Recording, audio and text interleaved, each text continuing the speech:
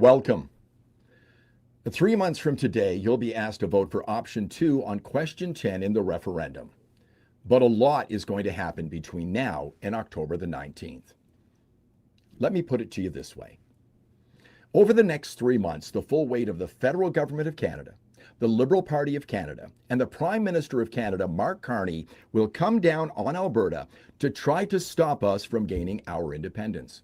Not only that, the full weight of the Conservative Party of Canada, its MPs, many of whom you voted for, and its leader, Pierre Poilievre, will come down on Alberta to try to stop us from gaining our independence. And a little closer to home, a woman you probably voted for and trusted will be campaigning against you for trying to get a better life for yourself, your children, and your grandchildren. Not only that, these parties have endless amounts of money. Throw in the mainstream media and the $1.4 billion of your money to the CBC, and this is a pretty steep hill to climb. But today, we can make a difference. Today, we can make a stand. Today, we can send a message to Ottawa. So far, third-party advertisers on our side are doing very, very well. We're outraising the other side, but we have hundreds of thousands of dollars, and they have millions and billions. If you can, over the next 12 hours, please contribute. Please donate to the third-party advertisers we'll be talking about today. It's the only way we can win this thing. Welcome to the Telethon for Independence. Now let's kick some ass.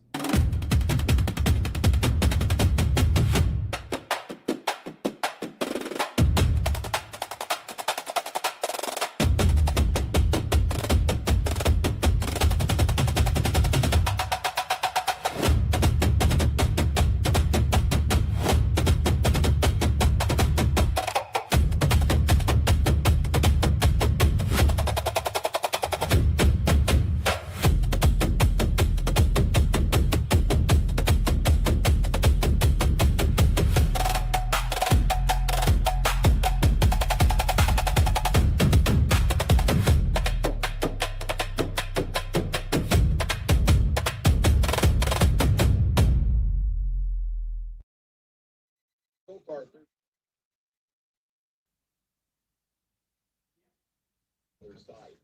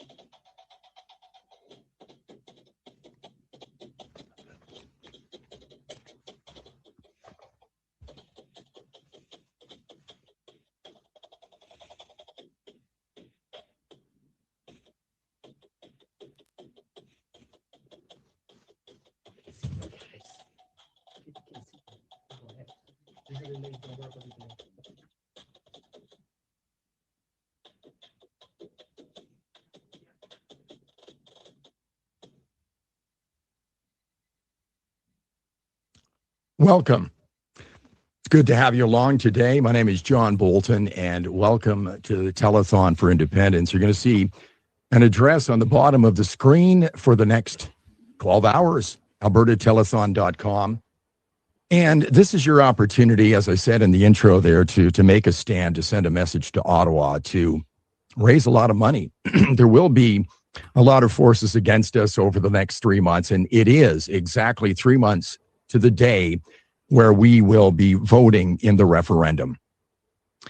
You know, I was out last week and I was honored to be asked to be the MC at a Stampede breakfast. Keith Wilson, Tanya Clemens for Let Alberta Decide asked me to go out there and just kind of introduce them. But I said something there that I'd like to pass along to you today if you didn't hear it.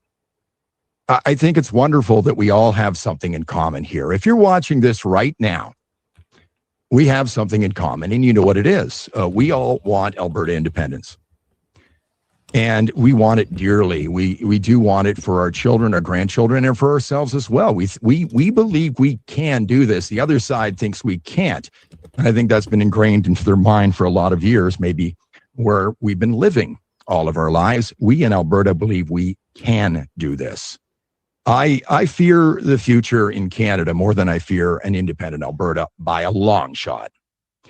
The other thing we have in common here is that we've made a lot of friends. One of them is sitting right beside me right now, my friend Mitch Sylvester. I met him middle of June last year. First time I spoke with him. I've spoken with him a dozen times at least. I've seen him at least a dozen times. You've seen Mitch.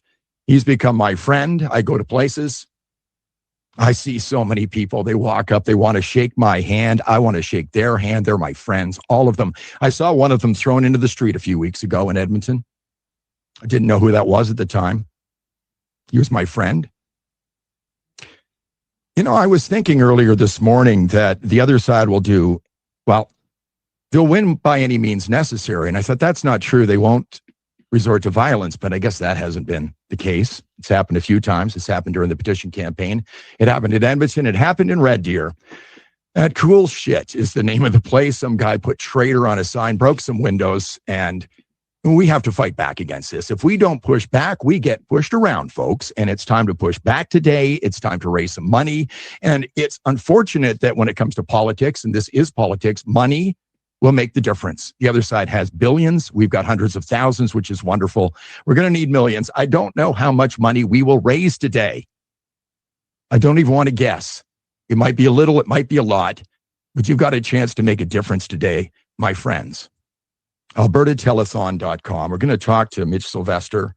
He's come here from Bonnyville today to be on for about 45 minutes.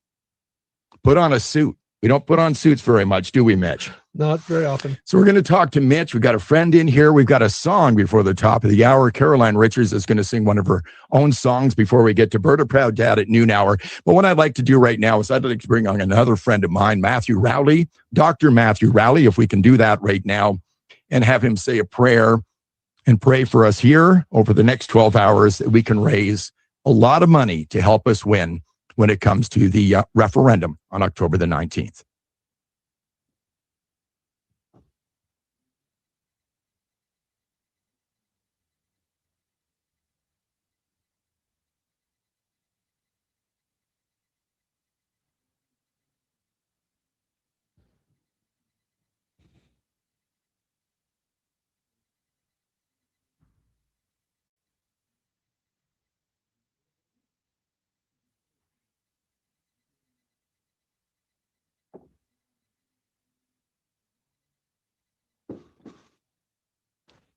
You stood on those stone cold government steps, faith and freedom, loud and clear.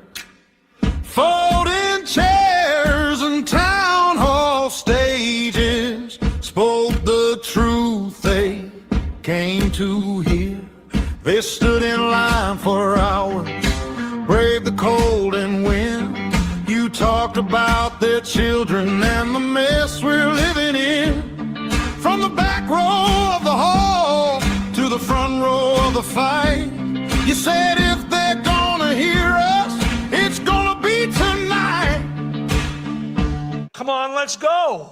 So that's gonna be the battle cry for our movement. Let's go! You came to sign on the freedom line. Ink on paper, hearts on fire. Every name like gasoline, kicking up that rebel choir. Let me shake your hand, thank you for your time. Find up voices, strong and true. You stepped up for Alberta. This one's for you. I feel like I'm with friends here. Yeah, and that's exactly correct. That's what the whole thing with those, all these events are for. People understand that they're part of a group of like-minded people that think and have the same ambitions and goals as they have. You stared down that lens in your studio light. Coffee gone cold, face pale from the night. From the dark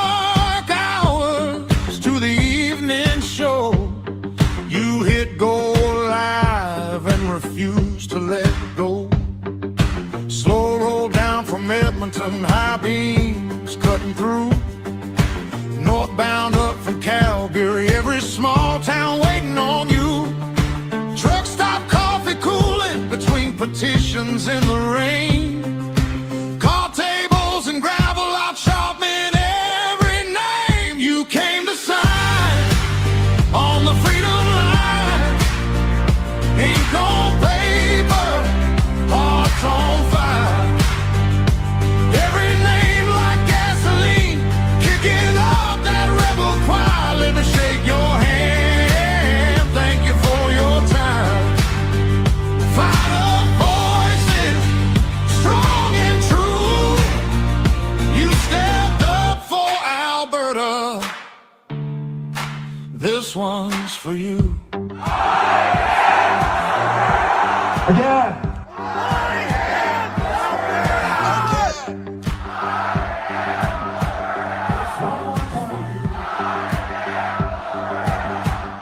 You filled up clipboards in sleet and rain, roadside lots by the highway chain, in echoing halls where the floors were bare. You passed that pen like a whispered prayer.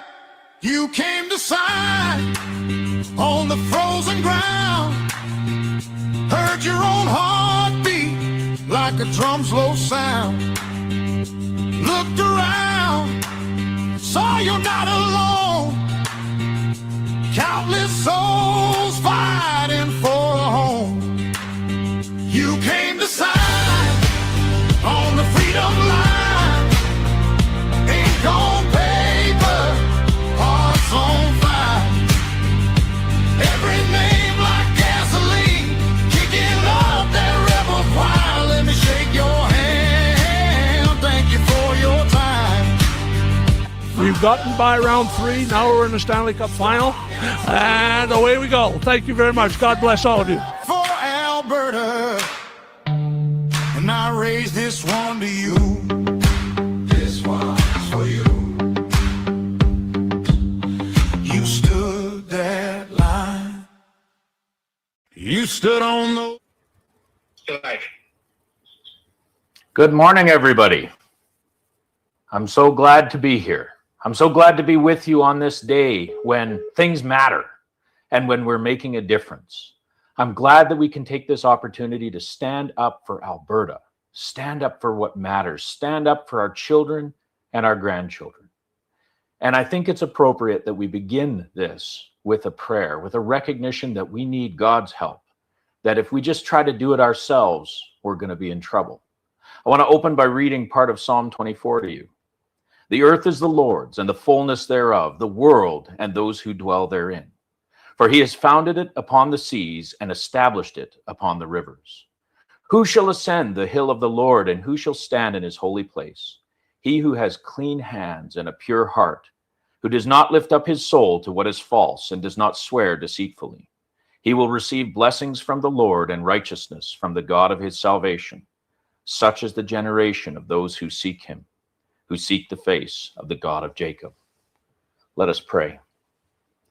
Lord God, I thank you that we have this opportunity to spend time together, working for something that matters, focused on something that's important, looking to the future of our province. I do pray, Lord, that as we campaign, as we work, as we strive to do what we believe is right, that we would have pure hearts and clean hands, that we would keep our focus on you and on what is right, that we would not allow ourselves to be dragged into some of the evil and the violence and the wickedness that we have seen from those who sadly are in opposition to us. Lord, I pray that you'd protect us from pride, from anger, from anything other than good-hearted, wholesome, and focused love for our province and for you. Help us today as we engage in this telethon. I pray that everyone would have strength, that they would have hope, that they would have joy. And we do pray that we would have money donated that would support the cause, that would support what we believe is right. Thank you, and we praise you in Jesus' name. Amen. Enjoy the day.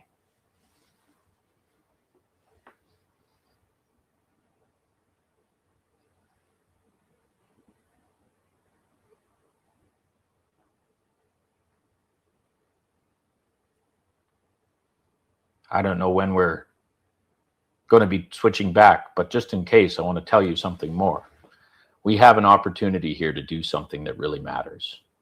It's interesting when we look around and we see the problems that we have in Alberta, the problems that seem to be so unavoidable or impossible to break, and yet we have the ability to break them because we have done many things like this in our past. Alberta started as nothing, and it was just people working hard, working together, loving one another and caring for one another that built this province into what it's supposed to be.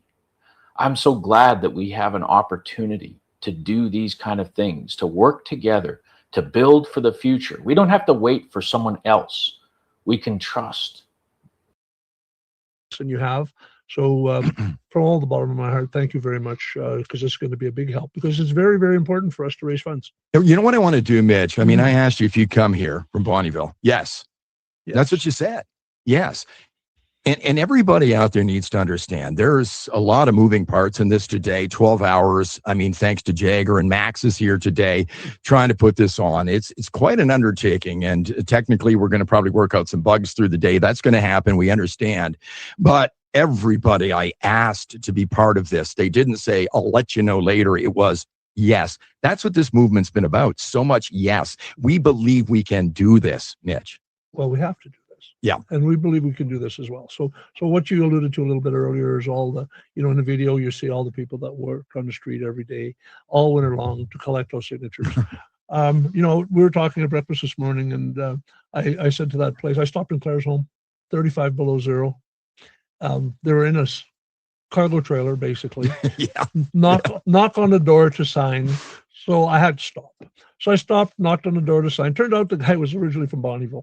You're right. And away we went. And I said, so how many signatures are you expecting to get today? 5? Yeah. In 8 hours of sitting out there in 35 below zero. Mm-hmm. And that's what it takes. And that's what it took.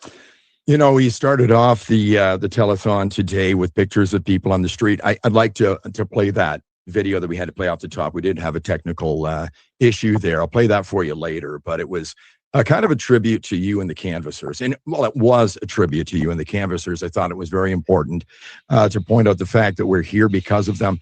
I remember last year you said to me, there'll be bumps along the road, John.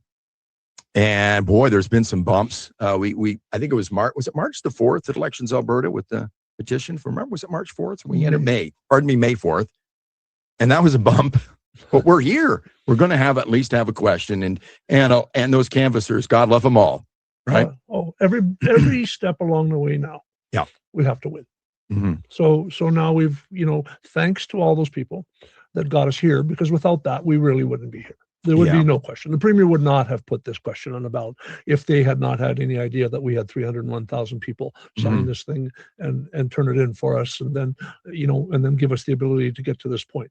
And, they didn't think we could. Yeah. I know they didn't. No, they didn't. No, not at all. I want to go over the third-party advertisers we're supporting today. There are others. I want to tell you that. It has been a challenge for me. I picked a lot of these, most of them before the 15th of June. Because they were most of the third-party advertisers that were in, people I trusted and knew very well. We've got one other. We've got 7 today. Let me run through them quickly. Our friends Kathy Flett, Angela Tabak from the Alberta Women for Independence, Alberta's Choice, Sheila Gunn-Reid, also John Tompkinson, United Alberta Flags, Corey Morgan, Pathway to Independence. Corey's been all over the place. Really started off the sign thing. People are collecting them like cards now. It's amazing. We're going to talk more about that probably today for sure. Jason and Paula Levine, The Levine Show, Keith Wilson, Tanya Clemens, Let Alberta Decide, and Stay Free Alberta. We're so aware of what that's about. Mitch, can you tell us about Stay Free Alberta? You're really starting your fundraising today to push forward over the next 3 months. Yeah, we've been busy doing a lot of things, raising money everywhere. But Stay Free Alberta is a third party that started, and what we're planning to do with that is, I'm not planning to do with this. I was told that what they're planning to do with it is. Who was telling you that? Mitch?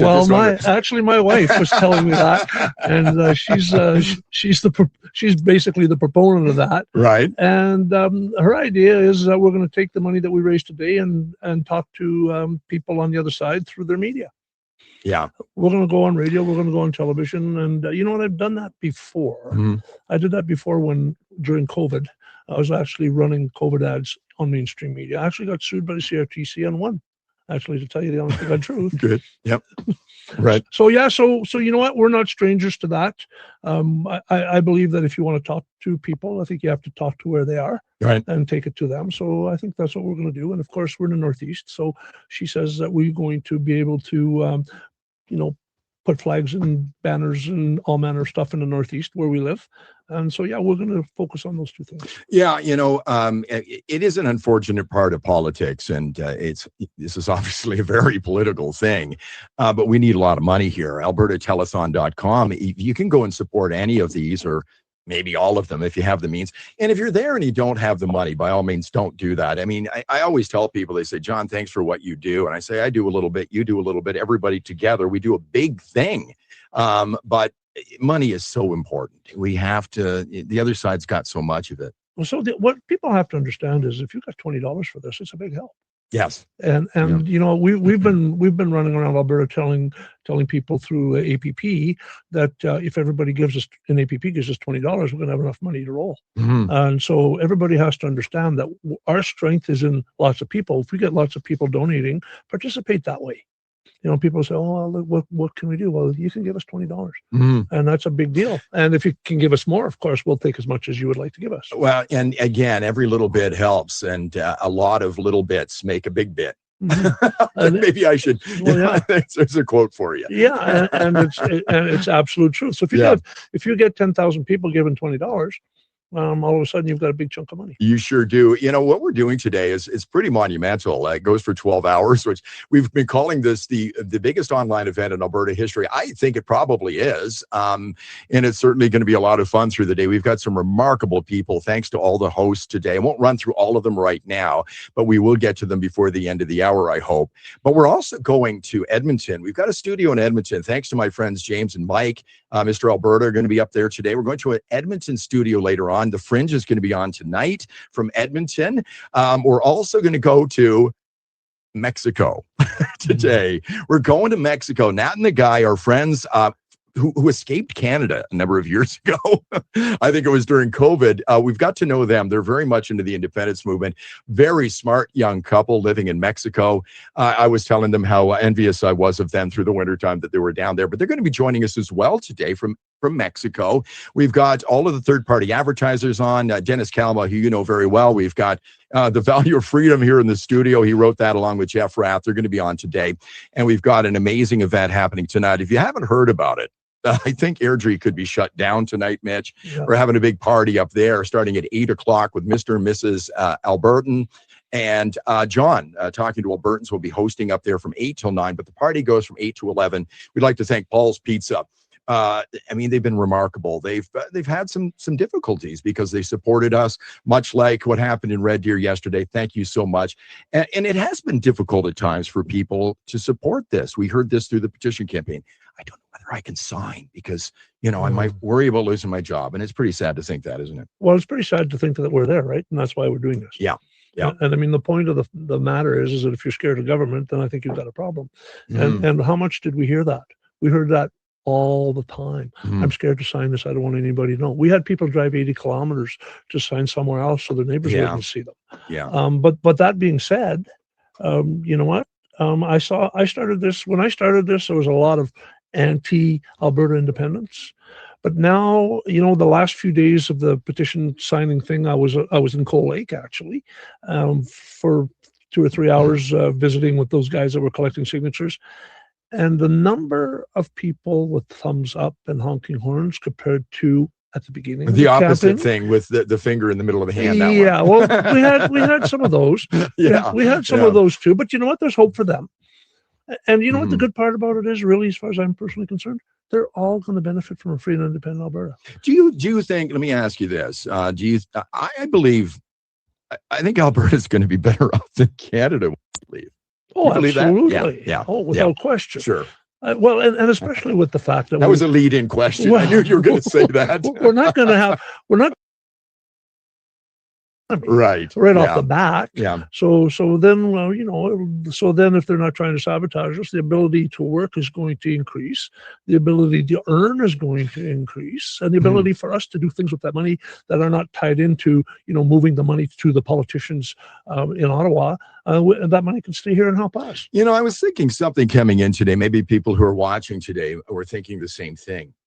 The people that want Alberta to stay, do they want us to stay for the betterment of the people, or do they want us to stay just because they're going to miss the money?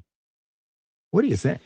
They're going to miss the money from Ottawa? Well, no. What I'm saying is, do the people who want us to stay in Canada want us to stay because of the betterment of the people, or just they want us to stay because they want our money? Well, of course they want our money because they treat us like that's all they want. Yeah. They keep electing governments that are anti-Alberta, anti-West. And so as a consequence, well, not so much anti-West, because BC is part of that. Right.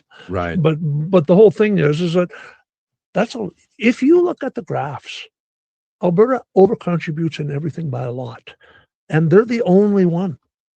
They're the only one. If you look at the pension plan, maybe there's BC has a little bit overcontributed over the years, but the graph is incredible. Like Alberta's way up there, BC's down here a little bit, and everybody else is a net taker. And that's the same with EI. It's the same with lots of things. Yeah, I was before I did this event, I had to go through Elections Alberta.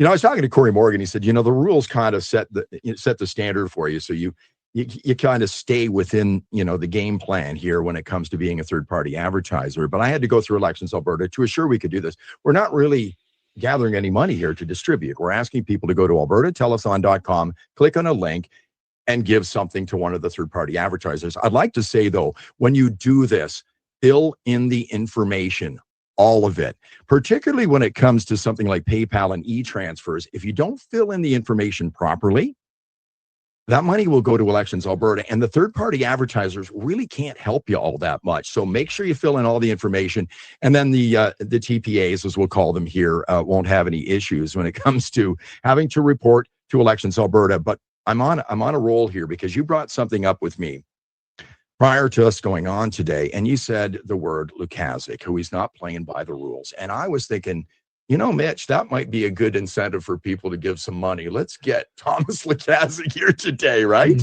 Yeah.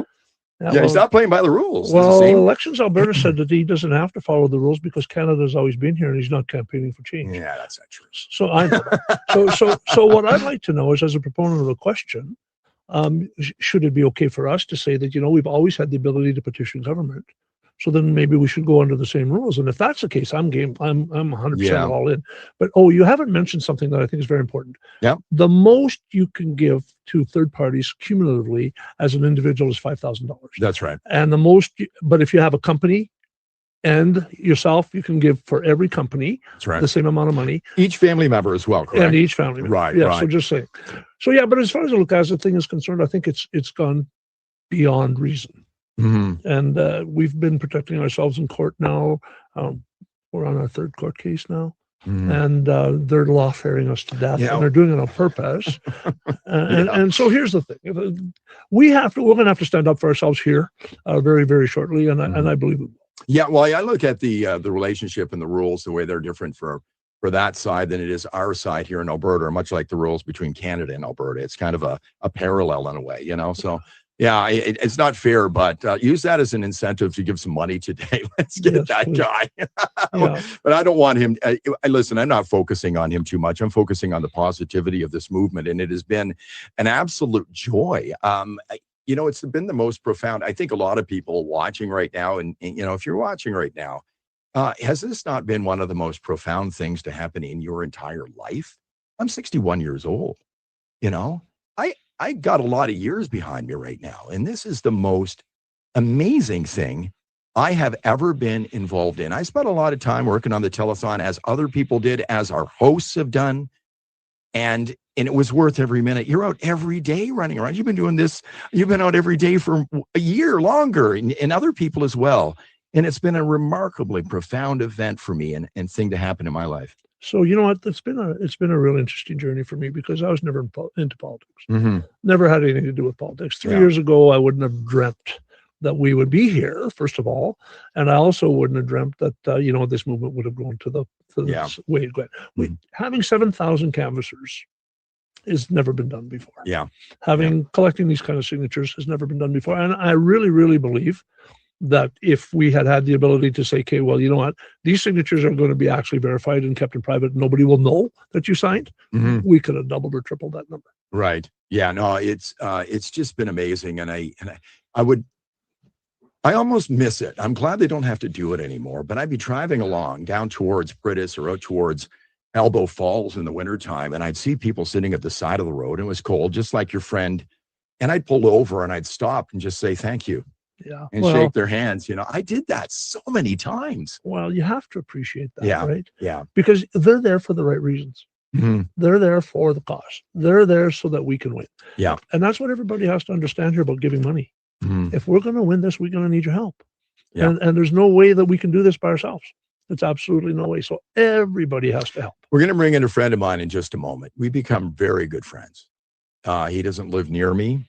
We're going to bring him in just a moment. You're talking about money. He's going to have a challenge for people here in just a moment. And I wanted him to come down here because he's a guy that's out running around all over the place, putting his time into this event. I just love this guy, and he's a good friend of mine now. I'm going to bring him in just a moment. I'm going to tell you about some of the guests and hosts we've got coming up today. Let's do that. Coming up in just a little bit, Dennis Kalma will be on with Alberta Proud Dad at noon hour. Dennis, I call him a secret weapon of the independence movement. Dennis does not a lot of events, but he's very effective once he goes at. As a matter of fact, I can't tell you how many people were at the Queensland Community Centre on January the 10th. Everybody I've ever met was there that night, because that's the night, that's 7 days after the petition campaign started. And there was an event there put on by my good friends, Jeevan Mangat and Heather Field. And Dennis Kalma was there, and Corey Morgan was there, and Eva Chipiuk was there, and I was the MC that night. And somebody walked up to us halfway through the event and said, there's 1,500 people lined up outside to sign the petition. There were only few people who actually could do that, and they wrote their arms off that night. And after that, you saw people lining up everywhere around this province. It was insane. But it was after that event, Dennis was there, and he was there when you were in Dalhousie up in the northwest part of Calgary. Yeah. And I watched you two guys go back and forth answering questions, and my head was spinning. It was amazing. So Dennis will be on with Alberta Proud Dad. Our friend Jason Levine will be on with Marty up north at 1 o'clock today. Our good friends Macy Madison and Mike Holmes with Corey Morgan and Daryl Comic coming up at 2 o'clock today. Good friend Igor Riltsev, everybody just calls him by his name, Igor, will be talking with Tamara Leach and Sheila Gunn-Reid today. So they're going to be on just around 3 o'clock. Nat and the guy from Mexico with Tanya Clemens and Keith Wilson. Okay, they're going to be kind of remoting that. Chris Scott with Dennis Kalma again, who's doing double duty today. By the way, if you'd like to ask a question of Dennis or Chris, let's go alberta1@gmail.com. Send in your questions so they can answer them. And that's happening at 5 o'clock today. Pardon me. From 6 to 8 p.m., we'll have Mr. Alberta Critical Compass as well with Kathy Flett, Michael Wagner, John Tompkinson will be on with them as well. And then Mr. and Mrs. Albertan will be on at 8 o'clock from Paul's Pizza. Derek, our good friend, Unacceptable Fringe with his wife, Mike, Keith Wilson, and Tanya Clemens doing double duty from 9 until 10. We'll wrap it up here and send it out to Paul's just after 10 o'clock tonight. What a day. Yeah, and lots of great people. Yeah, they're all great people, and every one of them said yes, as did our next guest. Can we bring my friend Wade Collins in from Sylvan Lake? Come on in here, Wade. Come on in here, my friend. Hey. Pull your mic over there if you could and get you on mic. How's that? I just want to tell you, I was talking about friends, Wade. I started out talking about friends today. And how many times have I spoken to you at 2:30, 3 o'clock in the morning? I'm getting up. You're still to go to bed. And this happens all the time, doesn't it? Yeah, many times we spoke. Yes. Yeah. And you're up in Sylvan Lake. I've got to get out to your peace sign up there. I'm going to come out this summer. I promise you. Okay. I'll definitely be out there. But what have you been doing? You've been working real hard. I know you visit Corey Morgan. You're probably driving him nuts. You've been picking up his sign. You've got signs all over your property. He's getting sick of me calling him almost every day saying, hey, Corey, you got some more signs? You got more signs? Yeah. His signs are going like hotcakes, and the 4x8s are getting out there too to private properties. We've got others that are doing signs as well. Jason Levine's doing signs. We've got Kathy and Angela who are doing signs as well. Sheila Gunn Reed's doing signs. Yeah. Lots of signs out there right now. People are collecting them like they're collecting cards, aren't they? Yeah. Like I just gave the last of my Tanya Clemens and Keith Wilson's away yesterday, actually.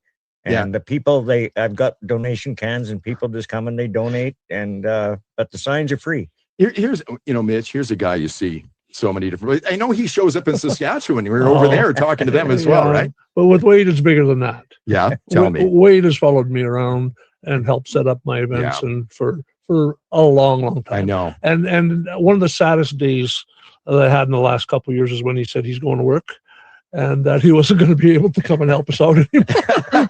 Yeah. And he was following me around the province, pulling his truck with his trailer on his own dime. And we finally tried to give him gas money at the end, where we finally were paying him at least gas money to get him there, because he's such a big help. He is. And you're among thousands, Wade. A lot of people are doing stuff like you. We've just got an army of wonderful people that are helping out, and helping out by, donating today at albertatelethon.com, but there's just thousands of them, Wade. You got a bit of a tear in your eye there. I have met hundreds of people in this movement, and I got to tell you, everybody is so honest and happy. I swear, you could leave a bag of money in the middle of an event, and at the end of the event, when nobody else is around, somebody be running around with that bag going, "Hey, whose money is this?" That's right. I knew of you, but awesome people. Do you know when we really first met? Do you remember?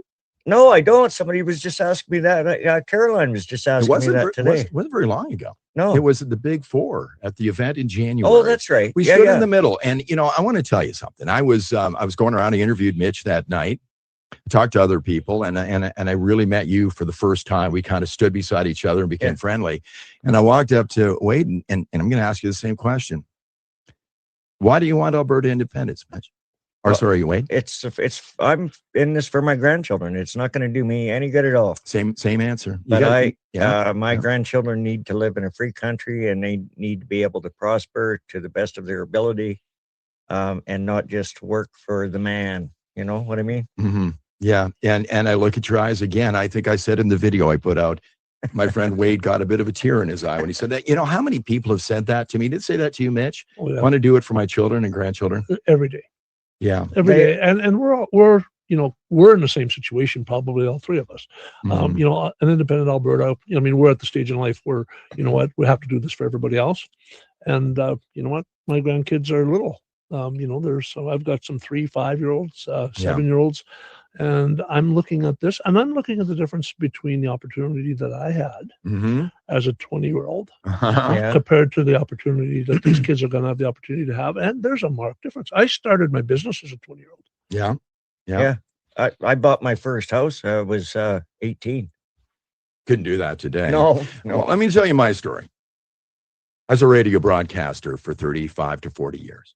Started when I was about 20. And my first full-time job, I made $11,000 a year. Think about it. That's less than $1,000 a month. And you lived on it. And I lived on it. Yeah. I lived on $11,000 a year. I had a car. I could put gas in it. I could afford food. How are things working out for us now?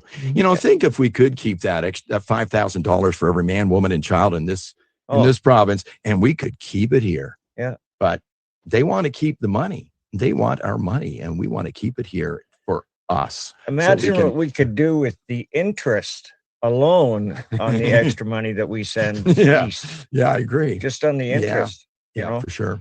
But for me, it's not all about the money. For me, it's freedom. I still say freedom first. All the rest are details. We're Westerners.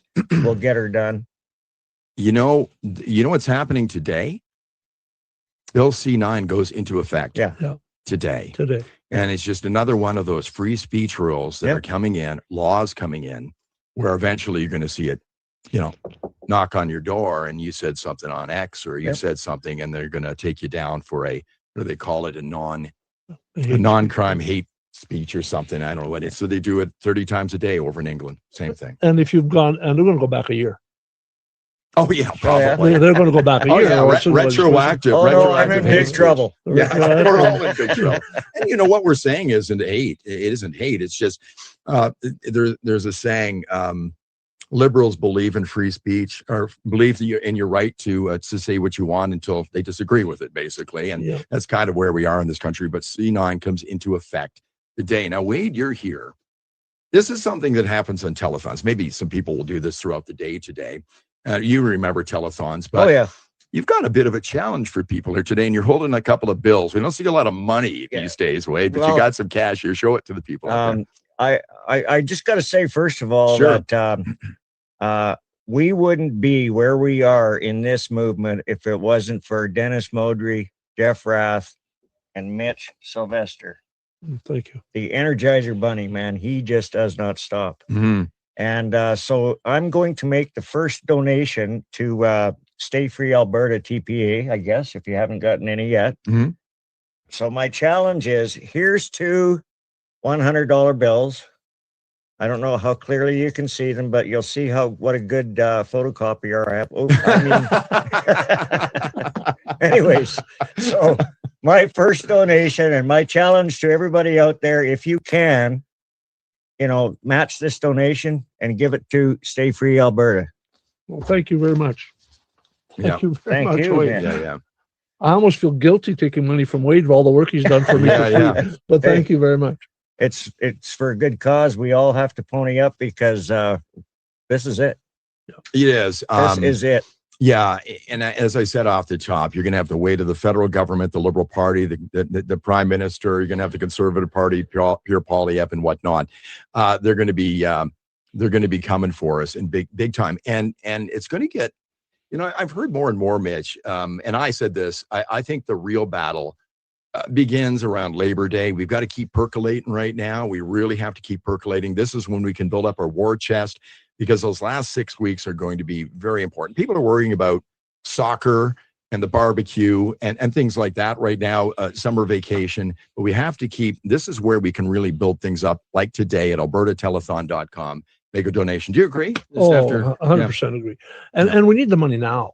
Like it's going to be late on Labor Day to do anything with it. Yeah. So you need to have it now so that you can get organized and you can see what you can do, so that you can advertise, and you have to buy advertising space so that you can have your ads ready. You can have everything ready to go for that 6-week push. And, the signs are going to be up and all manner of things. But we need to get competent people doing that work for us. They have professional people doing all that kind of stuff. Mm. So for us to get the biggest bang for our dollar, we have to have people that know how to do that. We have to send the right message. We have to have that all researched, and we have to be ready. And in order to be ready, we have to know how much money we have to spend. So, like in any business transaction or any business thing, you set a budget based on what you have, and then away you go. So if we're going to fight them at all and be effective, then we need to have some money. And there's lots of us and very few of them. And the beauty of this is we're not going to be beholden to any big corporation or anything after this is done. This is all going to come from us, all going to come from the grassroots people. And you know what? We can do this. Yeah, we can. Does it seem like it's flown by to you, or do you think this is like a slow process? I mean, it seems like it's just yesterday I was talking to you for the first time, and here we are more than a year later. We've come a long way in a very short time. And I think of Corey Morgan, who I talk to quite often. He wrote a book, The Sovereign's Hand Guide. And 20 years ago, he tried to do this himself. It's been 2 decades for him. He's been waiting for an opportunity. And Dennis Modry and people like this who have been into this for a long, long time. All of a sudden, it's upon us. Does it seem like a bit of a dream to you? Well, the way it happened, it was very interesting. But we put pressure on government. We put pressure on all kinds of people. And you know what? You have to be there when the opportunity presents itself. And we were. And we were ready for it.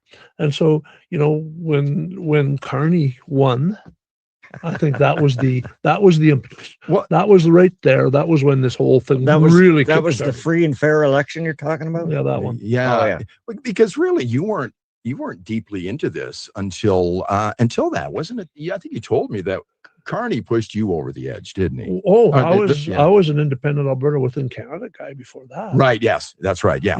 And so at that point I said, well, you know what? I don't think there's a hope that we'll ever have another Conservative government in Canada, and the way they're operating. And you were talking just earlier that the politicians are taking all the money. Well, just understand they're taking all the resources too. Mhm. So the ability to earn, And they're taking all the freedom. and that too. So what we've got going on is, before that, I started into politics with COVID when they shut my store down. I had no idea what was going on, Mhm. left or right. Didn't pay attention, didn't care. So anybody that's out there that was or is, and it's not too late for you. Somebody asked me to come to a house meeting, and that's what got this whole thing started. So does it seem like a blur?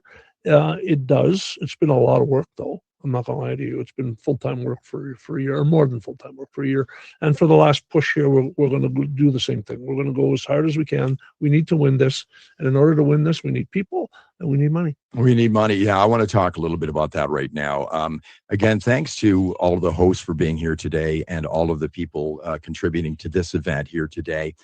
But what I think people need to know is that, you've got the people in this studio, the one in Edmonton. We've got our friends in Mexico. We're going to Paul's Pizza tonight. Wade's come here. My wife's helping out. She's bringing over food. I'm hoping it's out there when I leave here in about 13 minutes and get something to eat. Yeah. But the people that are watching right now, you're part of this as well. I mean, we're a million or more strong here today. And that's what we need to understand, is that, yeah, you've got these people sitting in studios around, well, I guess we're an international telethon here today, which is pretty remarkable. But you're a big part of this today. I know a lot of people have contributed already. I have, but I keep going back to help out even more. So if you can do that, and you can support one of our third-party advertisers today, or more than one, that would be great. I do want to pass along some information. I was talking to Jason Levine. Jason's been a third-party advertiser. He was through the petition campaign as well. So he's a wealth of knowledge. And Jason and his wife, Paula, and their kids have been great friends of mine. A blessing. A real blessing of this campaign, and this. They'll always be friends of mine. So donations of $50 and under. People sent me a text or an email earlier saying, I don't want my name published. I don't want them to have my name. They're scared. Yeah. They're scared. Yeah. What do I do? How do I get around that? Well, donations of $50 and under do not require personal information. So if you go to the website and you give $50, you don't really have to put too much personal information in there, and they are not going to know who you are. They don't have to input that information. So just, John, so how many $50 can you give in one day? Well, does that work? I don't understand. I'm well, just you saying, can- if you you can do it get- multiple times you can give up to $5,000 at $50 at a time, I suppose you could do that. right? I suppose you could do that. But then $250 donations and below per third-party advertiser, and your name does not appear on the Elections Alberta website. So that's another thing to keep in the back of Well, your I mind. just got to say, hey, Elections Alberta, if you're watching, this $200 I just gave to Stay Free Alberta. My name is Wade Collins, Post Office Box 90361, Sylvan Lake, Alberta, T4S 1S6. And if that isn't good enough for you, well, I'm sorry. Okay. You have to be an Alberta resident. You know how many people outside Alberta want to help us get our independence? Have you noticed? It's remarkable. But it is, but you know what? We don't get a whole bunch of donations from outside of Alberta, and we get none from the U.S. Well, we can't during this campaign at all. You No. cannot give Well, money. you can if you're Thomas. Well, yeah, I suppose. on. And as much as you want, right? Absolutely. Yeah. There's no limit there. And there's an important little bit of information you need to understand. None of the third-party advertisers will share your personal information, so you don't have to worry about them. But people are scared, and that's what really bothers me. And people say they're going out handing out signs, and I'm taking pictures, and they run out of the way because they're worried about their employer seeing them. Part of this, that scares me. I mean, how do I get away from that place? That's why I want the independence. Well, that's exactly right. So if you feel that way, then you understand you have a problem. Yeah. And if you're scared of your own government, then you have a problem. I put my car in the Reynolds car show here a couple of weeks ago at the Reynolds Museum in Wetaskiwin. There was like 600 cars there.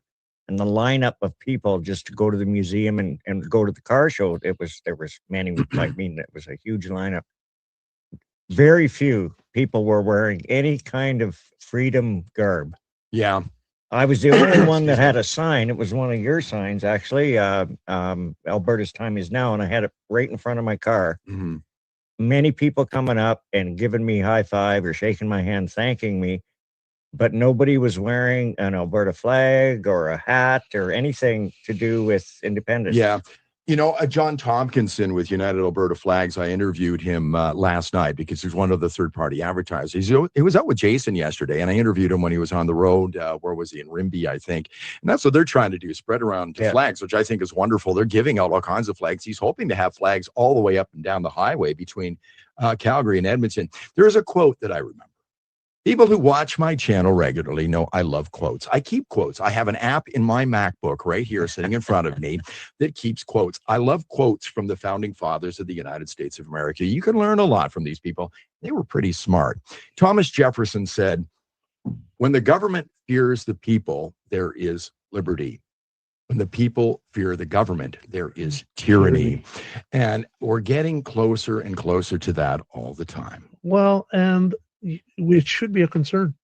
It should be a concern. Yes. And those of you that think it's not coming to your house are sadly mistaken. Absolutely. There's absolutely no way you're running away from this, and you're going to live it every day. And you know what? All of this stuff starts slowly and becomes bigger.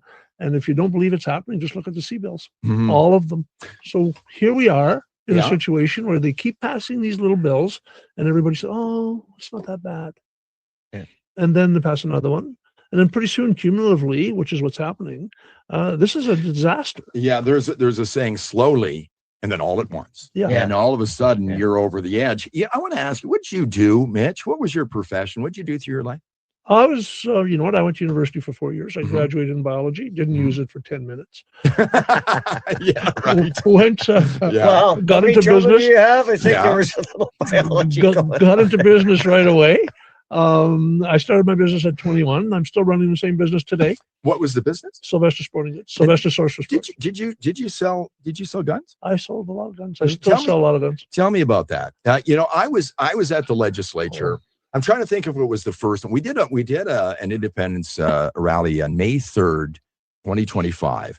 Jeevan Mangad and some others put that one together. A few thousand people showed up. It was pretty amazing. Right after the election, 5 days after the election. And there was a man sitting there with his two kids. And I walked up and I said, "Would you mind if I spoke to your kids? And I'd like to talk to you." And I asked the father, and I said, "Why do you want Alberta independence?" And he said, "They're coming after my guns." And that is a real issue with people, isn't it? And for somebody who was into sporting goods and sold some guns, that's a huge thing. And they keep taking more and more, don't they? Well, you know what? When they first introduced the gun registry, I was in business for a long time before that. So I want to tell you something. You can sell guns to people without a gun license, and it's fine. Yeah. Because I was in business for 20 or 25 years with that when that was going on. Not that I think that should be the way it is. I think that the system that we had before they started to lock this down was excellent. But here's the thing. When they came out with the gun things and they're going to register stuff, I had people, and I called them tin hatters, far-right guys saying, "You know what? That's just the first step towards confiscation." And you know what I said? Never happened in Canada. Never happened here. I remember it like it's yesterday. And then when Stephen Harper got in and they took away the registry, I got a call from the RCMP saying, "Hey, don't change a thing. Just keep registering people's guns." About 6 hours later, I got a call from Government of Canada saying, "If you dare register any more guns, we're going to come after you for privacy issues." Right. So here's the thing. You got the RCMP telling you something, you got the government telling you something else, and we won that. We have the most reasonable gun laws in the world, really, before this. And now here we are. And there's 350 or 60,000 PALs in Alberta. That's gun licenses. And so those people should be 100% in support of all this. Because really, you don't need a gun to shoot a moose. You can shoot a moose with a bow and arrow. You can, whatever you want to do. If you cannot protect your home, there's absolutely no way you can be a free person. Right. Well, lots of reasons. We're going to wrap it up here because we're going to go in. I'm going to queue up our next guest who we're going to have on here. So this is kind of special. So maybe Max and Jager can get Caroline Richards ready. But before we get to her, I just want to say, there's lots of reasons that we want Alberta independence. And we all have different reasons. A lot of people say money. I say I'm tired of hearing no from the federal government. We've been told no so many times. And these recent announcements of so-called pipelines It's ridiculous. $43 billion in your money to build a pipeline after it. Danielle Smith said, if we have to use government dollars, it will be a failure. Absolutely. Well, you have failed, Premier Smith, as far as I'm concerned. There's lots of reasons for us to contribute. So if you can do this today, albertatelethon.com. Are we ready? I was just wondering, Jagger, with our guest in just a moment. Throw it to her in just a moment. We've got Berta Proud Dad coming up in just a moment after our guest. And Dennis Kalma will be in. Dennis is awesome. Berta Proud, thank you so much for being here today. We're going to throw it to Caroline. So here's what happened. A couple of weekends ago, I do my independence calendar on the weekends, and somebody sent me this grainy video of this woman playing a ukulele, singing a song called Alberta Rose. And I was just thrilled hearing her sing this song, an original song. So I said, please let me know who she is. And everybody says, that's Caroline, John. You got to get Caroline on. So I contacted her. She's just wonderful. She's here today. I think we're sending it to the other studio. I hope that happens. But our friend, Caroline Richards with Alberta Rose, thank you so much. Mitch, thank you. Thank you, My John. friend Wade, thank you so much. You Berta bet, Proud brother. coming up in Thanks, just a moment. Thanks, Thank you Mitch. very much. Thanks, Over to John. Caroline. Thank you. Thank you. Great. Donate.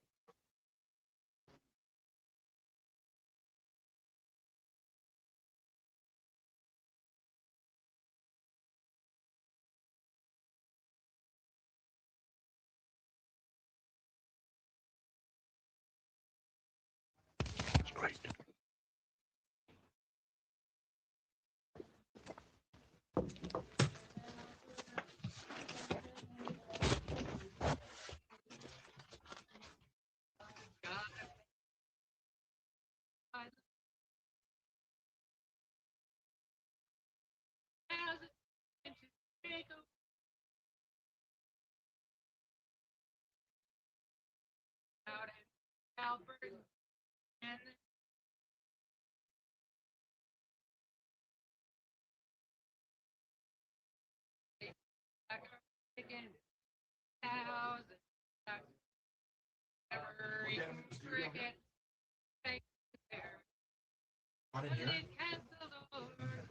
So you're getting a bit of a lag here. There'll be like a floor monitor, a floor director for you, or I can be that. We'll tell you when, because you're going to hit.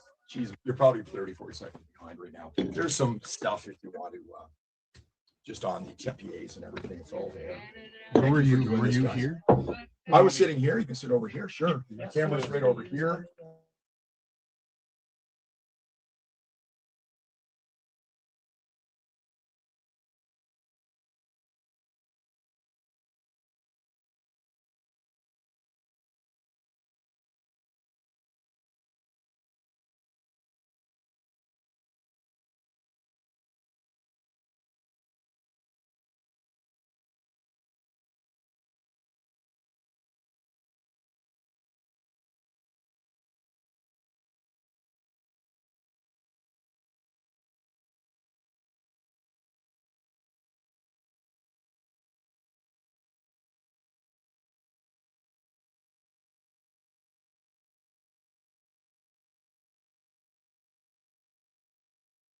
Freedom on your mind. We're happy if you come and live as long as you align. If you're looking for a handout, you won't get it here. Hard work, a job, low taxes, love and no fear. 'Cause we're taking back our chickens, cows and ducks. We're never eating crickets. Thank you very much. They've canceled our gas and oil 'cause that's just what they chose.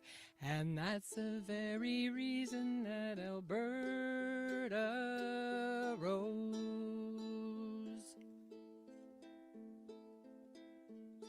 And that's the very reason that Alberta rose. Thank you so much. Well, you're welcome. Thank you for being here. It was easy to do. It was, yeah, a little more stressful than I thought, but that's okay. Oh, thank you. Well, something extra, right? Oh, I hope so. That's okay. We're smiling and not swearing. That's good. That's amazing. Thank you. Thank you so much. Well, I really appreciate it.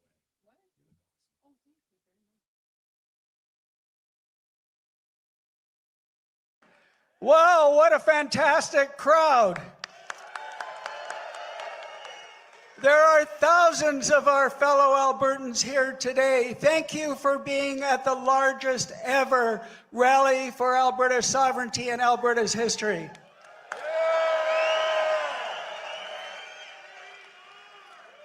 We are at an inflection point, ladies and gentlemen, a time in history where we have a choice. And that choice is, do we continue to be subservient to Ottawa and the enslavement by our federal government?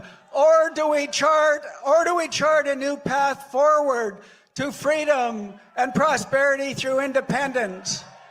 We have the leverage. We have the power.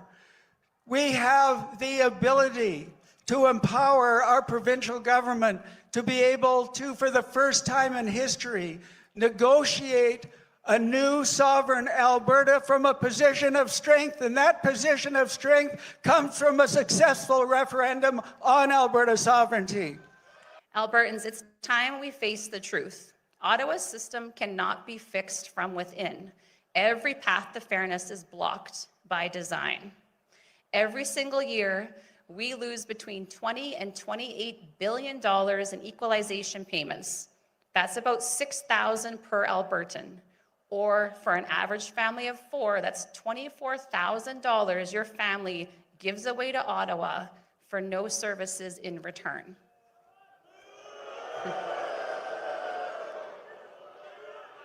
That's money that you earned and money you'll never see again.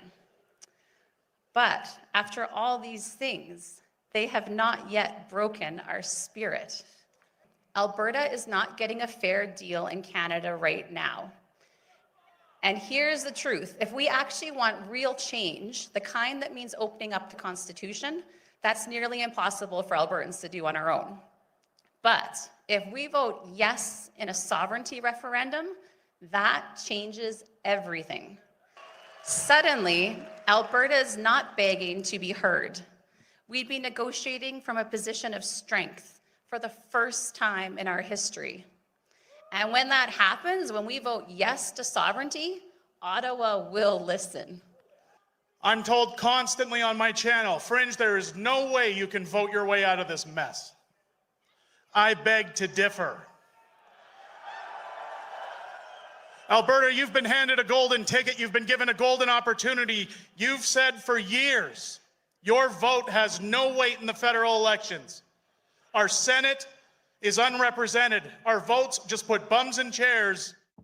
Well, that was some amazing footage from the legislature. And I would like to give a shout out and a thank you to Caroline Richards for that tune that she gave us. That was absolutely amazing. It's Berta Proud Dad, ladies and gentlemen. How is everybody doing? And what an honor it is to have Dennis Kalma with me for this next hour on the telethon.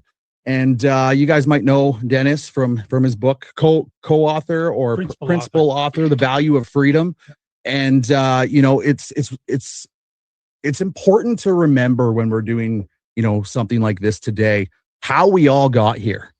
Right? How we all decided to get to this position. You know, it wasn't very long ago that I was championing Pierre Poilievre and Battle River Crowfoot and going up against people like Grant Abraham. And, you know, I really thought that we could fix this country. Come January, I decided to make a little shift when I started seeing people cross the floor. And I'd seen that before. It's not like I hadn't seen it before, Dennis, but you know, that was really the final straw for me. And I always like to ask people what was their line, and what was your line? So I've been an independence or someone very unhappy how Canada was running for a number of years. And my solution at some point was to say, okay, it's time for me to leave. I'll leave in retirement and away I go. But then Pierre came on the scene and I thought, hey, this guy's going to get in. He's going to win. Should be no problem. He can start undoing the mess that we were in. And then we had that wonderful election there in April of last year, and he lost, and we literally had no influence. And I saw if there was any chance for Pierre at all, that it was gone and probably gone forever. Mm-hmm. If Pierre couldn't get in with all of his popularity, how on earth could anyone else ever get in? So I got mad, and I was just on X for the first time, and I saw Jeff Rath go by, on various posts, and I thought, yeah, that makes sense. I like what he's saying. This is good. And Jeff's quite a forceful speaker, so that was good. Yep. So I pinged him. I chatted with him and said, hey, you need some help. I'm willing to help any way I can. He says, well, have you ever written a business plan? I said, sure. Dozens of them when I was an executive at a bunch of different countries around the world. He said, okay, can you give it a shot? So I said, okay. And we started writing The Value of Freedom. Wow. And that went on for about 6 weeks of heavy duty writing and analysis and so forth. Primarily Jeff and I.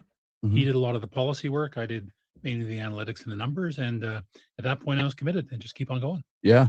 Yeah. And that's the thing. Like, it's important to remind people that, they like to label us in this independence movement that we're just a bunch of rednecks, right? That's what they like to say. And that's fine. Whatever. They can say what they want.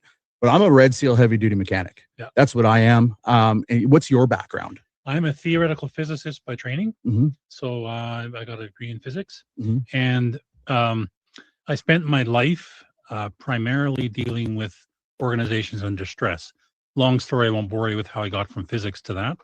But effectively, I was the guy that dropped in when a large project or an organization was failing, and they brought me in to try and fix stuff. One of the things you have to do when you try and fix stuff is figure out what's wrong and write a plan to get out of it, a business plan or some sort of major project plan. So that's the background that got me here, and that's the one that I'm sticking with.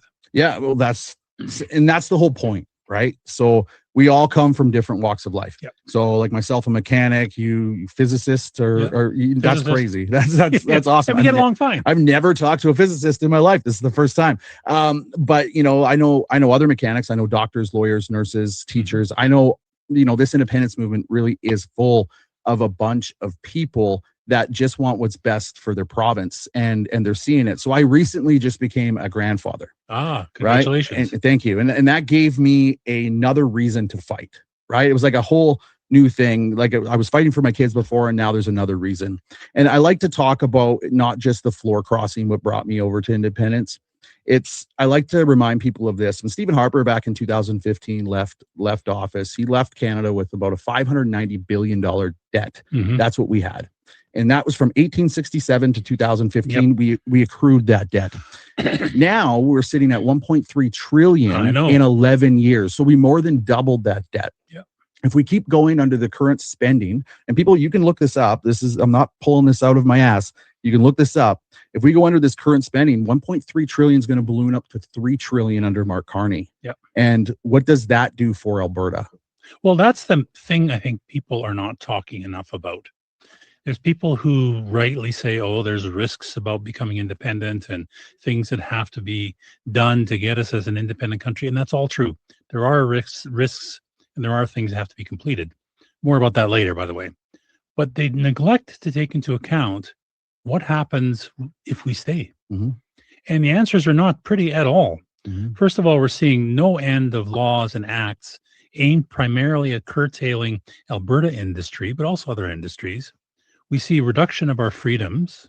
We see no end of prosecution of pick on Tamara Leach, going after people for doing things that at worst should be a minor charge. And you see all this stuff going on. And then to your point exactly, and then we're going to spend ourselves into penury. At some point, and if you read history, for example, the Weimar Republic from the 30s, they effectively spent their country into oblivion and opened the door for an extremist that we all know as Adolf Hitler.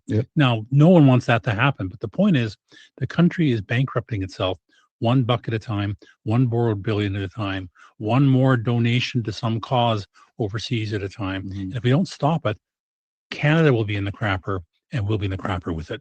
And you know what? That's a very good point. We're already there. I just got to interrupt 1 second, talk to our producer here. We're getting people saying that he's a little bit quiet. So if we could fix his audio, that would be awesome. There we go. Let us know, guys, if that is working better. That would be awesome. As well as, since I took this little break, let's make sure we're sharing this out. Share this on this. This is out on every single influencer on the independent side, most of our platforms. If you're sitting at home right now and you're watching, share it to your groups. Share this out, because this is truly about the third-party advertisers today. We're raising money for the third-party advertisers, and I want to get into that with you. Those are the boots on the ground people. These are the people doing the work. And if you're looking at mainstream news, CTV, CBC, global, they have a lot of money, unlimited funds. Yes. They're funded by the government, over $1 billion per year.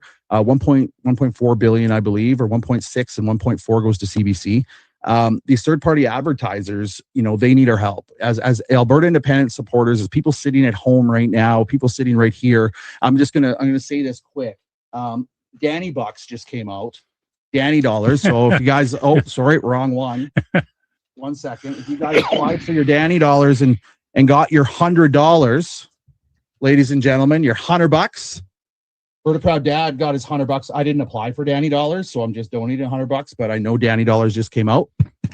This is going to go to Jason Levine's TPA. That's what I'm going to give this one to. I've donated to some other TPAs, but this one's going to go to Jason's today. He's on next with Marty, so stick around for that.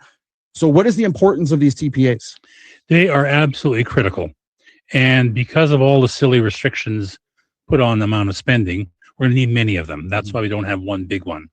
And TPAs are each developing their own personality. So there's ones that want to pursue cities. There's ones that want to pursue, for example, door knocking. There's other ways of approaching it, but we need many of them pulling it together. But all of them cost money. We've got lots of volunteer labor, lots of people willing to help and put in their time, like myself. But at some point, there's things that cost money. You want to run advertisements. You want to buy flags.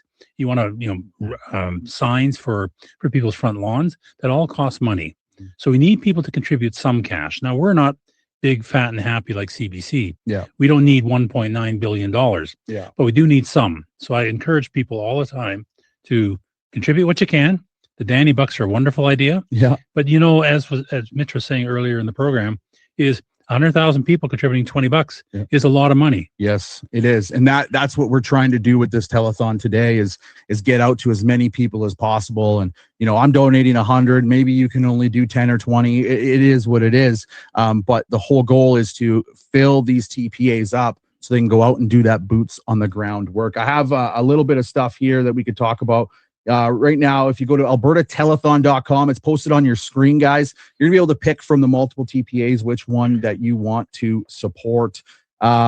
Be sure to fill out all of the information, name, address, etc., to save the TPA a lot of aggravation. That one's very, very important. And failure to fill in all information while using PayPal and e-transfers may result in your donation going to Elections Alberta at the end of the campaign. That's not something Don't want to do that. we want. We're going to get into Elections Alberta in a second.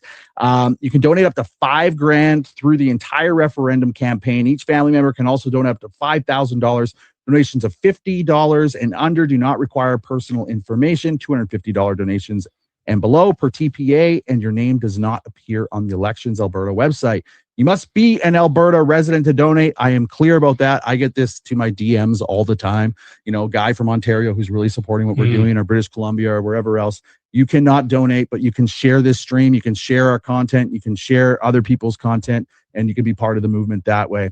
And none of the TPAs will share your personal information. For more information, go to Elections Alberta website, electionsalberta.ca. So albertatelethon.com, ladies and gentlemen, let's get those donations in. That's why we're here. That's what we're trying to do. Let's talk about Elections Alberta for a second and Forever Canadian people. That's something that I really want to talk about because Thomas Lukaszuk has been rolling around the province in a campaign bus. He's got 2 campaign headquarters, and he's saying he's not campaigning. Well, it's complete crap. I mean, what drives me crazy is Canada used to be run under the premise of the hypothetical reasonable man. That would be the idea that the judges would look at something and say, is it reasonable in the eyes of that reasonable man or woman? You look at what Thomas is doing, any reasonable person would look at it and say, that's campaigning. He's doing a partisan message. He's advocating a particular side of the referendum.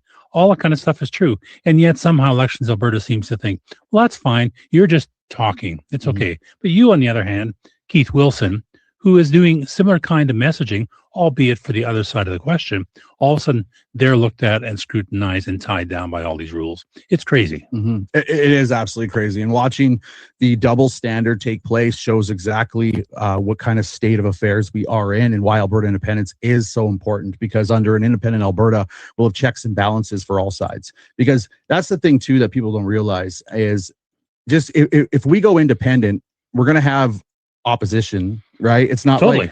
like everybody's going to leave the province, which people say everybody's going to leave. I think a lot of people will come to Alberta if that's the case.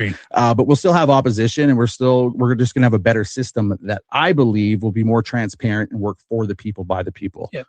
So let me give you two things. So first of all, remember, if we win this referendum, or rather when we win this referendum, Naheed Nenshi will be an Albertan. He'll be a politician. He can run for office, and people may well vote for him under the new system. We're going to have people of all stripes, just like we do today. And you know what? They're all welcome, because Alberta will be a free place. Now, how can I say that? I just finished a tour with Bruce Party and Matt Rowley, 3 cities. We talked about constitutional models, talked about approaches to how you can set up a country to be more durable, more stable, more free than what we have today. Matt Rowley advocates a reformed Westminster system. Bruce Party advocates a very libertarian approach. I tend to be the middle ground guy that says, okay, the Constitution should be more of a Republican Constitution. But we presented that to quite a few people in those 3 sessions, and all of them, all 3 models have the same elements regarding personal freedom, political freedom, freedom of speech, freedom of association, freedom to bear arms if necessary. All those kind of things are built into all 3 choices, and all of them will work, and all of them can fail.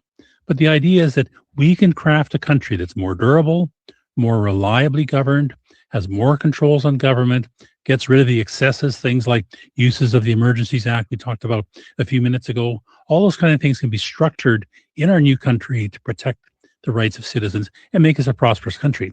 Yeah.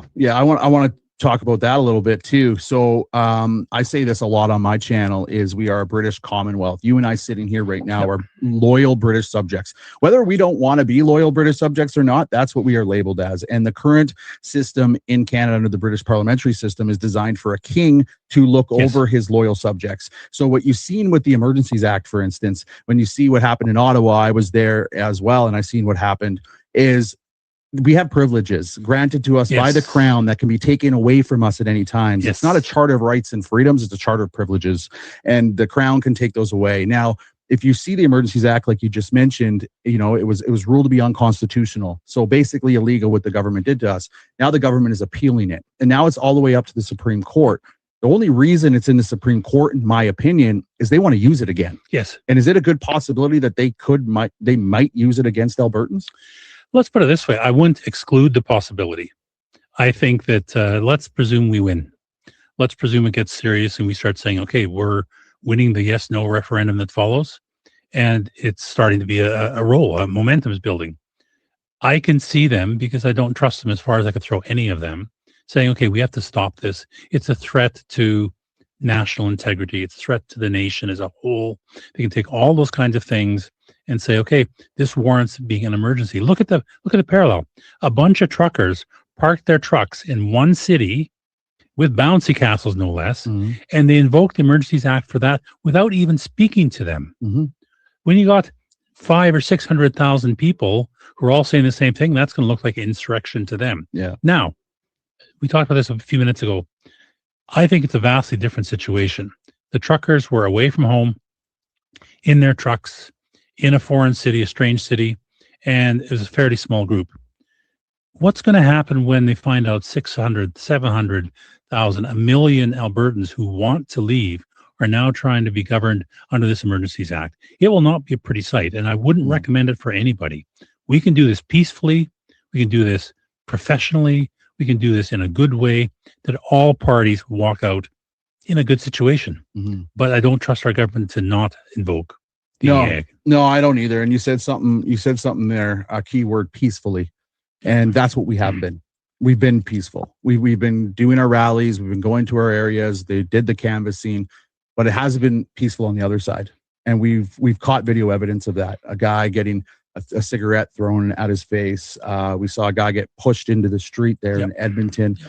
We've seen, Marty up north, who's going to be here on the show after this, hosting Jason Levine. He canvassed, I don't know how many days in a row out in the blistering cold, and he had some nutsos come up to him. And it hasn't been peaceful on one side, and this is truly what we're up against. Again, for the reason for the telethon, ladies and gentlemen, is to get the money to the people doing the boots on the ground. That's the whole purpose of this. So if you haven't donated yet, please go to albertatelethon.com. Pick your TPA, any TPA. Like I said, I'm using my Danny dollars, and I'm going to be giving $100 to a TPA. And I'm pretty sure you guys can too, because if this means something to you, and never mind, look at your kids, look at your grandchildren, and do you want them to have a better future than what they're going to currently have under the system?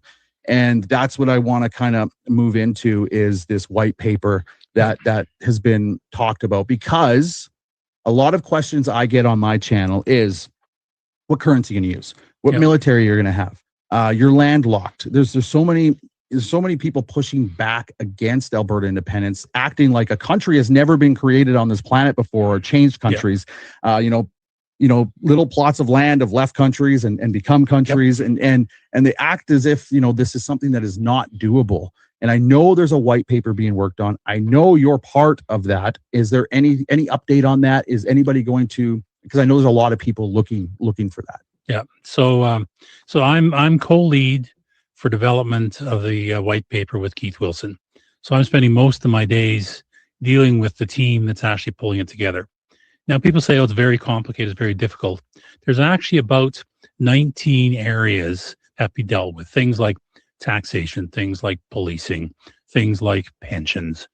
None of them are new to world. There's not one thing that has to be recreated for Alberta that is not already done in Canada today.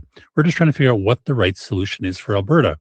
The other thing with transition planning, people immediately start to land about, this is going to be, what's the long-term plan for currency?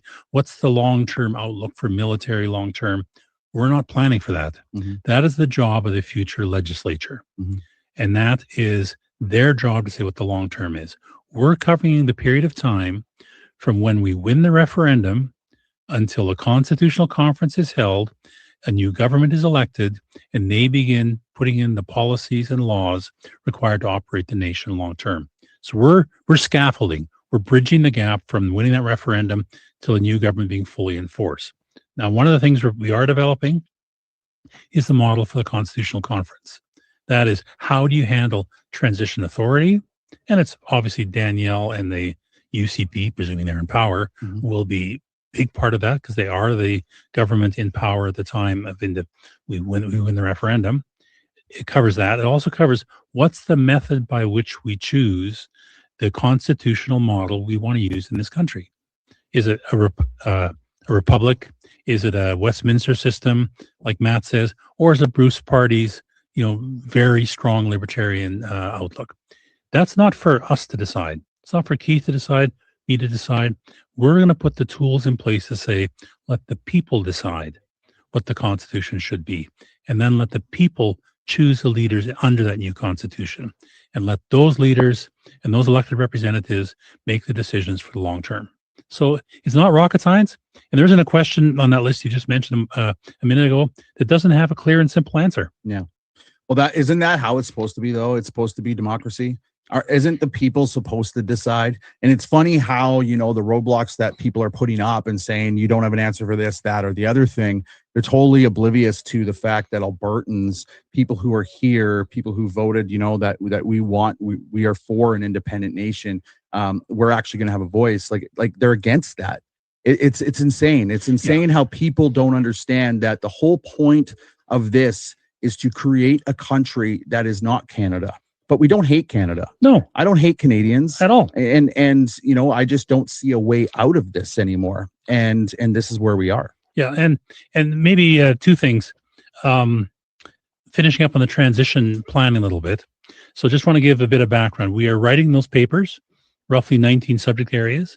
They're going to be reviewed by people who know the area. Many cases, they're written by subject matter experts. So it's not Dennis and Keith madly writing away in a dark corner somewhere. It's guys who know the subject area. They're actively writing, okay, how do you handle air traffic control? What's the right way to approach policing? What's the right way to do border services? All those kind of things are being built by people who know those subject areas. They're going to get reviewed. We're checking them for integration to make sure they all line up with each other. And we'll publish roughly the end of July. And then we will have a version of the transition plan. And most critically, we'll have a budget. Danielle Smith went online and said 400 billion, and other people have said 300 billion. complete and utter crap. Yep. I was just going to get to that. Total crap. Yeah. Yeah. The whole Danielle Smith, the Premier Smith thing. She was actually on my show and people said that I wasn't hard enough on her, which I went and I looked back at the show and 100% I wasn't hard enough on her.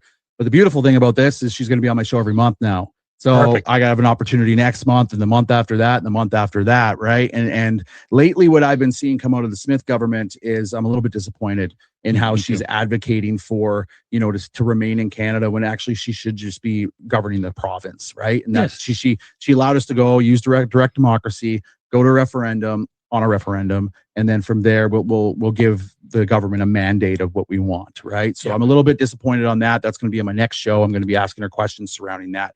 But what do you see the elected officials doing? Because the Calgary Stampede was literally just here. And I was in a lot of those rooms with a lot of those elected officials. And I noticed one thing. Same people, different venue. It was like that everywhere I went. It was the same people in the room, the same bureaucrats, the same money, the same people. And they brought in Doug Ford. They brought in, liberal ministers. And they all sat there and they're saying, look at us, guys. Canada's working. We're putting a pipeline in. Yeah, and we're all friends. We're shaking hands. We're doing photo ops, and we're gonna get this built. And you don't need to be independent. What do you say to that? Well, first of all, it's really nice to go into a room and shake hands and take pretty pictures. That doesn't get stuff done. No, it doesn't. And I look at these MOUs. Back in my business background, MOU was the very beginning. It literally was usually non-binding. Just, hey, you and I agree to do sort of something that sort of looks like this. Show me the hard contracts. Show me the private proponents that are actually going to build this stuff. Government can't build crap.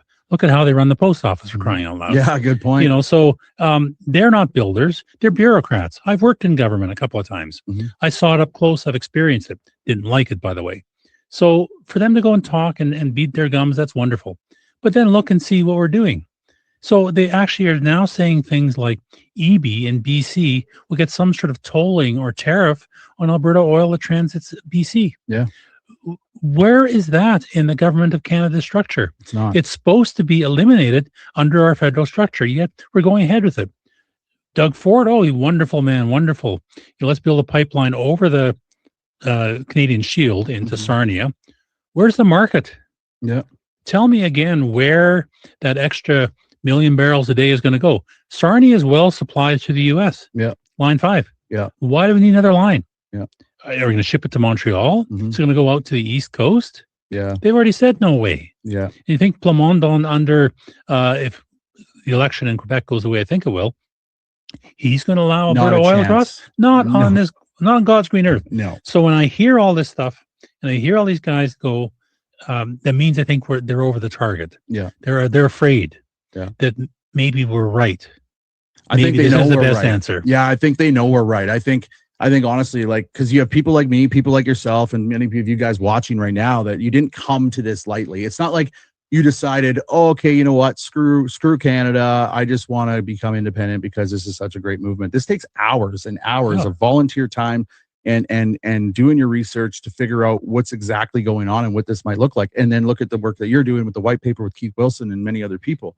But what you said back then was, about David Eby, Doug Ford, Quebec, all of that stuff is all the proof that anybody should need, in my opinion, that Canada's not working. So when they were in the Stampede, taking pictures, shaking those hands, kissing the babies, and saying Canada's working, you got a guy with David Eby that was paid off $13 billion basically to get out of the way. And then before that, it was a condo buyout to get out of the way. You have Wab Canoe, who's in Manitoba, who is an NDP diehard. You got to get to him. What are you going to give him? So again, ladies and gentlemen, we're bribing other Canadians to get our oil and gas to market that pays for social services that makes our country better. Make it make sense. Yeah, there's no way it does make sense. And I go on to other structural failures. Okay, let's say they actually build the pipelines. Well, we still haven't changed the representation in the House of Commons. The fact that PEI has far more strength per voter than we do here. The Senate is still appointed and largely liberal, certainly not aligned with the needs of each province. The courts are still the highest authority in the land as opposed to Parliament, something that Pierre Trudeau did to us. All these things are still in place, and I see no plan by anybody to remediate those things. Mhm. If Carney stood up tomorrow and said, we're holding a constitutional conference, we're building a proper Bill of Rights, we're making an elected Senate or some better structure for the Senate, and so on and so forth, I might say, okay, maybe it's worth listening to the guy. But placating us with a couple of pipelines, especially with carbon capture tied to it, is ridiculous. They're trying to buy us off, and I think it means we are on target. Well, absolutely, 100%. That Pathways project, for instance, is a waste of taxpayer dollars to dump CO2 in the ground that is absolutely going to do nothing for anybody. It's just a waste of taxpayer dollars to I don't actually know what it's for, because if you look at it, Brookfield's probably involved one way or another. Brookfield's you can go down that rabbit hole all day and find out where they're making money, but they've never made more money than they've ever made since Mark Carney's been in power. Right. I can tell you that, and that's facts. You can go look that up. The thing is the importance of Alberta independence is different for everybody, I think. Yes. I look at it for the future. I own a home. Right. I own a home. I have a car. It's not about me. It's about the future of this province. Yes. And going back to Ottawa, I was dumb. I was to sit there, and I could say this, and I've said this publicly. When I supported Pierre Poilievre in Battle River Crowfoot, I thought if he wins, there's going to be some real change. And then, like I said, when they started crossing the floor, that's when I kind of changed my tune. I looked at my wife. I said, we got to support Alberta independence. And if you don't want to support Alberta independence, I'm supporting Alberta independence. I'm going to do it anyway. Right. And so she hasn't publicly come out and said that she supports Alberta independence yet. And she hasn't even told me. Right. But I think she might. Maybe her and I'll do a show on that. But how long have we sent Conservatives, members of Parliament, to Ottawa to be representing Alberta? Never mind Alberta, British Columbia, Saskatchewan, right? Everywhere in the West. And they have not been able to get anything done. No. It's the British parliamentary system. Well, I mean, look at Stephen Harper. Yeah. We had a Conservative Prime Minister.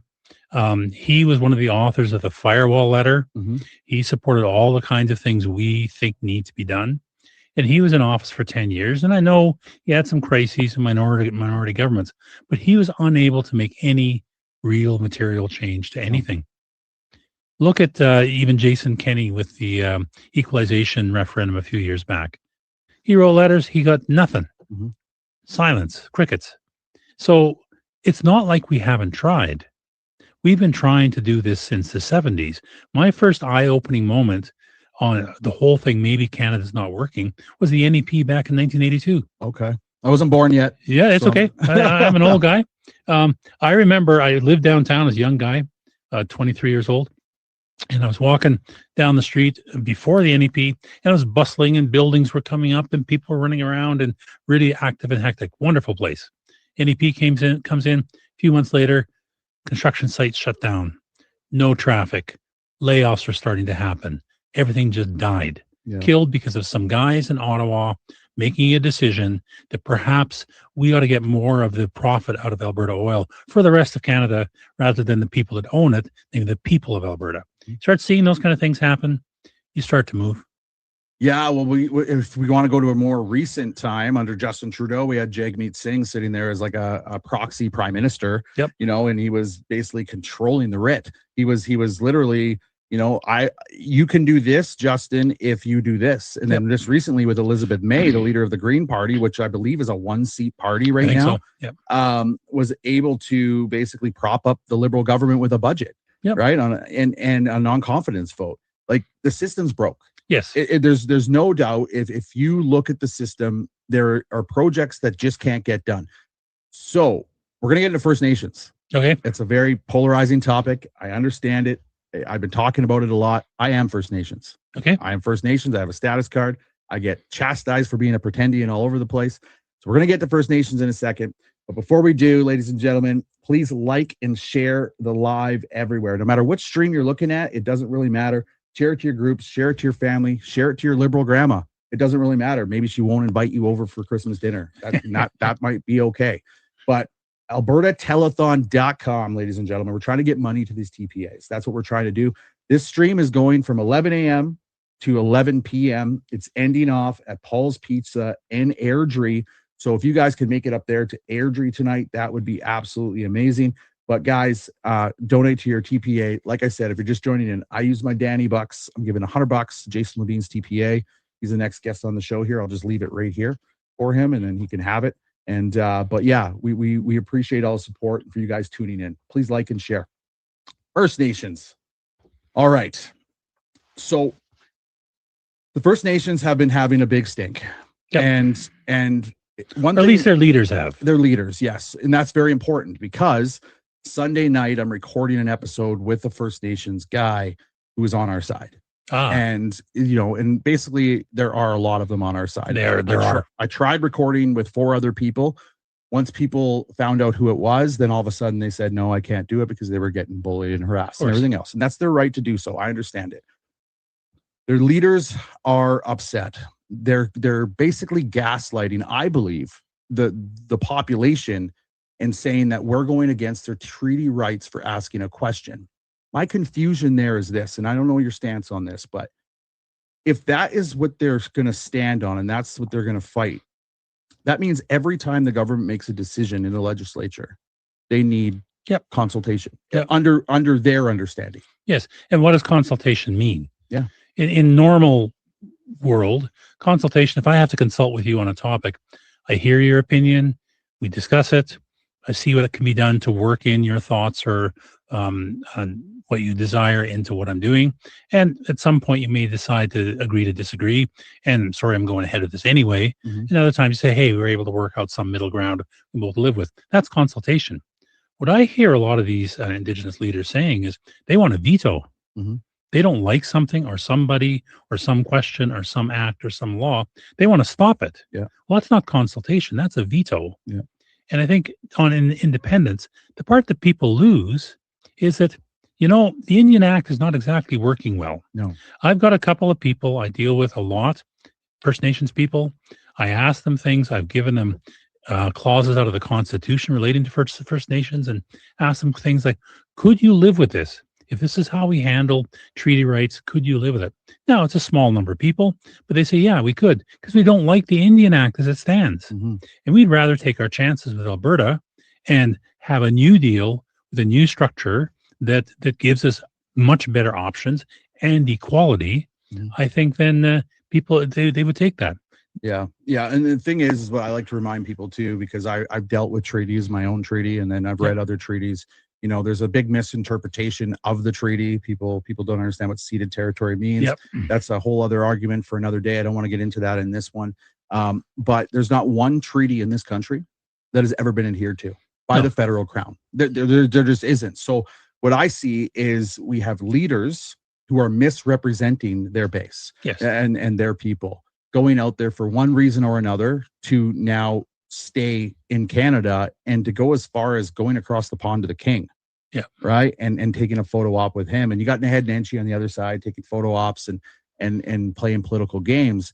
But if you had a First Nations chief in the room today, if we had one in the room, and I'm working on it, I'm trying to get First Nations chief. So if you're a First Nation chief out there and you want to have a discussion with me respectfully, I absolutely want to talk to you. What would you say to them? I'd be saying, is your life under Canada what you want it to be for yourself and your people, all the people you represent? Is that what you really want for them? Because your poverty rate's through the roof.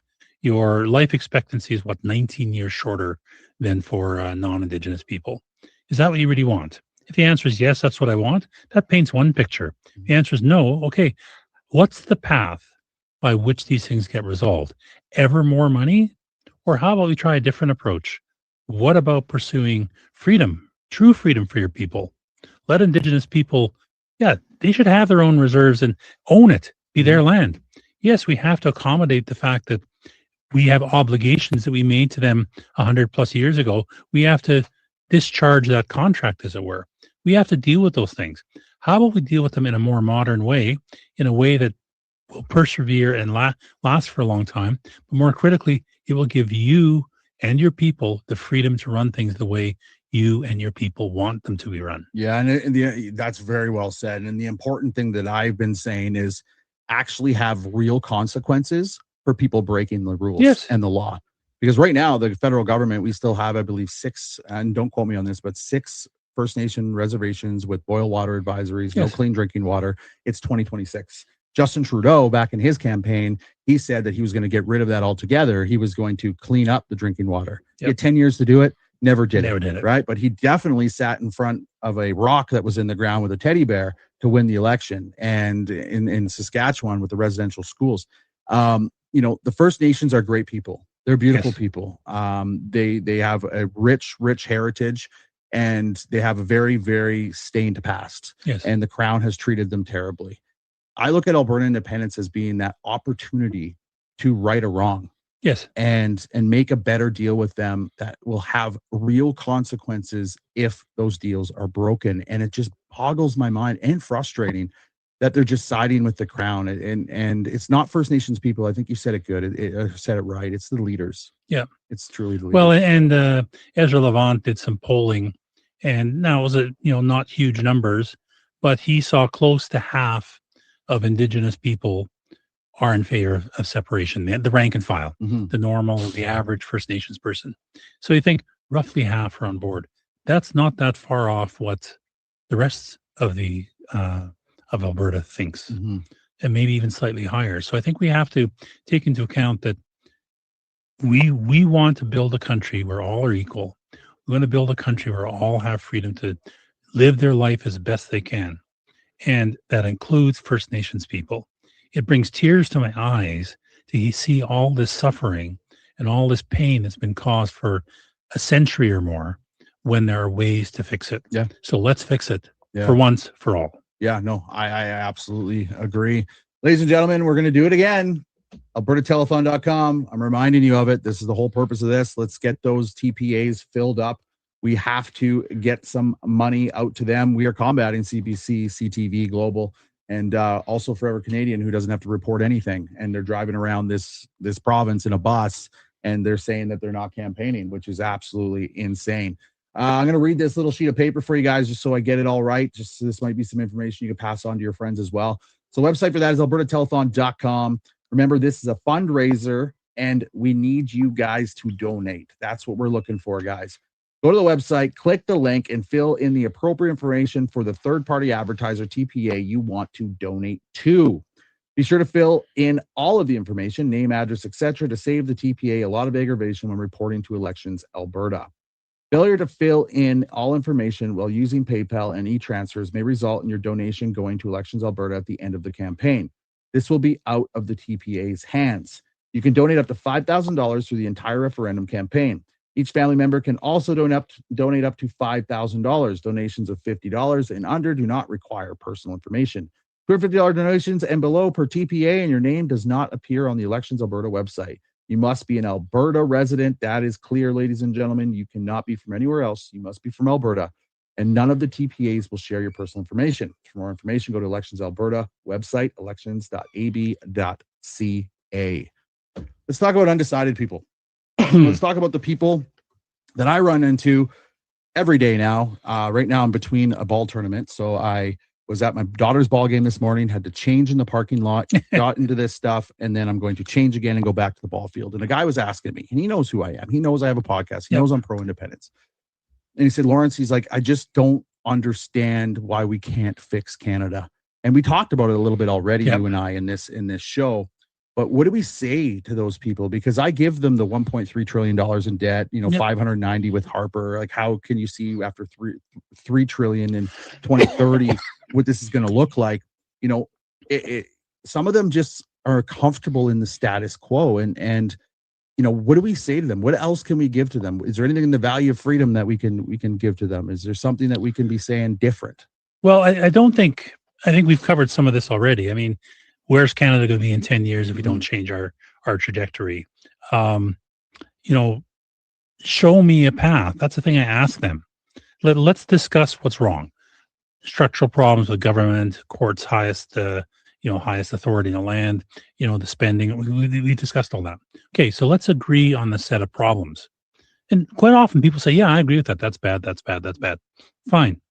What do we do about it? Let's take them one by one. How do you fix the overspending? How do you fix the representation question? How do you deal with equalization? And what really gets to me? Not one of them has ever given a solid answer. No one's come back and said, okay, here's a path by which we can remediate the Constitution, change these things, go back to the older system where Parliament was supreme, blah, blah, blah. You don't see that at all. Mhm. So then at some point you have to discuss with these people and say, so there is no path within Canada to fix it. Yeah. Let's take my side for a minute. Let's pretend that you're willing to be independent. What would the country of Alberta look like? And that's where the value of freedom comes in. Because that document was put together to make the case that an independent Alberta is fiscally viable. It was not, here are the policies of future Alberta. They're example policies. It's meant to say, if we just keep the money we send out today, keep it in Alberta, we have enough money to keep the provincial spending the way it is today, as country spending, compensate for all the federal programs and transfers that currently go out, but come back, stand up and operate the services like military and policing and so forth that we need, that are provided by Canada, and still have enough left over to be able to give some tax relief. Mm-hmm. Yeah. Now, let's walk through those numbers. Yeah. Where have I got it wrong? I've had dozens of conversations with people. Prove me wrong. Find in that document where the numbers are wrong, where the assumptions are so far out as to make the outcome change. And to this point, no one has. Yeah. Now, to be fair, we're going to do an update, or I'm going to do an update on the value of freedom. Once you get the transition plan done and its costing done, we'll make the two tie together. And there's some things that, if I could do it over again, I wouldn't have done it that way. Mm-hmm. Some of the structures of how we put the numbers together and clear it up and clean it up. And I think, but the case remains solid. Yeah. So now, hypothetical person at your ball tournament. Mm-hmm. So here's the Canadian world where there's no path to fix this. Here's the Alberta world. Has it got some risk to it? Absolutely. But let's presume we can work through the risks. Albertans are good at dealing with tough problems and solving them. We'll solve these as well. Now, when we get there, let me see, you have lower taxes. You're going to have a freer country. You're viable, very viable financially. You're next door to the largest market in the world, the USA. Mm-hmm. You know, there's no reason why we can't have good relations with Canada. Mm-hmm. There's no reason why not. What's bad about that answer? Yeah, you're absolutely correct. And when you talk about having a relationship with Canada, that has to happen. Totally. Right. And people think that Canada is just going to cut off Alberta from everything. They don't realize that we have the CPKC line that goes through Alberta from the Port of Vancouver. And I don't know about you, but every time there's a port strike, you know, the shelves go bare in places, right? You know, Canadian Tire's not getting their stuff. We have CN Rail that goes through Alberta. We have corridors that go through Alberta. There's negotiating power here. Yes. And do you know much about the negotiating power, what that would look like in negotiating, or have you guys thought about that? In depth. I mean, that's actually last couple of days, that's some of the white papers I was working on. I mean, the guts of it is we do have very large leverage with Canada. There's about 90 billion of east-west trade that occurs. The rest of our trade is with the Americans, 80% plus. So 90 billion's not a small number. It's a big number. But you know what? We can stop that trade. And the rest of Canada imports from us mainly things that are hard to displace, energy and agricultural products. What do we import from the rest of Canada? Manufactured goods, financial services like banks, you know, consulting services and so forth. Well, you know what? The Americans would love to provide those to us.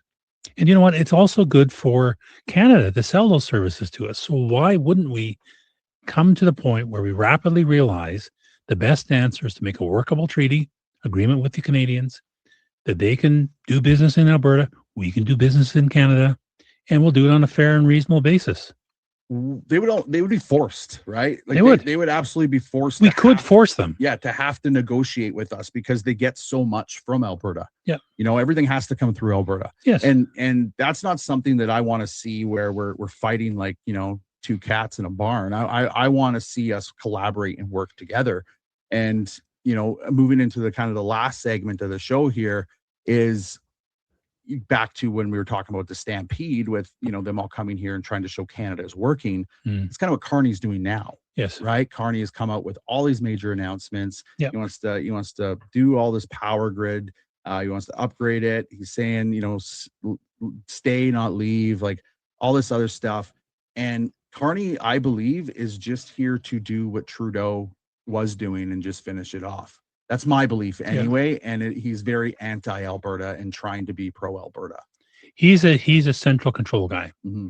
He could very well fit in the Soviet Union of the 80s and before. He believes in centralized control and centralized operation. That model's been proven false over and over and over again. And so he's trying to essentially run roughshod over things like provincial jurisdictions. I worked at the grid operator, the ISO, for a few years. One of my more interesting pieces of work. And power is essentially a provincial jurisdiction. Mm-hmm. Every province has a different. There is some benefit in making sure the grids interconnect and can support each other, but that's a pretty limited thing, and it's done today. We already get power in from BC to handle brownout type conditions and so forth, and they get some stuff from us too. So why are you trying to exert more control on that particular part of provincial life? Mm-hmm. Because he's a centralist. Mm-hmm. He wants it centralized. He wants to get rid of the option for Alberta to do its own thing because he knows Alberta's different. Yeah. He knows Alberta's strong, and he knows if he doesn't stop it now, it may never be able to be stopped. Well, Albertans are just built different, right? Totally. We are just built different. And, you look, we'll go back to Marty, who's coming on here in a minute. That guy was in snowstorms, sleet, and rain, and many of you guys out there were doing the exact same thing. So thank you for that. Thank you so much from the bottom of my heart and my family's heart. We're just built different. We believe in something. We want to achieve that goal and achieve that mission.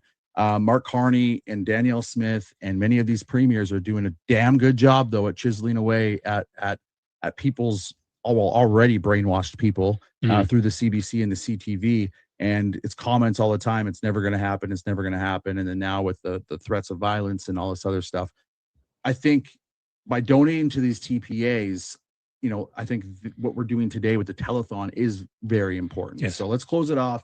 Let's talk about the TPAs. Let's talk about what they're going to do and how it complements the stuff that you guys are doing with the white paper. Okay. So the TPAs, as we said earlier, they're pursuing all sorts of paths, signs, the spreading the message around, door-to-door type stuff, get out the vote kind of stuff, all sorts of things that I'm not really good at. Yeah. But what they need is information and content. So there are many people who rightly ask, okay, Dennis, you made the financial case in the Valley of Freedom that, hey, we can survive financially. But I don't see how we get from being a province to being a nation. That feels awfully scary. Mm-hmm. And have you thought about this? Have you thought about that? So we need to write it out in black and white. And that's what the transition plan is going to be. Okay. Now there'll be a very complex version with all the jargon in it. We're going to make a simplified version and communication materials so people can get it without having to read through. Because most of these papers are betwing 20 and 40 pages long. Nobody's reading that. Yeah, I don't like reading it. That's my job right now. Nobody's reading that. It's pretty heavy duty. Yeah. But we want to make the case that there is a workable, doable, plausible path to get from being a province to being a country. Okay. When we put that out, it will not be under Keith and Tanya and their third-party advertiser. It will be a bunch of us volunteers, went through a hypothetical case, put together a plan that we believe would work, and now all the TPAs can use it, share it, and promote it to people who have that question. Yeah, no, that's super important. So what is there a timeline? Do we have a timeline yet? Obviously, it's got to come out before October, right? Yeah. Before we go in October. Yeah. I know a lot of you guys are doing work, and it is important to emphasize these aren't Alberta rednecks, hanging out and just and putting together a white paper. You guys are professionals with professional backgrounds from industry. And you're putting this all together. Oh yeah, we've got people who are recognized subject matter experts in their field. People from oil and gas, people from transportation, people from taxation. We got lawyers involved, of course, because many of them see the agreements that operate the country in detail.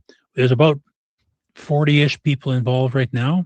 The timeline that we're aiming for is end of July to put at least the first draft out, and it will be a draft. Mm-hmm. We're not going to put it out there and say, here is the plan, go chisel it in stone somewhere. It's going to be, here's what we think will work.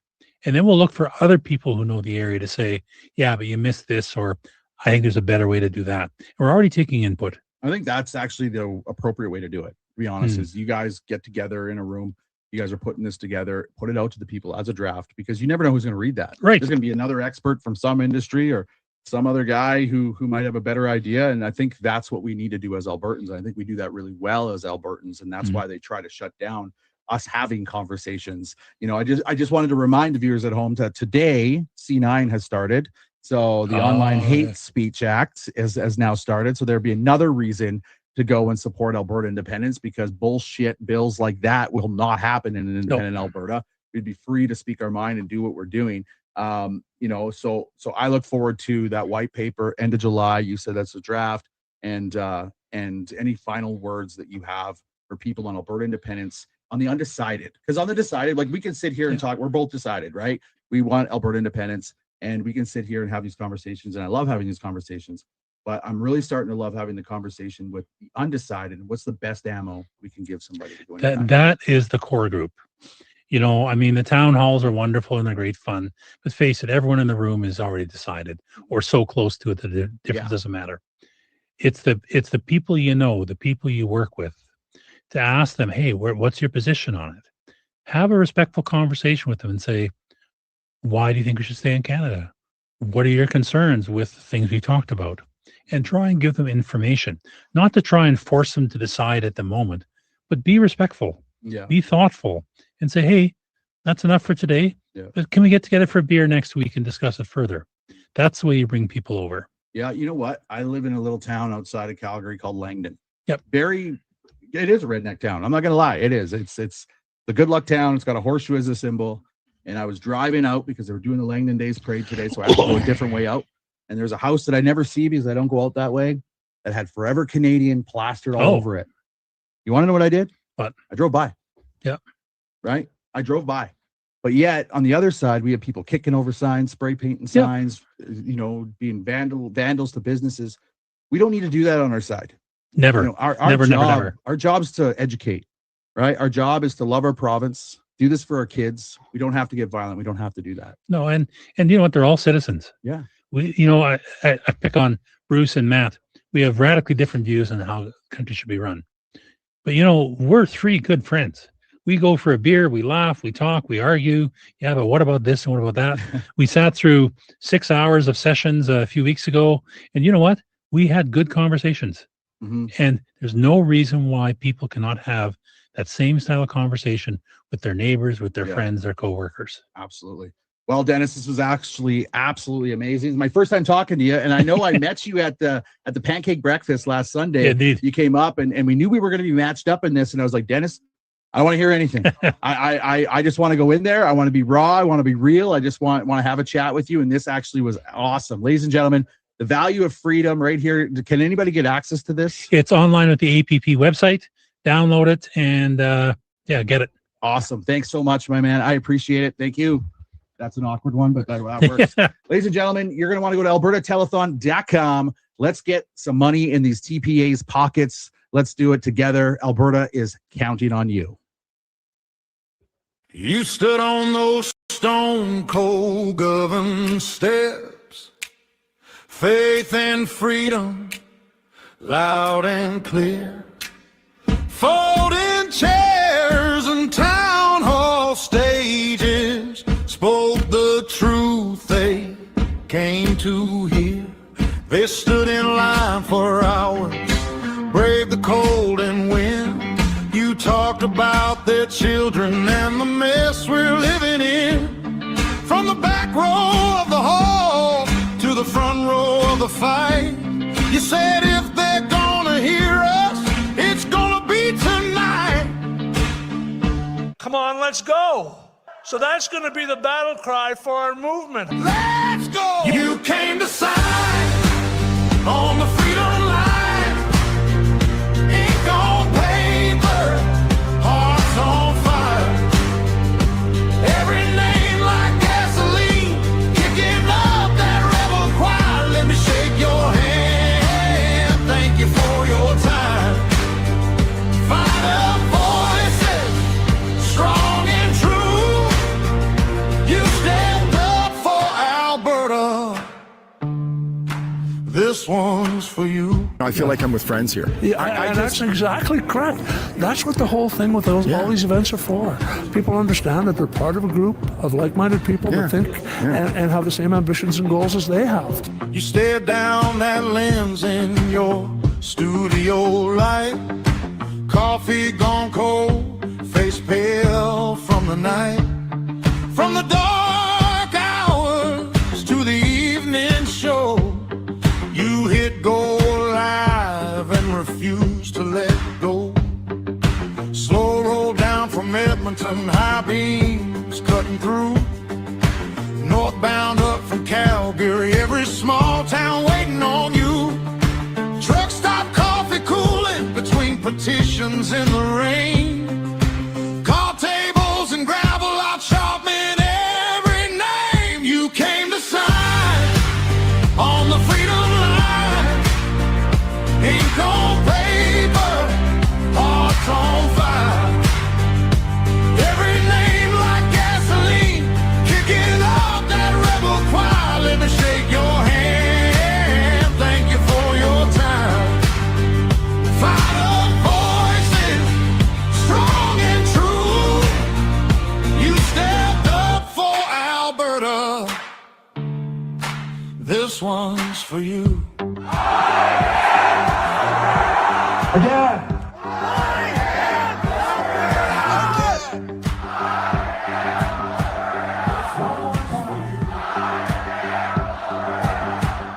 You filled up clipboards in sleet and rain, roadside lots by the highway chain, in echoing halls where the floors were bare. You passed that pen like a whispered prayer. You came to sign on the frozen ground. Heard your own heartbeat like a drum's low sound. Looked around, saw you're not alone. Countless souls fighting for a home. You came to sign on the freedom line. Ink on paper, hearts on fire. Every name like gasoline, kicking up that rebel choir. Let me shake your hand, thank you for your time. We've gotten by round 3. Now we're in the Stanley Cup final.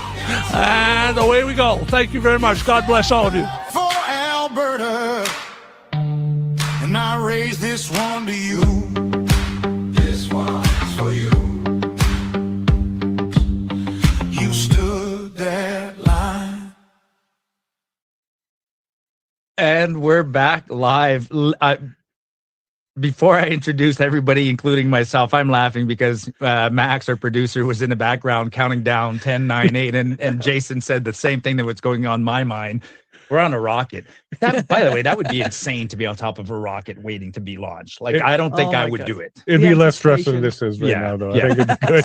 So welcome back, folks. I'm the host for the next hour of the Alberta Telethon. So I'm Marty up north. I'm sure some of you guys know me. If you don't, I'm just one of the local guys here in Calgary who got a bit of a following during independence because I spent about 200 hours on the side of the highway collecting signatures. And we'll talk a little bit about that. So, and with me today, so by the way, this is a telethon about third-party advertisers. So you're not actually going to donate to this telethon. You're going to donate to third-party advertisers. And I have with me some of the original people who set up a TPA. I have Jason Levine and his wife Paula, and your TPA is simply the Levine Show TPA. The Levine Show. Yes. Is it your first TPA, or did you have one for other events in the past? We had one for the petition period. Yes. So we were one of the few that actually did a TPA during the petition period, the signature period. Yeah.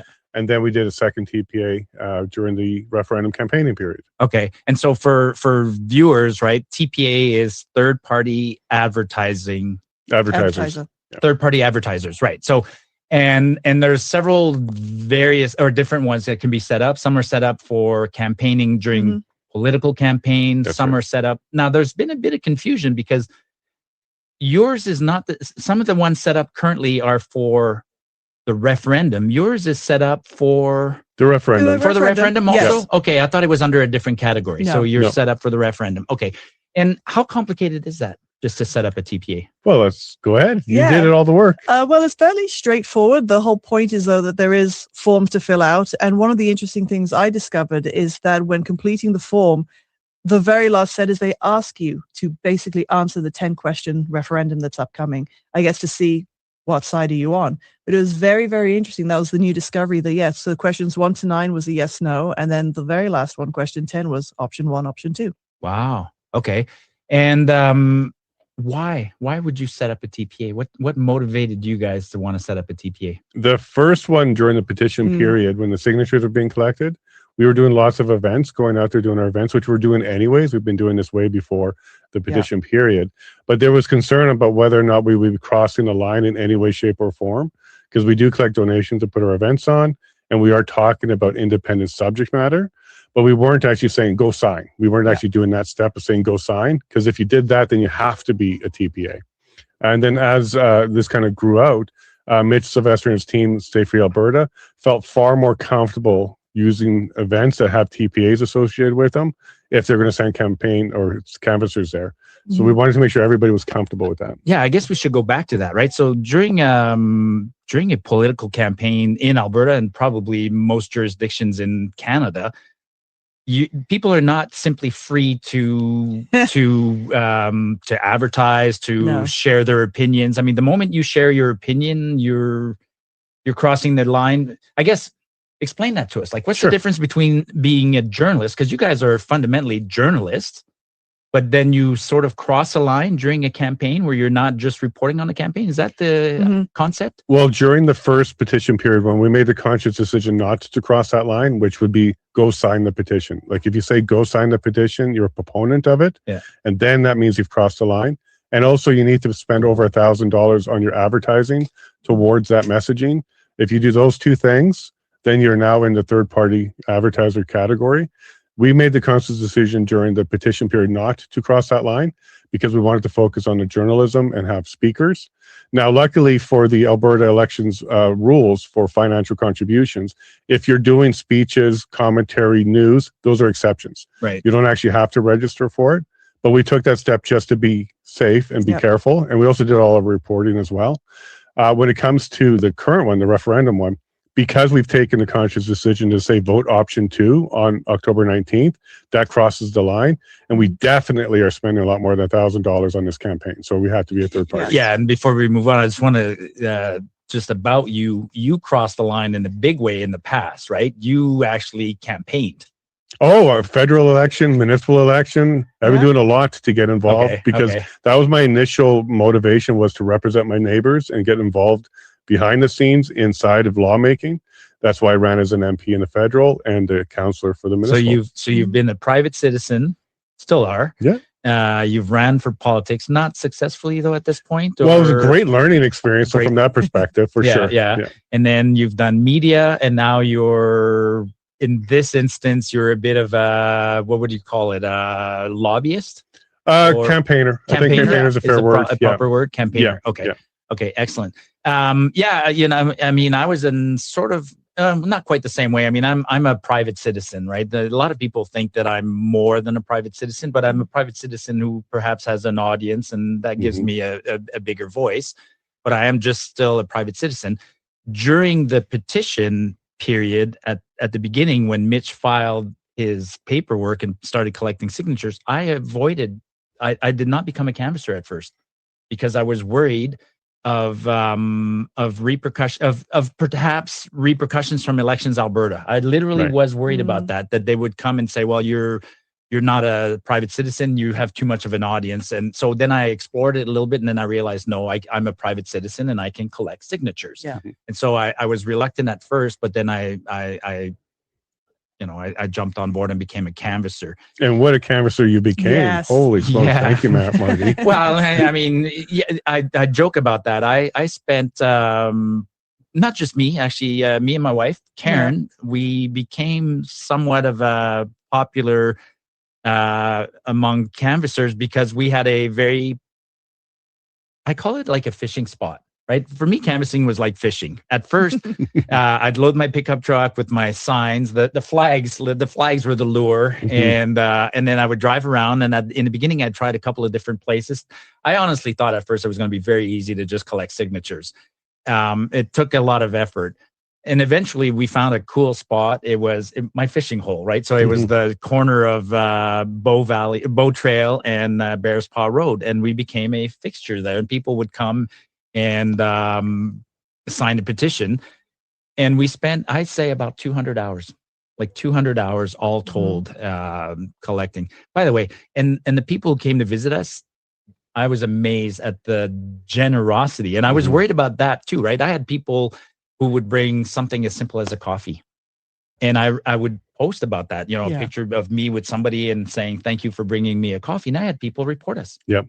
Yeah, I saw that. And that was unfortunate. Yeah. Yeah. Reporting me for accepting a coffee. I'm like, anyways, so what do you guys, what are you doing with this money that you're collecting as a third party advertiser? Every dime in, a dime has to go out. We have to report all of that by the end, because anything that's left over at the end, it has to go to a charity or Elections Alberta. So we want $0 left at the end. Back to Elections Alberta? You have to spend it. Spend it.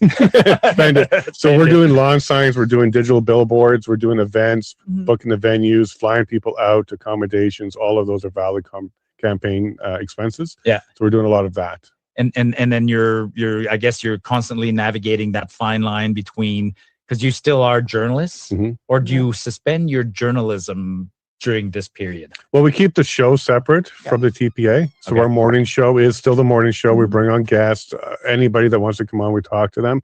But then after we take that hat off, we get onto the road and do other things. We keep it separate. Yeah. And Paula has been fantastic with the books and making sure everything's separate, so we're not crossing any lines. In fact, she gets so detail oriented that she'll call Elections Alberta and say, we want to sell hats. How are we allowed to do that? We want to do it correctly. How do we allocate that money? How do we account for the cost? How do we do that? And she does a lot of those phone calls. We'll come back to that. I want to know about the relationship you personally have with Elections Alberta. But before we go too far, so like I said, this is a telethon. I have a hard time with that word. I don't know why. Telethon. And because there's no phones around. Yeah. Right. So if you go to www.albertatelethon.com, you will see all the TPAs. They're all listed there. So at this event this week, we're promoting 7 of them. I think there's a few more. I think there's about 12, maybe 13.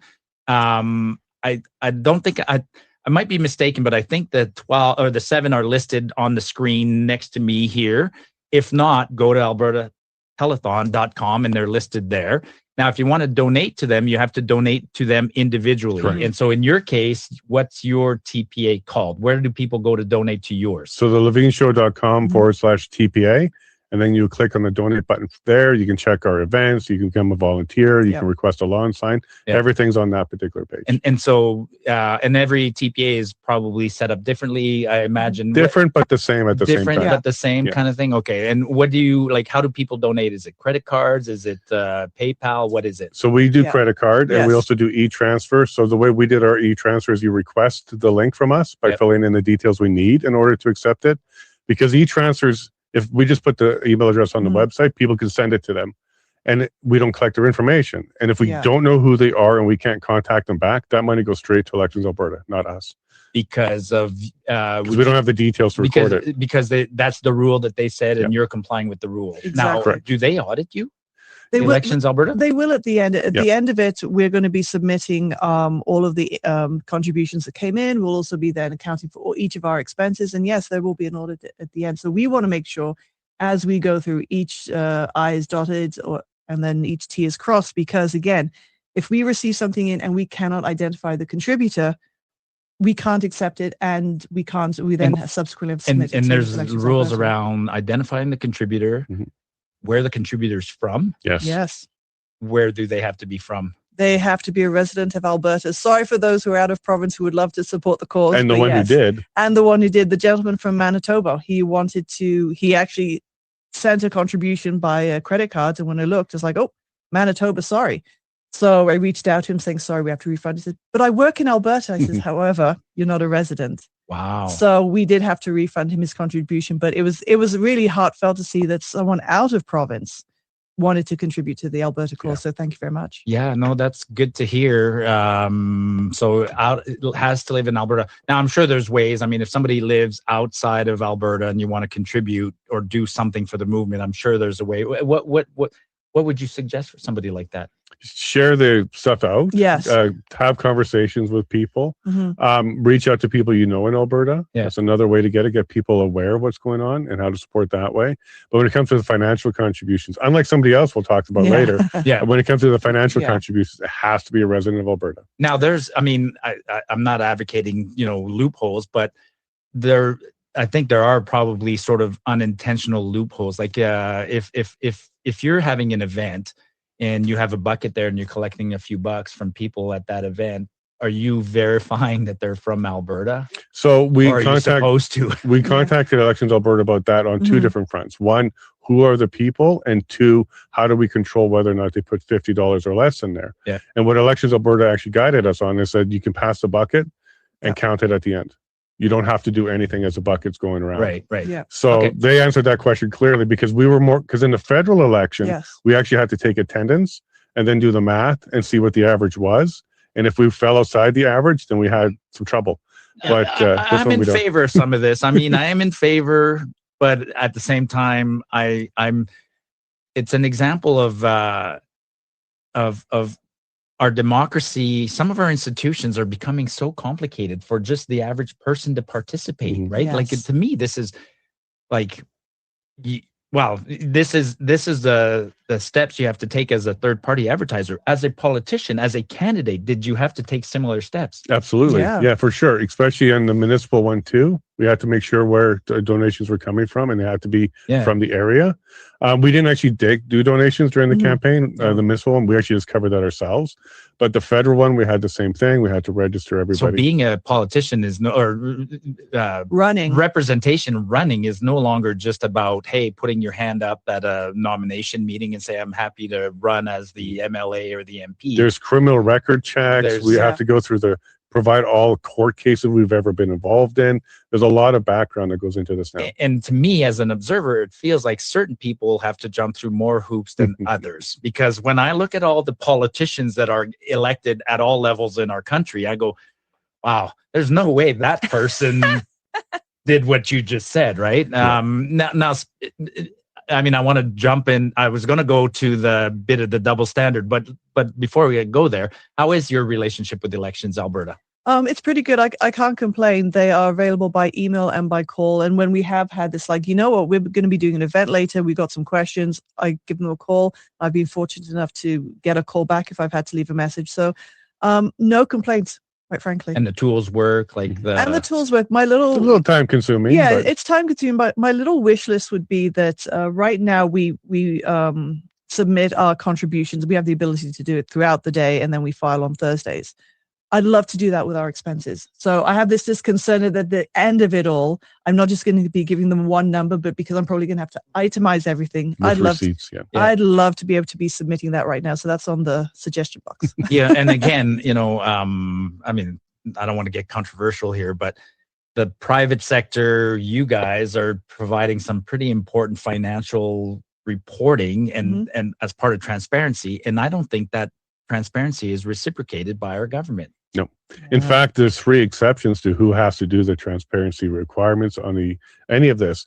If you're a political party, so NDP or UCP, if you're an MLA or constituency association, those are the 3 exceptions. They can go and advertise for this referendum all day long without disclosing anything, and they have none of the limits we have. And okay, so let's go there. So they're right now on the let's call it the stay side. Is that what we're calling it, the stay side, or the forever communist side? I don't know. So on the stay side, there are a couple of groups that are prominent. One is, of course, Thomas Lukaszik's group. In your opinion, should he be following the same rules as you? Right. So I have some legal training, and there's 2 things I want to explain here. There's the letter of the law and then the spirit of the law. Okay. The letter of the law says you cannot go over 60 kilometers an hour. The spirit of the law is, well, in an emergency, you're running to the hospital, we will overlook it. Yeah. Under the letter of the law, he's on the safe side right now. because he's not even saying option one. He's not Mhm. mentioning the date. He's not telling them what to do on the referendum, which is the line. Yeah. However, on the spirit of the law, is he campaigning? By all metrics and measures, for sure. Right. So he's walking a very fine line. So his posters, for instance, don't say choose A or Correct. B. His Correct. posters are Choose unity. choose unity. Okay. So he gets away with that. And that was part of that was almost word for word in the bulletin that Elections Alberta put out yesterday Yes. or 2 days ago. It was last week, and I read that one. It Yeah. was basically, here, Thomas, here are the rules, and you're okay. Yeah, It's basically the bulletin. Okay, because I made a comment on X. I thought, wow, they're making an interpretation based on him in particular. So Yeah. okay, so it felt that way, sure. it felt Yeah. that way, and that's an example. Now there's another the for Alberta. No, is it for Vote to Alberta Stay? for the Nenshi group? What's his for Alberta for Something like that. for Canada FAFC something Something like like that. that, yeah. Anyway, so that's Nenshi. Yeah. And there's probably a little NDP logo There is at in the very bottom of his corner. webpage. It says Right, so- NDP party. So he goes around. He's at that point. He's a political party with representation in Alberta, and he has almost unlimited budget. Yeah, This- using party funds, absolutely. And the same thing for the Alberta Referendum 2026 website from Danielle Smith and the UCP. Oh, That right, one right, also right. falls under that exception. I forget that one. Right. So she's okay. Right. Right. Yeah, I forget Yeah. that one. Who else? Because Has she's a- got all the 10 questions on there, and she has her position. Now I Well, haven't gone to look. Do we still have a Liberal Party in Alberta? I think I'll have to go see where they stand on all of this, and then but then the new up and coming party. What are they called? Oh yeah, the Tory one. Yeah, The Alberta Tories or something. that's the like that? Alberta Party rebranded. Yeah. Interesting. Awesome. Yeah. Okay. So where do we go from here? Let me give you some of the legal, Mm. not so much loopholes, but some of the things people don't understand that they can do. So Not that you're advocating this. You're No, just I'm just pointing out that providing the rules. You're Yeah. providing. So the rules are cash donations or donations of $50 or less does not require a TPA to get your identity. There's no rule that says you can't make a subsequent and a subsequent and a subsequent. Yeah. FYI. 250 and up, you end up on, no, not 250 and up, 250 and below, Yeah. you do not end up on the Alberta Elections Alberta website with your name in the report. But that's per TPA. That's not accumulative over the TPAs. So if you gave us 250 and another one 250, it's not like suddenly you end up on the website. Right. Yes. Right. So that's cool. And the last one I'll let people know is there's no age limit. So every family member has the 5,000 limit. Right. Mhm. Yeah. So it a family of four would be 20,000. I'm a weirdo. I'm in the same category as you in this sense. I do follow politics closely. I do go to the Elections Alberta and I go pull the financial reports. And I always encourage people. I mean, that's one of the things I do on X, right? Is I'm showing people how to be good citizens. Yep. And these are the things you should do. You should, if you're not involved politically, maybe you're not running, but you should still know what's going on and go to the website and go check out Thomas Lukaszik's financial statements. And then you will see just what you said. It's like, oh, interesting that 6 people with the same last name are donating $5,000 each, right? Yeah. Now, let me ask you this. Well, just be clear, Thomas, he hasn't disclosed that for this Right, period. He right, did for right. his petition period, but he also has on his website, anybody can donate Yeah. and no limits.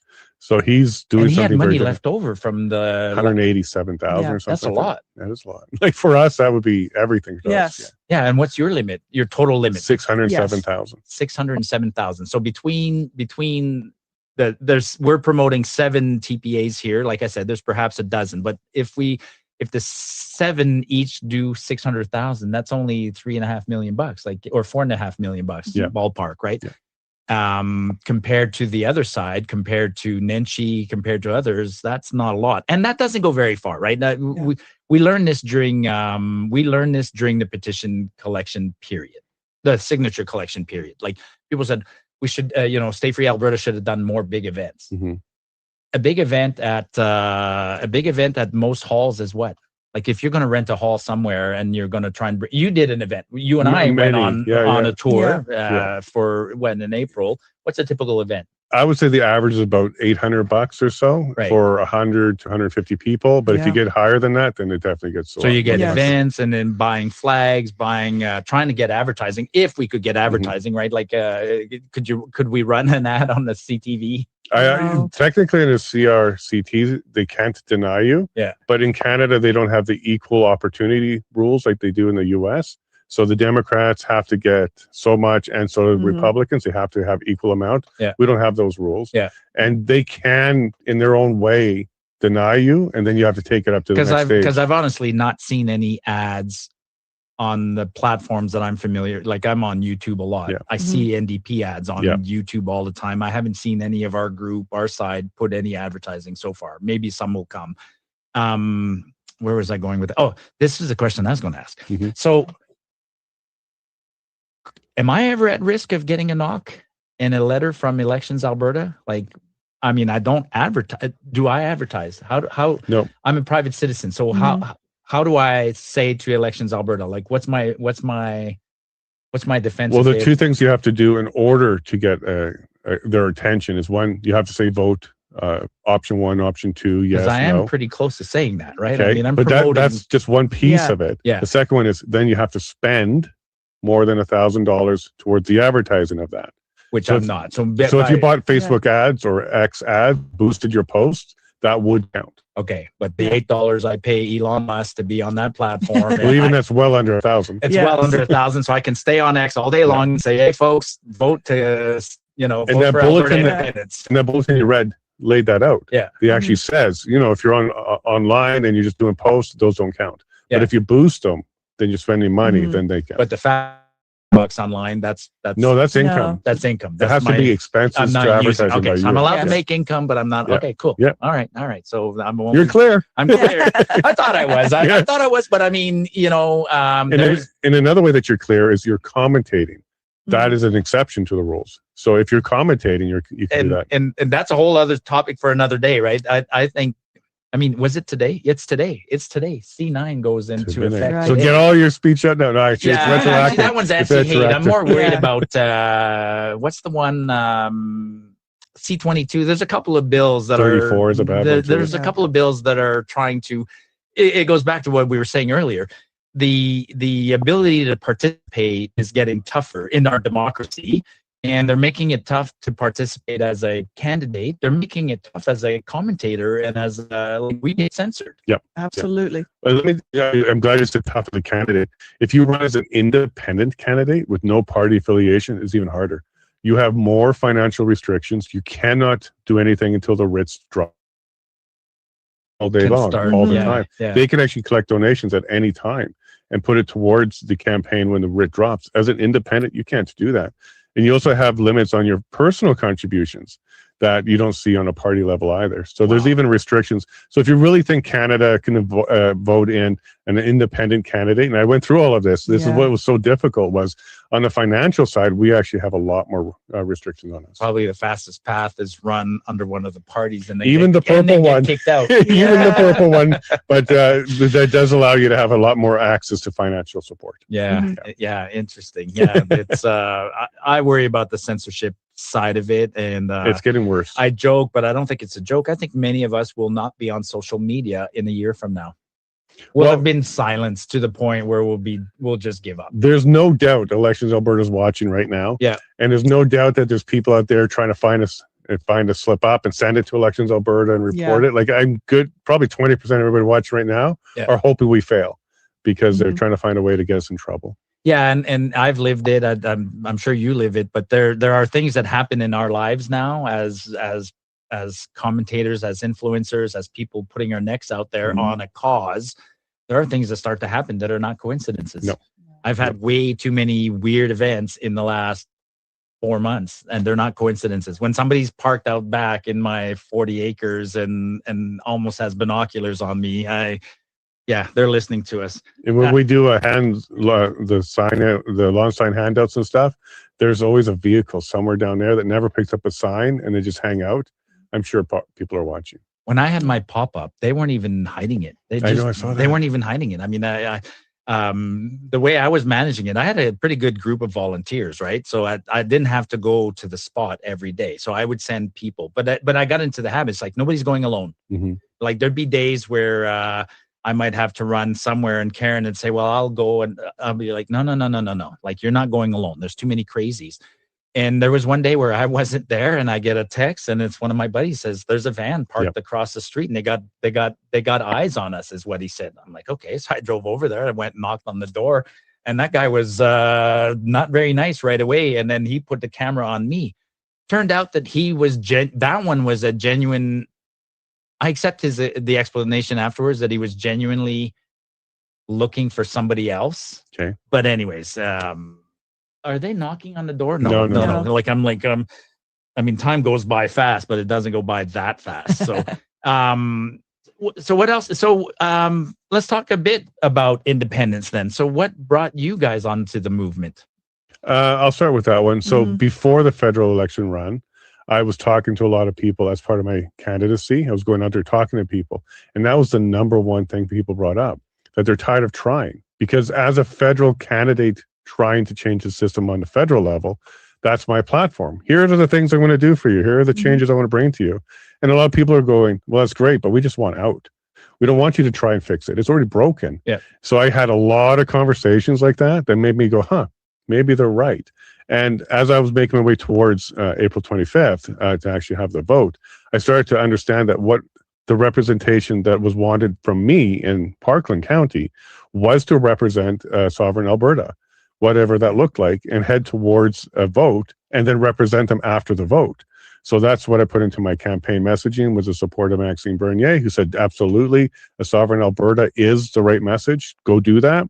Because that's what I was going to promise to my constituency was, if you vote for this, I will be that voice in the House that fights for you on this, because that House is not going to fight for you. But you, okay, so you heard that from constituents, and so you're acting as a representative. But had you made that same sort of?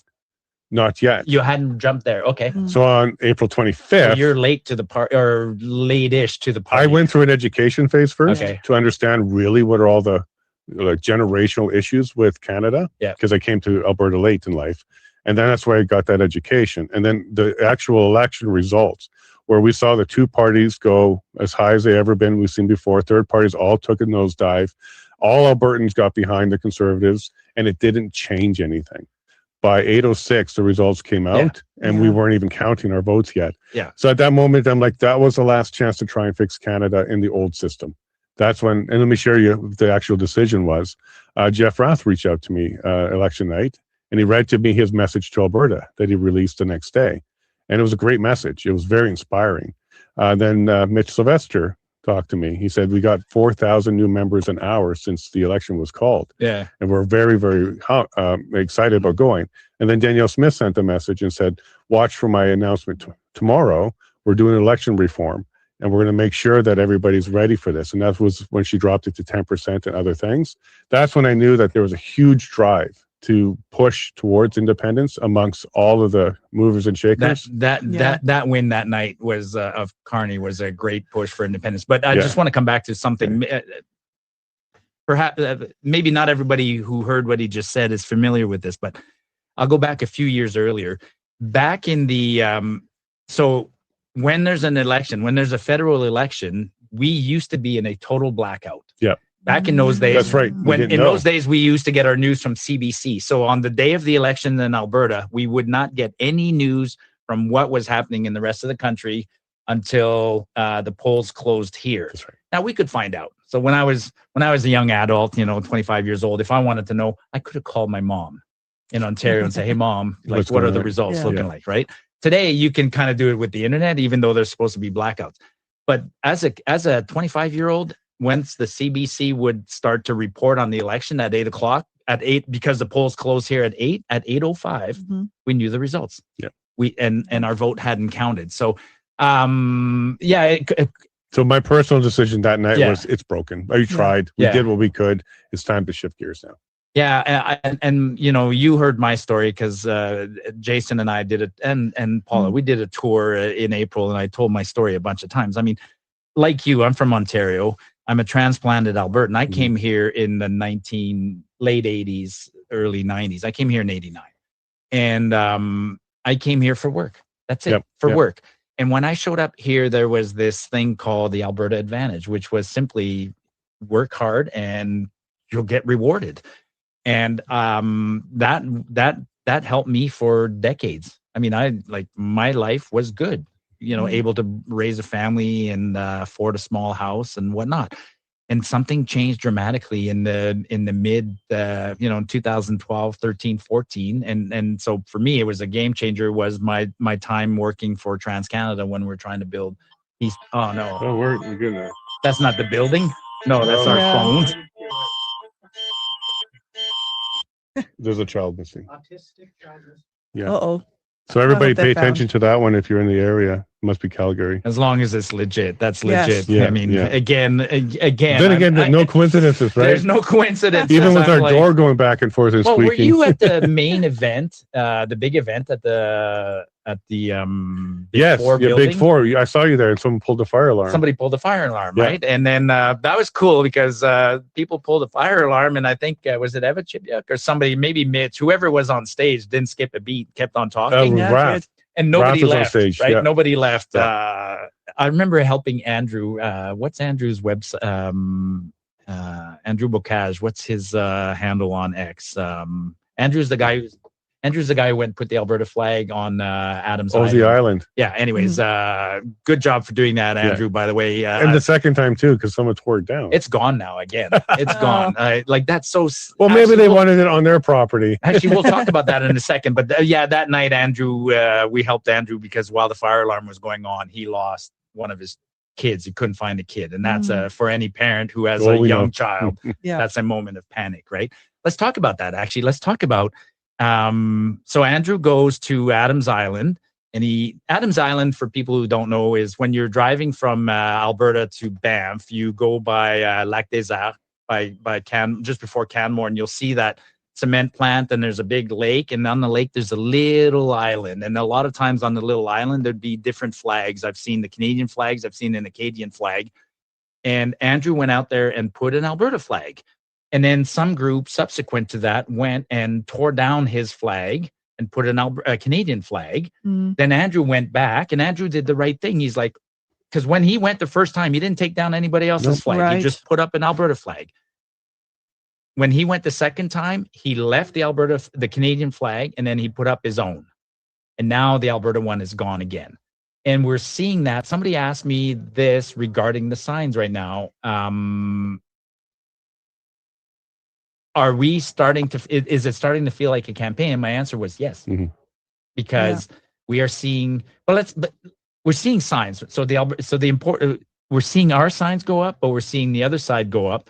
But you broke a story yesterday, or you reported a story. What happened in Red Deer? So in Red Deer at Cool Shit, which is a fantastic place because they have a lot of that What there. do they do there? It's everything, but there's Is it a lot. tea place or computer store, or are they? Well, you can buy electronics there, garden equipment, or coveralls. It's basically a garage sale, pawn shop, plus retail, all in one. Okay. It's really cool stuff. You'll probably enjoy it because you walk around like, with I a want one of wealth those. of Alberta gear as well. But he does so have a he's lot of- business. He's a private business who's put his neck out by selling Alberta flags. Sad that becomes an issue. Yep. So what happened there was when we arrived, because we were doing a pop-up for our sign giveaway there, he's a great guy, Rob. I called him up, said, hey, we'd like to use your parking lot, can we? He's like, absolutely.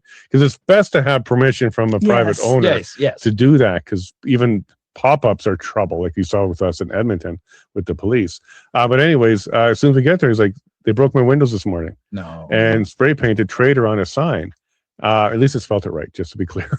But yeah, they did just, and I asked him, how are you going to cover this? Insurance going to cover this? It's like $2,000 deductible. It's best to just cover it himself. So it's a financial loss for him. But that's not even the first time we've seen something like that. Corey Morgan's sign spray painted. We saw somebody take a sign down on video. We even had Mitch as far as the petition period with that bullet incident in his shop. I had a crazy lady. It wasn't me. It was across the street. So I had two pop-ups, and then I actually had several incidents, right? But the one was a lady got upset. She put the camera I remember that one with the minivan. I'll give my friend's name. It's Sean, right? So Sean, we had all been instructed. You take out your phone. Once you take out your phone, a lot of crazies calm down, right? So Sean took out his phone. She grabbed his phone and she threw it in the ditch. funny thing, kudos to iPhone. I don't know what he had, an iPhone 14 or whatever. It kept on recording. Even underwater, you could hear the muffled sound. Then he brought it up, and she went around and she knocked down all our flags. Yeah. That's crazy. And I'm like, and then she blocked her license plate at the end. Yeah, right? you're so upset that you're offended by the flag of this province. Yeah. Mm-hmm. And I'm not, I mean, yes, I've given up on Canada, but I'm not offended by the flag of Canada. Not at all. It's your Not at all. And if we ever become our own country, it's still your flag. I'm not going to be offended. But yeah, it's crazy that flags are used that way. The justification that they have for vandalism and theft is not acceptable. That we see people are literally having lawn signs taken off their lawn. Again, they're having their businesses vandalized. Yeah. Just because you believe that you are correct doesn't mean it's so. Yeah. And there's a lot of illegal activity. And what did the police advise? Well, it works both ways. However, we are not actually going out and stealing Canadian flags, Canadian lawn signs, or anything like that. And sorry to cut you off, but I was disappointed during the signature collection period that none of the political parties were coming out against that. I wanted Danielle to say, listen, this is like condemn it, right? Yeah. Menchie, you should condemn it. You should all condemn it. This is in fact, and you mentioned traitor. I got called a traitor so many times, and I'm like, there's no pure. First of all, it's not treasonous. No, it's in our laws. I'm allowed to do this. A province is allowed to separate, and I'm simply exercising a democratic right.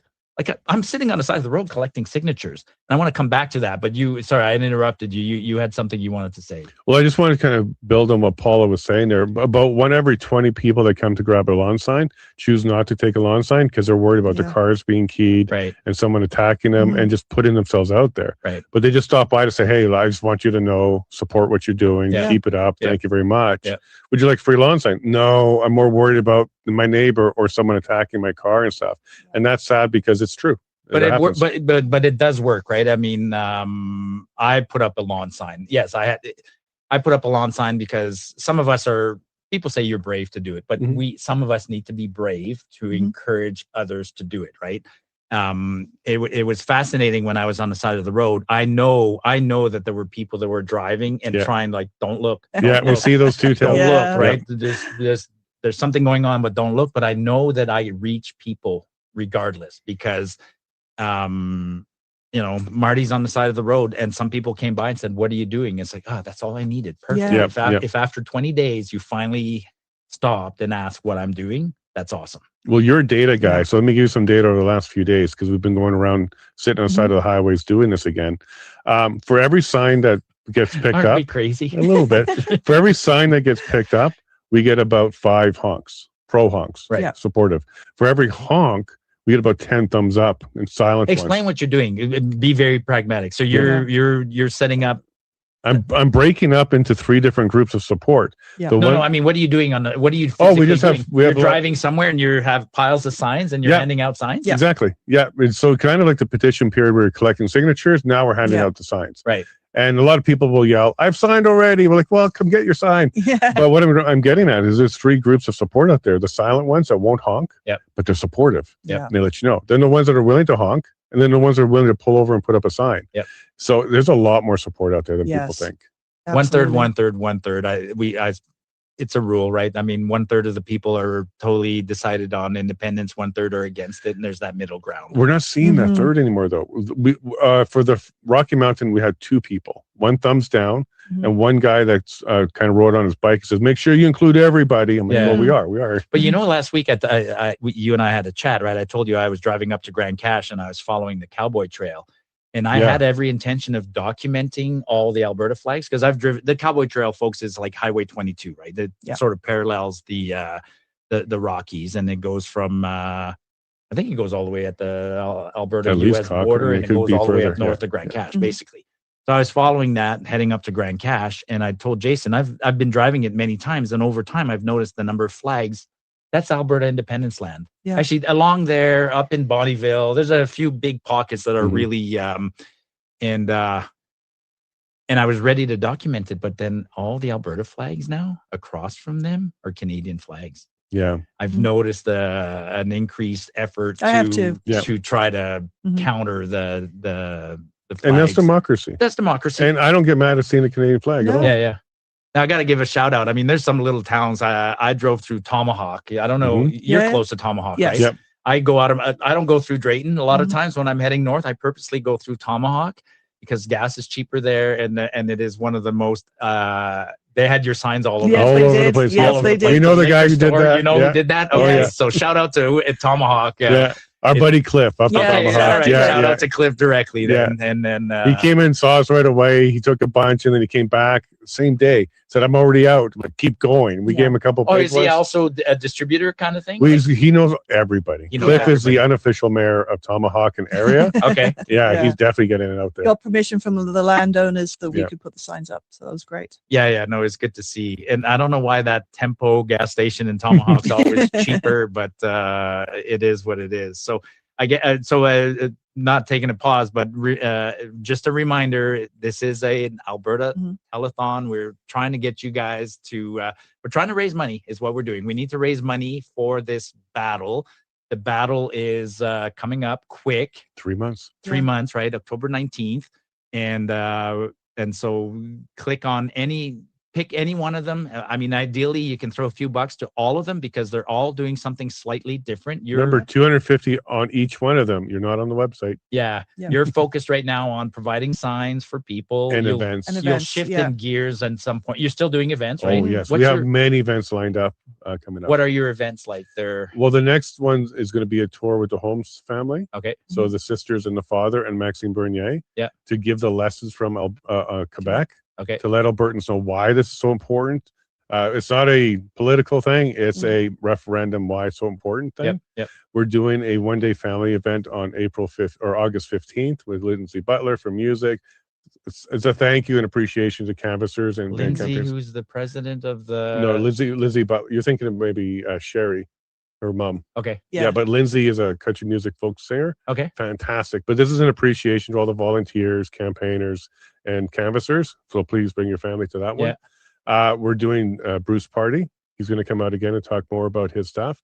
Dennis Kalma, Matt Rowley. And as an example, like when you bring out somebody, I'm sure it'll, I don't want to put you on the spot, but I'm sure most people volunteer their time.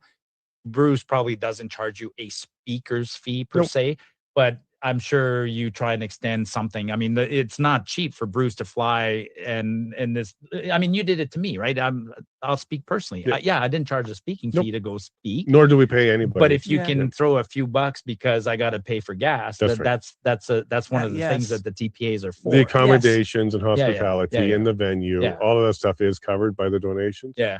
And when someone like Bruce comes into Alberta from Ontario, he gives a different perspective. Yeah. And he's like, well, here's why Alberta should do it. You're going to save Canada. Now, on that topic, I mean, some people volunteer an incredible amount of time. Incredible. Oh my like goodness. Well, let's do the math. At $25 an hour, 200 hours, 50 grand. You donated in your time. No, it's not that much. Do it. It was enough to qualify for EI in most provinces. yeah. 25 an hour would be 50 grand. And that was you and Karen. Yeah. No. That's a generous amount of time, and right? I'm retired, but some people are doing this while they're still like Mitch Sylvester, who was here in the first hour. I'm in his chair, I think. The man is a feel the power. machine, right? Like Yeah.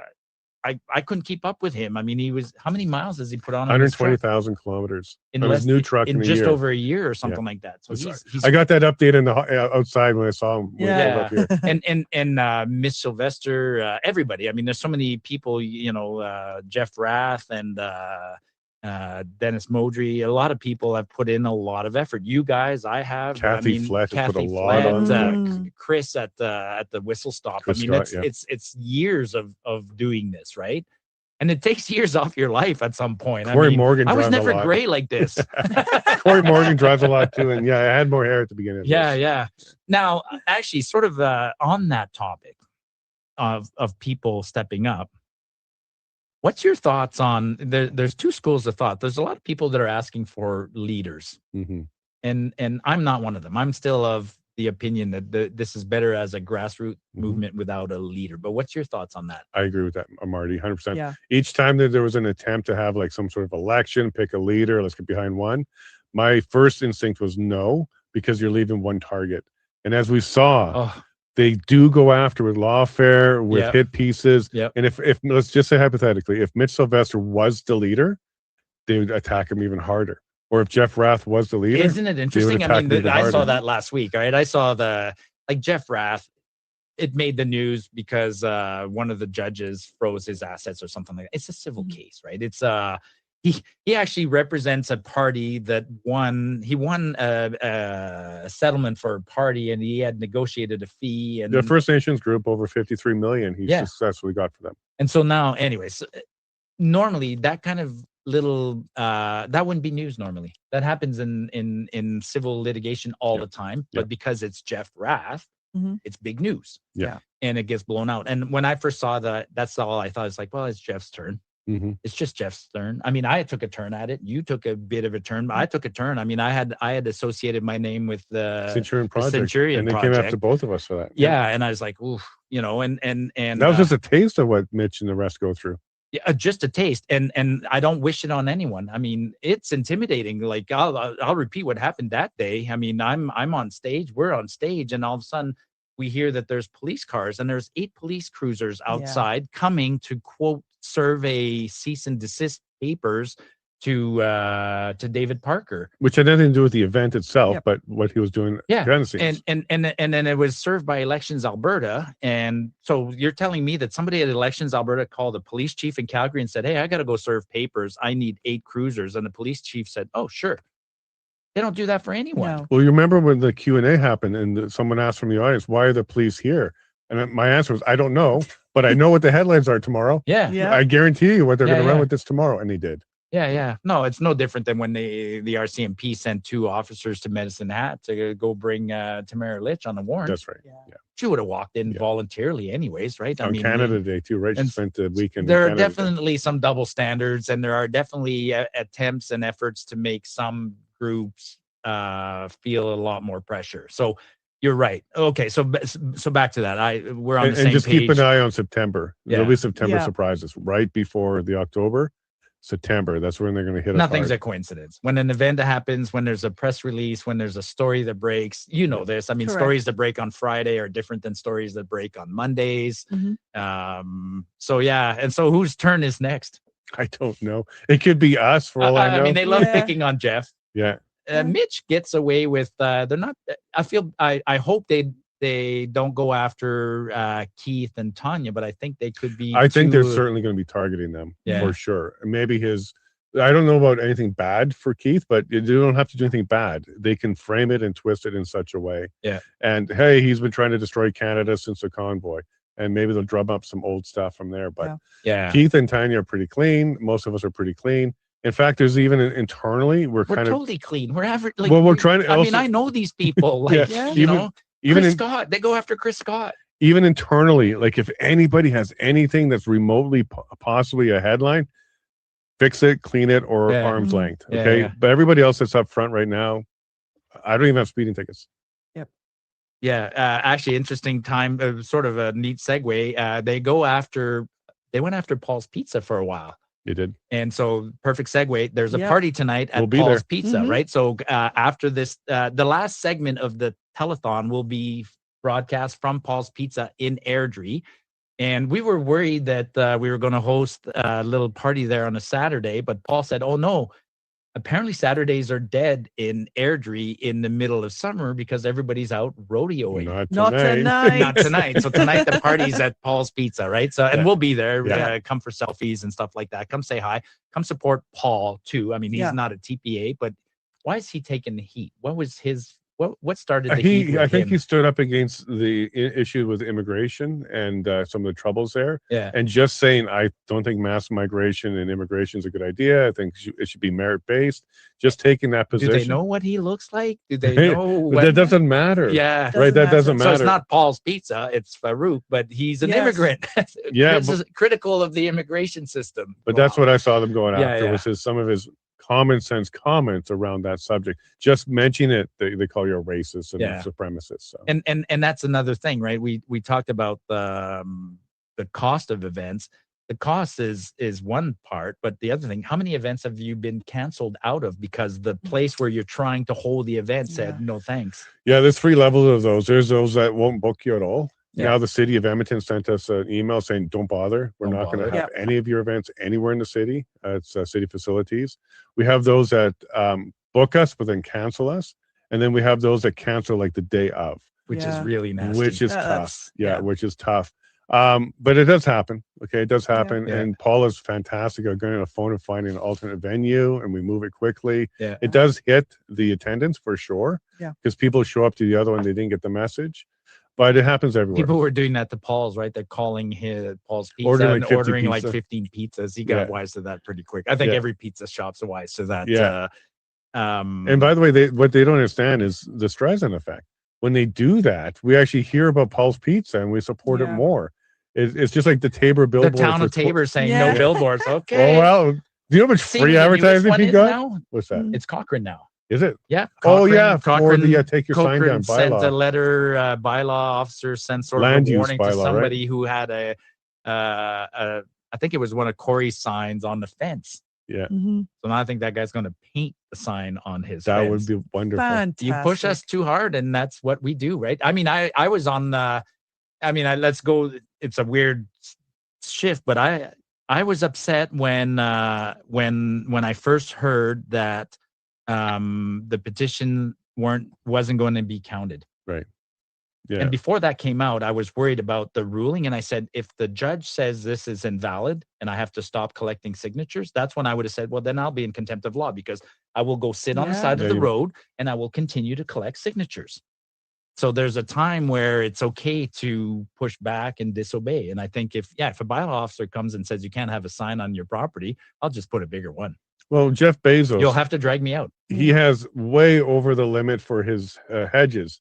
He just pays the fine. Yeah, he just pays the fine. Yeah. Yep. Doesn't matter. Yeah, that's true. That's actually it has nothing to do with this, but I saw that I was standing in line at the customs, coming back with my 2 bottles of booze, and the guy in front of me had like 10, right?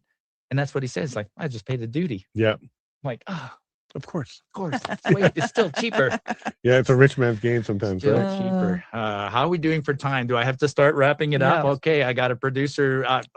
I don't know how I wrap this up. Thank you both for coming down. Well, Marty, it's a pleasure to work with you again. Where can people find you? Always. I mean, we know what's the net. Come by events. Actually, I'll just say this, right? They're ordinary people. We talked about this, right? So if you see Jason and Paula, you see them on the street. If you see me on the street, say hi. Like, don't be shy and come chat. We love chatting. Where are you going next? What's your plan? So we're going to take an actual week off now. So we'll announce that now. So we planned to take last week off, but we didn't. We took it off from the show, but we're on the road every single day. Yeah. We're actually going to stay home, get off the road for a week, and then get back to it because we have that August event. 7 days, 5 stops with Maxine and the Home Sisters. I think it's okay to take a small break. The referendum's on the 19th. We need to be kind of like Olympic athletes. Mow our lawn. We're Olympic athletes. We have to peak like right about there. We don't want to peak too early. All right, folks. Boy, this hour went by fast. Thanks for coming by. Thanks, Marty. As part of the series of different interviews I'm doing with third-party advertisers, I'd like to welcome my friend Jason Levine, who is a third-party advertiser. Jason, it's good to have you down here in my basement. Welcome to my home. John, I love it here. Your community is great. Your home is wonderful, especially that garden in the front with all the signs. Well, yeah, I've got signs everywhere, and we'll talk about your signs in just a moment. You've actually been in for quite some time. You were a third-party advertiser during the petition campaign, and you're in during this part of it as well. Why'd you get involved? Well, we were third-party advertisers before it was cool, right? Yeah. We got involved because we wanted to make sure that we were not going to become a headline at some point by trying to do events. We wanted to make sure we understood the rules for Elections Alberta, especially when you're getting out there having conversations. Where are the lines? Then how to work with them and make sure you don't cross any of them. You know, there are some very difficult rules to follow, but it does give you some guidelines so you can stay in your lane, correct? It's nice when everybody plays by the same rules because the better team wins at the end. But it's important to ensure that you understand them, even if you're part of the public, because sometimes they can get themselves into trouble just by trying to help out if they don't understand the rules, like the $1,000 limit for individuals. And we wanted to make sure that we could go beyond the $1,000 in order to larger events, billboards, and signs. And we can talk a little bit about that as we're recording this right now. It's a couple of weeks before the telethon, which is on right now. You're kind of cruising around the province, Edmonton, Red Deer, Calgary this evening as this is happening, and we're recording today with Bruce Pardy, Dennis Kalma, Matthew Rowley talking about the Constitution. One of the things you're doing, you're going to do more of these events as we move closer to the 19th of October? 100%. We were testing out a new format, a public input format, where we're asking the audience to provide their questions, comments, concerns, even some of their ideas on what a constitution could look like. Because there's many different models out there and people talking about different models. And we don't have an open mic, which is kind of a unique thing where we have everybody writing down on a card. So I'm sitting at the table with all the cards while the gentlemen are answering the questions, and I'm getting ready for the next one. It's a smooth process. We get as many questions in as we can, and people have been loving it. What's the importance of the Constitution as we move forward, and that people know about that prior to the 19th of October and the referendum? People want to know, how is this going to work? They understand the problems. I think it's very clear. Even Jason Kenney said we've got a lot of problems with Ottawa.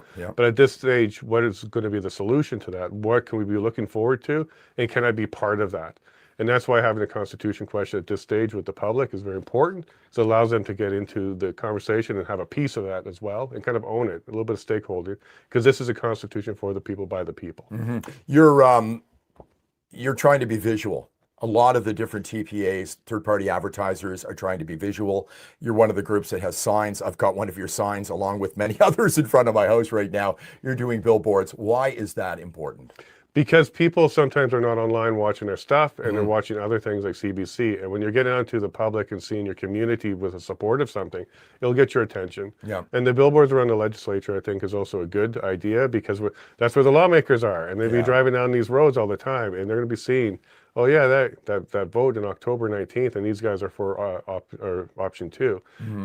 There's a lot more people that are getting involved with that and getting behind that too. I think we forget that I wake up in the morning, you probably wake up in the morning, others wake up in the morning thinking about politics. I mean, God, what a way to start a day. But we think about it all the time, and most people don't. And that's why those visuals are important. It is too, because it kind of reminds them something big is going on. Maybe they're not paying attention to any news. Maybe they're just in their own bubbles, in their own communities, their own worlds. And just even seeing a glimpse of that, like, wait a minute, what is that? Let's go to livingshow.com and see what that's about. They can check out interviews that we're having, find your show as well. And things like this telethon is super important, because it's going to really put the focus on a whole bunch of people who are working hard right now. I'm so pleased that you're doing this, John. Right. Well, it's a pleasure to have you here. A great segue into me talking about the telethon. If you'd like to support Jason and what he's doing, just go to albertatelethon.com and make a donation. You're on. We're live now? Okay. Normally, we start a segment when we're in our little basement studio with alrighty then. But since we have Daryl Comic today, we're going to say aloha, everybody. So we're excited to be here today. But the first thing I want to do is remind people our family is all about dialogue. And that also means asking questions and hard questions. And so there's an email that everybody can go to write the spicy questions to Chris Scott for his interview later. So go to the email, letsgoalberta1, the number 1, at gmail.com, and send all of your hard questions there, whether it's regarding, finances or the potential constitution for an Alberta, because I find a lot of people are struggling to think about that. There's this misconception that it's a hard thing to do to separate, and fair enough if you've never done it, like Canada hasn't, but people, even within the last 50 years, there have been minimum 50 countries that have separated. It is not a new phenomenon, especially here in the West. You can even go back to Rome history. They also separated before. Usually people associate the fall of Rome as like their comparison to today's America or even today's Canada. But Rome also had separating states as a sign that the system needs refurbishing. And so people need to start thinking about those things. So send all of your questions to said email. Now, for context about what we wanted to talk about here with Corey and Daryl, Dad? Yeah, so first off, this is an honor for us to be a part of this. So we got to put our thanks out. And we're used to be in our studio. We're a small channel and growing, because as circumstances presented themselves, most people that have watched our channel know that our wake-up call was in 2020, And then getting involved ended up being the accountability process that we had to find our way through. And so here we are, just trying to help with the culture war, because we believe wholeheartedly, there's nothing on record that attributes that this was a Mark Twain saying, but it's easier to fool someone than to convince someone they've been fooled. And one of the ways to dispel magic tricks that get played on the minds of individuals is by knowledge, there's a biblical verse, Hosea 4:6, I like quoting. It says, "For lack of knowledge, my people were destroyed. Because they rejected knowledge, I reject them as priests before my house." The meaning of all of these types of quotes and sayings is that that's on us. That's on us as individuals. So for us to be asked to participate in this is an honor, because that's wholeheartedly where the motivation is for our family at this stage of, I guess you want to call it the collective battle, is to bring awareness, because our citizens and our fellow Albertans, they mean a lot to us. We all went through things, and we have this long context from 2020 to this point. And that is going to be one of the themes of where we would like our segment to be, is how we got here. Because there's this tension that's arising out there with, you got your Forever Canada camp and your Independence camp. And yet the funny thing is that not even 5 years ago, we were just all Albertans facing unknown circumstances and different protocols that were offered by our government. And it would seem that this is a thread. There's a theme here. And there are those almost acting more conservatively, saying, well, we don't want any type of separation. We would like to stay within, a United Canada. And it's like, all right, well, fair enough. I understand. That's awfully conservative of you. But there are those, though, that find themselves going, we played that game. And this is one of the beauties about having Corey Morgan with us. I've also done like Dr. Michael Wagner's works and books, is that there actually is a long history of Alberta being in this circumstance since 1905. It precedes 1905 in all actuality. We're not going to go down a history lane, but I like bringing in the context of the larger picture, and that we're all a part of it. At one point in time, before the Americans became Americans, they were British subjects. Well, that's funny. We're British subjects. And so we actually have a lot in common. It's our humanity first and our neighbors. And so we want to promote the TPAs, the third-party advertisers, of which Corey is also one of them. There are 6 that are going to be getting promoted. I know all the previous guests, segments have done this thing. We're going to make mention of them too as we go. I do not have the cheat sheet. I'm not excellent with names, but that mindset goes to my daughters. But anyway, so that's the context, and we're thankful to be here. And let's start with the questions and conversation, because how did we get here, Corey? Why are we here? And I don't mean us as in just the 5 of us sitting in a studio. Well, that'll fill the hour if we really want to get that's a big question. Okay, currently then with the TPA aspect, that this is because you got a long history. I do. I guess what I'll point out is a whole new generation of Albertans have realized and come to the conclusion that change within the system is futile. And I think so the independence movement was always comprised of people who had come to that conclusion. Aging myself, I was 29 when I started the Alberta Independence Party back in 2000. And that was my conclusion at that time. But people still, I'd call them reluctant independence supporters. They always wanted to cling to one more lifeline, one more bit of hope, one more way to think that they maybe could fix this. And the one that really devastated us as an organization, as we were gaining a bunch of steam and getting a lot of attention at that time with the Chrétien government and things happening, was Stephen Harper came out with the Alberta Agenda.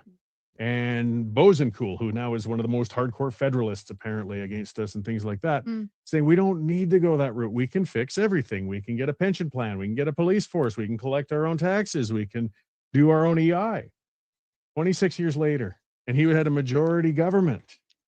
Nothing, not a single one of the things in the Alberta Agenda has been accomplished. And we currently have a provincial government that's reticent in bringing those in as well. I mean, they talk and talk and talk and talk, and nothing changes. And I've been very supportive of our provincial government in a lot of ways. They've done a lot of good things. It's been one of the better governments we've had in a long time. But when it comes to Ottawa, talk. You're never going to talk a pipeline into the ground. You're never going to talk my pension better. You're never going to talk my personal rights back into being after we've had our bank accounts seized. We've been locked down. So a lot has changed. I believe COVID contributed to this as well. That was a big wake-up call for a lot of people who thought the government's benign. The government would never do such things to us. Our freedoms are protected. They're safe. Realize, no, actually, we're just one more sneeze away from being locked down again because nothing has changed. And it's come to a head with people that final hope they were hanging on to. Okay, Canada prefers Liberals. They'll give us Liberals for 8-10 years at a time, but they'll give us a breather with 4 years of a Conservative government now and then, so we could, have somebody who's less bad to us for a little while in office. And when it came that close, but all they had to do was slap a new coat of paint on another Liberal, throw them in the front, and not only were they put back in, but with a stronger mandate than they had before. That's when I think a tipping point of Albertans realized that's enough. It's enough. The system doesn't work. Or it's working exactly as it was designed. Well, it wasn't though. I hear that all the time, and I don't believe it. I believe it's out of date. I believe it was built by a centralized government, again, 100 and some years ago, who were looking from the perspective that this is 4% of the population. Thus, you build a system to treat it as if it's 4%, but they didn't build in or think about the growth that would come later. I mean, the abuse of the system by those who control it, yeah, it's working exactly how they would like. I just don't feel it was ever designed necessarily. I do believe the founders thought they were building something good, but it's the problem with a system 100 and some years ago. How many things from 100 and some years ago were useful today? We have to change this thing. We have to adapt it. Meech Lake and Charlottetown were the last two big, these were prior to you guys' time, but these were the last two big pushes to try and change it, and they didn't even come close. And I was younger than they are now in that scenario. So it's realizing you've got two choices. Accept this status quo and realize that we're just going to have our rights degraded. We're going to be a second-class province within a larger federation, or pursue independence, which is really the only one and only way we can see now to shatter and break out of this thing. Looking at the amount of conversation, looking at this growing support, looking at this organization, more people have come to that conclusion than ever have before. So it's been an incredible year. I mean, a classic example is the telethon in and of itself. The fact that it's manifesting as it is now, with as many hosts that it's appearing, with the viewers that are watching and everybody that's in on it. All of the TPAs we have 7 on the list here, but there's even Albertans for Freedom. They're coming out, and those are good people. There's so many more that aren't on this list, which is, just a testament to the culture that Alberta's trying to continue for fostering, which is all what we're about. Well, and we did an interview recently because we were having a debate with people that are sharing the sentiments that you're talking about, which is the feeling like if we just hold on a little bit, right, then we could get somewhere. And it was with a lovely lady on our CA board named Judy, and then it was with one of the TPAs, Angela Tabak from the Alberta Women's Independence Network. Yeah, thank you, Alberta Women's Independence Network. I'm like, that's the longest TPA name. It's a fantastic. It's very true. Yeah. But when she was talking, Judy, she was mentioning that it's like, well, I mean, in the past, it was relatively good enough to ignore. As in getting involved in government was just something that not a lot of people were paying attention to because they thought that life was okay, right?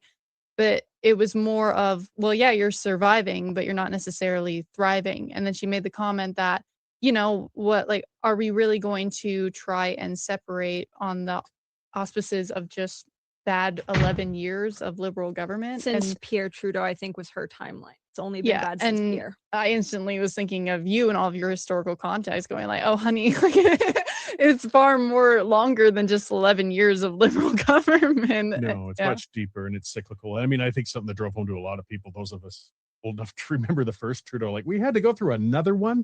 Does this country ever learn? Is it going to change? And no, it doesn't. Yeah, the bruised and battered wife syndrome. Yeah, I guess we keep going back, but it looks different this time.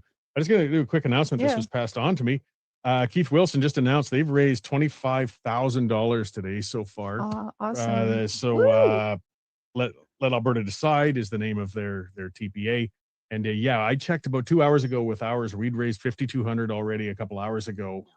This telethon, and people are really responding all over. I mean, Keith's obviously going to blow me out of the water, but it's great. We're all winning. Well, and if I'm not mistaken, each TPA has a max that they can receive. Is that correct? 607,000. Yes, and so we still got lots of room. So exactly. I know that Keith is very popular, and so is Tanya. I mean, what an attractive woman. Who wouldn't want to give her money? But I digress. I mean, definitely try and spread the love once you can. That way, people can divide and conquer. The more signs, if the more houses that look like John Bolton's with 7 signs, the better. Something I also just wanted to add to play to the context, because there's so many people that are still on the fence, and that was alluding to the fact that even if we went through past grievances before, like maybe with the COVID-19 situation, it doesn't mean that they're necessarily feeling like Alberta independence is the way to solve that problem, right? Like trying to figure out how to fix the system using kind of the battlefield that they set up for you, right?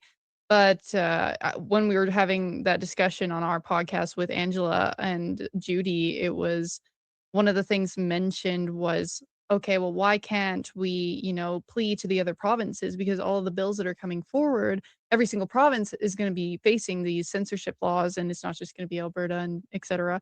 And I'm like, for sure, like there are laws that are going to make every single person in Canada a victim to a terrible, terrible system, tyranny, essentially. But coming at it from my young perspective, since Maddie and I are kind of a bit of the younger demographic in this movement, I was like, timeline though is the rate at which these bills are coming forward, and where we've seen see historically where Mark Carney and now his majority government have come from, and just all of the different third groups that he's intertwined with, Chatham House, Bilderberg Group, etc., right? And people not looking, either reading his material, like his book Values, or looking at the different historical policies that have come out of these groups, I think is just a huge ignorant bubble that they are not willing to explore, unfortunately. But I was like trying to convince like 50% of all provinces to try and change and open the Constitution in any way. I'm like, I don't know about you, but I'm going to be having to bear most of the brunt of what's coming down because I live longer. So I was like, I think time-wise, I'm like, can we speed things up, please? That's correct, too. You would need to convince 70% of the provinces with 50% of the population. Right. Yeah. Right. And it's not going to happen.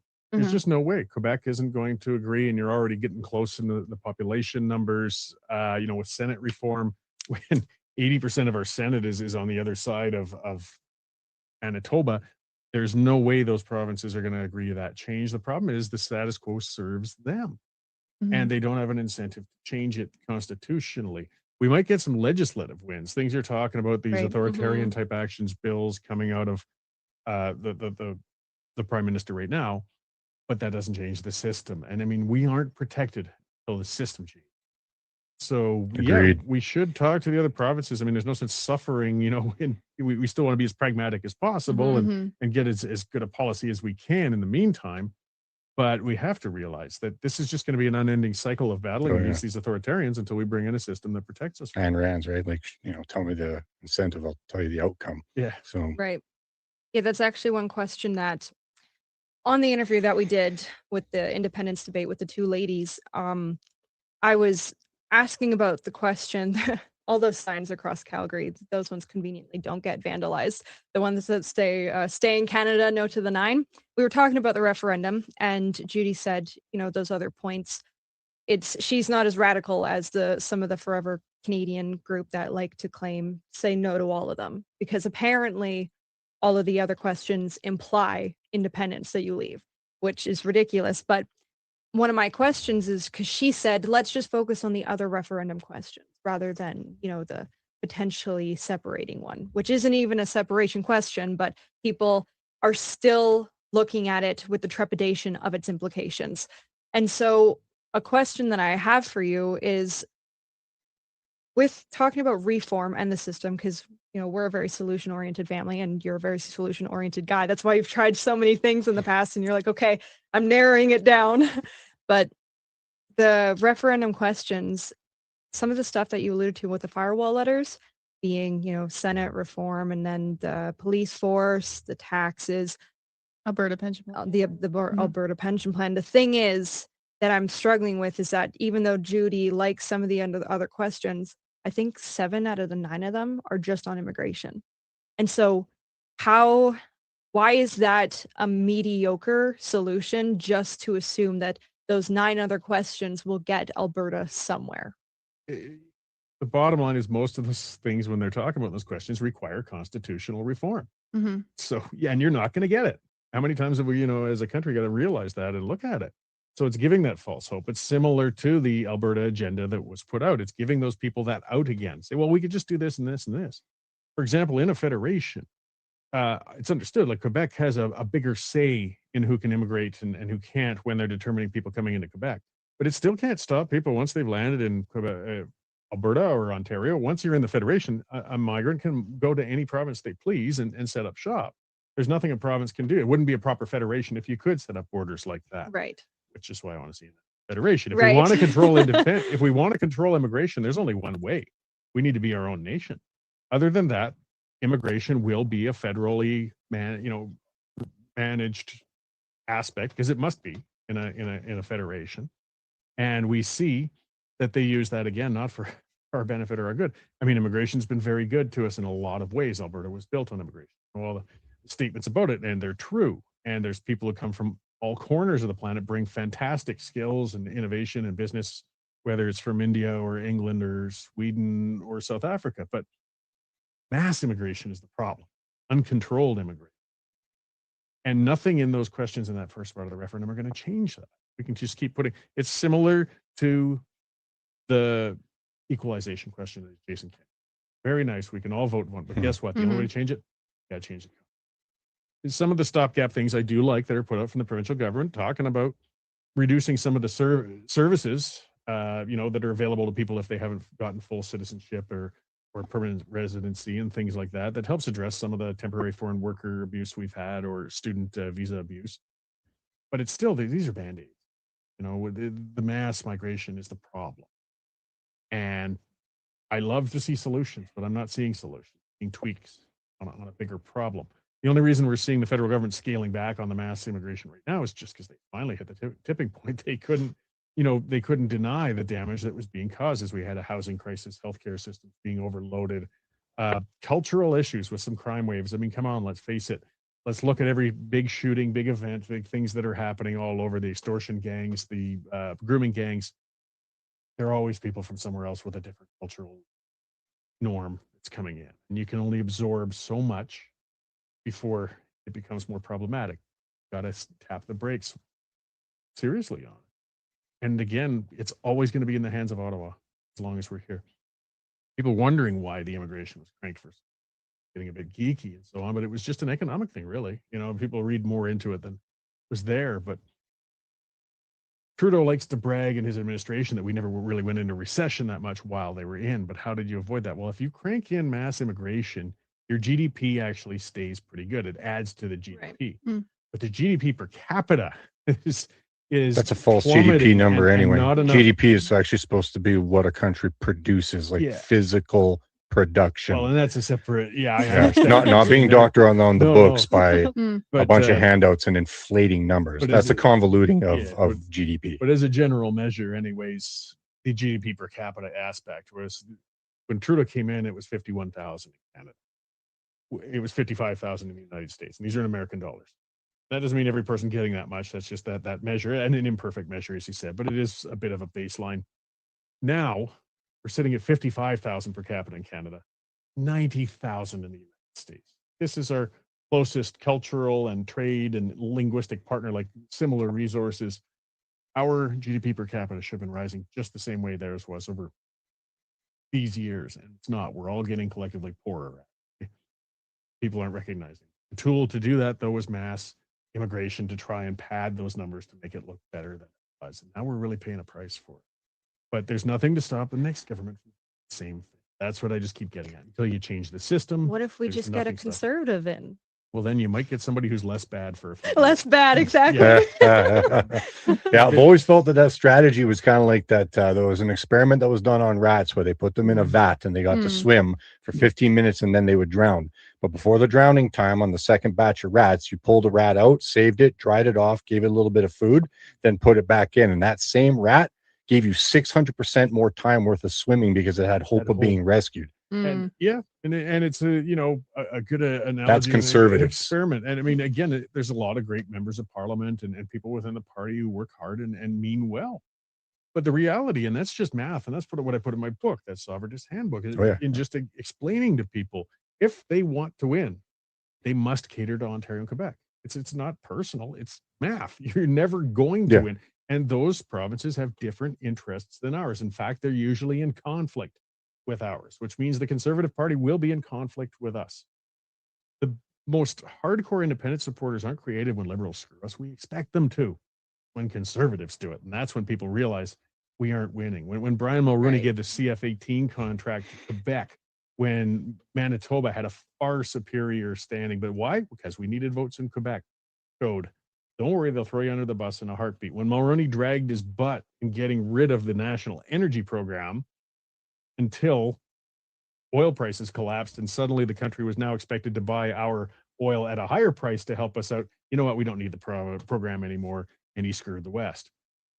These things keep happening. We have to understand that. And, Poilievre, I think he'll do fewer bad things if he ever gets in than Trudeau or Carney did. Will he change anything? Absolutely. Not a chance. Yeah, I think that's. I know John Bolton said keep this positive, and so I'm going to try and keep this positive. I can redirect it after. Go ahead. Take your avenue. If people think this is a negative thing, the thing that maybe people should understand about my family's mode of attention, we don't bring up the system or the history in order to say, oh, look at how bad things are. It's more so when you're looking at solutions, because Corey, you alluded to well-intentioned people. And I think that's even a lot of the Judy. Judy is, she's a fantabulous woman. She's really well-intentioned. And so, but solutions, like even just talking about, I can see you have the Value of Freedom document from the APP on here. And our family went over that whole document, did a series to help people start thinking, because that's the scary thing for a lot of people right now is the solutions. You have all these good intentions and people that want Canada to succeed. And they see that there's not actually that big of a divide, like Macy alluded to. The bills that are coming out and all of the bad policies that are happening to us here in Alberta, it's happening across all of Canada. And so, and from my perspective, those other provinces, they suffer a lot as well because they are capping themselves from prosperity by trying to reach those equalization payments. I mean, people don't even know in Quebec, they are capping some of their energy prices just so they can continue, but they would easily be able to cover their own. They don't need to cap. And that's some of the positive, like the positive end, and people are painting it as a negative. And we got to remember to keep pointing out that that's a positive. The independence is the positive. Yes. It is getting off of the hamster wheel. It's moving on. Mm-hmm. And it's not motivated by wanting to hurt the rest of the country. No. My issue, again, isn't the rest of the country. It's the system. The people of Canada are fantastic. The history of Canada has been very, very good to me. I got to grow up in a relatively peaceful, prosperous place, but now my job is to protect it and make sure it's still like that for the next generation.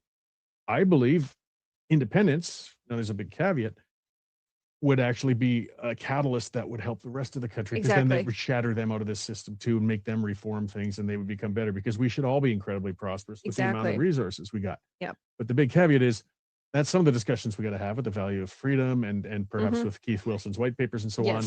We got to make sure we build a better system than we left. We have to be careful. I mean, we're humans. If we broke out and then went right back into a system similar to what we just left, then we don't deserve it. No, exactly. So we've got to have those discussions. Yeah, morally unfit for purpose then, if that's the case. Well, then also, like a lot of people, when we talk about the independence movement, they think this is very utopic, as in you guys are almost painting it like rose-colored glasses, everything's going to be fixed and everything's going to be solved. And that was one of the remarks that encounters that we did receive. And from a young perspective, it looks like almost like naive save the world syndrome, right? Where it's like, well, this is gonna get it solved. But I was like, at the very least, the mistakes that we will come across, because that's reality, we're going to make some in the pursuit of trying to become our own country, are ours. Like we made them, as in a lot of what it is that we are dealing with today are downstream of choices that I know me and Maddie didn't pick that. And so I'm like, I would rather be making my own mistakes, but also then consequently I have the risk of making my own success. And I'm like, well, that's what I would like to have the choice in being able to do, because right now, as you're alluding to, we don't have that choice to even thrive. Yeah, I'm forgetting the author of the book, but Last of the Mohicans, one of the characters' lines is, I would rather make the gravest of mistakes than surrender my own judgment.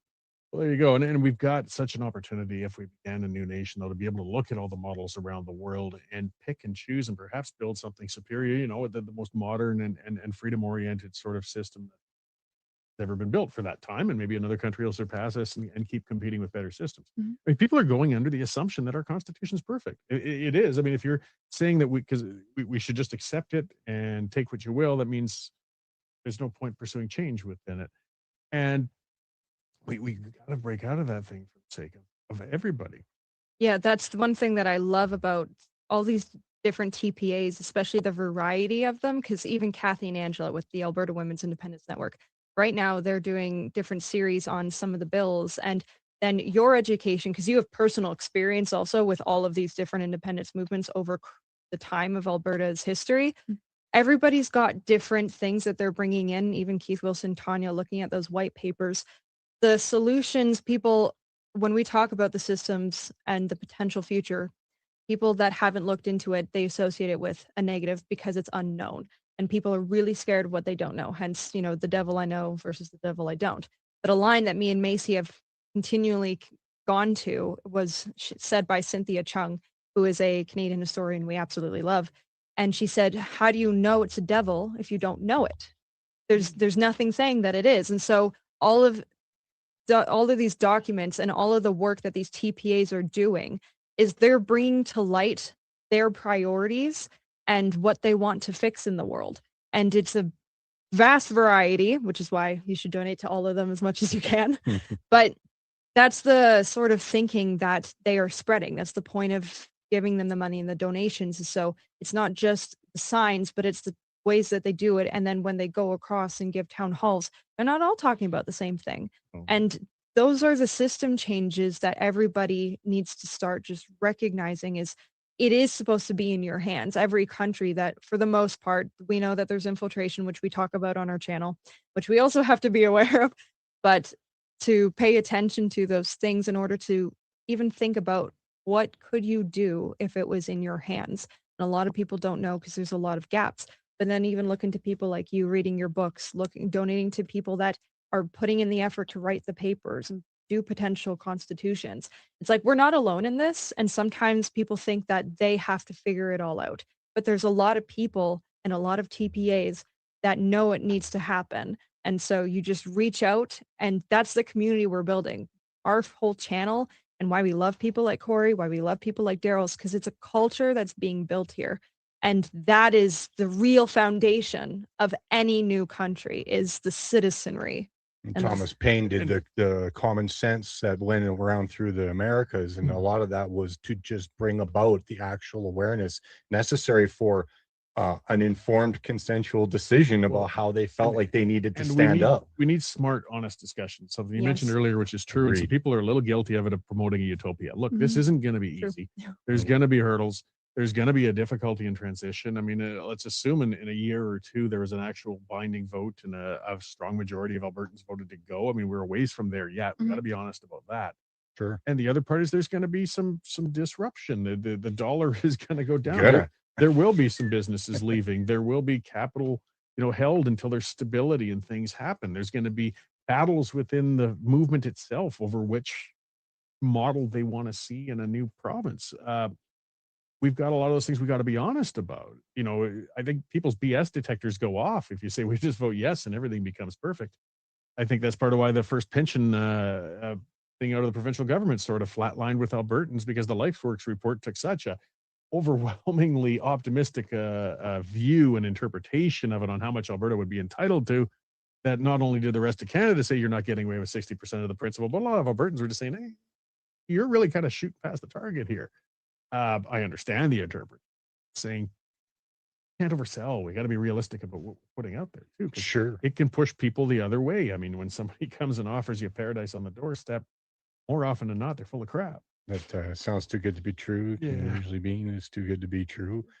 I mean, we're liking it also to take a look at this honestly. They say that you're a recovering alcoholic. It's like there are many people that have found their way through that. My dad was one of them. So the thing is like you have to have a certain honesty even on where you are on the map. I mean, that's like this whole journey for me and my family started with me apologizing to my clan, just going, I was pretty savvy, consider myself to be a relatively streetwise guy. And I did not understand the lay of the land that I was on, the map. And it was from that place that now here we are all these years later and in this position and making friends all over, not just Alberta, but like now we've got some international audience as well. And it's like, this is coming from the ring of truth. It's a frequency. Tell the truth as best you can, or at least the best of your knowledge. And if all of a sudden we like to change our axioms, if somewhere along the way, people that are on another side of a particular issue would like to try to convince and edify my mind or that of my family's, then I would like to encourage and come to the table. Let's have the discussion. Sure, sometimes we're wrong. Right? It Oh yeah. happens. A Well, lot. obviously, because that's Yes. how it started for us. Was there was a whole lot more wrong than there was right. Yeah. And it takes, as I said, I'm a friend of Bill's myself, been through part of that, all of that process, and it's been good for me.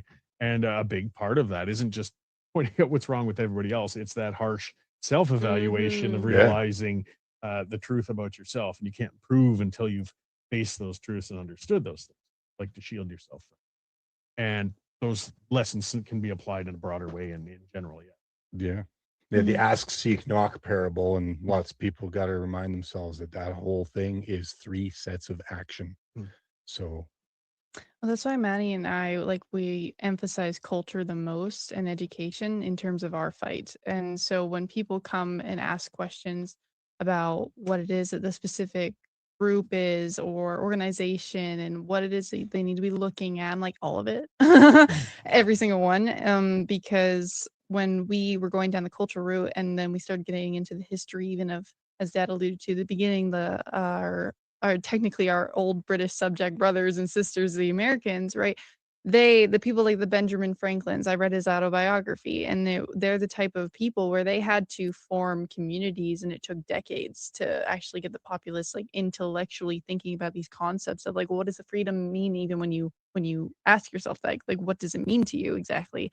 And then they would have to figure out how to form almost like their own groups that we've kind of seen starting to stir in the surface with the Bruce parties and the Matthew rallies, where it's like, okay, so what would a new documentation look like if we were trying to actually physically say what it is that we want, right? And then that had to build an entirely different like networks upon different networks, right? He had a thing that I loved called the Juno Club, and that's actually probably where Juno News gets their name derived from, where he and a group of his intellectual friends and such would try and discuss these ideas, like almost like in the Value of Freedom document. And then afterwards, those friends started to create their own because they were like, we want more people talking about this, writing their essays, their articles, and be trying to see what it is that we can prompt. And then when the time comes to come together to kind of go like during their time, they had to actually physically fight, right? So it's like, and we may or may not have to do that, I don't know, but they did that, and so they had to form their own coalitions. But it was like everything was so much based upon the community that they were building that it was like the government and the system. It was never about like the rat experiment. You don't have to rely on somebody to come and save you. It was like they figured out a way where they were like, no, we're just gonna stake our claim because we are educated enough to make the republic and therefore keep it, right? So yeah, like all the founding fathers that wrote the Declaration of Independence, some could argue as far as the minutiae, 27 to 32 grievances. They actually put in evidence. Most people think it's just the beginning. It's like when you actually read the whole thing, they list the grievances and crimes, if you will, that were perpetrated upon them. And I see why Alberta is in no different of a circumstance when you actually look at how we got here. These are an awful lot of motivated people right now. And this leads to a question that I definitely wanted, now that I have you here, was since you have that past that you've had, and now you're sitting in a very unique circumstance as we are on the cusp of the largest tidal wave of knowledgeable people in this field per capita in Alberta than you've ever seen. How did we get there in your opinion? And what gives you hope about this go around? Sure. I mean, two things that were kind of in those two parts of the question. The first part is similar right off the bat. When I talked about perhaps what led up through COVID, through repeated failures, things like that have led to this tipping point, and then finally, hope for change being snatched with a federal election that woke people up. But something that's very different this time that gives me a lot of optimism is the modern communication means we have that didn't exist only 20 years ago. when I had the Alberta Independence Party, literally we had volunteers who were licking and stamping envelopes and mailing them to people asking for Yeah. donations, Right. sending membership cards. Only about 10% of our membership had email. At that point, we can communicate literally to hundreds of thousands of people for pennies, share information. We have these broadcasts. The legacy media aren't the gatekeepers of information anymore. Now, that comes with a risk. We've also got more exposure to BS than we ever have in our life. The True. personal responsibility and looking through and who is saying the right things or the wrong things or correct things, what their motivations are. How to think through those things. Yeah, but we have those opportunities like we never had before. Now I'm optimistic, but at the same time, I see a bit of a void. I don't know. This is uncharted territory, and it makes me excited, but also some trepidation. Part of the problem is mixed messaging. You know, when you have a smaller group with the founding fathers of the United States, but you're spreading that out, and that's with limited print and so on, you could actually control the message a lot more closely. Thankfully, the message for them was predominantly good. Right now, the message is barraging people from 100 directions at once, and it can get diluted, it can get confused. I think, though, we've been kind of watching an evolution of social media. Certain people have sort of just risen organically through. People responded and reacted to what they were offering more than others. And now it's coalescing. I mean, with an event like this, sort of shows a disparate bunch of people. I've never seen a campaign like worked on partisan campaigns all the time. Now with this variety of TPAs, it's a double-edged sword. I think it's great because they're coming from a bunch of different directions. Mine just specializes in signs, flags, visible displays. There's much more to the movement than that. But I'm kind of saying, well, I'm going to bite off this corner and take care of it. And Keith and Tanya are going to take care of a lot more of the policy-oriented and press releases and leading that. Maybe other ones are going to move more on the organization of the ground game when it gets going, and it allows us to kind of diversify and get that out there as well. If any of these TPAs blows up, happen, Sure. you're insulated. It's one of 12 or one of 16. But at the same time, there's disadvantages. You know, you're not necessarily moving in the same direction. You might have others giving different messages. I'm still, for the most part, optimistic with the way we've been working together. It's different than a party environment. In a party environment, you're naturally competitive with each other. You have to be. Eventually, even if you're parties that like each other, you have to be running for the same seat in the same spot at some time or another. That's the point of the party, and you will have to compete. These TPAs aren't competing at all. I mean, we're all, I guess, asking the same pool for people to contribute and help us out, volunteer-wise or monetarily, but still, it's not harming me if another TPA does better than what we're doing. It means that they're filling a void that we didn't fill. So it's good. It's moving towards the right end, and we can not be at each other's throats. Instead, we're all moving in the same direction. So I'm really pumped about this. And again, I don't know what we're going to see because we've never seen anything quite like that. But it's turning into something all on its own that I never would have predicted 10 years ago. And I'm loving the direction. I don't know why, but I mean, the way he described it kind of reminded me of when Dad was first talking about becoming a dad. Some of those same like insane excitement, but also like crippling fear. Yeah. And I feel like this whole kind of trying to raise a nation, and you could talk about it. I haven't had kids, but it's comparable in my brain to the experience you mom did on raising a kid. It's scary because all of the books on parenting that are written like this is how to be a good parent, they're suggestions, and like there are universal certain things. My family learns a lot about the brain so we can help and manage everybody easier, though it doesn't guarantee success. And that's one thing I learned even reading the Socratic dialogues was that he would talk about all of these great people. Even Socrates, he had kids, but why aren't they known in history? So just because you have, supposedly a good Canada or a good parent country, because Judy wanted to give credit to some of the systems, and you said earlier, some of the things in the system, they came from good roots. There's some good things in the Magna Carta, and then we did copy some things from the American Declaration. But there's no guarantee that the same quality and virtue gets passed down throughout the generations. And looking at that and looking at how Canada has, what you alluded to earlier, strayed from the thing, the idea of raising this thing into something new as something scary, the positive thing about knowing the brain that we learned because we were listening to all of the different constitution debates from Dennis, from Matthew Rowley, who was a bit more of a monarchist, and then from Bruce Party. And it was a very overwhelming discussion if you've never thought about these things, because your brain goes, what if, but how? And because all of the problems that we see today, we want to figure out how to manage it. And some people say, well, the solution is not to manage it.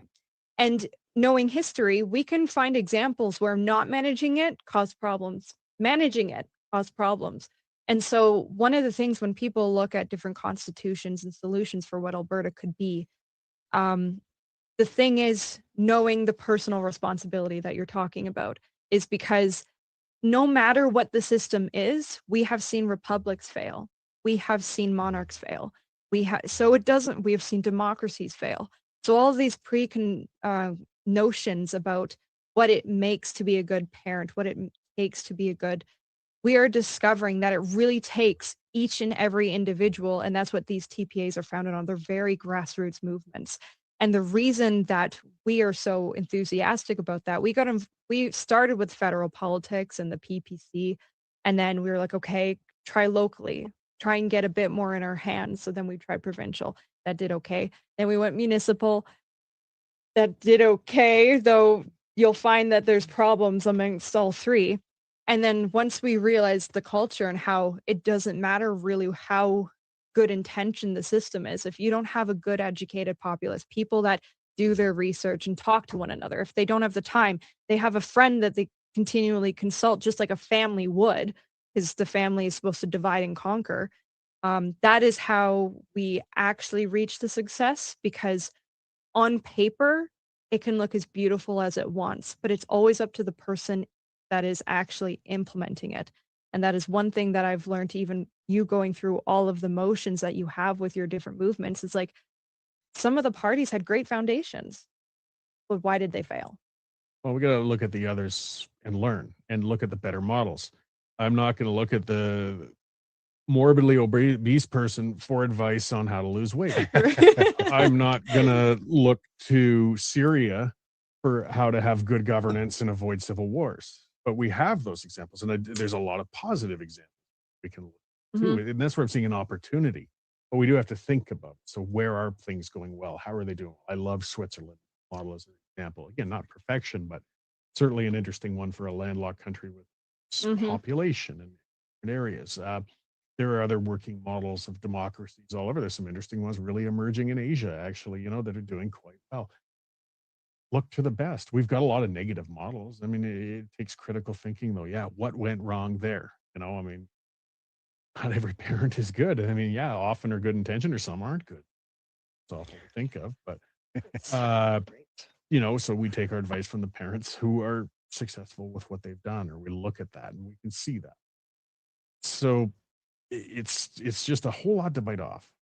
And it's a correction. Staying on the parenting model is something to consider, because one of the discussions that we have around our house a lot right now is, once again, how did we get here? Because it's very reactionary where things have come, right? A series of events played out, and then people felt like they just got cold water splashed on the face, and then also went and had a cold bath, and they didn't know how to Wim Hof. They're finding themselves in shock, and then it's caused the motivation. But even in that, there's lots of areas where we've kind of slipped a little bit. We're not people going at each other, but I mean, these are family fights. These are the things about even family. I mean, that's how we're looking at the whole overarching and all the different people. And that's why we are so, once again, because we're going to divert attention back to the TPAs. We should read these off too. Let's actually give the names of them all. And hopefully as a ticker, we've got them all here, right? Yeah, we got Stay Free Alberta, Let Alberta Decide, The Levine Show. Speaking of a good family, Corey Morgan, United Alberta Flags, albertaschoice.com, and the Alberta Women's Independence Network. There's also Albertans for Freedom. There are so many more. And the reason why I just want to encourage that is that we want to put out there as a message also for our segment, because we're coming into the landing zone here. It's 2:48. I think we're 3 o'clock or something. Something like that. Until somebody comes in and yanks us out. Yeah, the little hook. But the thing is that these are all of our family. And including, we would like to give them the tools and the knowledge and exposure for equipment, because odds are there's going to be a lot of people that will watch this telethon and the odds are they're going to be advocates for this movement as it is in order for them to even tune in the first place.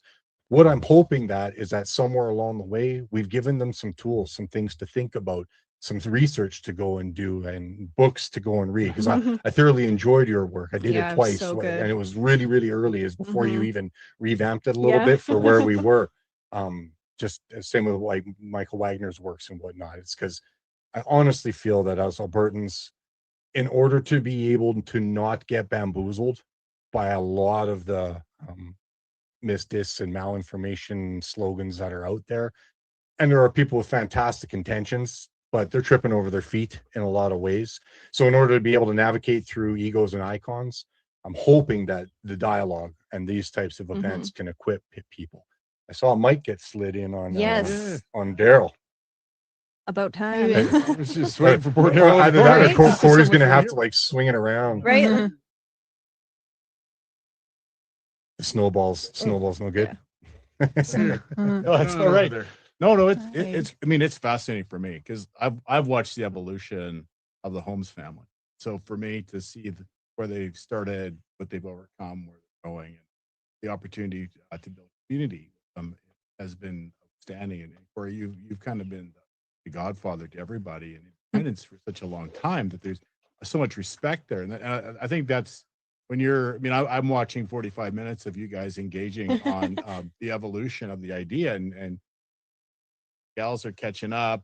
Mike's saying, "Hey, let's go," and you're going, "Hey, we've been there. Here's how the picture looks." And I think that's what's encouraging, right? I mean, for those of us who are always behind the scenes trying to make it happen, or you were out there in the front getting shot at the whole time. There's a lot of respect for those who have come before us, and I think as the group gets bigger, it's important for us to remember respectful to that history. Because this hasn't happened in 1 hour, 1 day, or Right. right. This has been going on since like 1904. And said, Mike, let's not go back to that. Start there, but subscribe to us, tune into us, and we'll talk about that. and it's there. And a couple of things that you talked about, and great that people are donating to the TPAs because there's so much work there. And we're drawing from this small pool that's growing of people who donate. I think as the momentum goes, people should have hope. There's hope that the ideas are starting to generate, not just, hey, let's go, but where do we go? And I mean, there's Ben Trudeau has a great book out, Enough. I mean, that all kind of started because we did a town hall called The Courage to Listen. And what would Canada be? What would Alberta be within United Canada? Is that the place to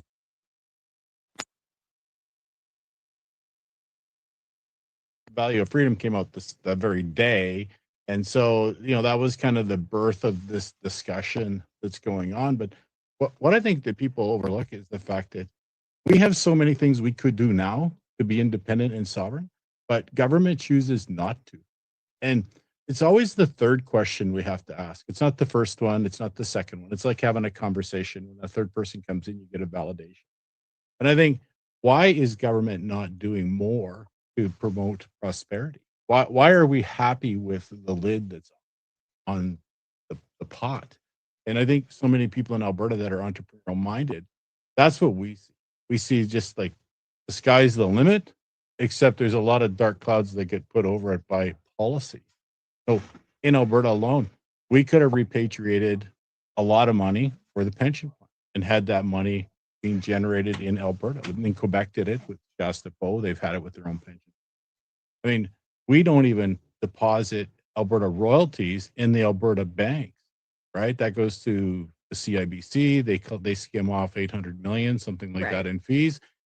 So our government in Alberta, and I have a long history with they're not really committed to building Alberta as a fortress in Canada and making Alberta as strong as it is. And I hear it, I see it, but there's a lot of criticisms that could be made.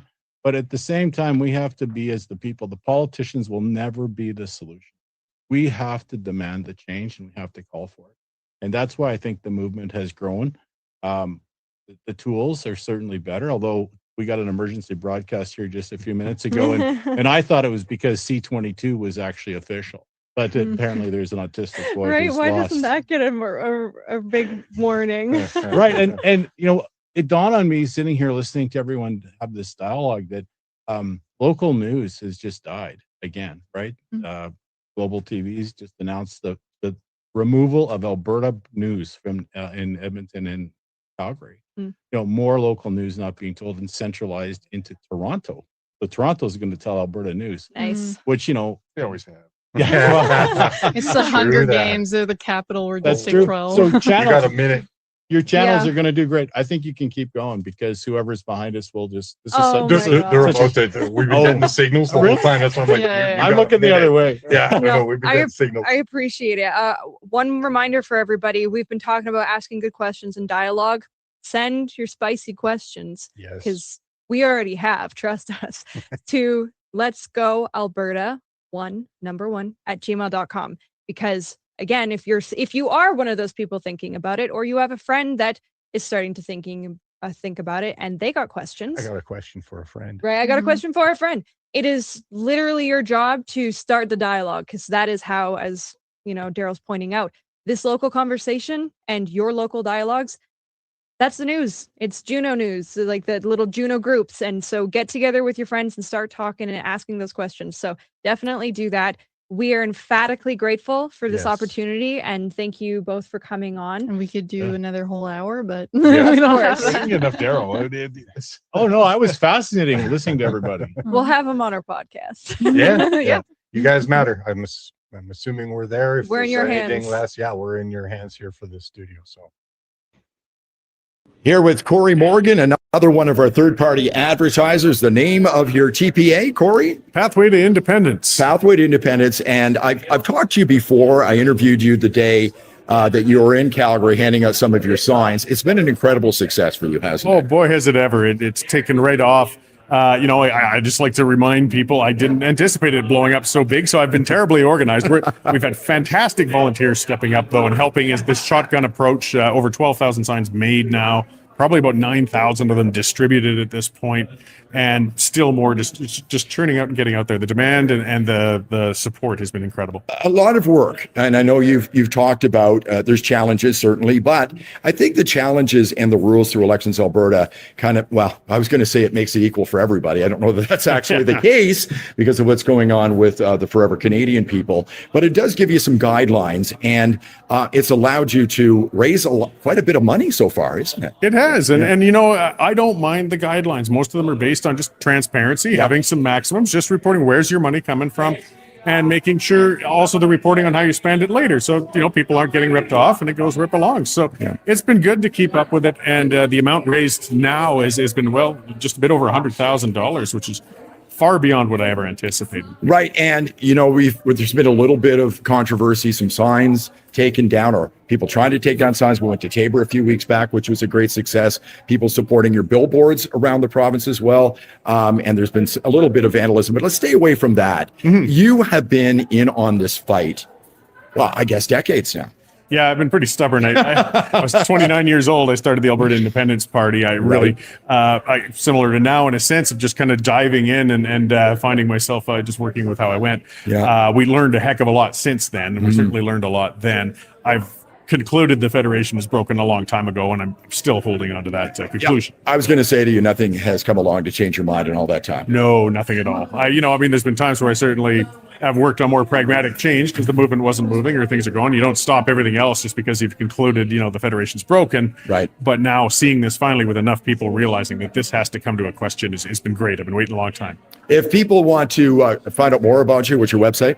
CoreyMorgan.com, which again, I like to explain. I thought this was just going to be small. I thought we were going to be cheap. I'm going to use an existing website, and we had to register it. So there it is. But it's easy to remember. But if you would like to support Corey's as a third-party advertiser, go to albertatelethon.com and click on his link. You stood on those stone cold government steps, faith and freedom, loud and clear. Folding chairs and town hall stages spoke the truth they came to hear. They stood in line for hours, braved the cold and wind. You talked about their children and the mess we're living in. From the back row of the hall to the front row of the fight, you said if they're gonna hear us, it's gonna be tonight. Come on, let's go. So that's going to be the battle cry for our movement. Let's go! You came to sign on the freedom line. Ink on paper, hearts on fire. Every name like gasoline, kicking up that rebel choir. Let me shake your hand, thank you for your time. Find up voices, strong and true. You stepped up for Alberta. This one's for you. I feel like I'm with friends here. Yeah, and that's exactly correct. That's what the whole thing with all these events are for. People understand that they're part of a group of like-minded people that think and have the same ambitions and goals as they have. You stare down that lens in your studio light. Coffee gone cold, face pale from the night. From the dark hours to the evening show, you hit go live and refuse to let go. Slow roll down from Edmonton, high beams cutting through. Northbound up from Calgary, every small town waiting on you.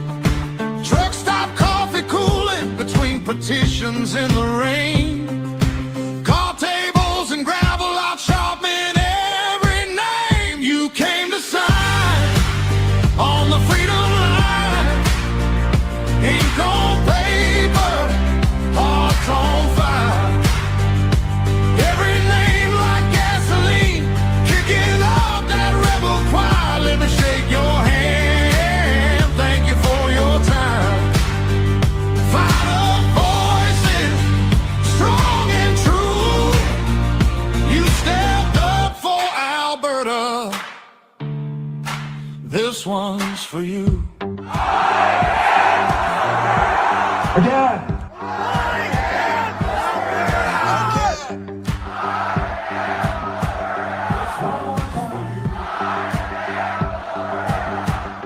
You filled up clipboards in sleet and rain, roadside lots by the highway chain, in echoing halls where the floors were bare. You passed that pen like a whispered prayer.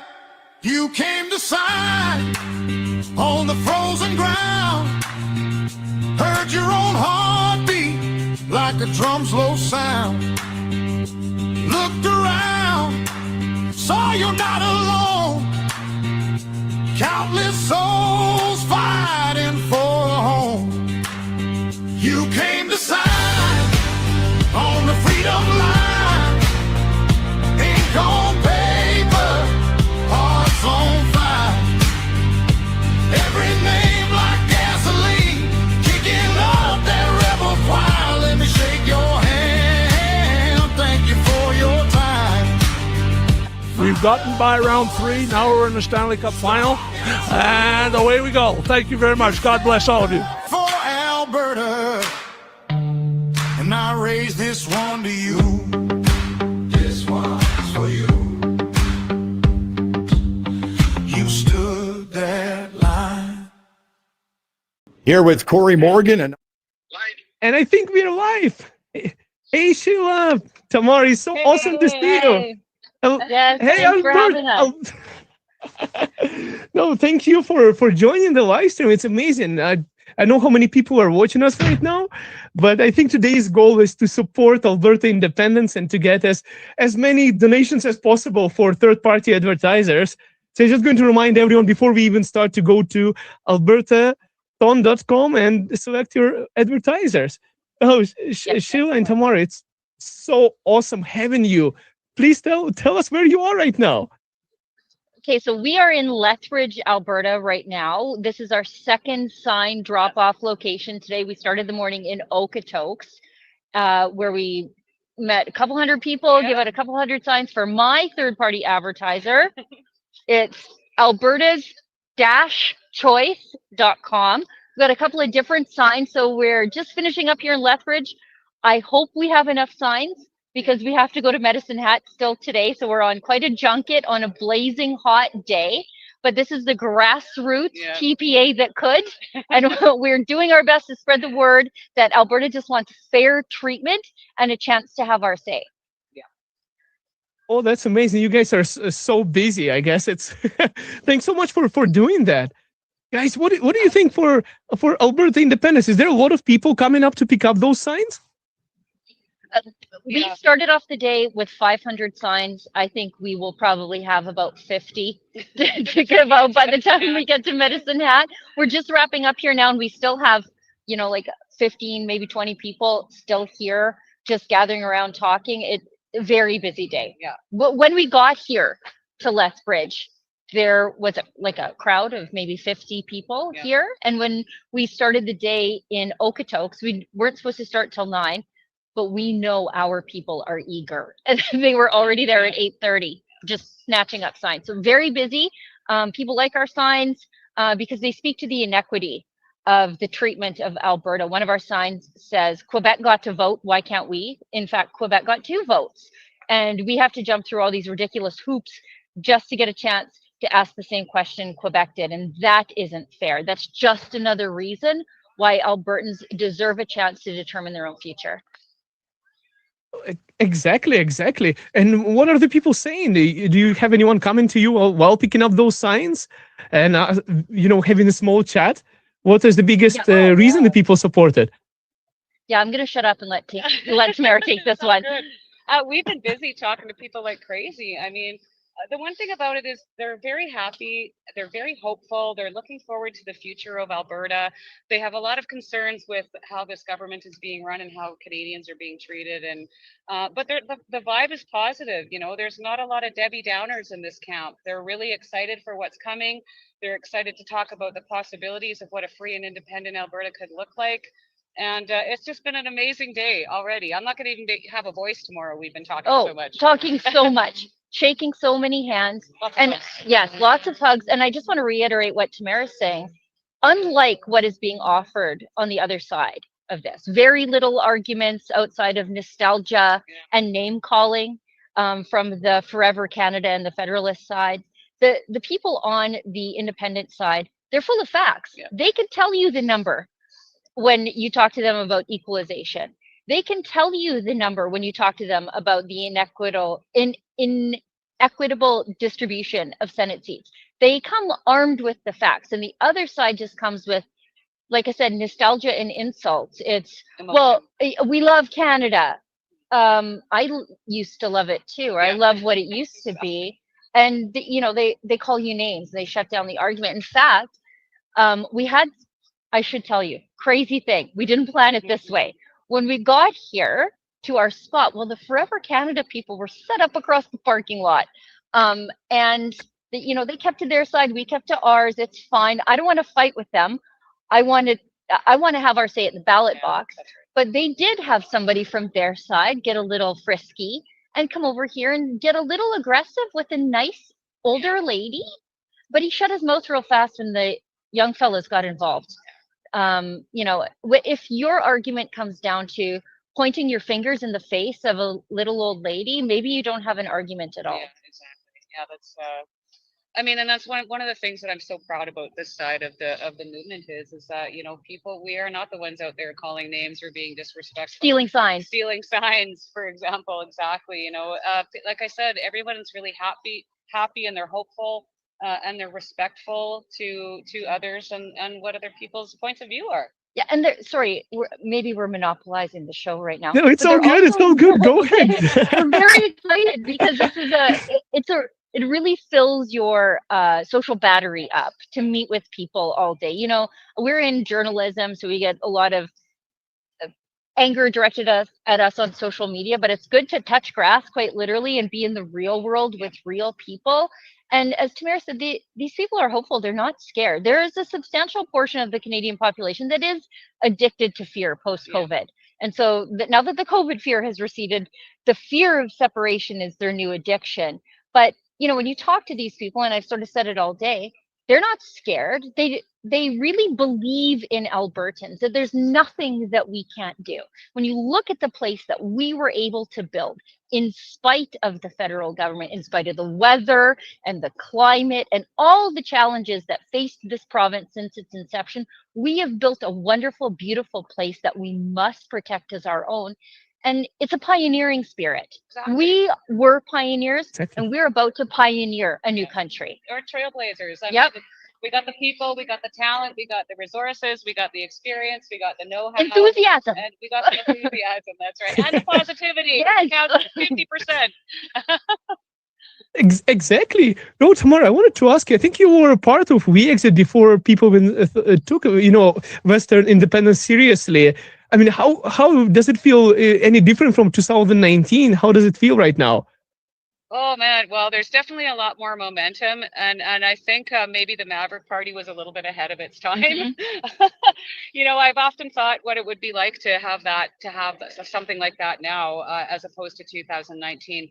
But I would say that the sentiment now is much more increased. There's a lot more support behind Alberta independence now, for sure. And I think seeing those numbers on the petition normalized it for a lot of people. I think a lot of people believe in independence. Maybe they didn't put their name on the petition, but seeing that 301,000 of their fellow Albertans were willing to stick their name and address on a piece of paper to say, we deserve a chance. I think it really normalized the conversation. It's not a fringe thing. We know the majority of people within the UCP party itself support Western independence. We know that nearly 50%, and this is from our albertas-choice.com official polling data, and we hired Main Street to do it for us. So we thought we'd hire a sort of a left-leaning pollster, so we knew exactly what we were dealing with. We wanted to know the mountain we had to overcome, but we got data that showed that like almost 50% of Indigenous people support independence, regardless of what their chiefs are saying. So we know that this is a really mainstream movement, regardless of the lies as a mainstream media. And there are a few people in the middle, and that's all it's going to take to get this over the finish line. And I mean, I think every time Prime Minister Carney opens his mouth, 10 new independent supporters start up. They're born. They're born. Keep talking, Mr. Carney. Oh yeah, and I actually wanted to ask you, Sheila, about your book, for that you wrote on the Blueprint.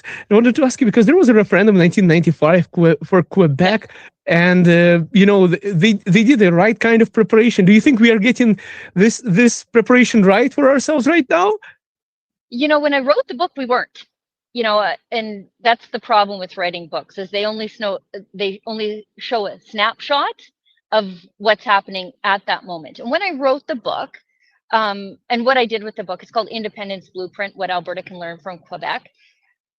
At that time, we weren't doing any of the groundwork that Quebec was doing. We have the enthusiasm, we have the grievances, for sure, but we hadn't done any of the public engagement, the sitting down and answering the questions. And in Quebec, they had this commission that went everywhere across the province, and they had separate commissions for young people and senior citizens because they faced different issues, and they really wanted to know what their objections would be, what their fears were, and they wanted to table a plan to address those because they knew Project Fear was coming for them.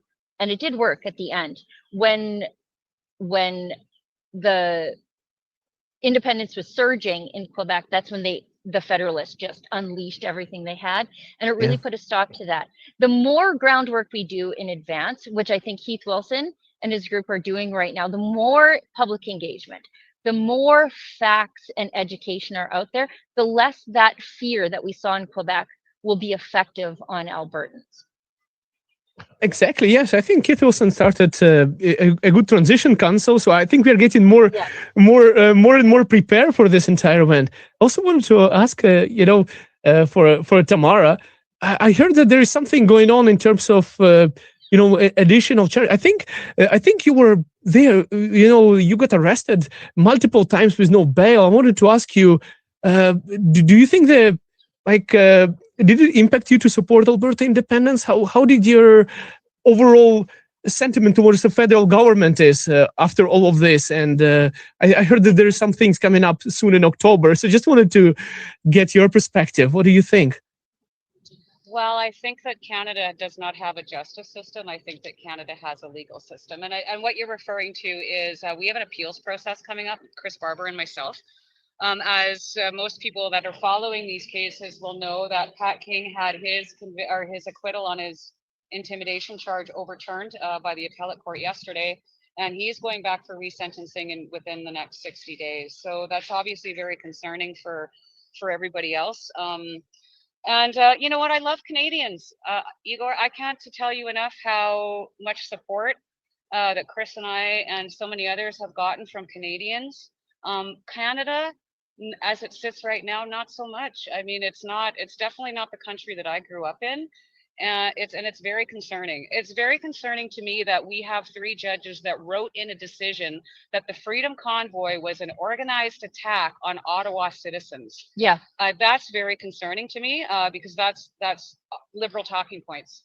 That those are not facts, and those are now written in a legal decision going forward. So I'm anticipating that our appeal will now be expedited because they were actually waiting on this decision, and they're trying to do the same thing. They're trying to have myself and Chris Barber's intimidation acquittals overturned and have us serve more jail time.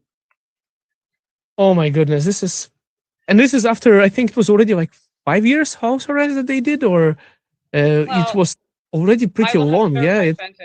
My sentence will be served before this even gets to the appellate court, most likely.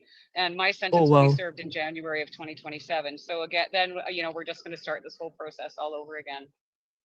This is this is honestly, scary for a lot of, especially immigrants coming from those countries, where democracy is not there so much. So it's kind of scary even for me coming from Eastern Europe, hearing that people get this kind of things going on here in Alberta. It almost feels like, to me, it almost feels like a made up charge, just to intimidate people from speaking up. That's my personal perception of this. It could be a different thing from the legal perspective, but that's how I see it.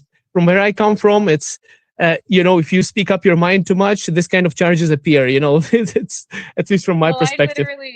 I just spoke to a gentleman whose family immigrated here from China, and he said the same thing, like that his parents would just be absolutely appalled by what's going on here.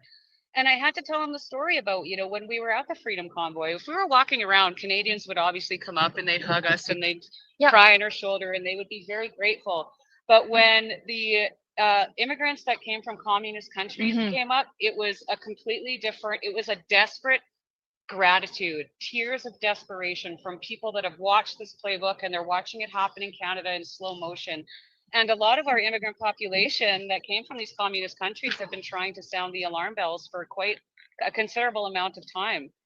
So it is alarming to them, and they should know, they know what they're talking about, Yeah. And to just bring this all back to the whole idea of independence, these judges by and large are federally appointed by the Liberal Party. Some of them are Liberal donors. There's a requirement on the Supreme Court that they be Francophone. All of that means that they are largely not from the West. So these judges do not represent the values of the West. We are seeing light sentences or no sentences at all for career criminals, illegal migrants getting light sentences so that it doesn't jeopardize their immigration. But then you see the book being thrown at people like Tamara Leach. And then when they lose, they try to get another kick at the can. And so I think what we're seeing in the justice system, which as Tamara points out, is simply just a legal system, it fuels Western independence because we see that we do not want to be a part of a country that allows catch and release for people who harm children, people who harm our fellow Canadians. But then when you see what's happening to Tamara, you see that it is a political decision that we no longer want to be a part of. Exactly. And, honestly, before we continue, I just want to remind everyone to go through the link and put your donations for your favorite TPA, third-party advertisers that you want to support. Exactly. Yes, please don't forget that too, because I think that's the only way to fight tyranny at this point, to get as many donations as possible to to have the vote to get us out, because we have unlimited budget of traditional media. I think we have. I think was it you, Sheila, that you were saying about two-tier media system that we have, or that we have, and yeah, I think the social media, and that's what they're trying to close right now, is the only way, and we have to get out before it's too late. So make sure you donate. I also wanted to ask you, Tamara, how do you keep on going if you know that so much of stress is going to your family, potential another charges or another thing that might come up we don't know. How do you keep on going despite of all of those things? Because a lot of people they would look around, they would just give up by now. They would say, you know what, I don't want to deal with this. I'm too scared. Yeah, Igor, I want to know that too. Yeah, well, honestly, you just answered your own question. I'm not afraid. These people don't scare me, and people just need to understand there is nothing to fear. I mean, what can they take from me that I really truly need? They've put me on house arrest, and the judge has blocked my mobility rights, but she doesn't give me my freedom. My freedom comes from God, and I think He's got my back. And I'm just really fortunate that I have an amazing family who supports what I do. And good supports what has coworkers. happened. Great, obviously, the best coworkers in the entire world. And so, Chris Barber and I talk at length about how truly blessed. I feel like the luckiest woman in the world. I've had support, and this goes back to what I was saying about Canadians. Canadians have really supported Chris and I and everybody from the Freedom Convoy, and we appreciate it and love them so much. And that, I guess that's what keeps me going. And they just don't scare me, and I'm just not good with. I'm not going to let them break me. They can't. And honestly, that's one of the things they hate the most. And I've been speaking about this a little bit lately because there's quite a bit of backlash after I was at the U.S. ambassadors there on the 4th of July, and a lot of people that don't like me are more upset that I'm not miserable, sad, broken, and demoralized. But that's really not in my nature. So yeah, I feel really lucky. And, to be quite frank, we're almost through this. We've got about just over 2 months left of our house arrest, and then we'll have a curfew for a few months, and, then this will be all over. That's yeah. Oh, that's the good part. And I hope it's all going to be over. I hope I hope by October, once we have our referendum, we are going to move towards freedom, because I think it's getting a little bit more, heated up, because recently, I don't know if you've seen that news, an Edmonton person was walking around with the flag, Alberta flag, and was almost thrown under the car. It could have been a homicide if that person were to get run over by that car. It's crazy things. Igor, I did run into that man. His name is Don Bonner. I ran into him at Keith Wilson's pancake breakfast for Let Alberta Decide last weekend in Calgary. And he also amazed me with his positive attitude. He has very much the same positive attitude as Tamara, that yes, maybe he could have flung me into traffic, but thank God I didn't get run over. And he's grateful for the driver with their quick reaction. And he said, it's not going to stop me. They did that to stop me. So if I stopped, didn't they win? And I think that's exactly the right attitude to have. We got to go out there. We got to have the facts, but we got to have the right attitude, because this is not a level playing field. No. The other side does not have to register as a third-party advertiser group. The other side can push our people into traffic. The other side can get aggressive. We can't. It's not fair. But we have to know that. We have to be on our best behavior, and we all have to be great ambassadors for the movement. Absolutely. And it's actually not only that, the more successful this becomes, the more desperate the other side and vicious becomes, and vicious. And so I just want to tell everyone to stay safe out there. Dial the heat down. down. On a swivel. Yep. And just be aware of your surroundings, and hopefully these other guys smarten up a bit.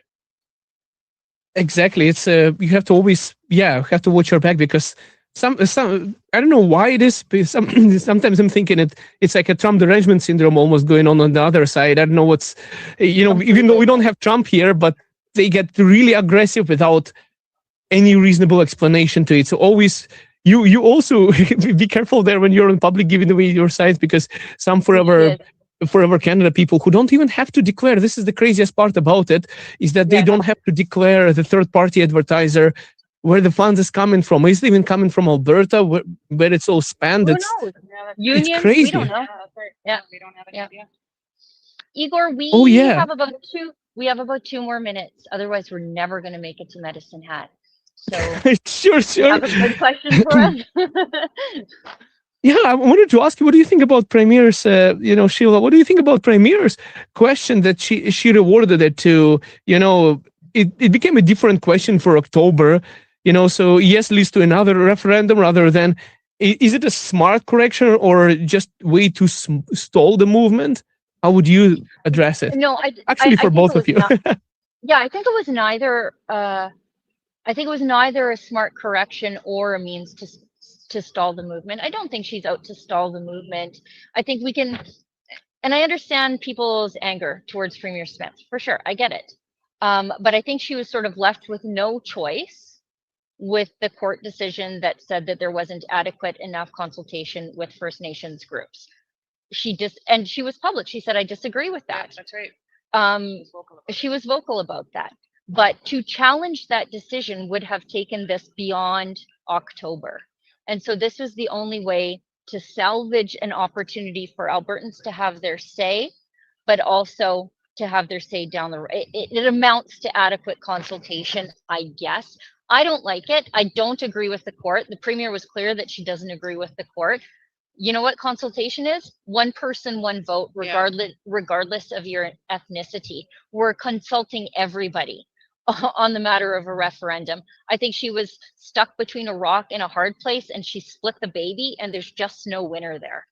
Yeah. No, I don't really have too much to add to that. Remember, Premier Smith didn't have an independence mandate when she was elected. She never ran on that platform, but I do feel like I agree with you. Like, I think she is trying to mitigate both sides and make it I think if everybody's unhappy, she probably thinks she probably did the right thing.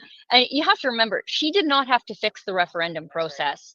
Jason Kenney made it insurmountable to proceed with a referendum in this province. She lowered the bar and made it a little bit more achievable. And the independence movement did achieve that. The activist courts and the activist chiefs got in the way. And I think it was just an ugly situation, and it wasn't made any better by that decision, but I'm not sure what else she could have done. Oh yeah, well, thanks so much, ladies, for joining us on this live stream and giving all this incredible information and especially doing all the groundwork that you're doing by actually giving up the signs. Not only, like most people on YouTube, like myself, we just make videos, but you guys actually do the actual work. Real jobs. Yeah. Yes, the real jobs to get Alberta independent. Exactly. And also I want to remind everyone to go ahead and support the third-party advertisers, and I think that's the only way for us to get our independence. Because, like you were saying, the Forever Canada crowd, I don't even know whether I should call them Forever Canada people. I just summarize it because it's almost like Trump derangement syndrome on that side going on in that way. They don't have to forever slavery. Yeah, forever slavery. I think that's actually way better. It's people who are being driven by fear a lot, and they're having unlimited printing machine of money from what I'm seeing, because if they don't declare where the money is coming from, and could be coming from anywhere, it actually doesn't really make sense. If they're, from my perspective, they are campaigning. They're campaigning not for unity of Canada, they're campaigning specifically against Alberta independence. Igor, they were literally in the same parking lot as us today with flags. We had flags, they had flags. I have signs, they had signs. They had volunteers, I got a volunteer. They were doing exactly the same. They were taking donations, I'm taking donations, doing exactly the same thing I was doing in the exact same city, 50 feet that way. And I've got to register as a third-party advertiser and declare everything, and they don't. Make it make sense. It does make sense. It's the biggest surprise I got for me is that my investigation by Elections Alberta got dismissed. I didn't even know I was investigated for something I said on X. I was like, oh wow, I'm not even registered a third-party advertiser. I didn't do anything. It's like, why are they investigating? I just got a letter saying it's been dismissed. I was like, oh well, I guess it's a good sign. Igor, I can do you one better. They investigated me for writing a book called Stop Notley.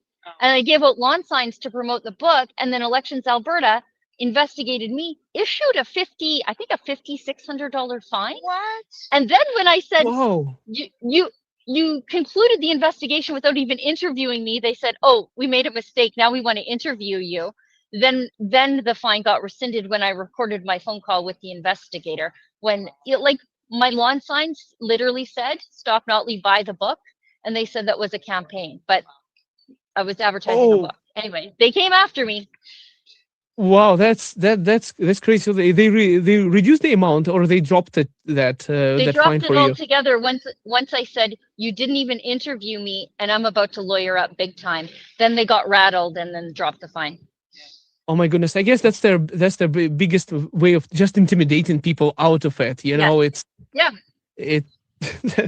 I'm sure they might be watching our live stream right now, so we also have to be careful, you know, not to say something they could, you know, not to say something they could catch to it and say that you're saying I'm something. not scared. I'm not scared of elections, Alberta. I fought them once and won. Come again. No, absolutely. I think I was the sound on my headphones somehow, but I can hear you a little bit. Okay. I can still hear you. Yeah, we can still hear you. But Igor, I must tell you, we have to wrap up. We have to get to our next location. I don't want the people waiting for me. I have the signs. Sounds good. Sounds good. That's amazing. Well, you ladies have a wonderful journey and keep doing the great work. We will. Let's get our referendum. Thank you for and your entire team for putting this together. Absolutely. John, we're talking about you. Thank you too. And to everybody at home watching, Max also, everybody at home watching, everybody who's putting their hard-earned money behind whatever TPA you choose, please choose mine. But whatever hard-earned money that you are giving, we know how hard you work for that. We know that there are other things that you could be spending your money on, but we promise we're out here working hard, giving up our weekends, our evenings after we have real jobs to fight for Western independence. And we just appreciate everybody who's doing that, who's supporting all of us, whether it's Corey, Keith, us, anybody. Thank you so much. We appreciate you. Oh, thank you guys. Yes, thank you especially for doing all of this. Yes, it's amazing. Thank you.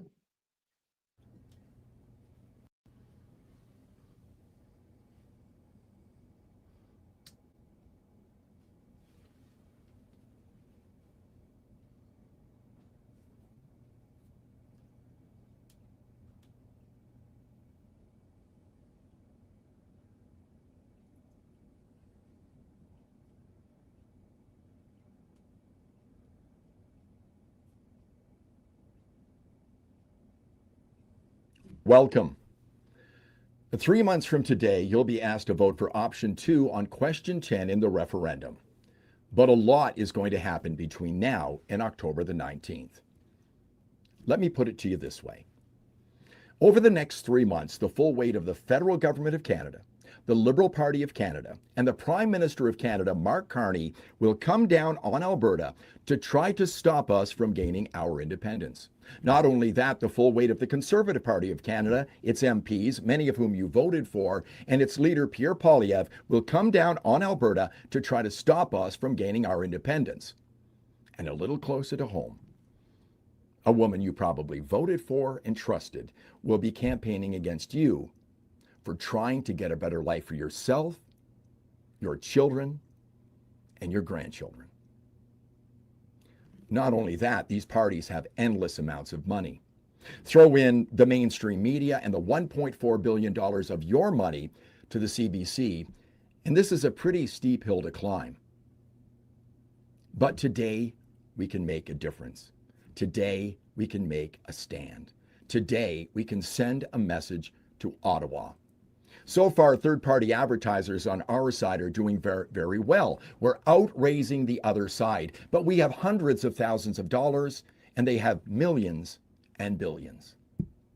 If you can, over the next 12 hours, please contribute. Please donate to the third-party advertisers we'll be talking about today. It's the only way we can win this thing. Welcome to the Telethon for Independence. Now let's kick some ass.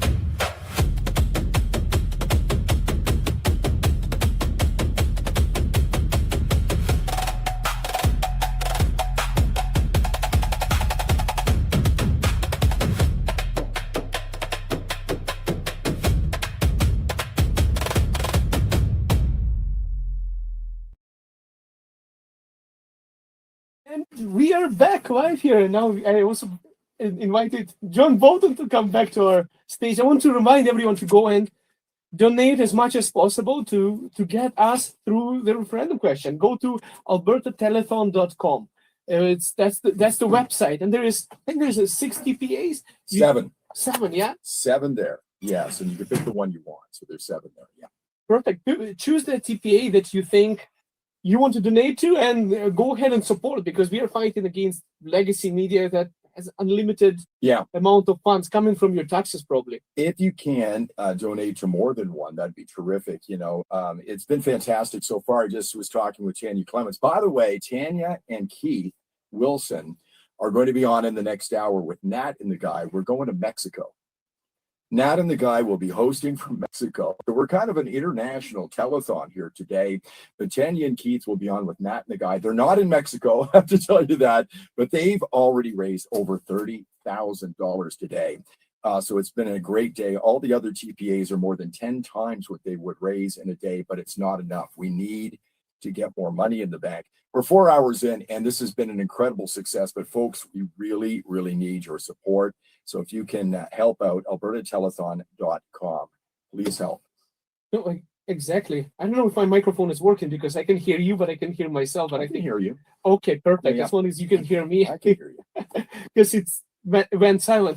Oh my goodness, it was amazing to have Sheila Gunn-Reid and Tamara Leach on our live stream right now. They're actually doing the groundwork, risking, and that's awesome. And they brought up a couple of important things, and that's what scares me a lot right now in Canada. What Canada has become is Tamara Leach getting criminal charges and getting obstruction, I believe it was there, a couple of arrests with no bail. Where we actually have real criminals. I was talking to Edmonton police officer the other day, and he was telling me about the case where some 9-year-old girl was killed and tossed into a hockey bag, and there was a ridiculously small charge for that guy who did that. And I was wow, this is crazy. So for political speech, they really go at you, and when somebody has a homicide of underage, it's almost what the hell is going on? It's scary. The process is the punishment, and that's what they're doing to me. When I see Tamara Leach, it makes me mad. I remember watching the convoy. You remember watching the convoy. Everybody who followed the convoy remembers when she got arrested. I was so damn mad about that. And then I see her now. She's been charged with mischief, and this has been going on for 5 years or something. And then they're going to take her back to court and try to put her in jail for longer, all because of her speech. This is what you want to deal with where you live. This won't happen in an independent Alberta. This isn't going to happen in an independent Alberta. People are going to have rights in an independent Alberta. And think back to the time when they ran over an old woman. I think she was in a walker with a horse. So I get mad when I see Tamara Leach. She's a diminutive woman. She stands about 4 foot nothing. And I stand beside her, and she's got more guts than most of the people who run this government. And it makes me so damn mad when I see her, because she is a freedom fighter. And so is Sheila Gunn-Reid, and I want to thank them for being on. And this is what we're fighting for today. We need as much money as we can get today, for goodness sakes. As I said in that little clip you just watched, there's an unending amount of money that's going to be fighting against us. Billions of dollars. All the political parties, because they want to keep us here, because we're their bank account. I've had enough, and I want to leave, and I can feel the momentum building. And that's what today is about. albertatelethon.com. This is a fundraiser, folks. I'm glad you're enjoying the stream. Thank you so much. If you contributed, thank you. But if you haven't, and you can give, or you know somebody who can, or you can max it out and go to $5,000, for goodness sakes, do it today, and keep contributing as much as you can all the way through October 19th. Biggest thing that I heard, I believe I heard it from you today, they actually passed some legislation to censor the freedom of speech right now in Canada. I think it's coming to power. C9 is in effect today. That's crazy. 3 months to the day before we vote. That's where we are right now. Yeah, C9. It's religious speech is all going to be gone here, and our freedoms of speech are slowly being stripped away little by little. And you know what happens in England? This is where we're going, folks. In England, somebody knocks on your door, and there's somebody standing there and they said, you offended somebody on X, we'd like you to come down to the police station. Yeah. And you're not charged with a crime. It's I can't remember. It's some Orwellian phrase they use, and I can't think of it right now. But they take you down and they grill you and they tell you to behave yourself because you bothered somebody. You know, I'm a free speech absolutist. As long as you're not threatening somebody, you should be able to say whatever the hell you want in this country, as far as I'm concerned. That's the way I feel about it. But yeah, the free speech is being slowly stripped away, bill by bill by bill by bill. Eventually, they're just going to take it away from you. I mean, well, George Washington said, if freedom of speech is taken away, then deaf and dumb shall be led like sheep to the slaughter. And that's what's coming, folks. I think it's time to speak about it right now before it's too late, because in some countries, you know, if you ask me why I'm speaking about it, is because once you're not able to speak about it, then it's too late. The only way to change something is probably to change the country. It's That's right. You know, then it's too late. And I don't want to be re-immigrating again. First, I moved to a free country, and then it's becoming the similar dictatorship what's going on in Eastern Europe, and then, you know, getting out of here. Like, no, I'm not doing that. So we have to keep on speaking up and for our freedoms and rights. Igor, you've been talking to so many people through this, as I have. And, you know, I've gone out to so many wonderful places. You know, I was on at 11 o'clock this morning. And I said how wonderful it is for me to be able to meet the people in this movement. I met you through this, my friend. And, you know, we've got a kinship here now. Everybody has got this kinship. It's just remarkable. And I go out, you meet people. They come up to you, Igor, right? You shake their hand and you're just as happy to see them as they are to see you. This is this friendship, this bond that we've got here. We've got a bond of being friends. We've got a bond of working towards the same goal. And how great is it to work towards a goal with your friends? And it's just really remarkable. And we can do this, but we're going to need a lot more help. And AlbertaTelethon.com, go there, click on a link, click on several if you can, put all the information in there, as much as you can, all of it.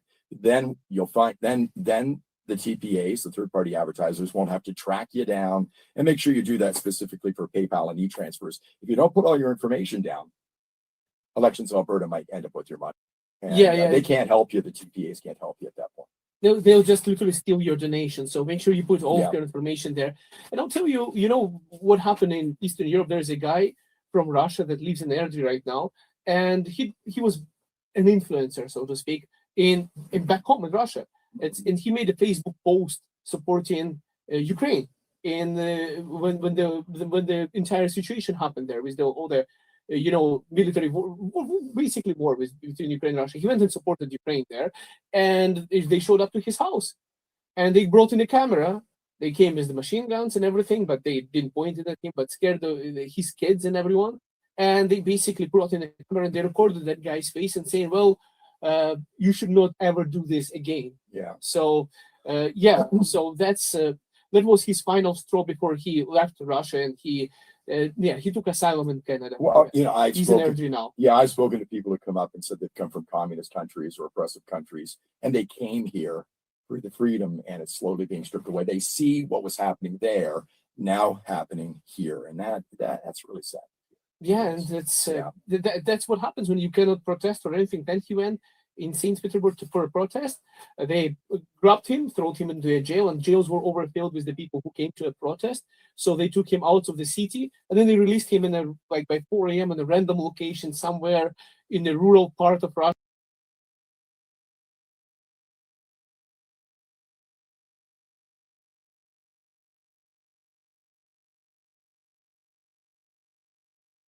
He's like, I don't even know where I am, sirs. I was going to play a video today on this live stream, but it's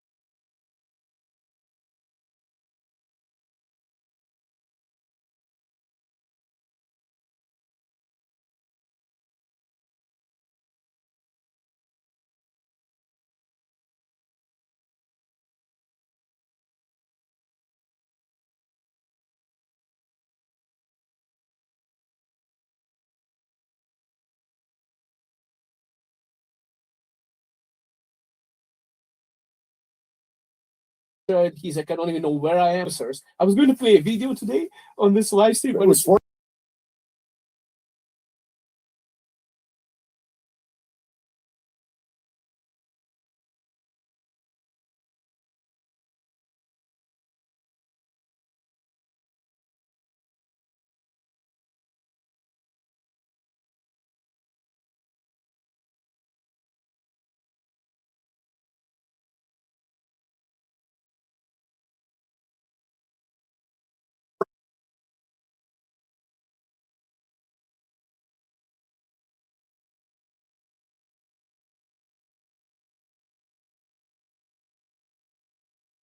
John Bolton here with a familiar face you probably know from Rebel News, Sheila Gunn Reid, and we're here talking to her about her third-party advertiser, which is Alberta's Choice, correct? Alberta's Choice at albertas-choice.com. And we're so glad to have you aboard for the telethon, and it's really nice to meet you. I think I've been in places where you've been before. We've crossed paths, yeah. But I don't think I've ever met you until today. You're here at Crossiron Mills today with your sign, so I'm Yes. glad I got another sign.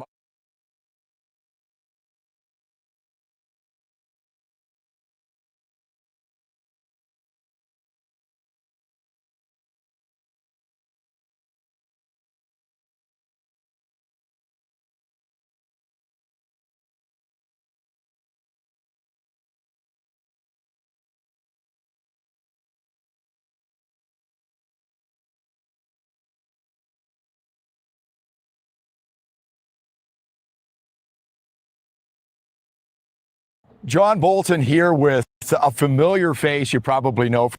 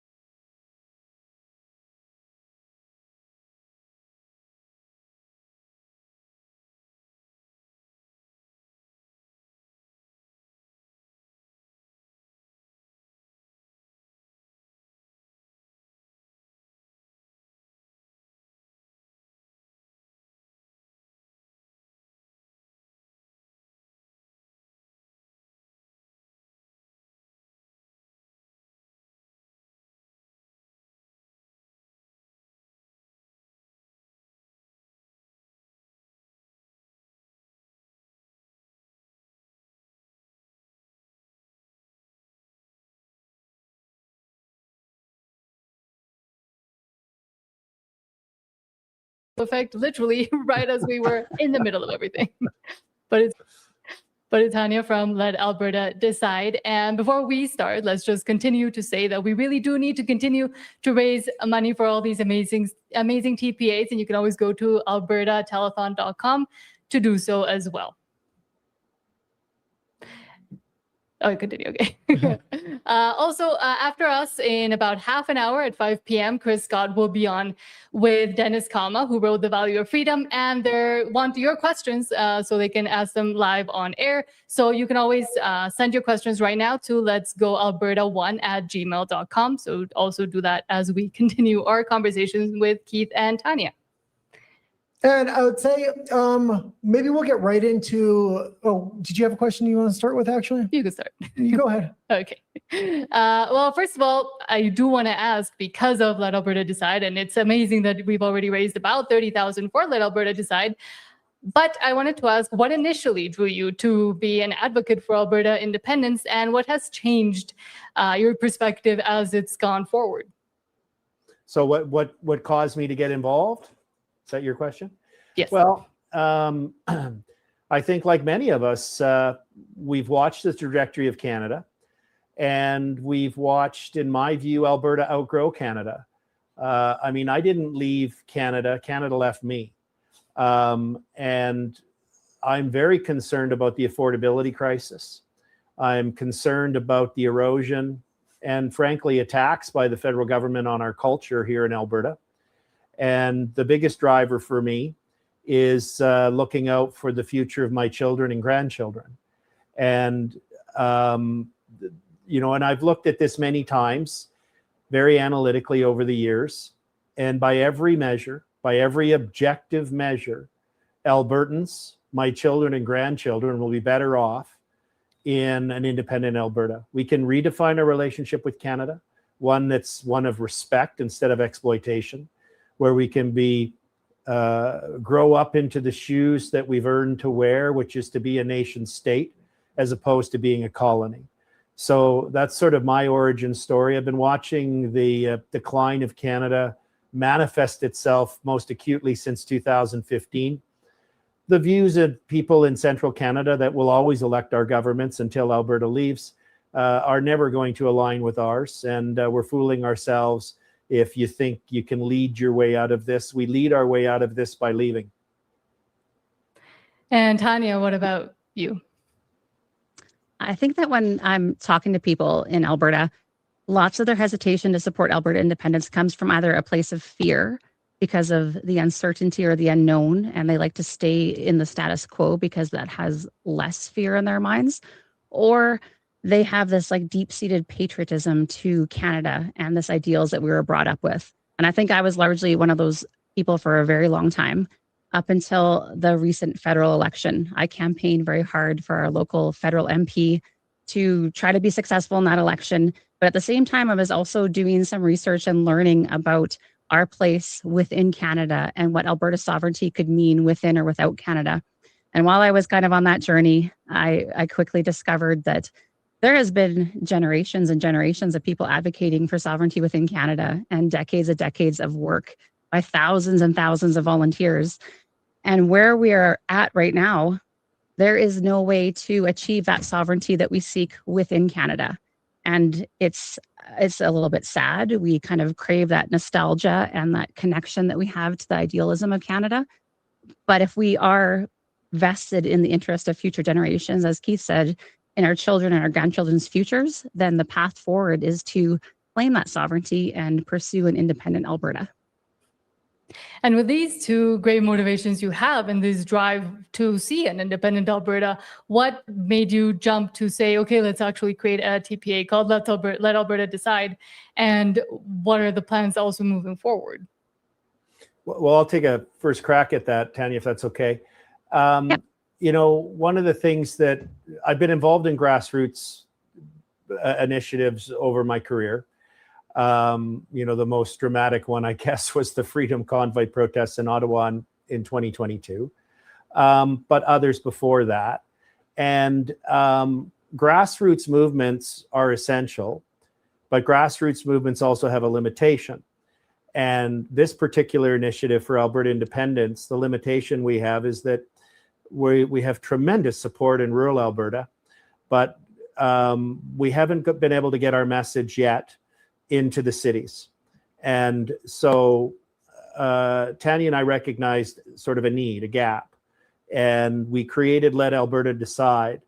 So not so much as to focus on those who've already concluded on their own that Alberta and our children will be better off in an independent Alberta, but to focus on those in the cities who are not yet persuaded or just not engaged. They're busy with their lives. They're busy trying to afford groceries. They're busy worrying about the needs of their children. Or they are engaged, but they haven't really had their mind open to the advantages. So the whole focus of Let Alberta Decide is to really target those voters in helping them understand why the smartest, best, most valuable thing they can do on October 19th is to vote for option 2 in support of independence. And I think it's also great that both Keith, yourself as a constitutional lawyer, but also Tanya as an educator and a farmer, know the importance of knowledge and how important it is to actually explain things thoroughly and through. And I do see that with Let Alberta Decide and all the incredible job and work you've both been doing on educating the public, because as Tanya was mentioning, I think a lot of that fear is coming from the unknown and then, well, what would happen? And we continue to see all these questions raised also even within our own streams. And sometimes it is hard to try to answer them, but as we build and as we are able to continue to tell people, well, no, this is what an independent Alberta would look like. In your opinion, what would in 20 years, what would an independent Alberta look like then? I think that an independent Alberta would bring back that ability of self-determination and that sovereignty as just human beings, that we have the ability to chart our own path in life. And we would not be dictated to by Ottawa and their punitive policies on our industries and our families and our communities, the overtaxation that we suffer from currently, that we actually would be able to navigate a path forward based on Alberta values and the values of our communities and our families. And that's what should be happening. We're a very large nation with a varying degrees of personalities and values and ways that we see things should be ran. And right now things are being ran from a place that is very far removed from the values of Albertans. And we've seen Danielle Smith kind of throw around some numbers and then be interviewed and then kind of walk those numbers back about, those were back of the napkin estimates and things like that. I know you're working on these white papers and a lot of people are really excited about them. How are they going along and when are you expecting to kind of release them? So about 3 or 4 months ago, I started a separate group called the Alberta Transition Council. And, it's a group of really smart, experienced people who've achieved a lot in their life and are subject matter experts. And the focus of the white paper is on detailing what if Albertans decide to exercise their constitutional right of self-determination and independence as laid out by the 1998 Supreme Court Canada succession reference case, then what happens next? And in particular, if Albertans do choose independence and resetting the relationship with the rest of Canada, how will life be different the day after the vote as the day before and the steps of Alberta transitioning from provincehood to nationhood? So that's what it's about. And to answer questions about continuity of service, whether it's someone may have a trip planned with WestJet to Cancun and want to know that on after the vote that they're still going to Cancun, and we'll be able to assure them that they are. So that's what it's about. And we're also going to look at the costing. What's remarkable about those numbers that the Premier threw out, and I hope she regrets it, I suspect she does, because one of them was the debt. Now, first of all, the number is ridiculous that she used, but just whatever the number is, the analogy I like to use is, imagine I had a spouse, and I do have a spouse, but she doesn't have the problem I'm about to describe. And those who've met my wife, Donna, know that I'm just using a hypothetical, which is, imagine she had a terrible spending habit and she had this ability to go and get brand new credit cards every 2 weeks and max them out. And I say to my buddy, I got to bring this to an end. I can't do this anymore. And he goes, you can't do that. You'll have to pay off the bill, right? And it's like, no, I'm trying to stop the bill from getting bigger. So that's one of the points. First of all, it's not even clear we're going to owe the government Ottawa any money, because we've sent over $300 billion since equalization's been in force, more to Ottawa than we got back. So, and there's other issues about, well, if the money we sent to Ottawa, in addition to the $300 billion, helped buy the new buildings that the federal government built, don't we own 12% of that building? So there's a lot of adjusting that needs to be done. And the most significant thing is when people are looking at the cost of transitioning to a province, we need to look at the benefits of transitioning to a province, because immediately right out of the gate, we've got $25 billion more that we're sending to Ottawa that we're not getting back, that we'll have. And we'll also have Ottawa's knee off of our neck of our economy, where we can grow it to supply the world, because we have the third largest reserve of oil in the world, and any other country that's any comparable to us, other than the dysfunction of Venezuela, has no income taxes, has free education, and so on. They prosper economically. We don't, because Ottawa holds us back. I'm not worried about this math. It's going to work out, especially if you consider the benefits. And also, speaking of money, let's not forget to continue to raise money today, because we are at a telethon and there's amazing TPAs that are doing the hard work and are going to get us, I think, to independence. And I really do hope so. And it is a hopeful movement, and which is why we decided to fully throw our backs behind it and support it, because we understand the value of freedom, not to steal from Dennis Kama, but which is why, once again, go to albertatelethon.com and don't forget to do that. But also, I wanted to ask, what does the money that has been raised indicate to you, to both of you, about the grassroots effort and support and the actual sentiment within Alberta and Albertans? Well, the grassroots movement is strong, and we have a very solid base, and it's growing all the time. I did a little bit of looking back into traditional telethons, because I kind of grew up watching like the Country 105 Caring for Kids radiothon that benefited the Children's Hospital. And it said that since 2003, it raised $50 million. And that was by people donating $10, $25, or $100 at a time, and not thinking that their contribution was really going to make a huge difference. But by having many people making small contributions together, we've built hospitals, we've funded research, we've changed lives in many areas of our communities. And absolutely, those $10, $25, or $100 can help us build a future Alberta that we can be very proud of. So I'm very excited that this telethon is happening, that John Bolton took the initiative to do this, and everyone has joined in to do it. I'm very grateful, and every contribution helps us achieve our goals. And just on that note, if I could, I was on the ground in Ottawa during the most successful fundraiser in Canadian history, which was the Freedom Convoy that raised over $24 million in 3 weeks. And what was so significant about that, because I remember standing beside Tamara Leach on the ground in the war rooms there, and she's going, oh my God, we just went up by another million. And what it was an opportunity for Canadians at that time to lay down a marker. They couldn't be in Ottawa, they couldn't be on the side of a highway, but they could show their support. There's a lot of Albertans who are feeling somewhat similar, in the sense that they're concerned about putting a lawn sign up, some of them, right? They're concerned about showing their outward support because of the extremist approach by the Stay in Canada crew. But sending a donation is a way they can put their marker down, just like donors did in the Freedom Convoy. And they can say, I support this. I'm showing people I support it. And on that note, I just got a note from our control room that Let Alberta Decide today alone has just passed over $38,000 in donations. Thank you, thank you, thank you.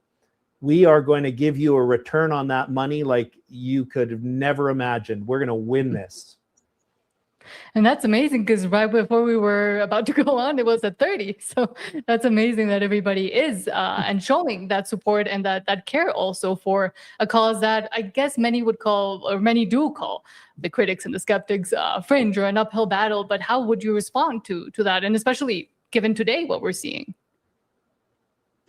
Well, I wouldn't say that it's fringe anymore. Maybe at the beginning it seemed a little bit fringe, and we had that large base that was very angry at the outcome of the federal election and quickly joined forces and came together to start to combat this. But now we've kind of elevated that conversation and it's grown. And I think that's what Keith and I are very proud of doing with Let Alberta Decide, is we're creating that space for the conversation to continue to grow and to reach into that undecided category where we know that Albertans share a very common sentiment of being frustrated with Ottawa and their punitive treatment of Alberta, but not necessarily everyone is ready to make that step to independence. And then I'd also want to add that this first referendum to have a referendum is not a binding referendum. So if you vote option 1 in that, you're voting for the status quo. You're voting for nothing to change and for us to continue as per usual with the increasing overreach by our federal government and the increasing punitive treatment of Ottawa to Alberta. But option 2 gives a pathway for people that feel just disenfranchised with how Ottawa has been treating us. And what a vote for option 2 does is it empowers our provincial government with all the negotiation strength to be able to negotiate with Ottawa with that leverage and position of strength that we've never had in the past. So if you want to pursue more sovereignty within or without Canada, you have to vote option 2. I would implore you to vote that vote, and then it will be up to us to convince you that, let's take it a step further and look at what the benefits are to Alberta standing on its own 2 feet and achieving independence. Well, it seems like there's 2 opportunities here to really send Ottawa a message today with raising a large amount of money to really push this thing over the finish line. And then on October 19th will be the second opportunity to really send Ottawa a message. And when we get to that binding referendum, I think there's going to be a big surprise of a lot of people that were pushed out of their own country, like us, like conservatives across Canada, wanting to move to Alberta to take a part of their country back and save Western values. Well, on that point, if I could, the rest of Canada needs some tough love. They've been living beyond the means. Alberta's been propping them up incredibly. I mean, which province has a growing economy in Canada right now versus how the rest of them are declining? Alberta. Which province has created the most amount of jobs? A report came out this week. 80,000 jobs were created in Alberta. Meta just announced a $13 billion investment in an AI center. Other companies have announced over the past year record investments in Alberta. But Ottawa behaves recklessly. The Prime Minister every week announces billions and billions more going onto your credit card, your kid's credit card, your grandkids' credit card, and your great-grandkids' credit card. Corey Morgan was talking earlier today about the trillions and trillions in debt. That causes inflation. That causes workers who go to work and work really hard. And each week, each month, that paycheck, even though the number stays the same, it buys less and less and less. Their money becomes worth less over time. And nothing the federal government's doing is changing that. And they're going deeper and deeper into this debt cycle. And Alberta has an opportunity to break free from that and start again, and start from a foundation of our young entrepreneurial population that Tanya talks about, our resource economy. We've got, we've got more agricultural, highly productive agricultural land than most countries in the world. We've got the 3rd largest reserve of oil in the world. We have a very high tech, a tech sector in our province. We have an aviation and aerospace industry. We've got everything going for us, but for Ottawa holding us back and pursuing ideological agendas at the expense of our children's future. More and more Albertans are waking up to that. Our goal, what we're using these dollars for, is we're running a very sophisticated professional campaign, some of which won't become manifest for some time because of its nature. But we're covering every aspect of traditional campaigning and taking advantage of the latest technologies and tools, and recognizing the fact that just about everybody is on these all day, getting their information from this thing. Exactly. And I also think you raised excellent points there, but also previously you raised that people might be skeptical or scared to show support, for example. And I think that within itself, supporting something like Alberta Independence and being afraid to do so should tell us something about the state of Canada at least, but Alberta as well, inside Alberta. But Albertans also have really strong values that we see every day: the hard work, the resilience, the responsibility. So how can those be leveraged to actually achieve independence? Sorry, did you want to go, Keith, or do you want me to? Go for it, Tanya.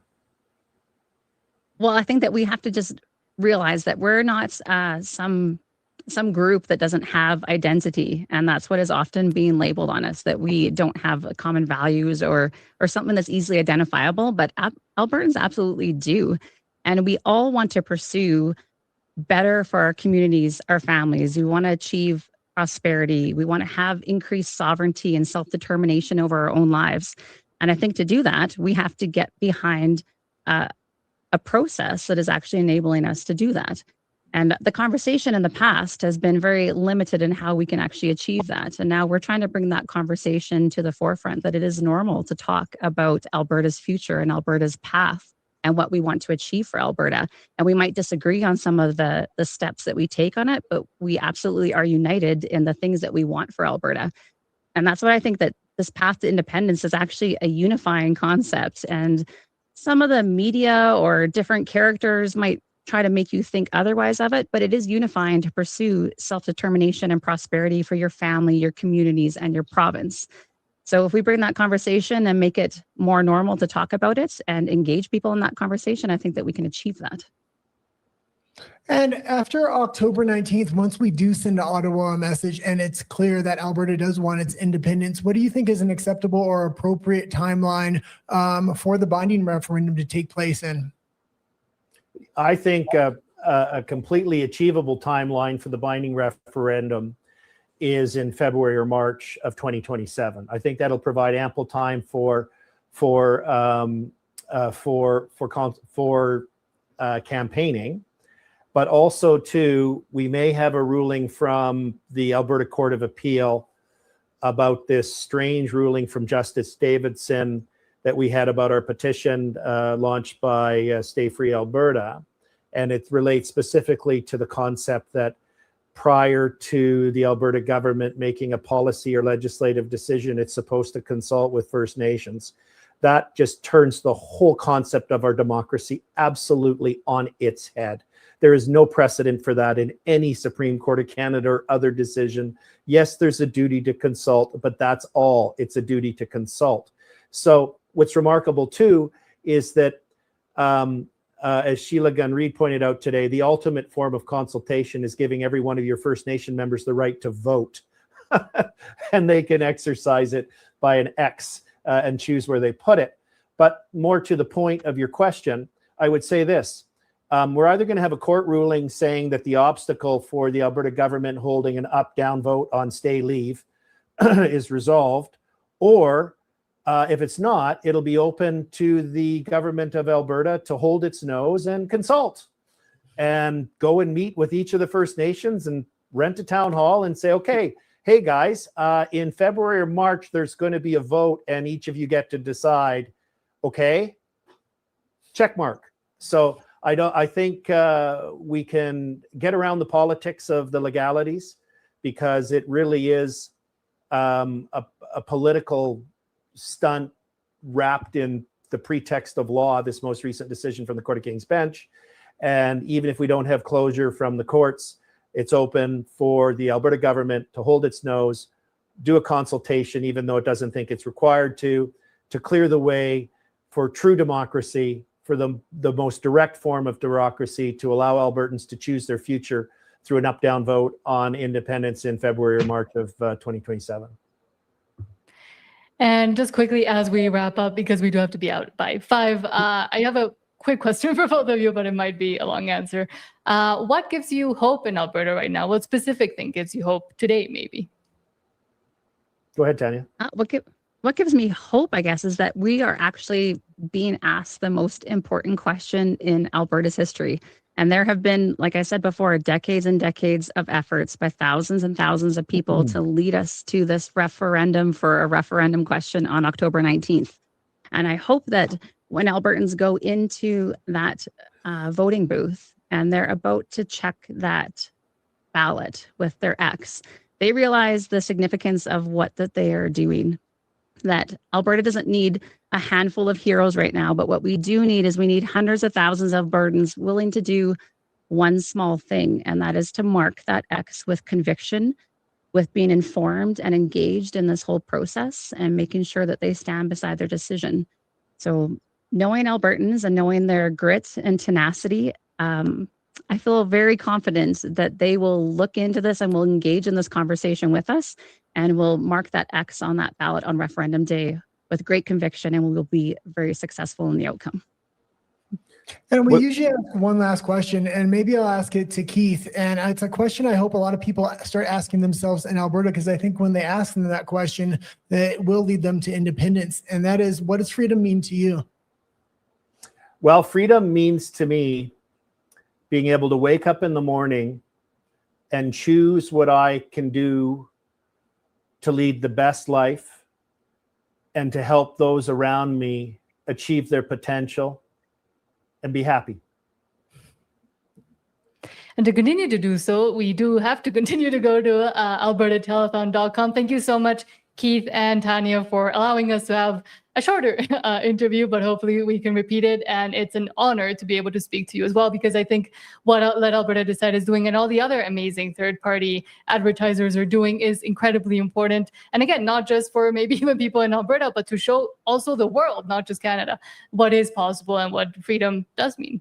Yeah, absolutely. And I will say, if you can afford to donate today, now is the time to really help push this thing over the line on October 19th, as well as if people are maybe outside of the country and can't donate because it's only for people with inside of Alberta. There is a list of content creators from the Unacceptable Fringe and others.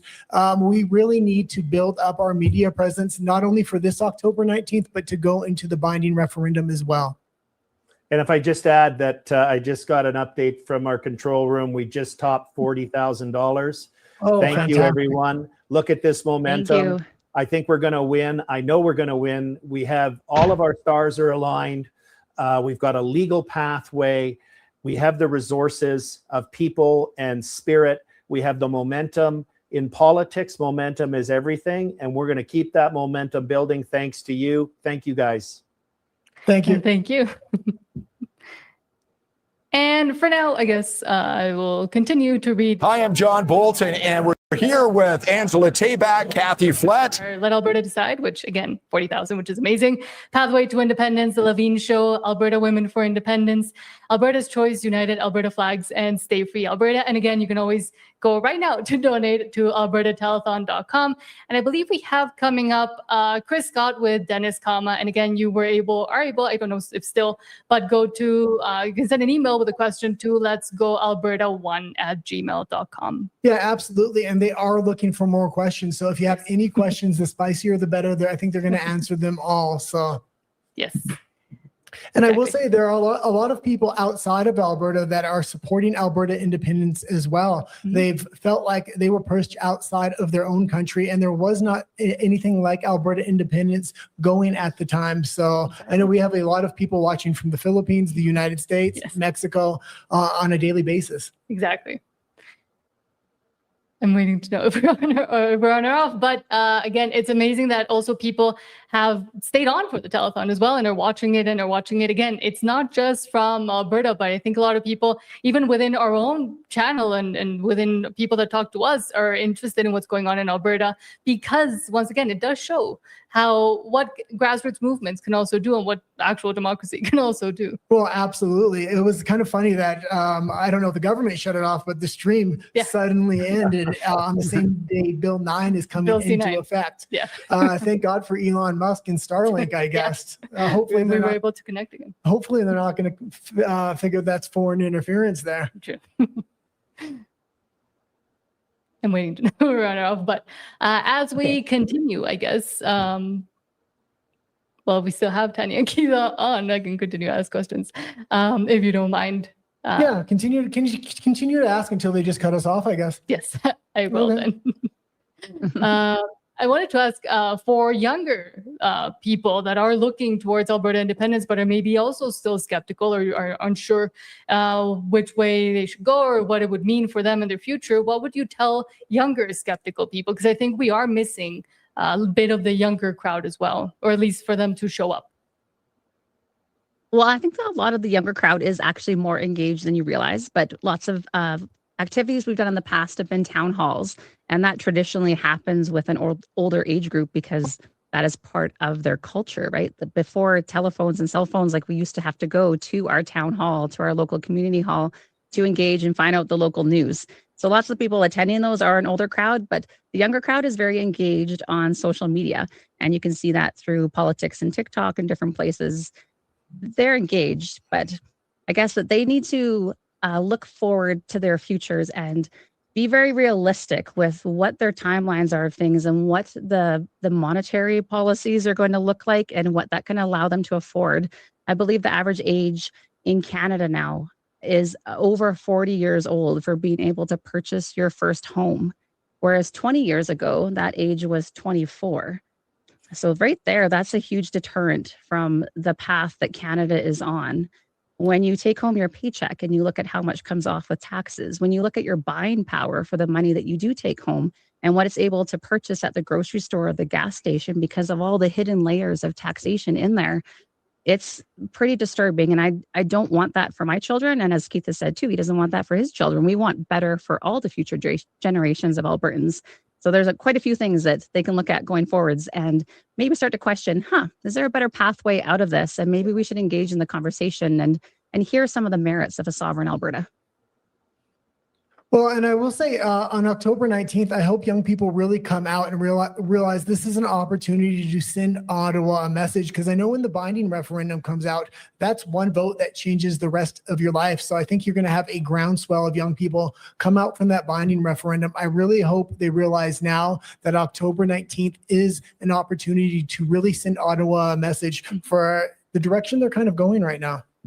Exactly. Do you have another question there? Yes.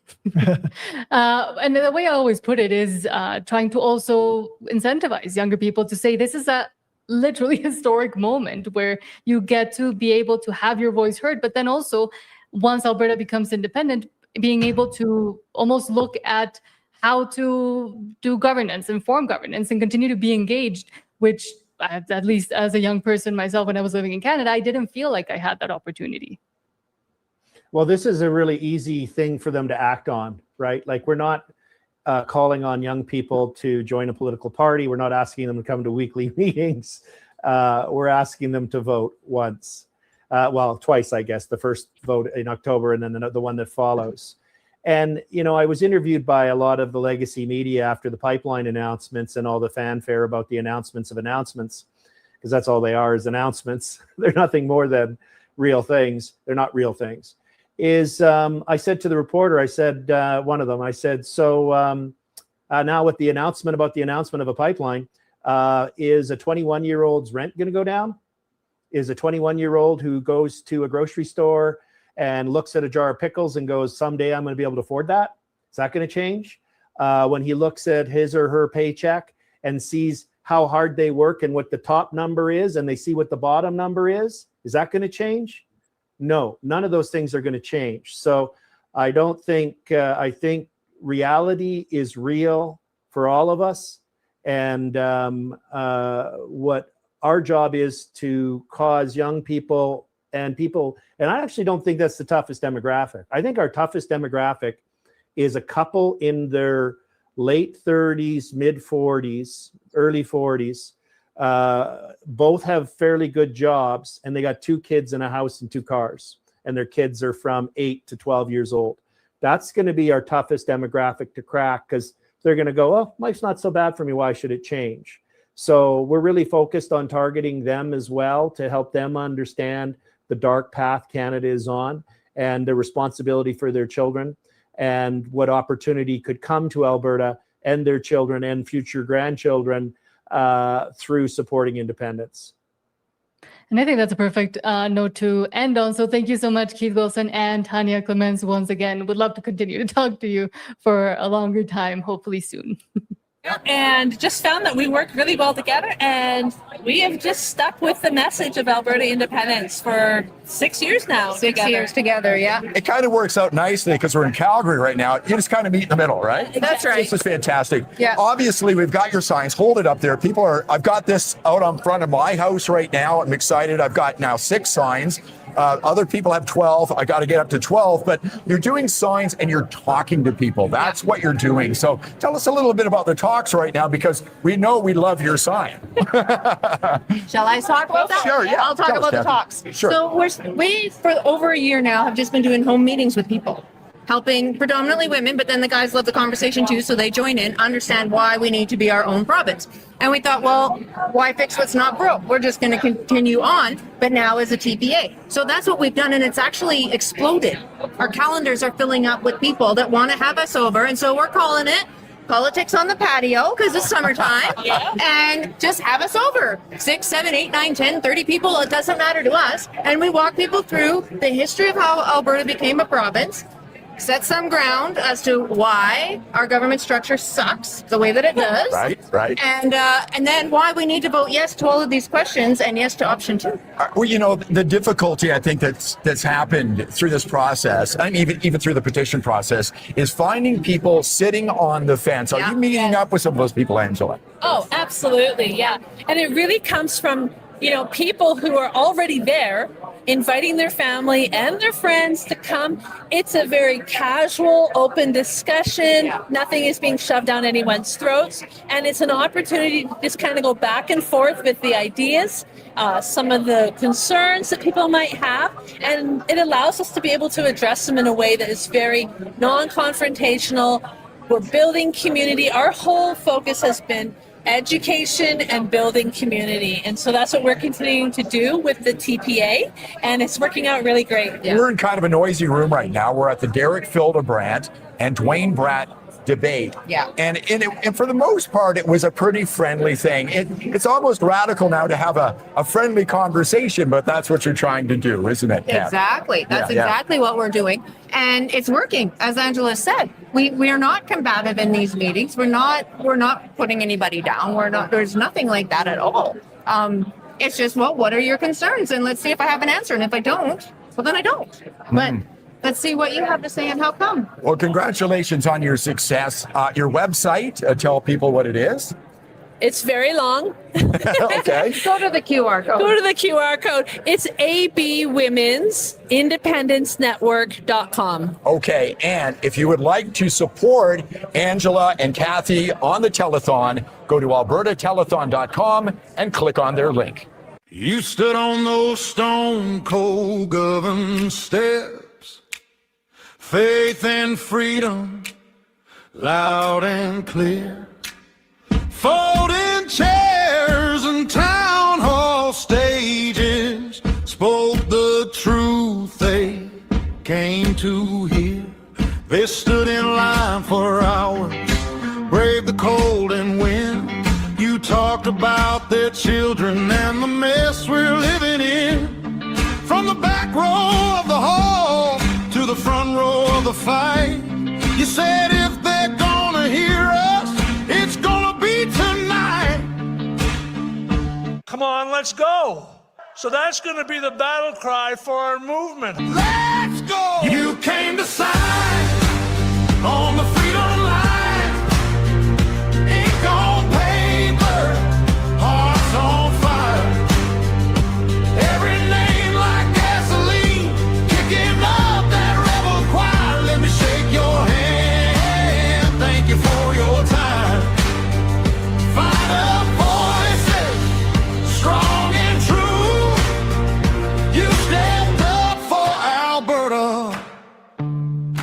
This one's for you. I feel like I'm with friends here. Yeah, and that's exactly correct.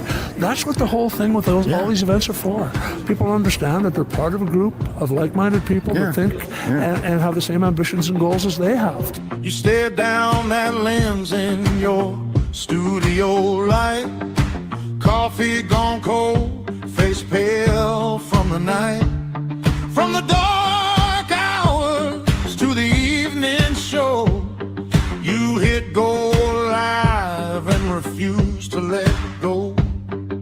Slow roll down from Edmonton, high beams cutting through. Northbound up from Calgary, every small town waiting on you.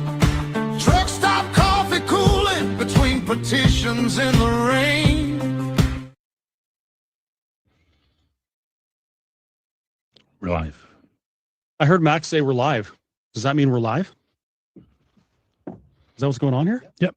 What are we supposed to be doing? I was actually just driving down a back street in Calgary. I was lost, and I saw an Alberta flag, and I was like, hey, that seems kind of cool. And I ended up in this seat. Yeah, I'm how'd not sure that happen? exactly. Who are you? Yeah, I'm Dennis Callan. Oh, I'm Chris Scott. Nice to meet you. Hey, I've heard your name before. Oh, I've heard your name before as well. Good cafe.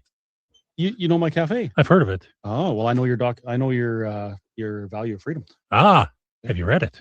I've read most of it, yeah. And I actually, I even ran it through AI. I ran it through Grok. I ran it through Claude AI, and I said, be really critical of this and find all the mistakes so I can call these guys and say, hey, you didn't do it well. Yeah. And that never happened. No, it's reasonably solid on the number side.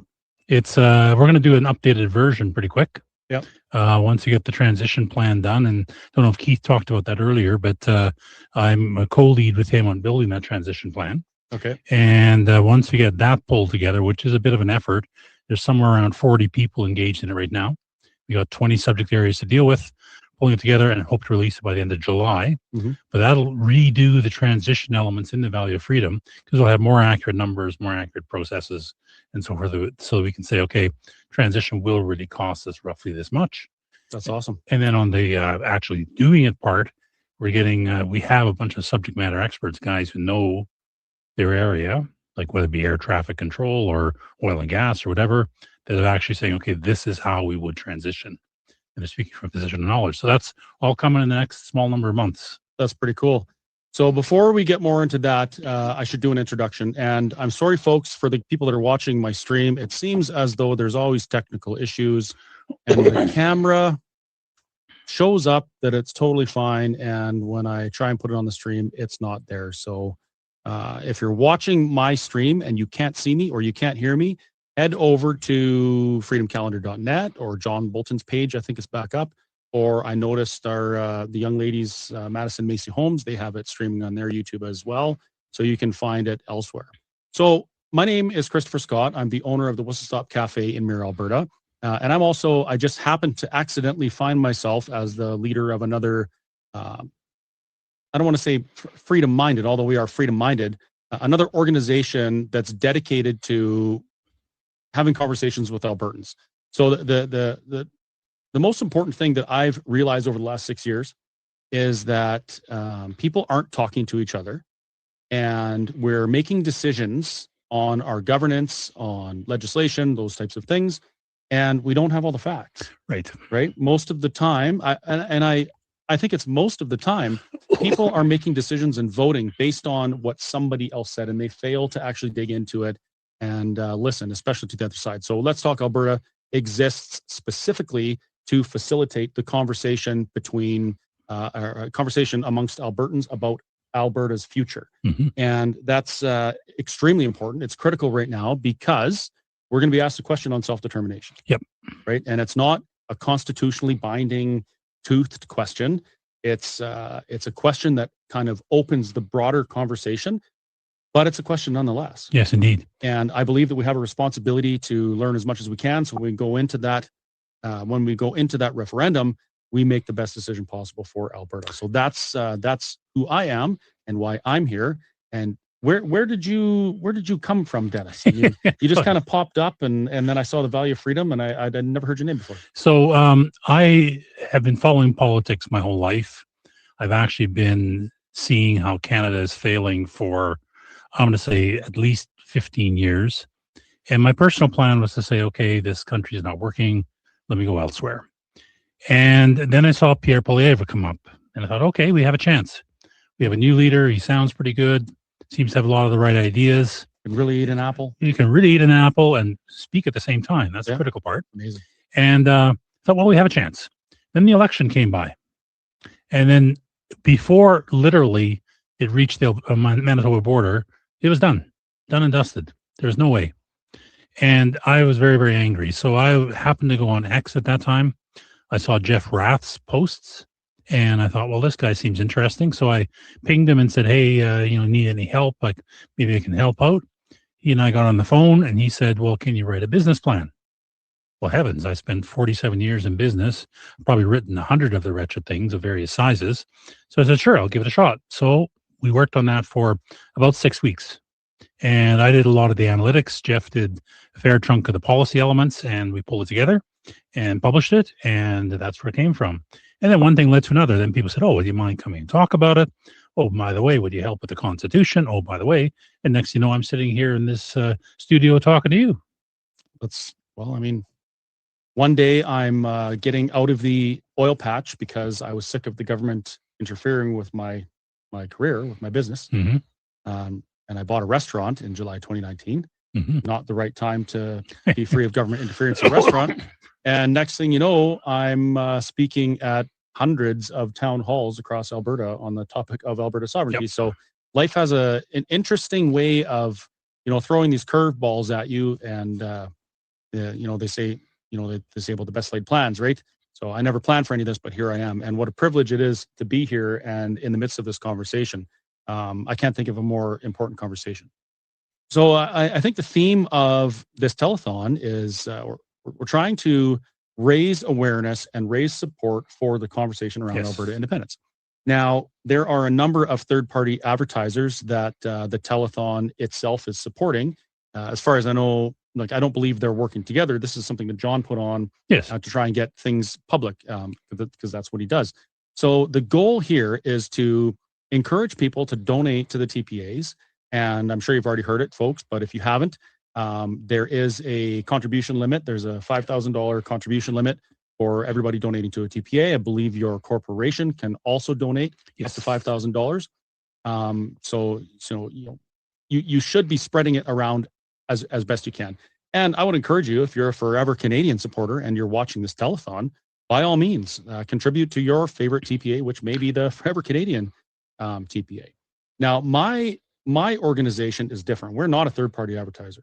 Okay. And there's a very specific reason for that. The Elections Finance Act has a carve-out in it that allows people to express themselves for political purpose. And that's what we're doing. We're facilitating town halls, open conversation. We invite people from both sides, although because I'm very vocal about my position, it's very rare that somebody that opposes me shows up.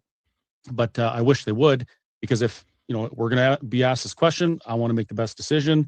And if they can tell me why their position is better than mine, I need to hear that. Yes. Because I want to make the best decision. So I would love for the front row to be filled with people who oppose my position. So what we're going to do, and I'm not exactly sure how the logistics of this is going to work. I guess we're going to have to rely on some of the folks in the back end. But I have a little bit of a contribution limit left for my personal TPA contributions. I donated $1,000 to Corey Morgan's TPA. And so that means I have $4,000 left that I can donate. What I'm going to do is during this portion of the telethon, the top 3 TPAs that people donate to, I'm going to match that up to my contribution limit. So it's like $1,600 or something like that to the top 3. So folks, now's the time. You're going to maximize the impact and the input to those people that you want to support by leveraging mine as well. And if you want to support the work Let's Talk Alberta is doing, you can be from anywhere. You have no contribution limits. You can donate as much as you want. As a matter of fact, we had a donor fund us with a nest egg of $95,000 a few days ago, which allows us to go and book town halls and do all sorts of things. And people are going to see a rolling billboard within the next few weeks. And it's going to be a lot awesomer than the Forever Canadian Unity Mobile. Mhm. So you can look forward to that. So A nicer motorhome. Yeah, A that's nicer right. motorhome. Yeah, it's big. It's 40 feet. It's a diesel pusher. It's an Albertan mobile, rolling coal, and it's going to be an absolutely fantastic expression of I love Alberta, and I want to have this conversation. So donate, and donate often, but don't exceed your limits. And if you're from outside of Alberta, don't donate to a TPA. You're not Right. allowed, but you can donate to Let's Talk Alberta, and we will be good stewards of your donation and maximize its impact. Now that that's out of the way, is there anything in particular you wanted to talk about, Dennis? Because all I really wanted to do is I wanted to come on and just answer questions. We've been doing that for months, and I have fun doing it. So we can talk about whatever you want, and then we'll do that. Well, there's a couple of things I wouldn't mind talking about. And first of all is I've been co-leading with Keith Wilson the development of the transition plan. And I want to make clear a couple of things about it. Is people think the transition plan is setting long-term policy for the country of Alberta and deciding how we will run things and how taxes will work and form a government and so forth. And that is not true. All those things are in the hands of the future legislature. Mm-hmm. Deciding how taxes are done, deciding what constitution we should use, deciding, what kind of military do we need, are all things to be done by the people of Alberta through their elected legislature once we are an independent country. So all the transition plan is doing is covering that period of time from when we win the referendum until such time as that legislature is in place.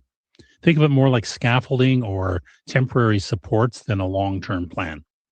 So all we're saying is, okay, how do you handle policing until the legislature can decide what the long-term policing model is? Mm-hmm. Now, things have to be done. We have to, of course, defend the borders, protect the borders, at least keep track of who's in. We have to deal with how do we collect taxes in the interim. We have to deal with things like what do we do about a military, to cover that period of time. So that's what we're building right now. As I said a few minutes earlier, that we're developing it with a bunch of people who know what they're talking about, and it's being pulled together as we speak. It's fairly big and meaty. I'd say it's about 300 or 400 pages at this point, and we plan on releasing it roughly the end of July or as close to that as we can possibly get. And then people can answer the question that follows after the Valley of Freedom. Valley of Freedom was, is the country of Alberta a financially viable place? Short answer, yes, it is. Mm-hmm. Second question is, okay, so we will be financially viable. How do we get from where we are now, a province embedded in Canada with a lot of services that are not being done by our own people, to the place where we are doing all those services and operating as an independent country, recognized by the rest of the world, and be able to do things like, okay, we need a passport. How do I get an Alberta passport if we offer such things? So that's the thing we're building now, and that's what we want to have ready by the end of July.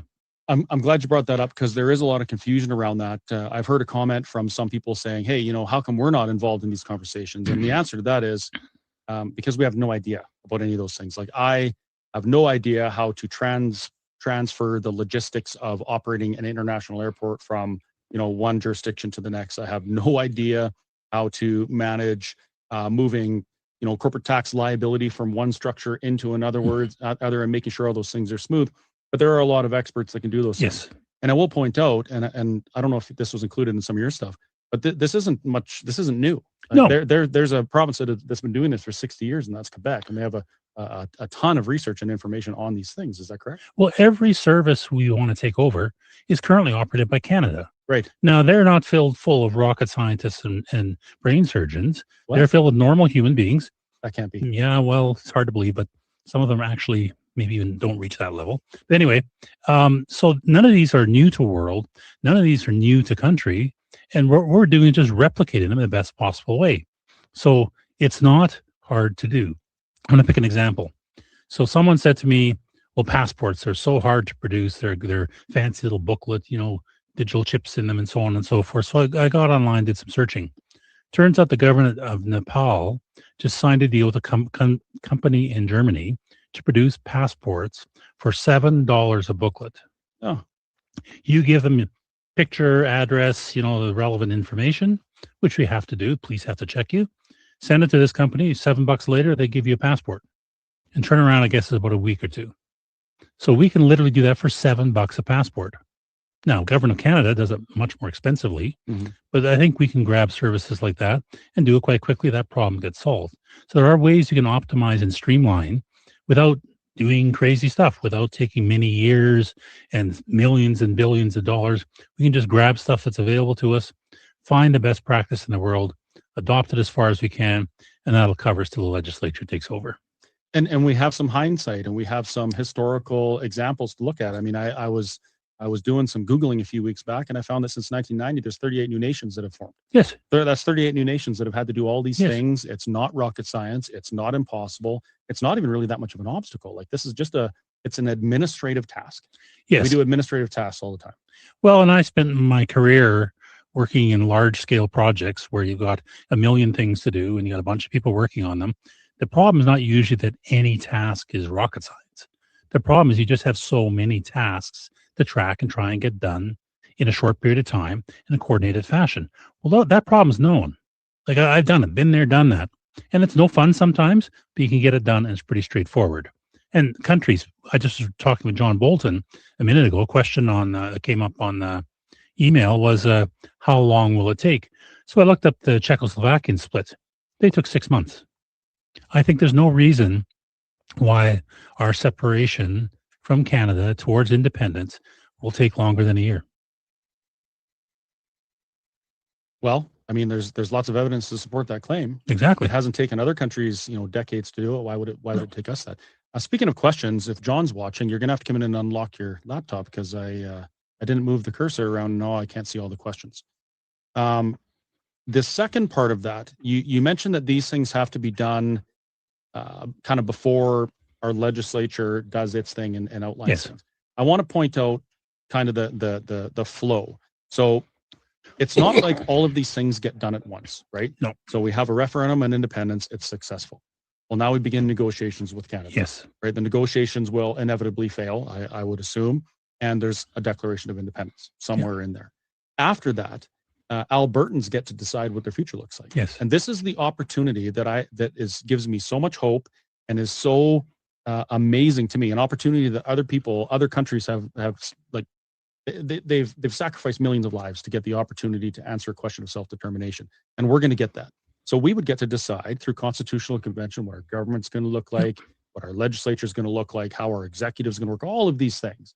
And we can look to other countries, to other constitutions all around the world for the things that have worked well and the things that haven't. For example, the United States just celebrated their 250th anniversary. Yep. Greatest experiment in freedom the world has ever seen. Not perfect, but it's a great example, a great constitution to look at to say, hey, how did they maintain their freedom and how did they maintain their cohesiveness through that amount of time? Because a lot of countries don't. No, and I just came off a road trip that Jason Levine organized with Matt Rowley and with Bruce Party. And we went to Edmonton, Red Deer, and Calgary, and to answer questions and listen to people about what they thought about constitutions. And in that case, the three of us have different points of view. Matt Rowley's in favor of an improved Westminster system. Bruce Party is a very libertarian-minded guy, and I tend to be roughly in the middle with a republic, much like the Americans have.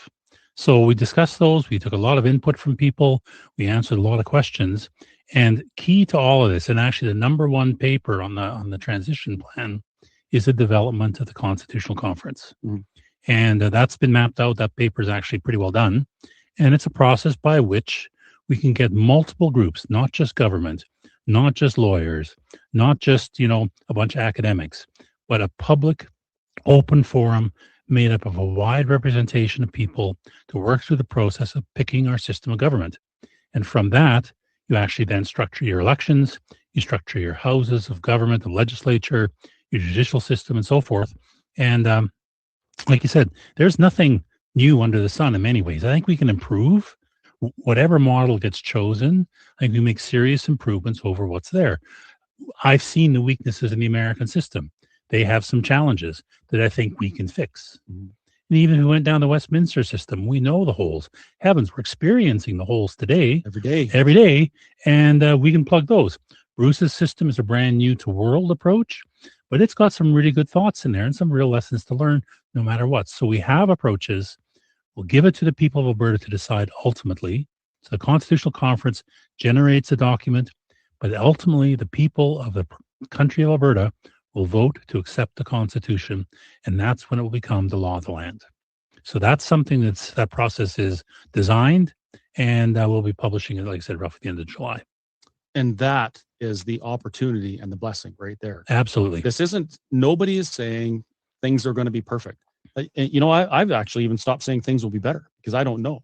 What I do say is that for the first time in history, Albertans will get to decide. Yes. Albertans will decide the laws, the governments, the policy, all of those things, and they will reap the benefits or suffer the consequence. Right now, it's a group of people thousands of kilometers away that make the rules largely, and we kind of go along for the ride, for better or for worse. And I think there's a better way to do it. I think that the people who are affected by legislation should be the ones that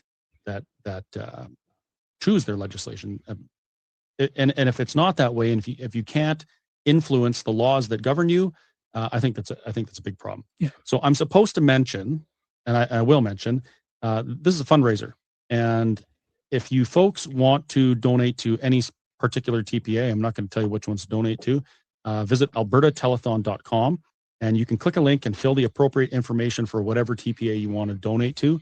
And keep in mind that the top 3 TPAs that you donate to right now, I will match those TPA donations up to my maximum allowable contributions, which I believe is another, I think I can donate about another $1,600 for 3 more TPAs. So I'm happy to do that. And, you know, if you got a couple $100,000 kicking around, you don't know what to do with it, Let's Talk Alberta can accept anything from $1 up into the sky's the limit. Elon, if you're watching, and we'll be, like I say, we'll use your money very well. The TPAs in Alberta right now are subject to a number of rules. Yes. And the reason is that Elections Alberta wants to know who is paying to advertise for an outcome of a referendum, election, whatever. Yes. And the purpose of that is so that a giant corporation in wherever doesn't, stick their $1 billion in and influence an election. They want to know that it's coming from the people of Alberta, and that's why there's contribution limits. So I think Elections Alberta has an important job to play in that, and it can be frustrating to navigate those rules. But I have noticed that some TPAs, particularly one, doesn't seem to be really following those rules. And that's the Forever Canadian TPA. So do you have any thoughts on that? Have you heard anything about that, how they're getting away with that? Well, I've read the announcements made by Elections Alberta, and they're cutting, in my mind, a very fine legal point. I've also listened to the Forever Canadian people a few times, and as far as I can tell, they're campaigning. Just like, for example, Keith Wilson's campaigning for his point of view, and I go, fine, let them campaign.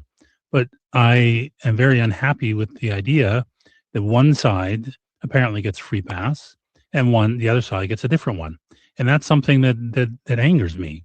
So I think that I would ask Elections Alberta to look very carefully at what exactly is being done by all TPAs. Make sure it fits within the rules. I do agree with the idea that elections should not be able to be bought. That concept is solid, but then make sure all the TPAs on both sides of the question are in fact playing by the rules, living by the rules, and meeting the requirements that you set out yourselves. So if one side appears to be, not quite following the rules as they should be, and the other side is under quite a bit of scrutiny, I would say, folks, if you have an opinion, if you believe in one side of the conversation or the other, support them however you can. Donate as much as you can, as often as you can within your limits. And that's really the only way this is gonna work. The status quo, the current situation, is the easy choice. It's the safe choice, because nobody really is going to put a cigarette butt in your cheek for saying, hey, we want to remain in Canada. But the risk to some for expressing their opinion for self-determination is it's quite visible. Well, things we see going on. And you say it's a safe choice, and I agree from the Elections Alberta perspective it is. But I ask people, and I've been having this conversation for a while, so is choosing to remain in Canada really the safe choice?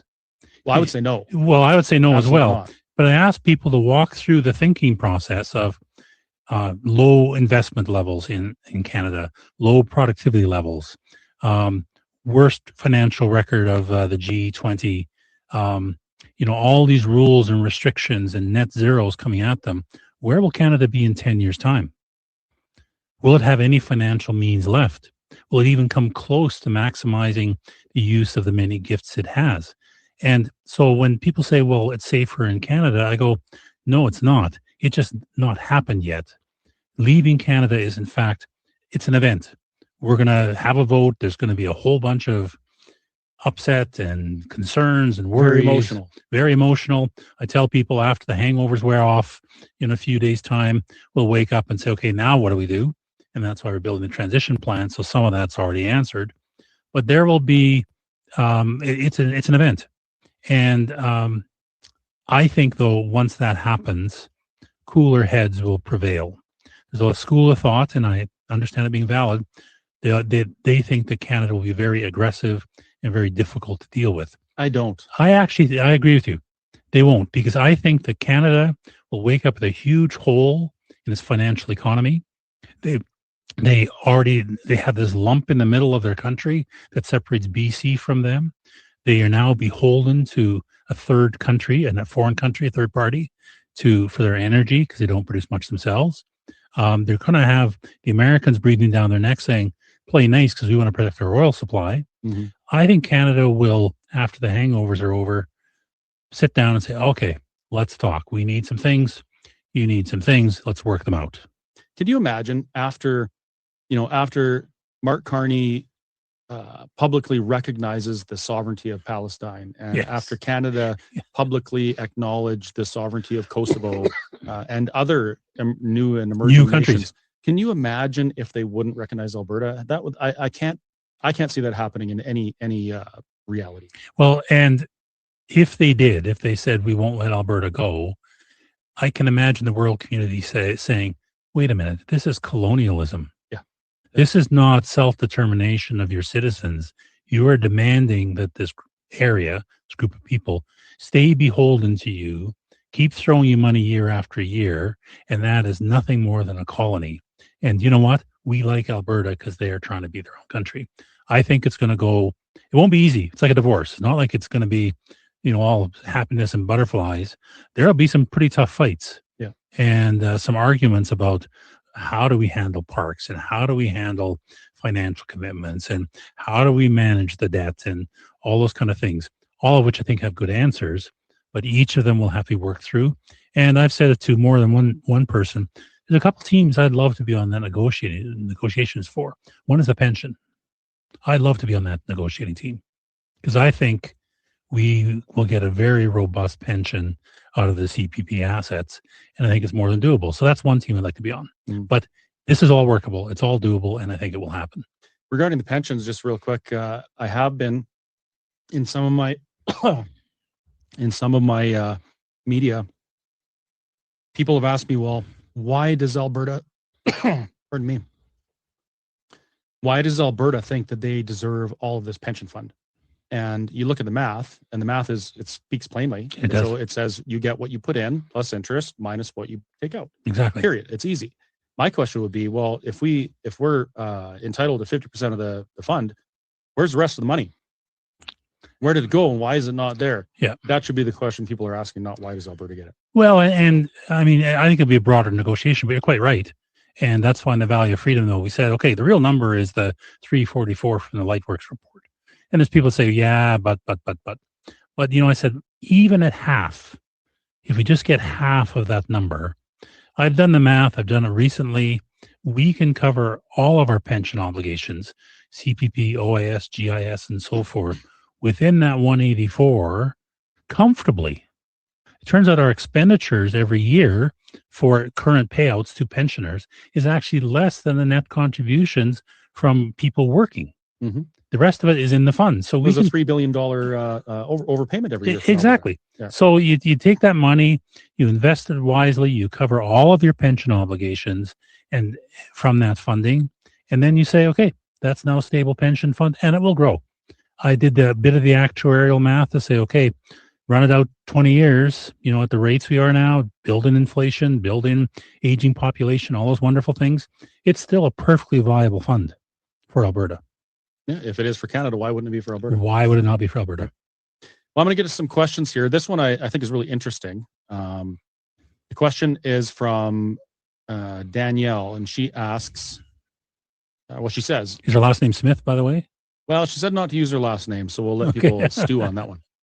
She says, hello, I am not a separatist, but I'm listening to the telethon in good faith to better understand the situation, the issue, and the separatist perspective. Well, thank you, Danielle, for watching. I appreciate that. That shows you're a responsible, civically engaged citizen.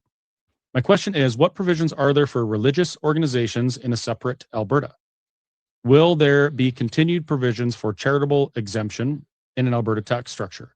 What about immigration exemptions for religious leaders / clergy via immigration to be able to come to Alberta and minister? What about protections for religious-based schools? That's it's a opportunity question. What do you want? That's the point. Yeah, we get to decide in our constitution. Well, and to answer the question directly, in all three approaches, Dr. Party's, Matt Rowley's, and mine, all of them have at their core very strong personal freedoms. Things like freedom of belief, freedom of religion, freedom from religion as well, if you don't want to believe. And that includes the ability to worship as you will, as long as you don't hurt anybody else, of course. And that's all in the structure. And we will decide that. In terms of immigration, whether it be for a pastor or a religious leader, I mean, that's subject to immigration law, which again, we craft here in Alberta.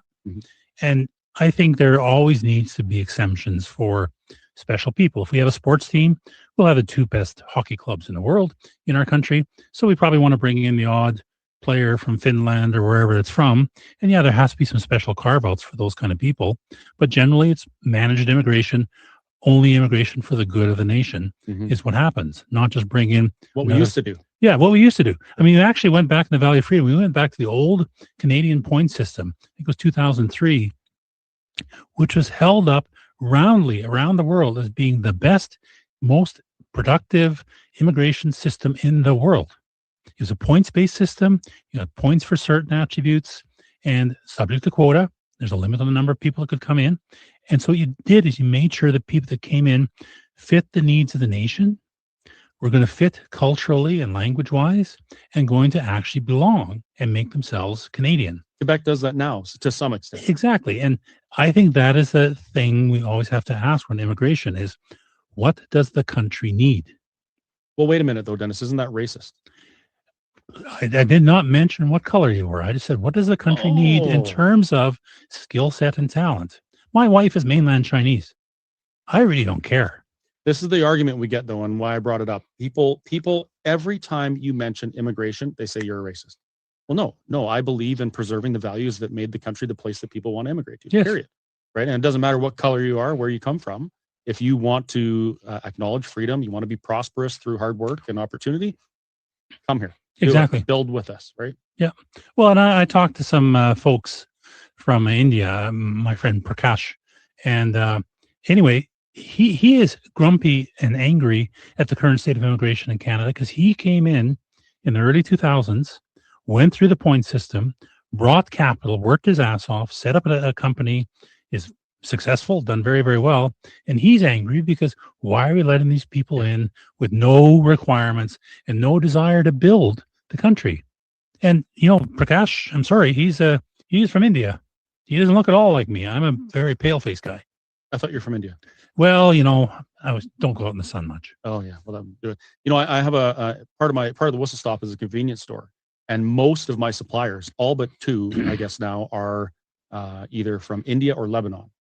And I've had this conversation about Alberta independence with them, and some of them they're not even citizens. They're just here on temporary PRs. Yeah. They're completely choked at what's going on with immigration, and the common comment is, if I could vote, I would be voting for independence, because this is not, we should be protecting what we have here. And well, and as I said, my wife is mainland Chinese, and if you want to get a rise out of her, Just say, hey, immigration's fine the way it is in Canada right now. Oh, She will go absolutely ballistic.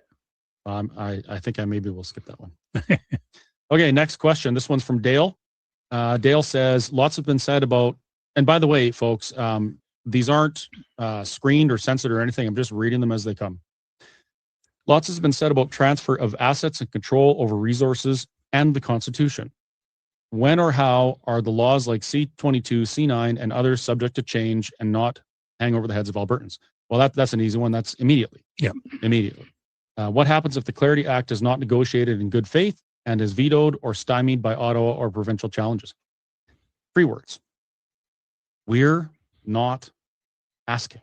Exactly. It blows my mind. The Clarity Act is the legal pathway that Canada would prefer Alberta use or any province use to secede from Confederation. That's a preference. It is not a requirement.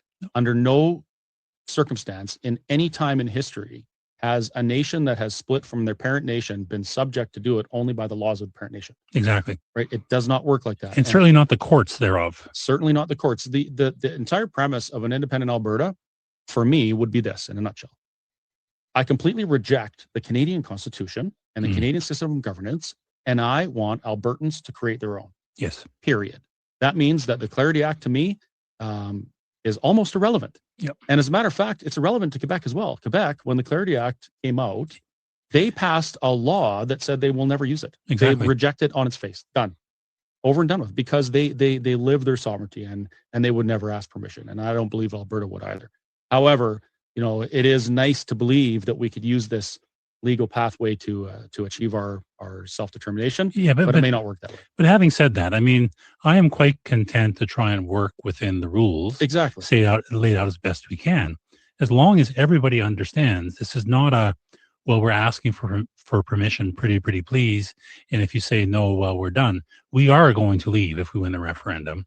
We are going to set up our own country. We would like it to be civil and reasonable and based upon good conversation and good negotiation. But if the other party refuses to hold to that standard, we will pursue things unilaterally. Mm-hmm. And we have every right. The international community recognizes the right to self-determination. Yes. And it's, internationally, not every nation agrees on everything, but that's one thing that most civilized nations agree on. Yes. Self-determination. What happens to the joint provincial federal pipelines and other deals that are being made in the MOU presented by Carney? Well, this is assuming that those happen, and they happened before, but let's just pretend that it happens tomorrow. What about things like that? Any joint provincial federal business case? Well, I mean, this is what negotiation's about. The feds are going to say, take the Trans Mountain pipeline. We invested a ridiculous sum to do way too much money. Different topic, but let's pretend it's 34 billion. I think it is. We'll say, okay, you invested that amount. We're going to use that pipeline to ship our product to the sea. There's a tolling arrangement. We're going to pay for the use of that pipe. We owned part of it, so we get something back for that. Let's work out the deal that says, okay, you get to recover your part of the investment. We get our part of the investment. It's like any other country. It's just like when we ship stuff to the southern states right now through the American system, we pay tolls. Right. Yep. Why would it be any different? And the other thing people forget is that a federal asset, Alberta owns 15% of federal assets as well, right? So it's not like we only own what's in our border. We own 15% of that, and we own 15% of that. So that's a negotiation. Well, and I made the case more than once. People say, well, yeah, what about the parks? What about military bases? I go, well, I'm willing to exchange my 15% of the military bases, parks, and federal facilities in the rest of Canada for a 100% ownership of those equivalent facilities within the borders of Alberta. Let's call that a deal. And by the way, my advice to Canada, take it fast because it's really in your favor. Yeah, absolutely. That's one of the things that one of the trifold documents that we produced with Let's Talk Alberta was show me the other half of the ledger. Yeah. We're always talking about this. What about the national parks? What about the military bases? And we forget, or people forget, to ask the other question on the other side. What about the assets that we own in other provinces? And this stuff all has to be considered, not just the one side. Well, same with the national debt. I mean, that question comes up a lot as well. And you go, okay, but back to your other side of the ledger, what proportion of that debt incurred had benefits that accrued to Alberta? Mm-hmm. If you put all that money or a bunch of that money into stuff in Newfoundland or stuff in Quebec, Well, that's very nice, but by the way, we're not going to take on the debt related to that. Right. So I think the debt will not be the 15%, 12%, whatever the per capita percentage is. It's going to be something less. And yeah, we'll take that on. That's our obligation. We'll take it on. Yeah. It's like, you're moving out of your parents' house. They've racked up a ridiculous amount of debt without you being able to do anything about it, without it really benefiting you. And then when you move out, they say, hey, you got to pay part of this debt back. Right. It doesn't work that way. And considering that Alberta has contributed, something like $600 billion before inflation adjustment to Confederation, I think we're starting off in a pretty good negotiating position. Yep. If you consider both sides of the ledger. Unfortunately, some don't, including our premier. Our premier went public and said, hey, it's going to cost us $400 billion. It's going to cost $60 billion a year. She talked about that one side of the ledger, not the other. And that's actually what motivated me to write that document and get it out there. And she mixed all sorts of things up. She mixed up initial capital cost with increased operating cost of the actual units, and then the actual, money dispersed as part of those programs. And, I like to think, because I do like Danielle, I like to think if she could say that over again, she'd say something different. But now it's out there in the wild, and I think it's a ridiculous statement. Well, it worked out good because it motivated me to do something. So I spent a couple of days doing some research and producing a document. And now it's in Red Deer alone. There's a group there. They distributed 20,000 of these things in the city of Red Deer. And we've got them going all over Alberta. It's absolutely amazing. So folks, if you want to support that, please do.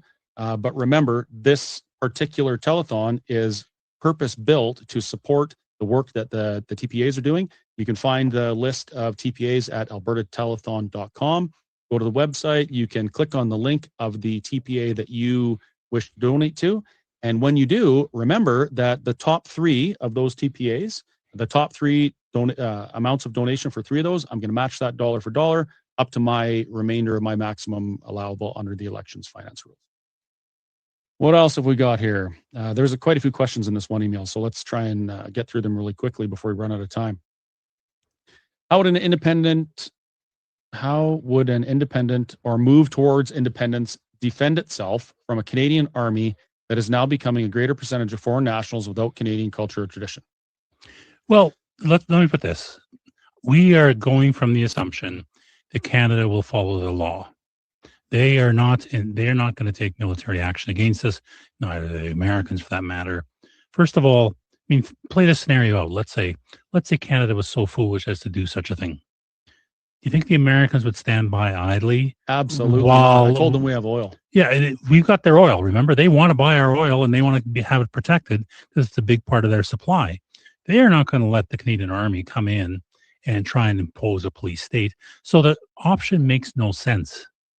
And, so I think you have to stand back and say, no, Canada will not invade. They will not try and do such things.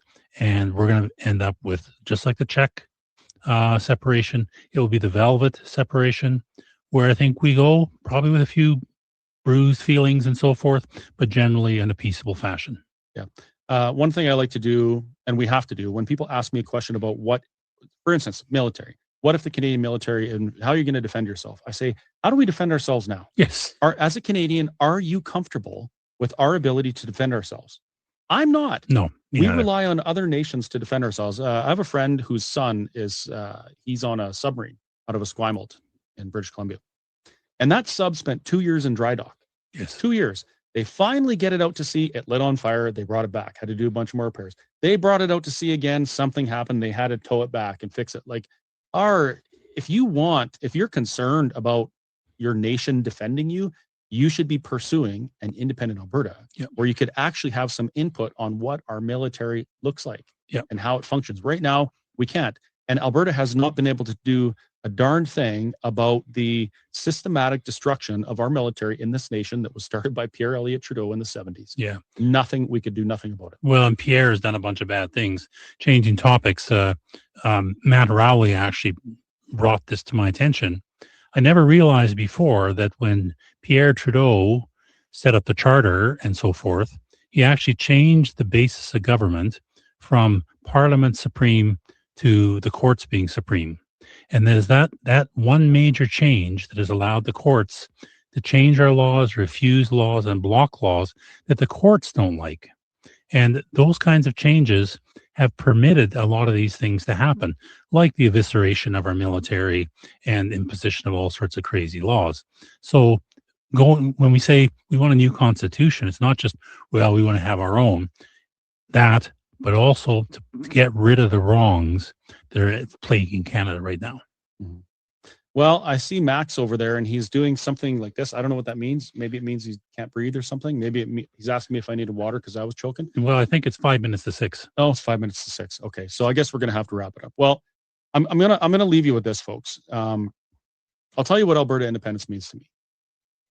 Alberta independence isn't some magical switch that we're gonna flip that makes everything okay. It's not a switch that's gonna solve all of our problems. What it is it is the most amazing opportunity and potential blessing that we will see in our lifetimes. We are part of a movement that may result in people being able to self-determine who haven't been able to as of yet. And if you look at the way our elections work and things like that, Alberta has never truly been able to influence the laws under which it's governed. We haven't. And this is the opportunity we have. So when you consider how you're going to support this movement or what your place is in it, just consider that. Consider what it means to be part of a group and part of a time where we get to do that. And we get to do it without lifting a weapon. We don't have to, well, I mean, some people get beat up a little bit, whatever. But we don't have to go fight a war. And it's right there in front of us. So this is, it's worth making small sacrifices of your time, attending events, talking to people, trying to chip away at the stigma of the independence conversation, and also financially. If people aren't willing to open their wallets and financially support the independence movement, it just won't happen. No, right? That's the sad state of things. So please consider supporting. Again, it is albertatelethon.com. There's some links there. You can click on your favorite TPA. I'm hoping that John can let me know what the top 3 were before I am on my way, and then I will announce which ones they were and how much I'm going to donate. So the more you donate now, the more of my money you get to donate as well. So perfect. And yeah, thank you very much, Dennis. Thank it was you a fantastic finally meeting you, and thank you for all your hard work for Alberta. Appreciate and thank you as well. Right. Now what do we do? I'm with Tanya Clemens. Keith Wilson let Alberta decide, and we're at the amazing Stampede breakfast. Just the Sunday before the telethon, and congratulations. This was a remarkable event. I think you had 1,000 people out here today. Yeah, we sold out real fast, and just shows the level of momentum and support in the movement. It's real. You saw the cross section of society who was here today, of all backgrounds, all ethnicities, all places in life, and the support's real. It's growing. Albertans know that we can do better. And we're going to build on this to even take further campaign steps. We're going to be rolling out our large sign campaign to counter some of these larger red and white signs we're seeing, particularly in the Calgary area. Yep. And we're really excited about the turnout today. Tanya, I think it was about 3 weeks ago when you really kicked this thing off. Right. And of course, there's some nervousness when that kind of thing happens.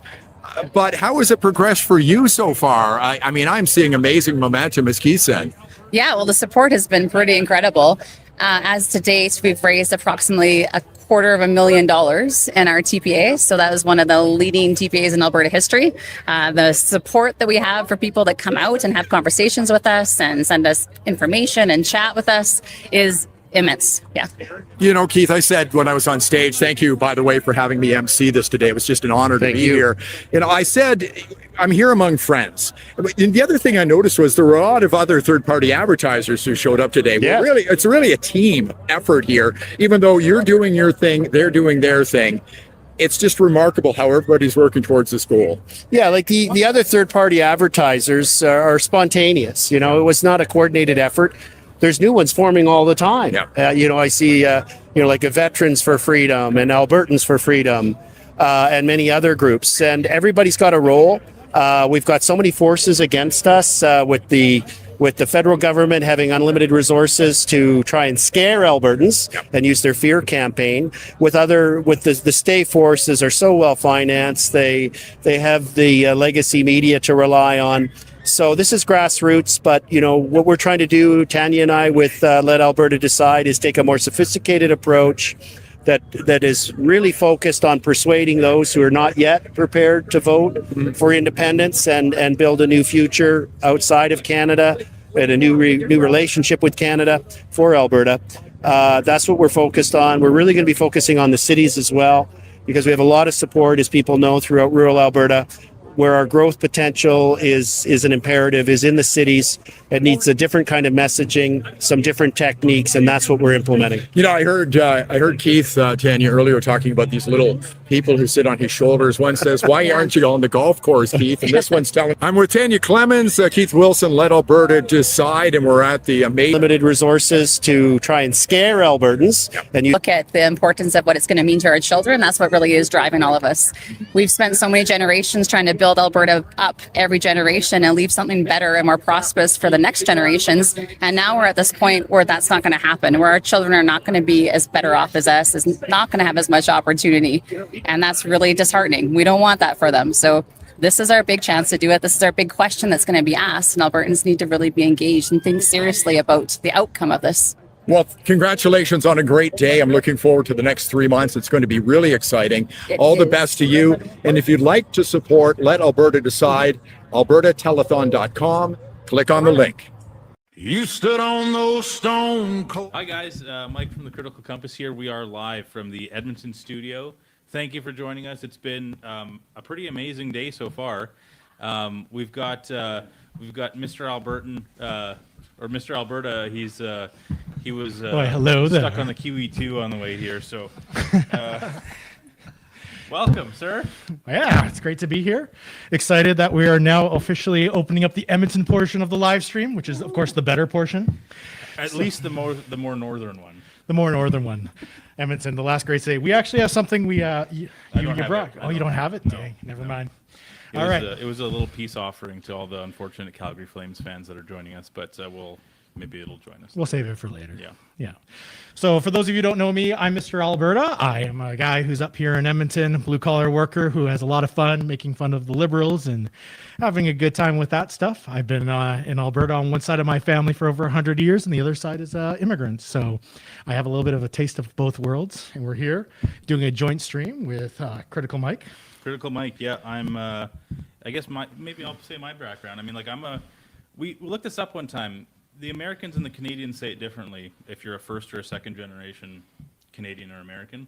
In the US, you'd be a first generation if your parents emigrated and then you were born, you would be considered a first generation. In Canada, some people say that the parents emigrating are first generation and then the children are second generation. So I'm either a first or a second generation Canadian. So my family comes from the Middle East and from South America. And so, yeah, I've until not too long ago was a very proud Canadian, and I've unfortunately we've seen nothing but Canadiana kind of die. So it's I'm happy to identify as an Albertan, and yeah, this is very cool. So I'm glad that we have such cool guests with us today. Yeah. And maybe we'll zip it on over to Mr. Wilkinson beside you.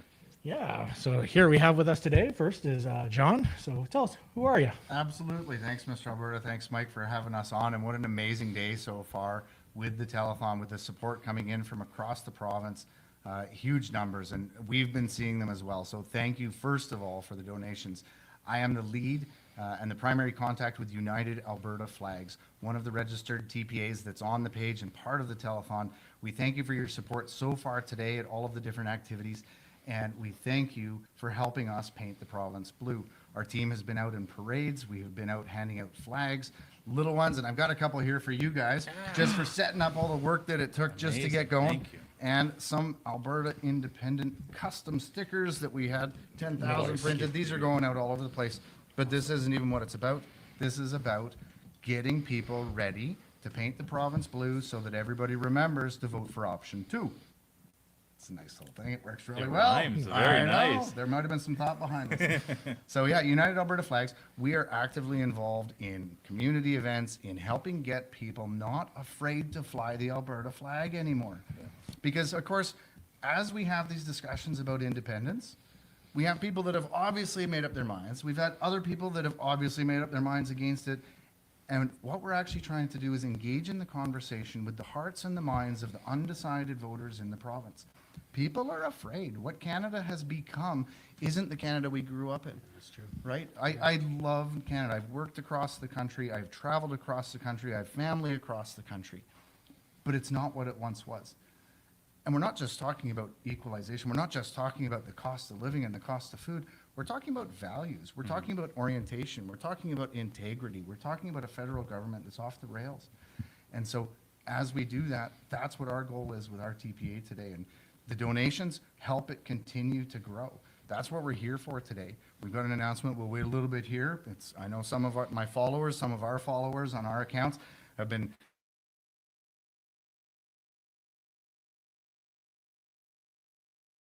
teased a little bit today that we've got really thrilled to be able to be here and be part of advancing a cause that's going to make a difference in our future generations, in our kids, in our grandkids, in what Alberta can be. People don't need to be afraid to fly the flag. Yeah. Well said. Well said. Yeah. I'd like to touch on a couple things you said, actually, but first we want to introduce Phil. Okay, yeah. So Phil, Gamache, right? I've been involved from would probably be sometime in October, right? And got involved with the whole movement. And so a little history behind me. My family's been here since 1653 when it was New France. Oh. Right? We've seen a lot of changes over those times. We had to make some rough decisions, right? And in those rough decisions, feelings will get hurt, loyalties will be bent, but the whole thing is you got to come back to, okay, what's best for our family and our future? And I think that's what really struck a chord with me in this movement. And some people call me super volunteer, but there's a lot of super volunteers out there, right? He is a super volunteer, Thank for the you, record. thank you, yeah. But yeah, so I'm proud to be about, helping in this whole cause and very excited for our future. And the education that behind it is what I think will make the difference. Absolutely. Awesome. So having you here has been pretty cool. And it's really funny for me because I remember last year, up until like last summer, yeah, the Alberta Independence Movement was always fighting over the flags. We come up with new flags, then everyone would argue about it. No, we can't have a North Star in it. No blue. Yeah. People still hate the St. George's Cross for some reason. Yeah, there's lots of discussion on different pieces, yeah. But then in last summer, a crazy thing happened where some forever Canadian guy, I think his name's Copland or something, Sean Copland, goes to a Medicine Hat Safeway and freaks out at the manager because they had an Alberta flag displayed over Alberta beef. And he went so far as to make the manager take it down. And like what we didn't know is that as soon as he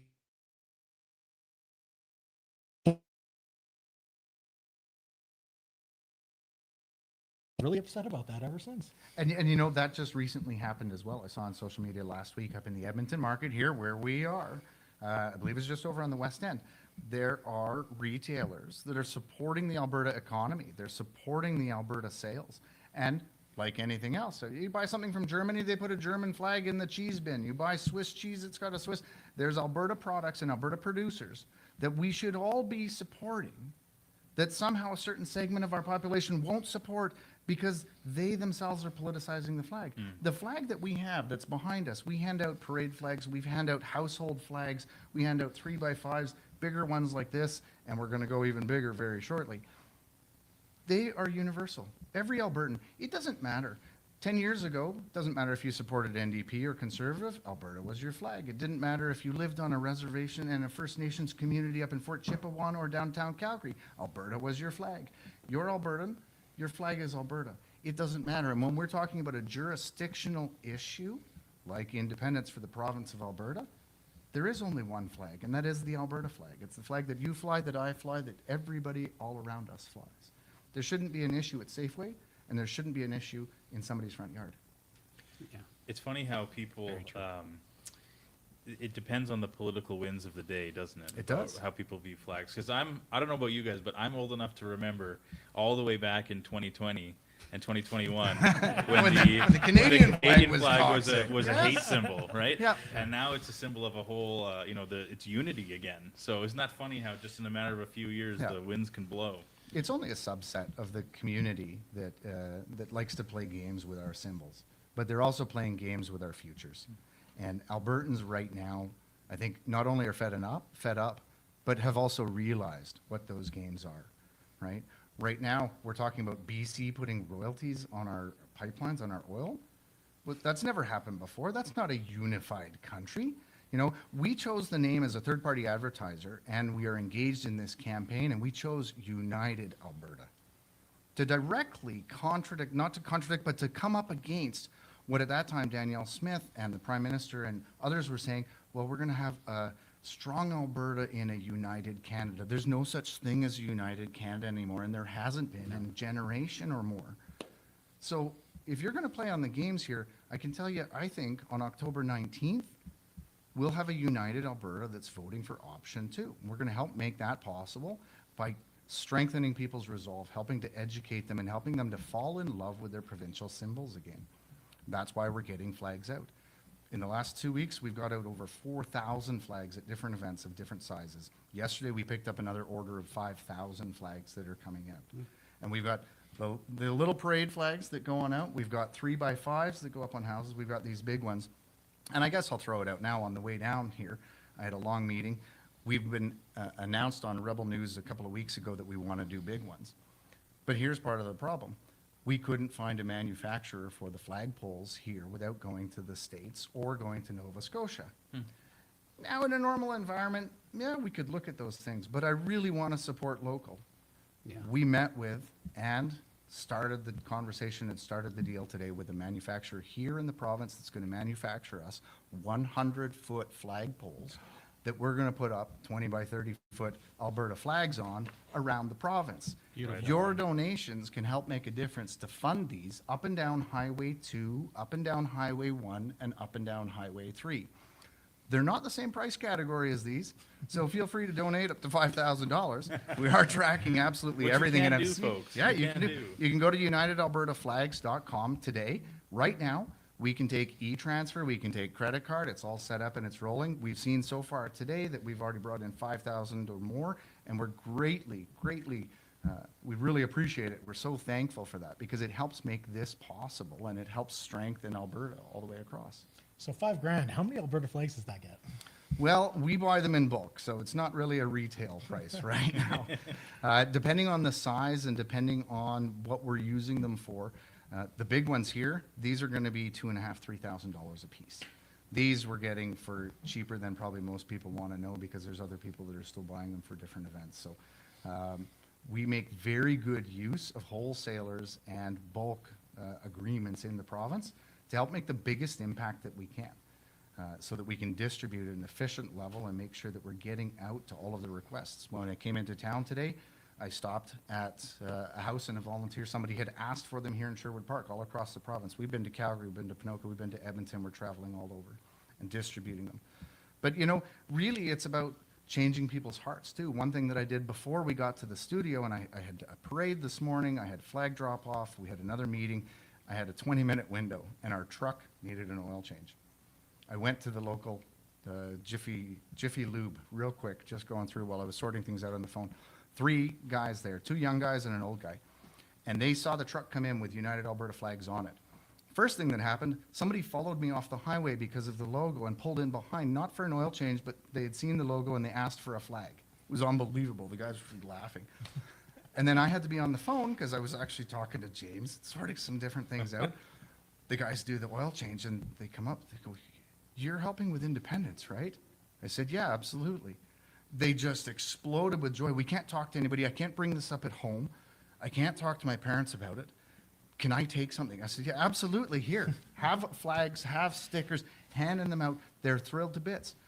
One of them is midlife, same age as me. He's working there, can't get a house. We were talking about the economy and the taxes and what's happened to Canada over the last year. Breaks my heart to see what's happened to Canada as a whole and Albertans living within that, the cost of living that's going up, the food that's going up, all of these things that are going up, we've got to push back against it. And we've got to recognize that it's not just an answer about equalization. It's about, are you proud to be an Albertan? Are you proud to fly the flag, right? So what do we pay for the flags? Less than you will, which means we can efficiently distribute them across the province in a way that can make a difference. Perfect. Yeah. Great. Honestly, I think anyone here who's gone to buy an Alberta flag recently, they've seen how expensive they become. They're hard to get. I remember I was up in Whitecourt there, and I walked into their home hardware, and it was literally either a Canadian flag for $20 or an Albertan flag for $54. And that's just how crazy expensive it's become. It's funny that you mentioned that. I posted up on social media on our X account. I don't think it's on the Facebook, but on the X account, we actually ran into an interesting spot about a month ago at the Wetaskiwin Canadian Tire, where the Alberta flags were at $20 regular price, and they were totally sold out, and the Canadian flags were on sale at $9, and the rack was full. So it depends on the community that you're going to. Yeah. People will pay more to stand up for truth and integrity than they will to fall for the schluck that's just coming out from Ottawa these days. Yeah. Phil, what's your, in your experience as a volunteer, what's your read on how people are feeling about the Alberta flag? So I was really surprised, right? The excitement, the energy that people came up, they were happy to sign, and they would ask questions, and at the time we couldn't answer, but we said, you can find it online and look here, look there, right? And so people were really excited about the fact that we're finally going to see some change. And we had some schoolgirls come into, I'll say his name, into Harvey Jan's place, right? And he was the one holding the office where you could come sign. And so these three girls come in from the high school, right? And, they think they're just going to be there for maybe for 5-10 minutes, and so did we, right? They wound up spending an hour with us because they were so excited. They were like sponges learning exactly what, Alberta had gone through, what we, how it was formed, right? How we are a colony in a colony, right? And they didn't understand what that meant. And so we went on forever, but that was just, one experience. And then other canvassers, canvassers, right? Basically going out, getting the signatures. They, they came back with stories, right? One lady came up to this one fellow and he says, I'm never going to sign, right? And I just want to know why you're here. And so he explained his, look, I think I make, what is it, just under $800, and I have to pay taxes on that, right? Then my old age security, I get it some more on it, but not very much, maybe $400, whatever it was, right? Because the way he had set up. But in the end, he says, you know what? When Alberta becomes its own independent country, right? We're going to have the money to increase. If you're already in a pension, you're already going to be increasing your old age security, right? Mm-hmm. So that being said, right? She said, okay, I'll sign. So it was a real quick thing, right? And we had some people that were really not friendly, and we got a lot of birds, right? But what we quickly learned is everything's about attitude, right? And so when these people would flip us the bird or whatever, we'd just smile and wave, right? Because we know everybody has their own opinion and they have the right to that opinion. But the whole thing is we're here because we're bringing attention to what needs to be changed, in this province, right? And being around people that are like-minded, it just lifts your soul, and it encourages you just to do more, right? And so I don't think I've ever been this dedicated to anything, right? Mm-hmm. And it's basically because I see a future for not only my children, but my grandchildren, right? I want to see them have that bright future. And what really stands out to me is the excitement behind the likeness of the Boston Tea Party and their independence, because they had taxation without representation. And that's what we have here, taxation without representation. Yeah. And I think it was MacDonald and Laurier, our premiers at the time, or prime ministers at the time. Laurier actually came out and said that Alberta is Canada's first colony, right? And so once you learn all this stuff, you realize, okay, yeah, maybe it's time we, say, I'm glad you have your views over there, but our views are different, and it's time to take care of ourselves, right? Yeah. And speaking about change isn't only a a means of adjusting and growing over time, but it's also a synonym for money, isn't it? And that brings us to why we're here. So if we head to Alberta,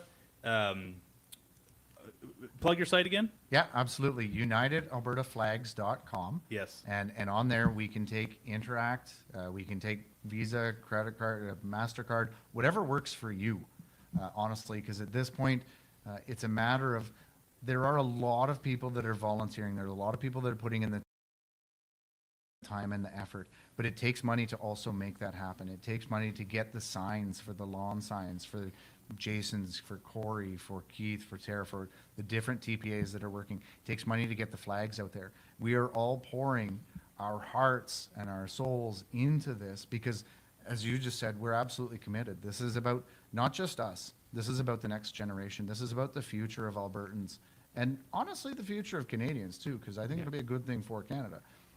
We've gotten ourselves into a pretty awkward spot where that's the spot. But so for our third-party advertiser to help make a difference, UnitedAlbertaFlags.com. Otherwise, if you go to AlbertaTelethon.com as well, all of the different TPAs that are being supported, there's a drop-down menu. They made a fantastic little website over the last couple of days. We've been part of the behind-the-scenes conversations and know how much work some of these people have put in. It's remarkable.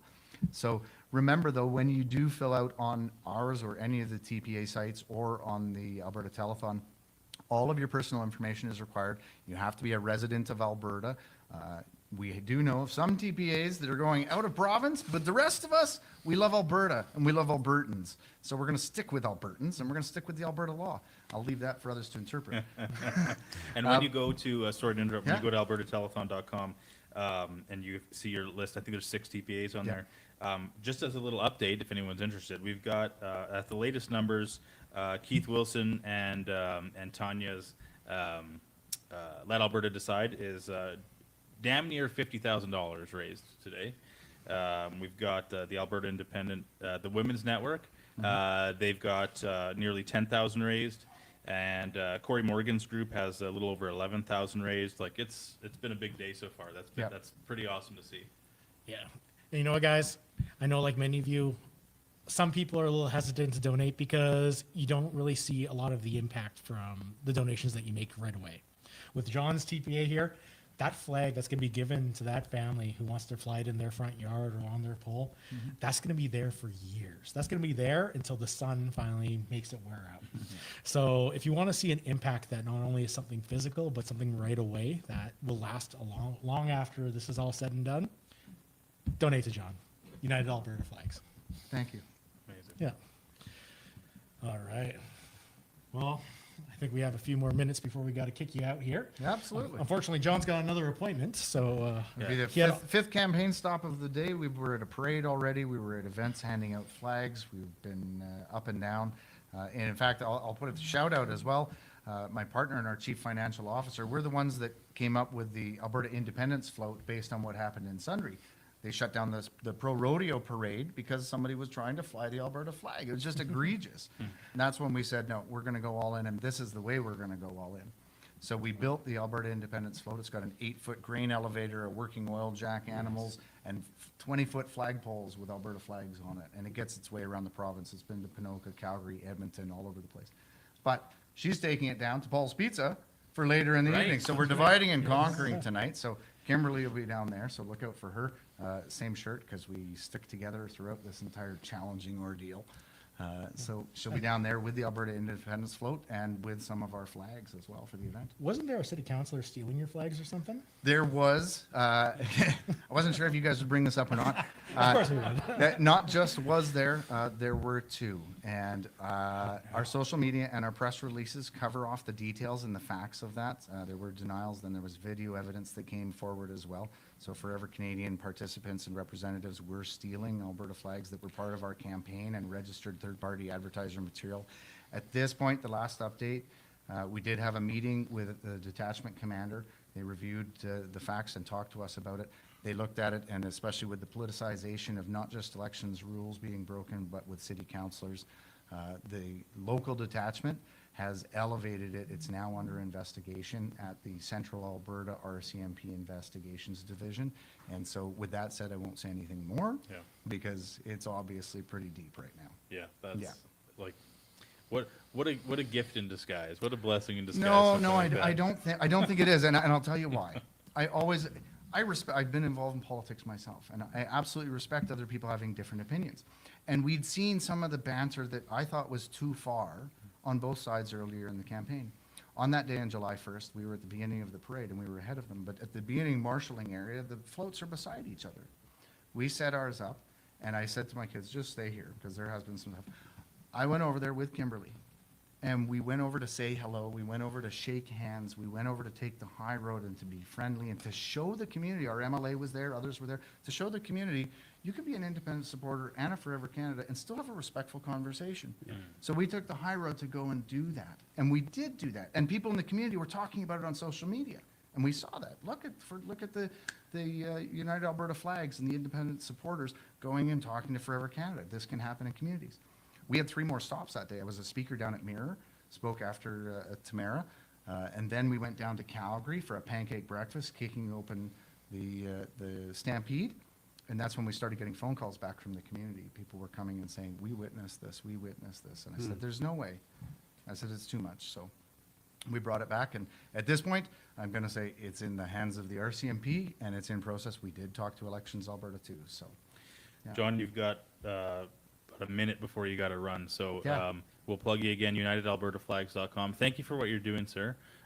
Where can people find you on the road next? Do you have a schedule for the next few days? Like, do you know where you'll be? There's so many things going on. So yesterday we were with Jason Levine in Red Deer. We were in Rimbey. This morning we were at Pigeon Lake, Wetaskiwin, Leduc. We've been down on Calgary for the last couple of weeks. We are going to try and focus on the capital region and Edmonton over the next couple of days. Klondike Days is going on. There's all kinds of different events. Sometimes our schedule changes dynamically and pretty quickly. Listen, if you see a parade float coming down the road with 20-foot Alberta flags on it and people handing out stickers, handing out flags, and we can take donations and we can get you big flags for your house as well, you're going to see us all over the place. Follow us on social media. Follow us on X, United_AB_flags. And on Facebook, you can find us as well. And from our website, you can make a donation. And if I wanted a flag, how do I get a hold of you? You want to text me? Because I know you have my number. I got some in the truck right now. Well, absolutely. Yeah. You could email us at unitedalbertaflags.com. But on our website, there's a form to donate. There's also a form to get a free flag. So it's in there. It comes right into our phone. We've got a database of them. We're hitting communities as quick as we can. We dropped some off in Sherwood Park today, in Leduc, in Wetaskiwin, at Pigeon Lake. There's some going down to Calgary for somebody else to pick up and distribute as well. Awesome. Thank you, sir. You're welcome. Thank you, guys. Right on. A referendum is one of the simplest and most direct expressions of the democratic will of the people. Even the Supreme Court of Canada has been clear on this point, and this cannot be ignored. Albertans are law-abiding people. We do not rush change, but when change becomes necessary, we meet it responsibly. And we all know why this moment has arrived. We see it in our daily lives, in rising costs, declining services, and growing distrust in institutions meant to serve the public. Do you agree that the province of Alberta shall cease to be a part of Canada to become an independent state? That question is directly out of the Clarity Act. The word state does not mean 51st state. So that is what it is. It means that we will become an independent country on our own. Monday night in Calgary. This is fantastic. Over 150 of your fellow Albertans got their canvassing badges, went through the canvassing training, and made sure that nobody had to stand out in the cold for more than 5 or 10 minutes. So if you're tired of being dismissed, of being told to comply without question, tired of being silenced, this is your moment. I am inviting all of you to make your voices heard, clearly, confidently, and so that Ottawa hears it once and for all.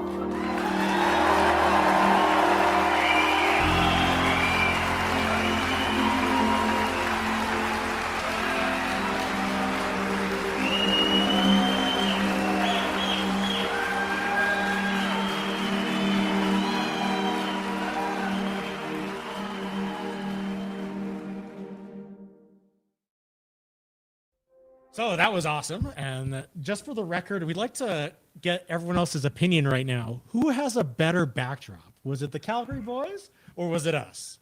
Because you guys know who got the better backdrop. Just super chat unacceptable fringe and tell him that it's us, and he'll donate all your super chats to TPAs. So Amazing. Wow. What a gentleman. Exactly. A scholar. So we are very, very pleased to be joined by Miss Kathy Flett, friend of the channels. Yep. Returning guest. Hasn't gotten sick of us yet. Never. And I can't even remember what your title is actually for the Women's Independence Network. The TPA Yeah. is the Alberta Women for Independence. But your title within, are you the The- president? I'm the Queen? CFO, so I CFO, want okay. everybody to keep me as busy as possible. That's the deal, okay? I want to be going nonstop here for the next few days. Well, it feels like you've been going nonstop for years, actually. Maybe you can give our viewers a little bit of a background of your history within the movement. Yeah, so I started about 7 years ago in 2019 when the whole Wexit thing exploded and came on the stage, and I was part of that, and that's where I got to meet Michael Wagner, who you guys are going to talk to after, and made some other really great friends along the way. And then that exploded as quick as it went up, it came down, and then through a series of events, I was with the Wild Rose Independence Party of Alberta, and that exploded. And so then I sat down and went, well, now what am I going to do? And we were right on the cusp of having a provincial election in 2023. So I thought, well, what if I run as an independent candidate? I'm not going to win, but I'll never learn anything quite this quickly any other way. So I ran, my friend Angela ran as well. She ran down in Cardston, where she lives. And we worked our asses off and, of course, lost. Never worked so hard to lose in all my life. But I learned so much. And what I learned by doing that is that the independence movement was alive and well. As I was door knocking, that's what people were talking about. I went, oh, okay, we've got to figure this out. We've got to sort something out. So after we slept for about a week, we got back together, and Angela came to me and said, you know what, I have an idea. And I said, that's frightening, okay. What is your idea? Because they're always really good ideas when Angela's talking.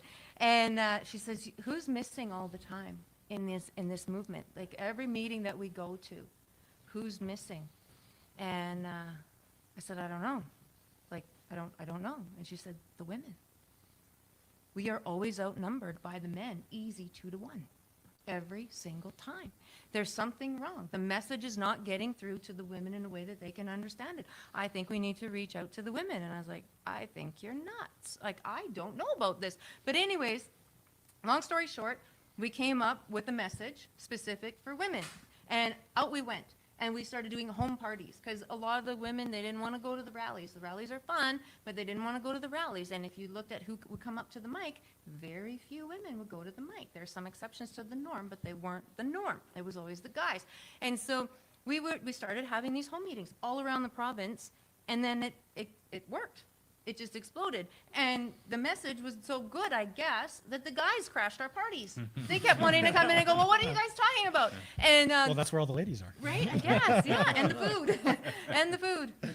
And so then it went from there, and then that message got out, and the next thing I know, I'm sharing the stage with all the folks from APP, saying, well, we want to hear what you're talking about. So I put together a slideshow and said, all right, so now I'm in front of hundreds of people. And then it was supposed to be stay free as well, but then that went kind of crazy with the whole signature thing because some rules, we didn't know what they were and what they weren't.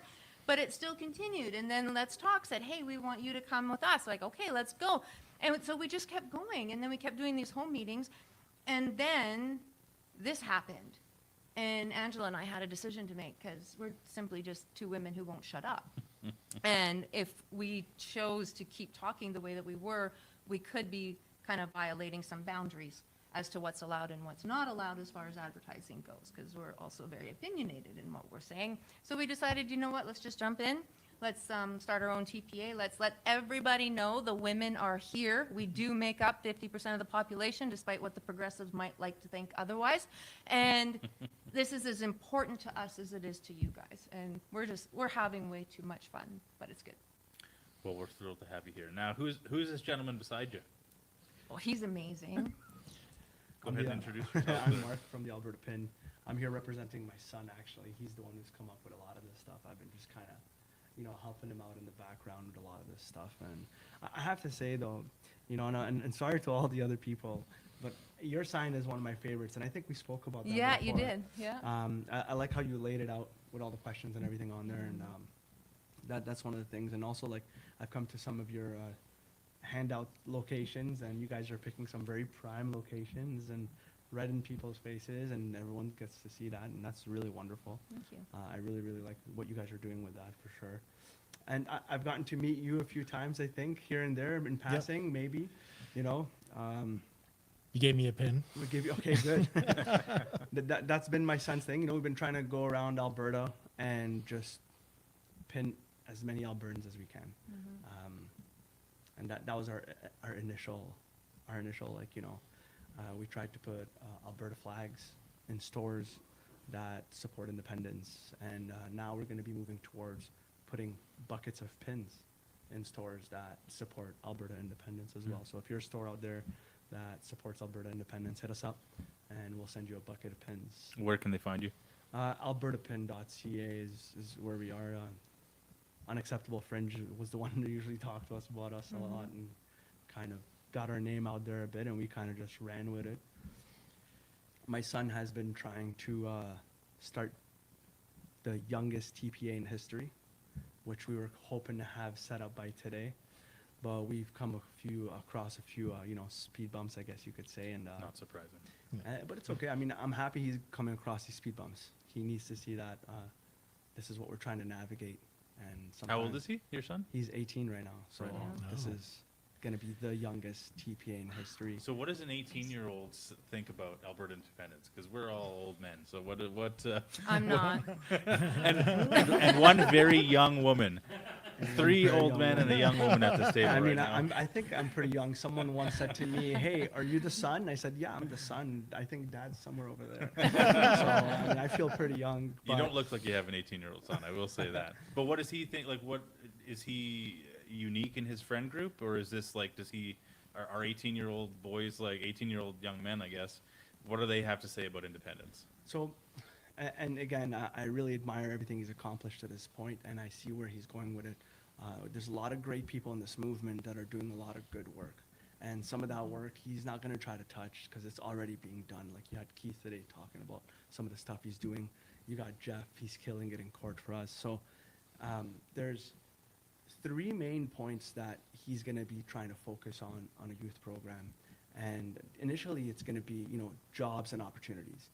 Kids need to be able to, have affordable schooling where they can get qualifications that they can use at home here and not take these qualifications and fly overseas where the money currently is, unfortunately. I know his second thing that he wants to focus on is going to be an affordable future for these children. Building a legacy starts with a home. And if you can't afford a home for another 20 years, kids aren't going to be thinking about building families and leaving that legacy behind. That's very important for him. And I know that the third point, which should be the first point for him, is going to be one of his main topics, is the voices and engagement that the youth will have when it comes to this vote that's coming up in October. So he's already kind of met a bit of hurdles with Elections Alberta and trying to register his TPA. They said his name was too close to another name, which it was based on opinion fact, what we were told. So, I just said, keep your head up, adapt, overcome, and continue to push forward. He's going to be kind of trying to stay away from town halls because, like I said, so many people are already mastering that. So he's going to be trying to gauge with the youth through things like, he wants to put on a bike-a-thon where, trying to keep them active, canoe trips, camping trips, and really grow that movement so that come October 19, you have, maybe, hopefully, a record set of youth that are engaging in our democratic process that we're having right now. So amazing. While we're still trying to put a pin on every Albertan. I have one on my hat. Yeah. And I think it was a while ago, I remember seeing on X when Elections Alberta came out and said that Thomas Lukaszik's Forever Canadian essentially doesn't qualify as a TPA or isn't required to register as a TPA.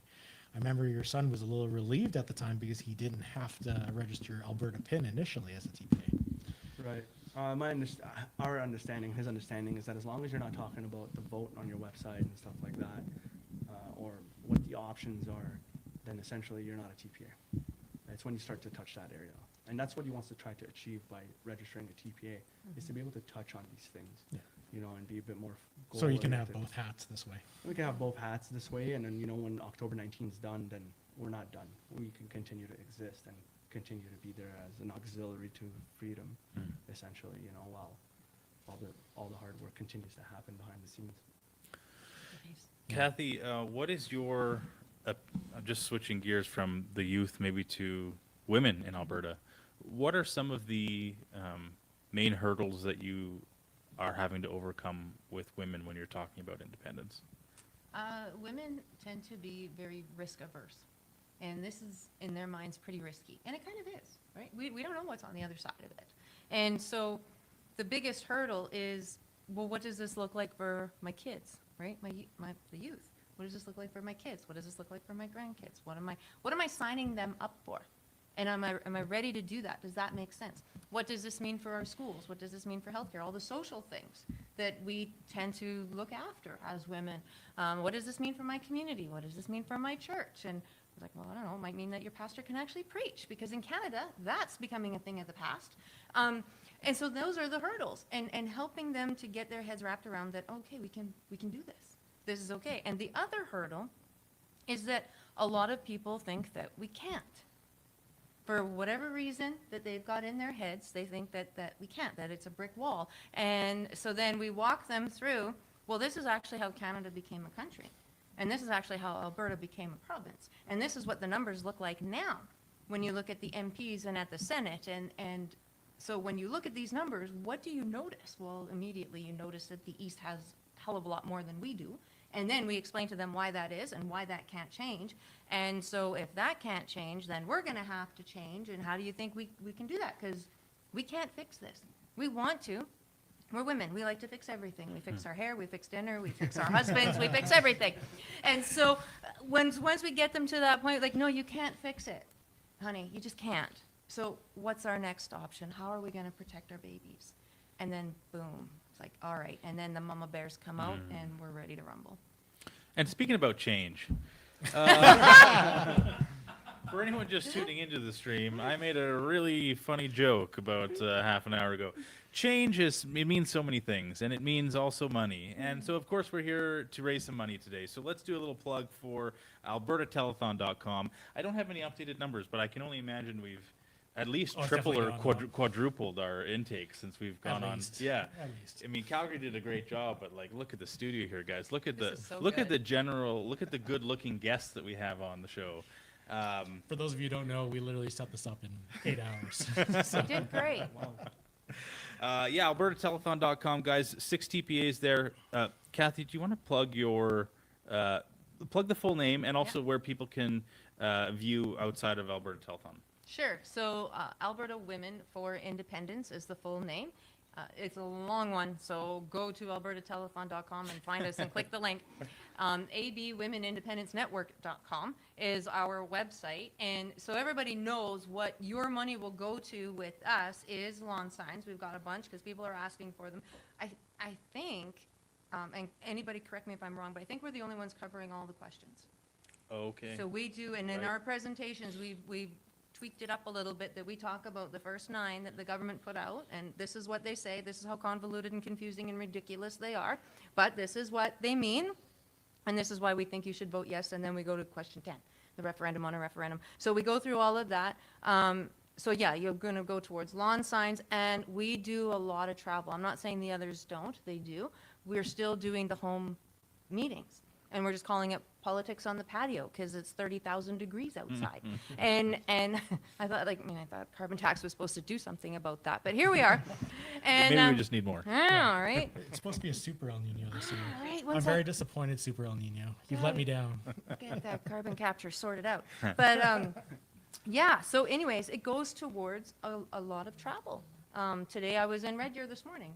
doing some stuff down there. And next week we're traveling up north. We're going to be in Grand Prairie and Fairview and High Prairie before we come back down. And so that's what your money is going towards. I put so many kilometers on my last vehicle. I got a new one, so now I'm ready to mile that one out too. And I want everybody to keep us busy. If you want to have that smaller meeting in your house, there's no limit to the number of people. We don't care, because those 5 people that show up will go and tell 5 others. We just want to keep the conversation going. So let me keep putting miles on my car, and let's get this done. And when Kathy has to get a new car, she'll unfortunately have to get something from outside the province. And if you are watching from outside the province and want to support Alberta independence, you can't donate to Kathy. You can't. But you can buy from Alberta Pins, because they have got some amazing stuff going on. So tell us a little bit more about your merch you got right now. Well, Alberta Pin has shipped and sold things all across Canada and even in the United States. We get emails from, all over Canada, people telling us, hey, don't forget about us when you get your independence. Alberta's independence is just the beginning, and it's a milestone to what's to come next. And Can we show off this flag? Yeah, of course. I've wanted to see it for a while. So I've said this on John's podcast on his YouTube channel. If you look at the original flag, the river flows from west to east, just like your money. So we came up with this. James came up with this new flag where, if you're looking at the mountain, the true depiction of the river flows towards you, just like our resources should. And the north stands free, representing Alberta, because Alberta is the north, essentially. We pay for everything. So, and just the gold and black, hoping to play on the home and away one day, and hoping maybe the Oilers, if you guys are watching. And that's it. It's just like we try to make it and almost corner the market for affordability when it comes to being able to show Alberta pride. And that was the main goal, right? When independence happens, that people are wearing our pin every year on Independence Day. That's our goal, So honestly, what I really want is that hat.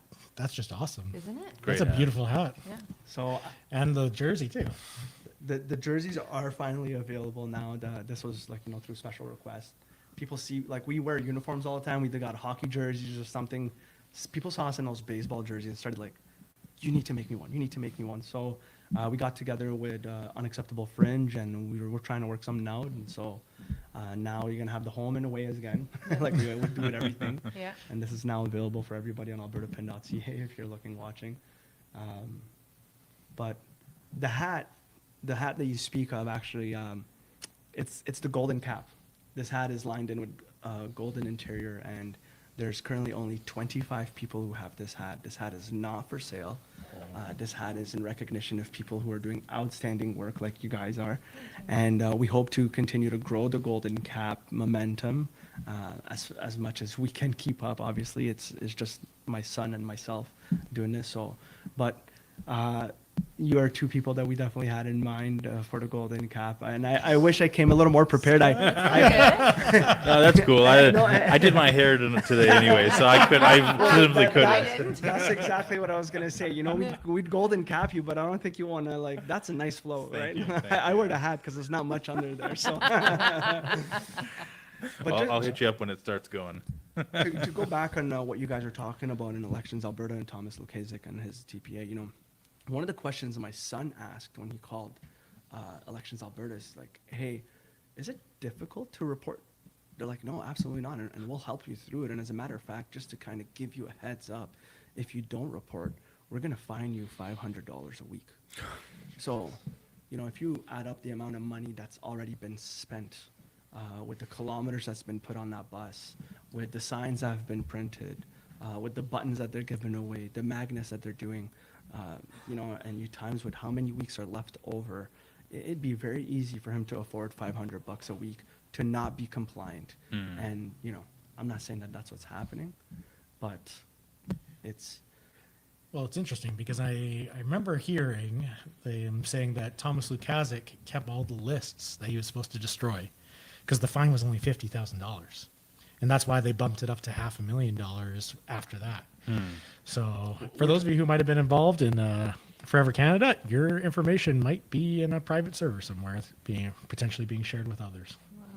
We're talking about someone who's extremely smart on paper, yet at every injunction, he says, I didn't know.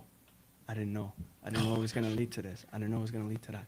So it's becoming a bit deceptive and convenient, maybe. You know, we're navigating, it feels like, a corrupted system to leave a corrupted system. And like you said, we have to have fun with it.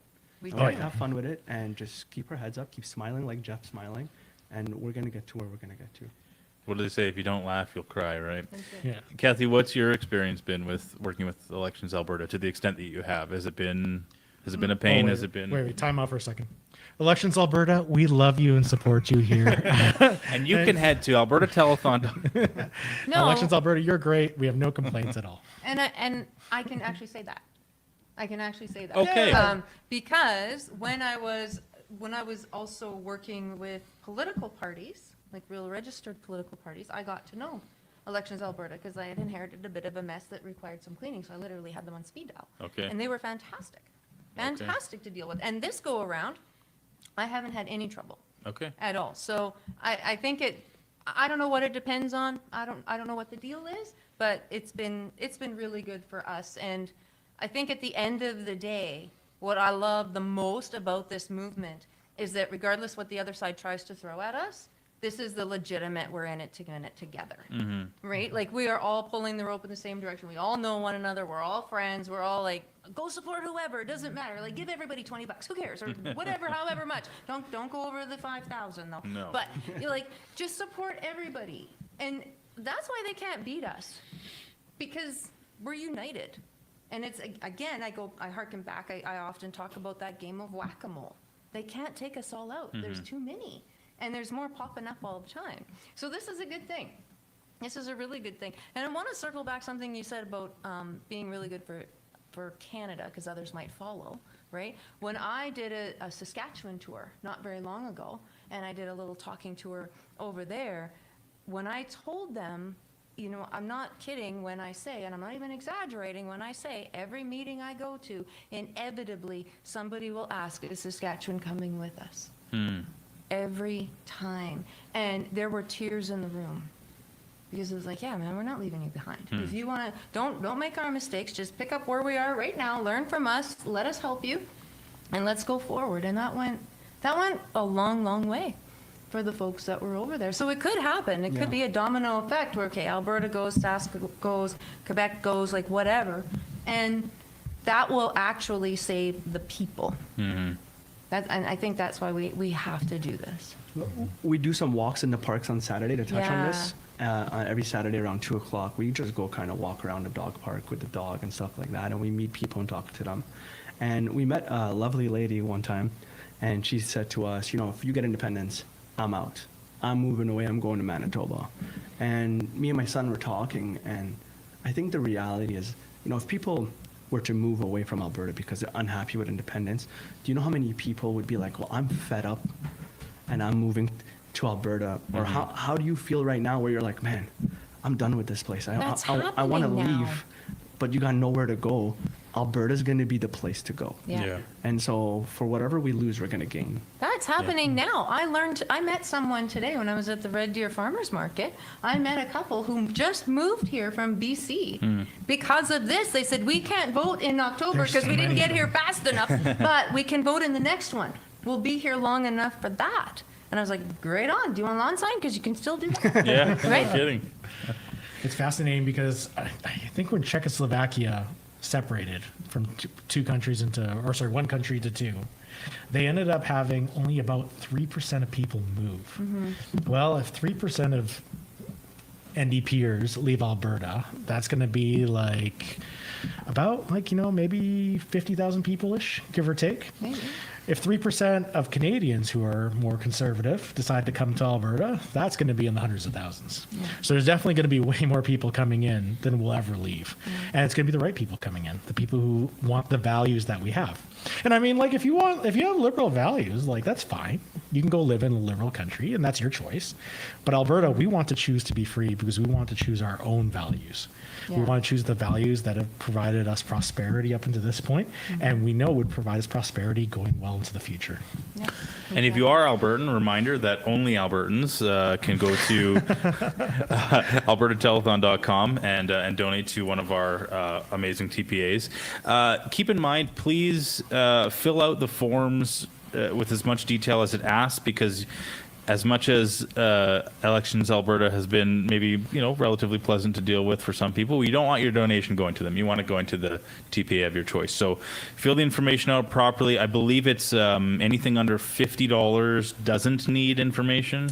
Correct. If it's So- between 50 and 500 or something. 5,000. It needs the info. It needs your info. So yeah, let's not, give any money away unnecessarily. I wanted to actually just make a quick comment too. I learned this fact from Adam from, I can't remember his last name, from Army of Good Men. Yeah. He was saying, you know how liberal California is? Maybe you guys know this stat. And California is nowhere near ever, in recent history, electing a Republican. If you subtract Alberta and Saskatchewan from Canada, from our last federal election, the rest of Canada voted 64% Liberal. Yeah. Left-leaning, Liberal or NDP. California only voted 57% Democrat. So the rest of Canada minus Alberta and Saskatchewan is many points higher than even California is liberal. Like, that's so liberal. And like you said, I mean, fundamentally, at a personal level, I got no problem with anyone. I have liberal family members. We all have liberal family members that, we love them. Maybe we think them as maybe a little gullible or naive or whatever. But the fact is, they're here. They exist, and it's our job. And God bless you for what you're doing when your work in the TPA and your work as well in educating people on why we're not just a bunch of mean redneck, what's the term? Ditch billies. I've never heard it before until I don't want to. I'll have to look it up Maybe sometime. it's even lower than a hillbilly, I guess. But we're actually quite nice people, and we just want more prosperity for our family and our future, right? Yeah. How much time do we have before? I can't recall. Do we have you till 7? Yeah, Michelle, as long as you want. Doesn't matter to me. Oh, 5 minutes. fantastic. Okay, so we've got to think 5 minutes before we do a switch. Can you maybe give us like a 4.5 minute? What does the process look like if somebody contacts you and wants to do one of your a porch party? Before we do that, I do have one thing I'd like to bring up with Kathy. Please. So most people don't know, but there's a Facebook group called Alberta Independence. That's true. It's got about 120,000 members. Yeah. And Kathy and I are the ones who do all the work validating all those memberships. We're admins on the teams. And it's been an absolute roller coaster of an adventure. It really has. Yeah. Yeah. I'm the one I'm a bit sticky. If you haven't answered the questions, I probably won't approve you because I don't have patience for that. Yeah. But that's me.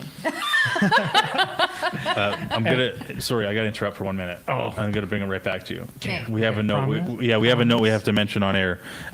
Sheila from Alberta's Choice TPA. Yeah. Ezra and Tamara Leach right now are at the Gas City Campground distributing signs until 8 p.m. tonight. Nice. Get over there. Yep. Get over there. And Gas City also, Campground. I don't know Be if we there. mentioned the party at Paul's Pizza. Yeah. 'Cause there's tons of people there. Angela's apparently. there. Yeah, Angela's there. Angela's there. Yeah. Paul's Pizza and Airdrie. Yes. Head on over there. That's where the party is. Yeah. We'll be switching to them at 8 o'clock, so you can be in the stream if you are there in time. So, sorry, continue. Yeah, so we've been doing that now for over a year together. We've had some moderators come and go. Yeah. But honestly, the number of requests we get every day is anywhere from like 50 to 500. That's right. And we have to go and manually vet these people. And, maybe like 1% of them are like bots and stuff like that. So we kick them out. But most people who are coming there, and we get, one of the questions is, why are you interested in this movement? Right. And the answers we get sometimes are so touching. People talking about, wanting their future for their kids, their grandkids, being tired of Ottawa's choices and stuff like that. Yeah. And so many people are coming and say, hey, I used to be a staunch, supporter of staying in Canada. But what Mark Carney has done for the last 6 months has made me realize we're on a sinking ship. Yeah. How's it been for you? Same. And I love the ones where it's, my wife told me to. Good wife, keep her.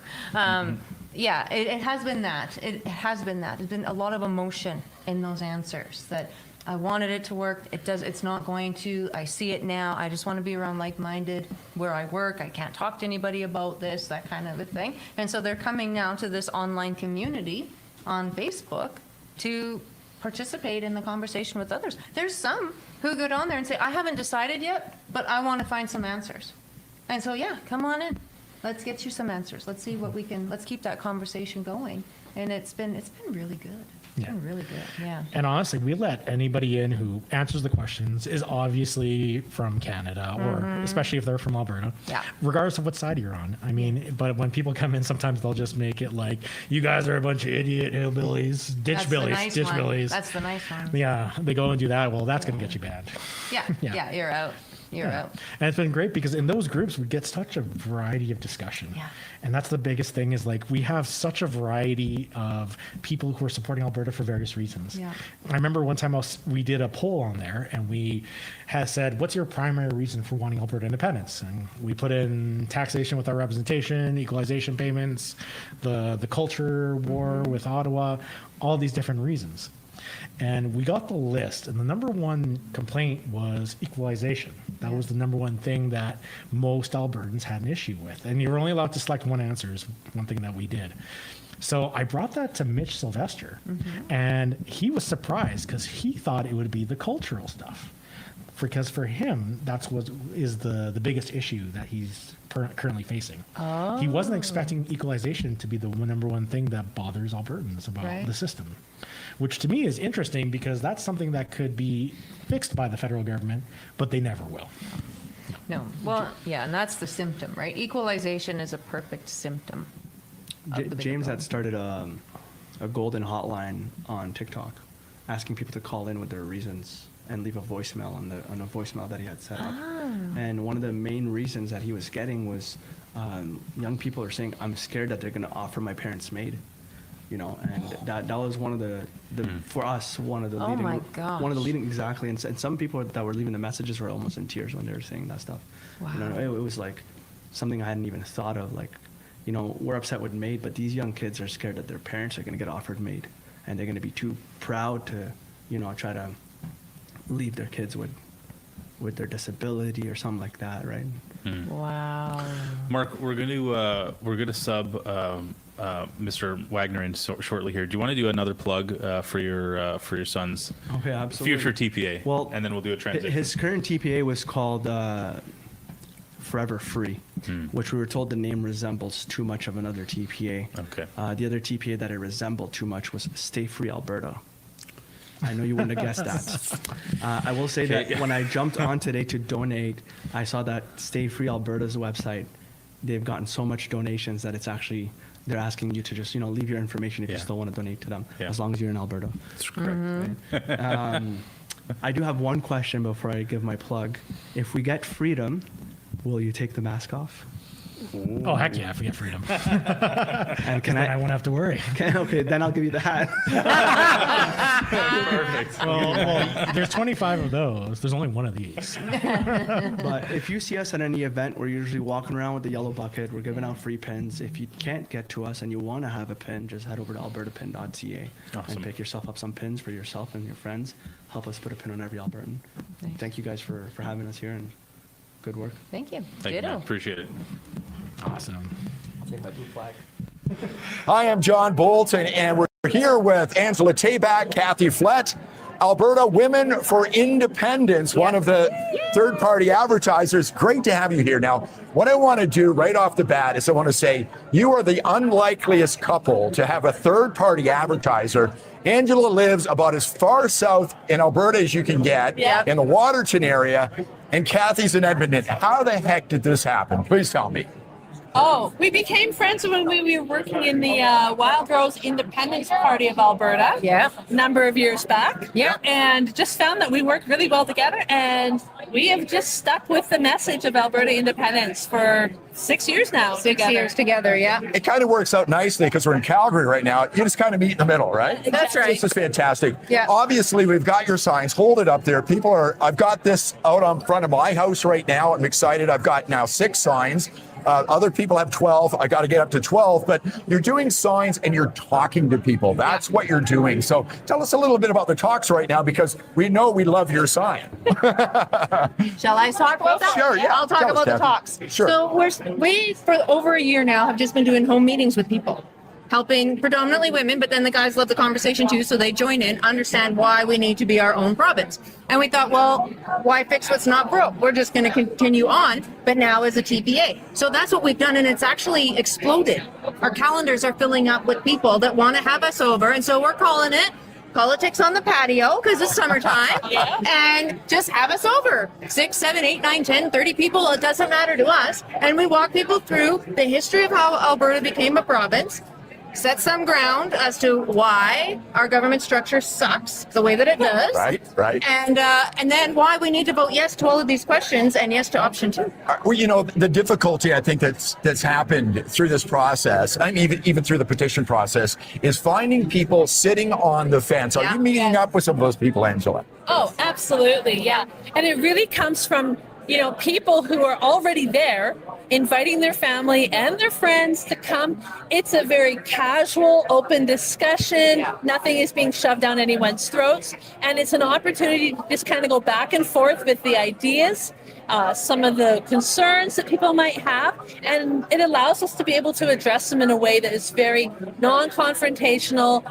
We're building community. Our whole focus has been education and building community. And so that's what we're continuing to do with the TPA, and it's working out really great. We're in kind of a noisy room right now. We're at the Derek Fildebrandt and Dwayne Bratt debate. Yeah. And for the most part, it was a pretty friendly thing. It's almost radical now to have a friendly conversation, but that's what you're trying to do, isn't it, Kat? Exactly. That's exactly what we're doing. And it's working, as Angela said. We are not combative in these meetings. We're not putting anybody down.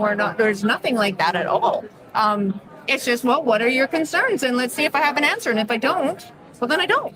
But let's see what you have to say and how come. Well, congratulations on your success. Your website, tell people what it is. It's very long. Okay. Go to the QR code. Go to the QR code. It's abwomensindependencenetwork.com. Okay, and if you would like to support Angela and Kathy on the telethon, go to albertatelethon.com and click on their link. Hi, I'm John Bolton. Oh, great joke, everyone. Yes. Oh, it's too bad no one will ever know what it was. Thank goodness. Welcome back to the Edmonton studio, guys. We are pleased to be joined by Mr. Michael Wagner. I've been calling him Professor Wagner all night. He doesn't appreciate that, so, but I think it's cool. So, welcome. Thank you for joining us, sir. Thanks for having me here. It's good to be here. Maybe you can give kind of a little bit of a background in your involvement in this movement. Well, actually, I originally got involved in the movement in about 1981. I was a teenager in high school in Calgary, and I was triggered by Pierre Trudeau's National Energy Program. So I joined the first major independence group at the time, which was called WestFed. That group ended up folding, and so the following year, an organization called the Western Canada Concept Party of Alberta won a by-election in 1982, and I was so excited by that, I joined that party. By then, I was 16, and then in November of 1982, there was a provincial election, and so I handed out pamphlets for that party at that time, my first political activity. So I wasn't even old enough to vote, but I was really engaged with that activity, with the independence idea, and so I participated in that, and I stayed a little bit involved with that party for the 1980s, but it folded at the end, and of course the Reform Party came along at the end of the 1980s and kind of absorbed all the independence sentiment for several years. So like most other people who had been involved, I was either involved with the Reform Party or doing other things, and then I got re-engaged in 2015 when Justin Trudeau was elected as Prime Minister, and so I've been kind of re-involved since that time. So I kind of have a long history to one degree or another with this movement because I've really believed in this idea for a long time. Would it be fair to say maybe from the early 90s through till the mid 2010s there, was there, even though it wasn't necessarily a name, was there still an underground sort of independent sentiment in the province, you would say? Yeah, there was a little bit. There was actually a very small party called the Separation Party of Alberta, and they were around for a while. And actually, in around the year 2000, Corey Morgan created the Alberta Independence Party for a little while, but didn't get a lot of traction. So there were definitely people who believed in it still, just a bit a small minority of people because the Reform Party had been so successful at that time. But the idea never died. I mean, the idea really, the independence movement really started when Pierre Trudeau became Prime Minister in the late 1960s. That's when before that time, you'll see the occasional letter to the editor or an opinion editorial in a newspaper floating the idea of independence, but it never became a movement until Pierre Trudeau became Prime Minister. And so it was Pierre Trudeau who gave it credibility, especially with the National Energy Program. That's when people really came on board with the idea for the first time in the early 1980s. And so it hasn't died out since then. Like it dissipated a lot because the Reform Party was such a credible organization, and the idea that they had of reforming Canada so the West's voice could be heard in Ottawa, that's an idea that's a really good idea. And it caught on with a lot of people, and they did a lot of good work, the Reform Party. But in the end, it shows that despite how much effort we can put in to try and reform Canada, we can't. And so independence is our only option we have left. You know, it's kind of funny. I never thought I would be sitting here saying, thank you, Pierre Trudeau, because if it wasn't for you, we wouldn't be here right now. That's true. Yeah. So how has it been for you, like with the ups and downs? Because I imagine there's been a lot of times where you almost had a little bit of false hope of things that are going to go big as they are right now. What was it like for you with all that up and downs? Well, actually, especially in those early years when I was a teenager, I was really putting a lot of hope in that 1982 election because, the Western Canada Concept Party had been growing very rapidly. And that's actually why our Premier, Peter Law, he called an early election because he saw the WCC was growing so quickly. He wanted to cut it off before it could organize properly. And so I was really looking forward to a lot of MLAs for the party getting elected in 1982. And when we didn't get any, I was really devastated, actually. I was very emotional about that. But I did, like I say, I stayed a little bit involved with the party. And during the 80s, as long as Pierre Trudeau was in power, there was hope for the movement. And then when Brian Mulroney was elected in 1984, it looked like people were going to put their hope in Brian Mulroney, but he quickly stabbed us in the back with the CF-18 fighter jet contract that went to Montreal. And so it wasn't long before the movement was growing again and the WCC was growing again. And so, it never seemed close back in those days, if you know what I mean, but I was really dedicated to it and I was willing to stick with it. So, it was an idea that was, kind of growing among a certain segment of the population.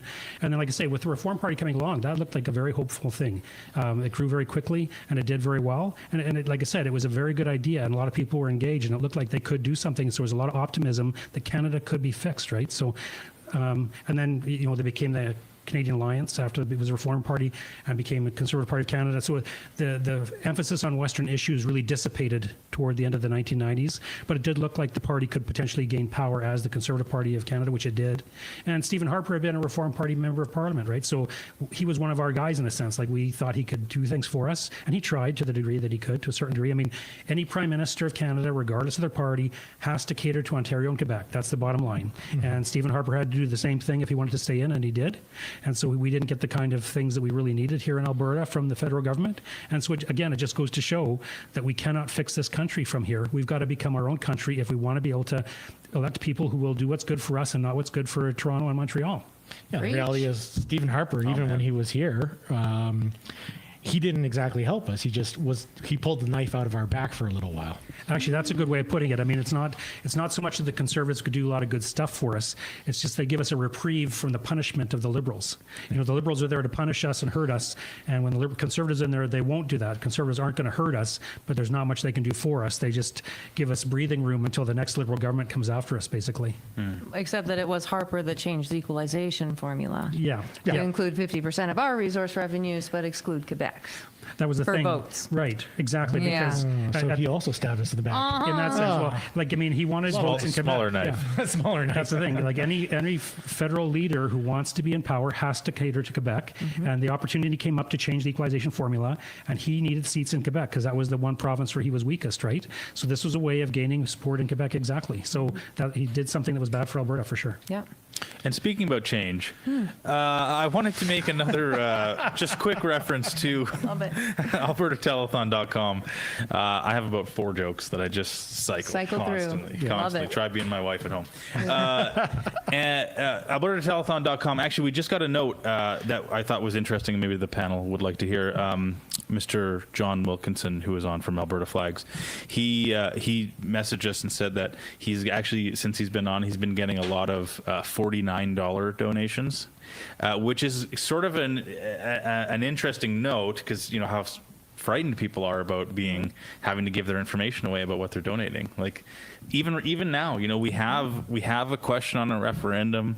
We have some social legitimacy because we have signs everywhere and flags everywhere. Yeah. Still, people are afraid to put their names down on a piece of paper to engage in the democratic process. What does this say? What does it say? Says we need out. Yeah. It really does. It says we need out. Just a short story. We had a donor who shall remain nameless, but they used a middle name and then gave the 250. So under 250, you're not on the public list, but over 250, your name is immediately on the elections. Alberta has donated over this much, right? So he gave that much, and then his spouse gave the 750 so that they could make it right up to the $1,000 mark. That's what they wanted to give, but the spouse used a middle name as well, so that it couldn't be tracked exactly to them, right? It's been quite fascinating. Even today, when I was in Red Deer at the farmers market, I don't know, I want to put a sign out, but my house is going to get egged if I do that. I want to do this, but this is going to happen. I want to do that, but that is going to happen. And all I can think of is, funny story, none of this ever came from our side, ever, because it would have made the news immediately. And so, people are scared. They're scared to put their names to something. They're scared to put that sign out because of repercussions. It's ironic, though, because in my area that I live in, it's very, very left-leaning, extremely left-leaning. Not that all leftists are against Alberta independence. I know there's a lot of you who are for it. You just don't want to say it. Yeah. But the moment I put up an Alberta flag on my house, all of a sudden, one of the neighbors down the street put up an Alberta flag on their house. And another neighbor put up an Alberta flag on their house. Yeah. And then I found out later that it actually helped build up our street credit with our neighbors, because they're like, okay, we know you're not crazy like the Forever Canadians are these days. Nice. And so all of a sudden we actually made more friends. And I've never had my car get keyed. I've never had my house get egged. And I'm in the heart of the crazy place. Yeah. So. Yeah. Well, that's the thing. I mean, even at our house the other day when I was in Two Hills, speaking with Chris Scott and his crew, the dogs alerted my husband to somebody in the front yard, and I've got signs, I've got the flag, it's my house, right? And we are also on a dead-end street, so it's not through traffic that comes by. And so he looks out the window and he sees somebody lurking in the front and looking at the signs and looking at the flag, and he's like, here we go, now I got to get out there and blah blah blah blah. Anyway, long story short, the guy is also for independence. And so this conversation strikes up on the street, and he's like, I was just, like a Facebook Marketplace pickup or something like that, and couldn't help but notice. And so this great conversation takes place, and my husband says, well, do you know who Kathy Flood is? And he says, yeah, which always freaks me out. Like, that should not be a thing. That should not be a thing. But he's like, yeah, of course I do. And he says, well, these are her signs. Do you want one? He left with 3 because I happen to have some in the back of the truck. I got them in the back of all the vehicles that we have. So it's important to have these symbols out there, because you just don't know. You don't know what opportunity you're going to be able to open up for somebody else to be able to be brave and go, you know what? I'm going to do the same thing. Michael, in your experience working on these campaigns and in being involved in this world in the 80s, what do you notice differently from how people treat a separatist, quote unquote, in the 80s and 90s, maybe compared to today? Do you notice much of a difference in how they're treated in the public or online? I mean, not online back then, but you know what I mean? Well, there's always been a stigma. It was less common then, back in those days. It was a brand new idea back then. No one had really thought of it seriously until the 70s and the 80s. So you were very much a minority. It was and the word separatist, of course, has stigma with it still. Of course. So to identify with that word, some people today don't even want me to use that word still, but I've been using that word for decades, so I still will. So it was very much a stigma, and compared to right now, there's more independent supporters now than ever in Alberta. So in certain communities, there's no stigma, I don't think, at all. So in that sense, it's more comfortable to be an independent supporter now, except for in the sense you're talking about people who don't want their names, put down. And what I want to say about that is that shows how Canada has changed. It was never like that. The Canada that I was born and raised in was not like that.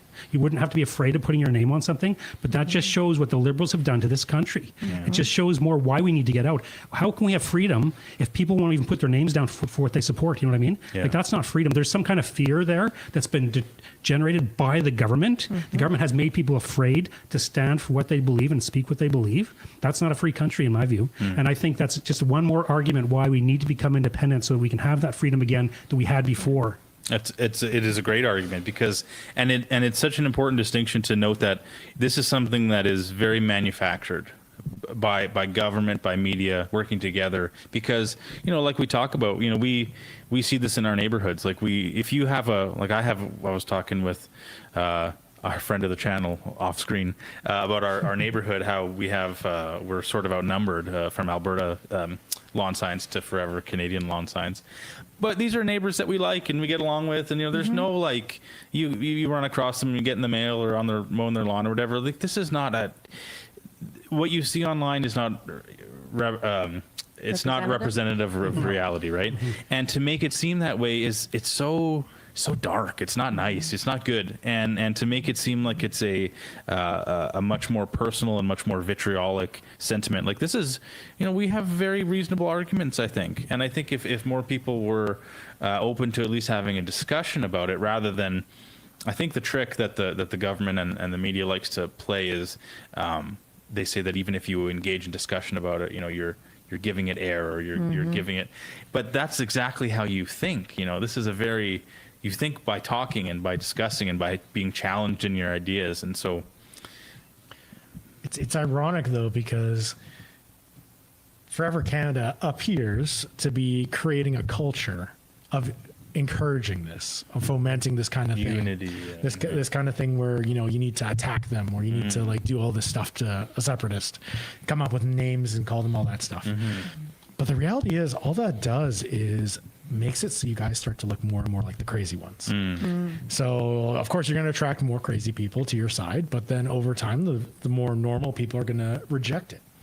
And so I kind of find it a little bit serving us that they're doing that Thomas Lukaszuk has never come out once to denounce any of the violence done against any of our Alberta Independence supporters. He's never come out once to even say stop harassing or doing all this. He's always silent on that. And then in their private groups, because I'm in your private groups, guys, I'm in all of them.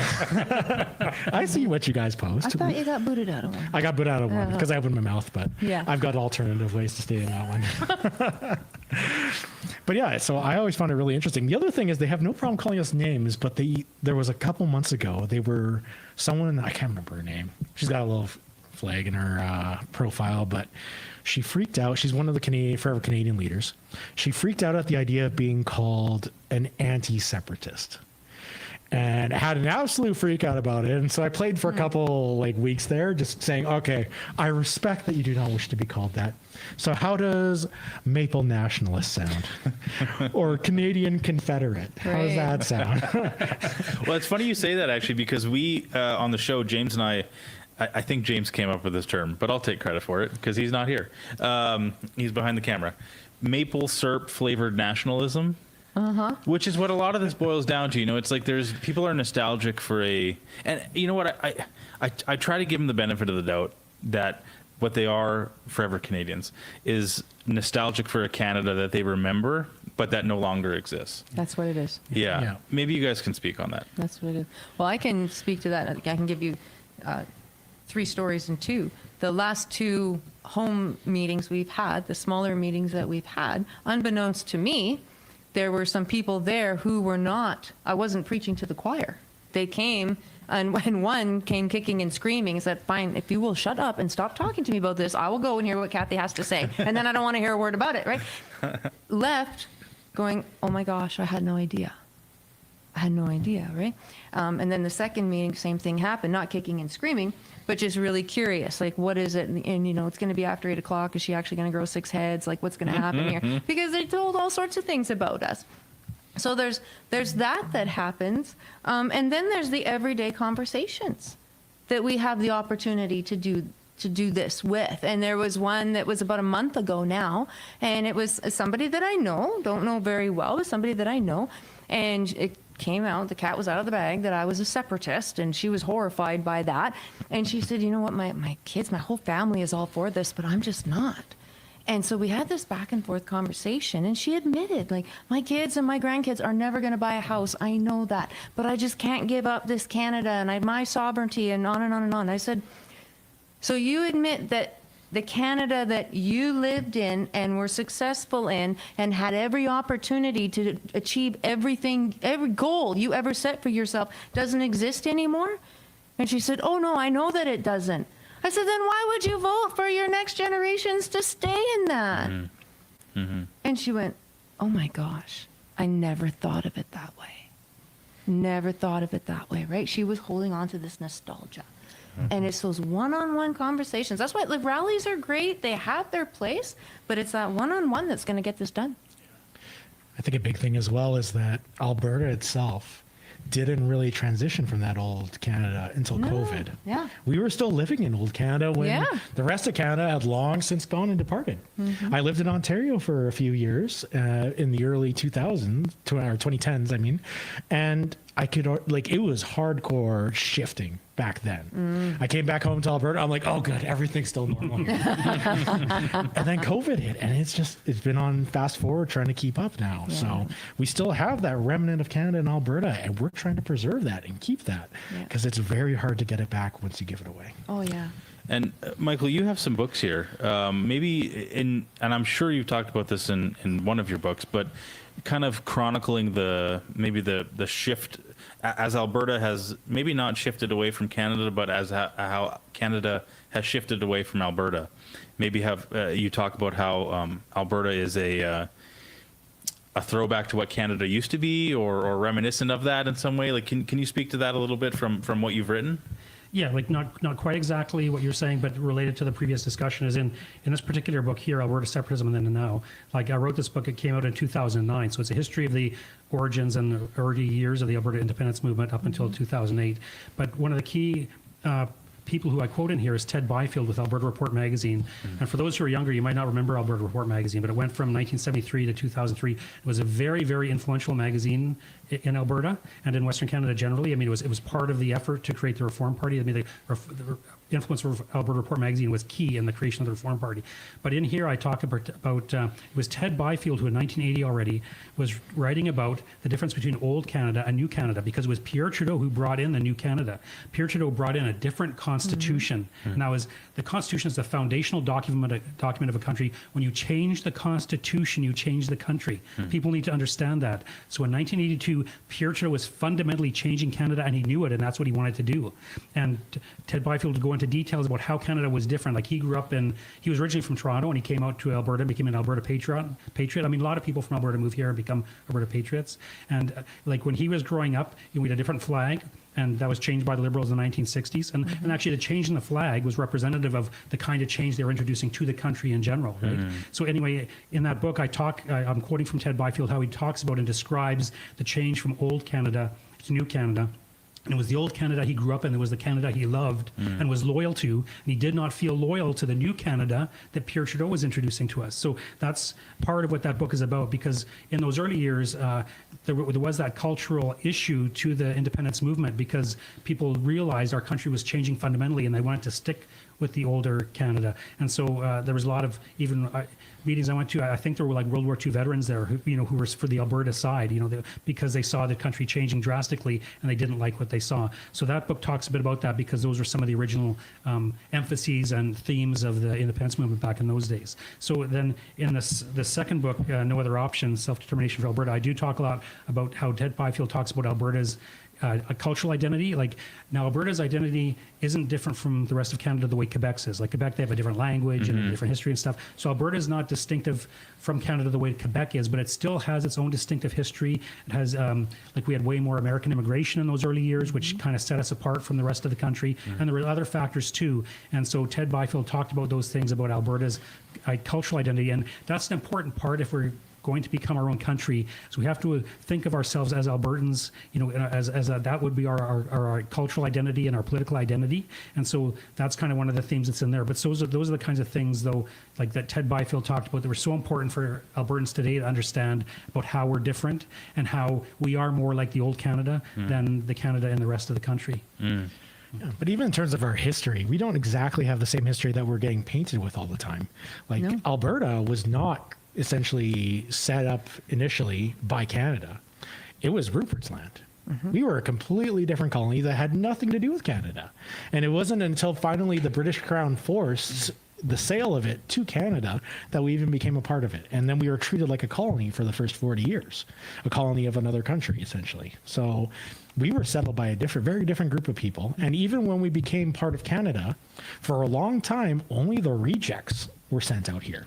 If you were a dirty Eastern European, or like a lot of our ancestors were, you weren't allowed to settle in Upper Canada, in Ontario or Quebec. No, you had to go out to the prairies because Ukrainians are a lot of farmers. And that's why, like, we've got a giant Easter egg in Vegreville. We have a huge, Estonian. We have sausages in Mundare. We have all the rejects that were sent out here. So we weren't even settled by the same people who were settled in Ontario. Honestly, when I look at our history, we are a very different people than Ontarians. But when you look at modern day Quebec and modern day Ontario, although their history is different, their values have almost just become a French and English version of each other. A lot of their values have aligned so much that they're pretty much become a monoculture that just speaks two different languages. Actually, that's quite an interesting point, because when you compare the settlement of the Canadian West with the American West, like generally the American West kind of was gradually moving west, and people would come in, immigrants would come into Eastern United States, become acculturated as Americans, and then move west. Whereas like what you're discussing, what truly happened is after the prairies were attached to Canada, it was like there were very few people out here, and they needed to bring in people to create an agricultural economy. So at first there was opposition to bringing in Eastern Europeans, like you mentioned, because some of the WASP people on Ontario didn't want those kind of people. Eventually, we got an interior minister who went and advertised for people in Eastern Europe, and a whole flood of them suddenly came to the prairies. And they didn't go through Eastern Canada and become, like, geographically they did on the train or whatever, but they didn't stay there and become Canadianized and then move out west. They were plopped here as immigrants, and they Canadianized in the West in a different experience from the people in central Canada. So what you're talking about is true, that our experience as Westerners here on the prairies, the way we developed a Canadian identity was different from the historical experience of those in central Canada. And like, this is important to me, like my paternal ancestors came to the prairies in 1902. And so this is kind of like and probably some of the others here, I'm sure people in the audience, their ancestors came early in that time period to the prairies, and we're descendants of that. We're reaping the fruit of their efforts to get us here, But so exactly what you're saying was exactly true. Yeah. And like a lot of it as well was just the straight up geography. Like the United States, it was just like gradually, like a guy would move in just a little further away than the last guy, just a little further away. Us, we had the Canadian Shield. Exactly. It literally divided us up. And so it's no surprise that when, they're looking at it, they're like, oh, convenient. We can just send them so far away that we don't even have to think about them. And that's what happened. And we just became a resource colony. They sent so many people out here. A lot of them did really well. A lot of them died, and they didn't care. They just took in the money from all the agricultural sales that they got over time. And sorry, please go ahead. I was going to add one more way in which we were different from the rest of Canada is when you look at our provincial political history, we would form alternative political parties. So, the original party was the Liberal Party, but in 1921, the United Farmers of Alberta became our government. United Farmers of Alberta from 1921 to 1935. Then with 1935, it's a Social Credit Party of Alberta up until 1971. Those are parties that weren't in other provinces, in terms of forming government. I mean, eventually in BC, there was a Social Credit Party that kind of keyed off Alberta, but it was different in its own way. But Alberta was very distinct from the rest of the country in terms of our voting trends, and federally as well. We voted federally for the Social Credit Party for many years, and previous to that, the Progressive Party of Canada. So when you look just at our voting history, you can see how different we are from the other provinces. Honestly, if it wasn't for Stockwell Day losing so bad, I think we probably would still have our own parties. I don't know. Because we never would have become a conservative stronghold otherwise. Right. Yeah. I don't know. But everything you guys say is true. I mean, one of the quotes that I give in every presentation that I do is the Sir Clifford Sipton quote, right? Where every Canadian, every patriotic Canadian is going to want all the trade from the prairie to go to the east to enrich them. That's the shortened version of it. But that's why we were created, was so that all of our bounty, all the fruits of our labor could go to the east. That was the plan. And here we are all these years later, and it's no different. But what's neat to me is despite that, and people still came here, and a hardy bunch of people, right? Like you go way up north, and it's very hardy. Nobody told them about the snakes in the south and the minus holy moly in the north, right? They just showed up and did what they could with what they had. And when you dig into the history books, the few that there's stories of the women being home alone with the kids while the men went to go and work to try and support them. And they didn't speak the same language as their neighbor, but they would still go and have Sunday dinner just so they were around people. Like, that's what this province was built on. And that's why when you go to pick any small community, pick any one, and what do you see first? You see an old church. You see an old church that's probably dilapidated now, but that was the first building that was built. Yes. The second building that was built was the school, because everybody appreciated how important education was. And so then there was the church, there was the school, and if it was a bigger community, the next thing they would build is a community hall. And you go to all these little towns, and there's community halls. You go to the bigger centers, there's the German community hall, the Ukrainian community hall, the Dutch community hall, exactly what you were talking about, right? All these people came together, and they made it work. That's what this province is built on. And the three words that Angela and I have been hanging on to in this campaign is family, community, sovereignty. You cannot have the first two without the last one. And that's what they eroded. They purposely eroded the family, which then eroded the community, and now they're trying to take our sovereignty. And we just can't stand for it. That's not what this province was built on. No, it was not. It was built on being a resource colony. And speaking of resource colonies, really you can view us today as your resource colony for albertatelethon.com, where our purpose is to direct funds to our 6 great TPAs. You're good. That was very smooth. The king of the segue. Yeah. That's great. I wish I had updated numbers for you, but if you're tuning in earlier, we were reporting that Keith Wilson's TPA, Keith Wilson and Tanya. Yeah. They surely must be over 50,000 now.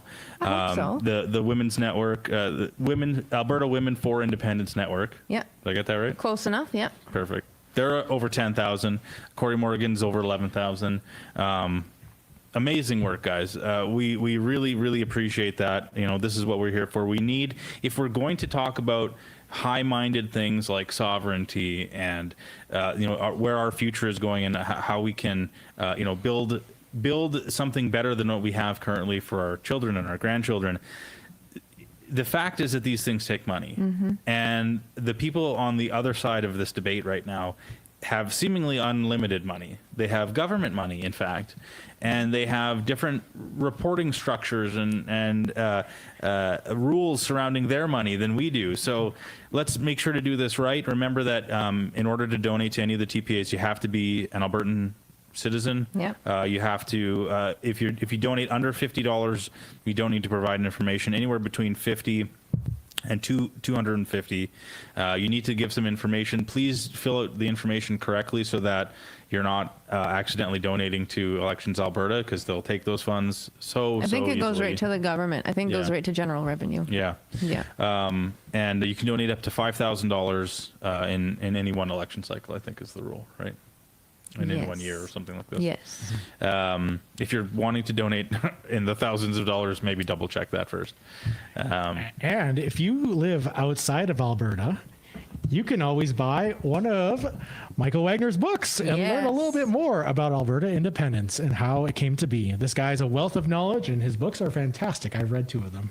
Where can, Michael, where can people find buy your books? Can they buy directly from you? Well, actually, this particular one that Mr. Alberta held up is available on Amazon.ca, Okay. and all 3 of the books are available at a website called merchantship.ca. Like, it's a homeschool supply online store, but they carry my books as well, and so they carry all of them. I've got 3 books on Alberta independence. So if you go to merchantship.ca and put my name in, my books on independence will come up, and they're less expensive there than they are on Amazon too. So. Amazing. Did I ever tell you our cool story about your books? No. Okay. So we had, Angela hosted a home meeting, and there was 20 women there. And the way that the host got these 20 women to show up was she said, you know what, it's been a long time since we've been in school. Perhaps we need a refresher social studies course. And so these 20 women showed up for charcuterie and tea and all the rest. And Angela brought out your books and gave them the social studies course that we do. And they left doing a book club on your book. Oh, thank you so much. Yeah. That's great. Professor Wagner, See? working even when he's not there. That's so good. That's how we work together. There's no competition here. Oh. No competition. Yes. Before we run out of time. Yeah, Oh. I mentioned this earlier in the stream. So we're going back to Paul's Pizza. They're in Airdrie, so just north of Calgary. Well, not right now, but at the top of the hour. And we bring in the Edmonton location. We were talking about, like, what can we we wanted to maybe put a little bit of Edmontonia in this stream. And we talked about maybe some Oilers gear. Oilers would be good. Oilers would be good. So, they talk about in this movement having a big tent. We want to have people of all stripes. We're not just preaching to the choir. And so, in the spirit of that, I just wanted to maybe put this on the table for everyone. All you Calgary independent supporters, you are welcome, in fact, to join us in supporting the Edmonton Oilers. It is not a good time to be a Calgary Flames fan. We all know this. Your arena is garbage. Your team is almost as bad. And so we want to invite you to be a fan instead of the Edmonton Oilers because we have the greatest player to ever play hockey playing for us currently. I'll die on that hill. So we just wanted to just have this is a little gift from us, just a little visual gift for the next 20 minutes on the stream. So thank you for reminding me. Tent. Yeah. You can fit in our big tent anytime. Anyway, go Flames. That's it. So it's been great having Michael Wagner on the show. I was in high school in Calgary when the Flames came from Atlanta.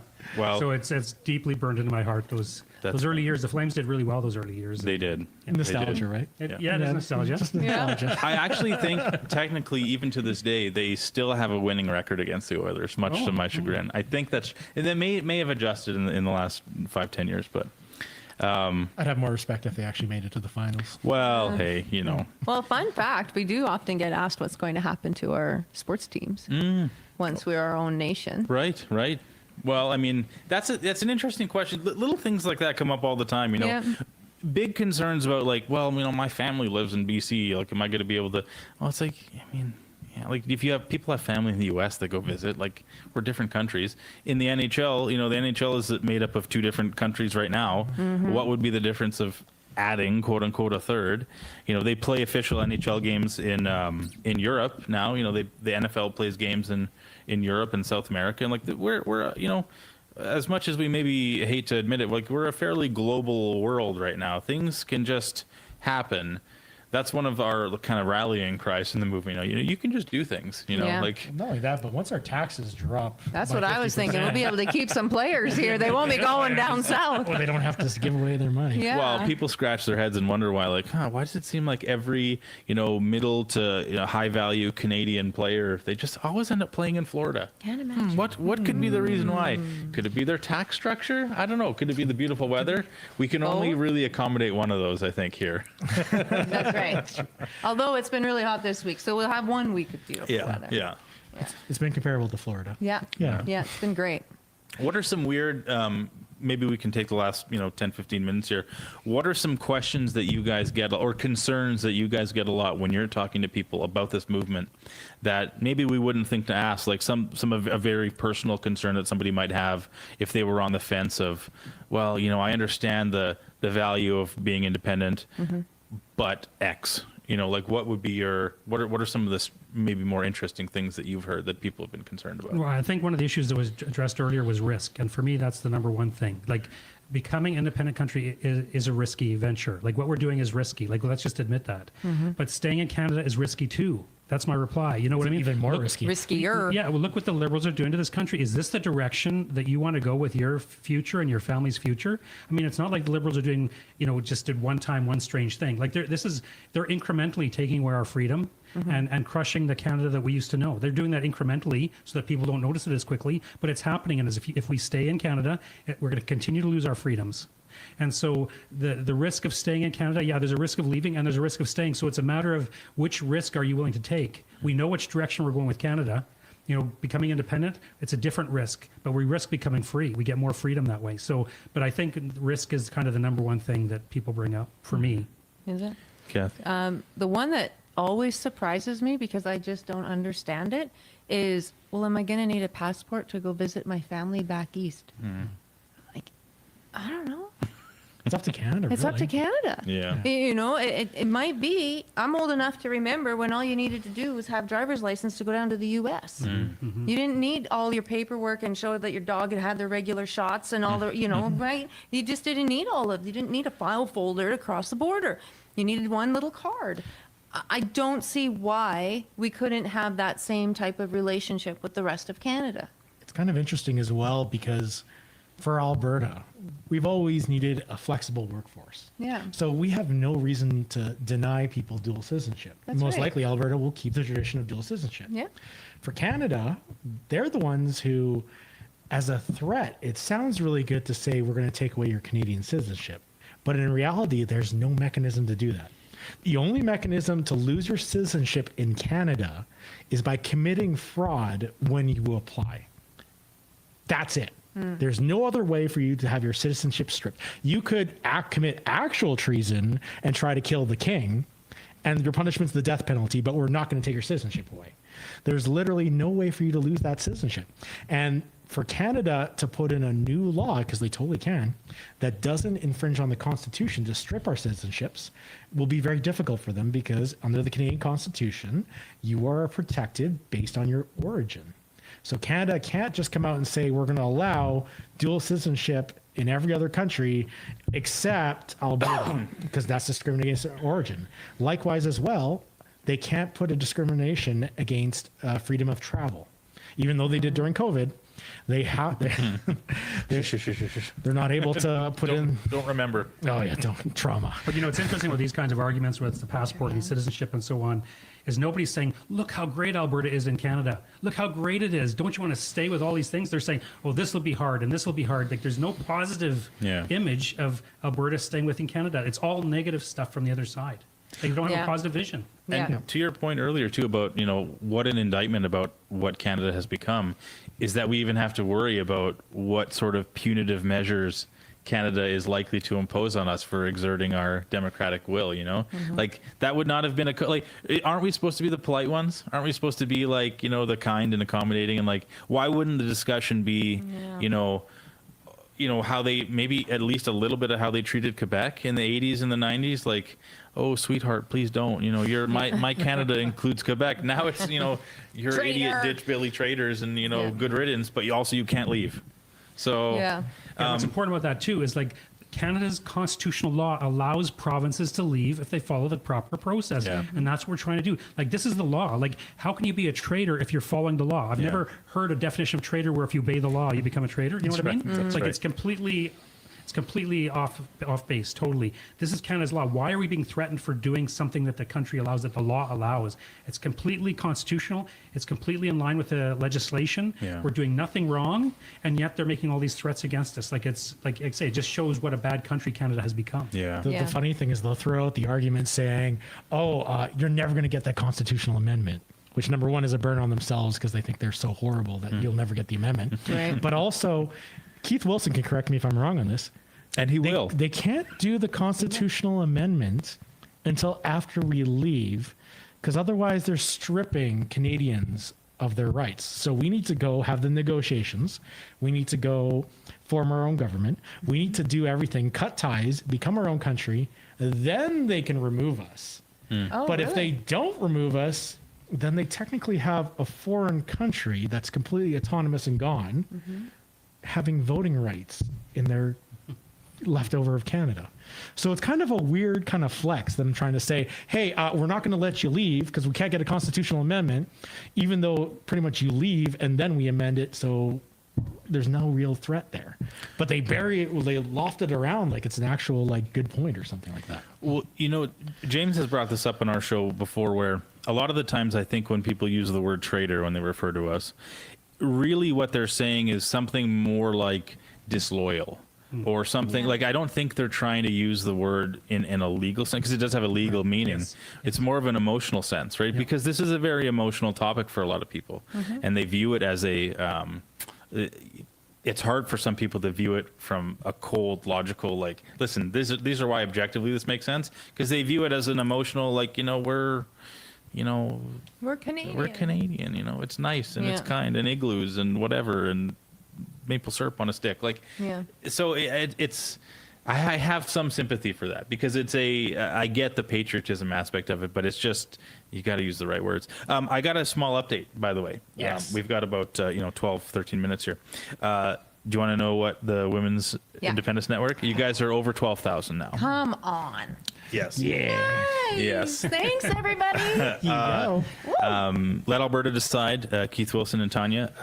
Why can't I think of Tanya's last name on Clemens. Tanya Clemens. Yes, of course. Sorry, Tanya. You guys are over 50K.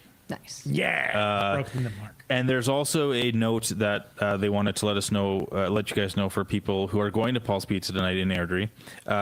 If you are maybe hesitant or you don't want to or don't have the ability to donate online, they have donation bins there. So you can donate cash. Nice. They have 6 different jars, I guess, for the TPA. So nice option to have.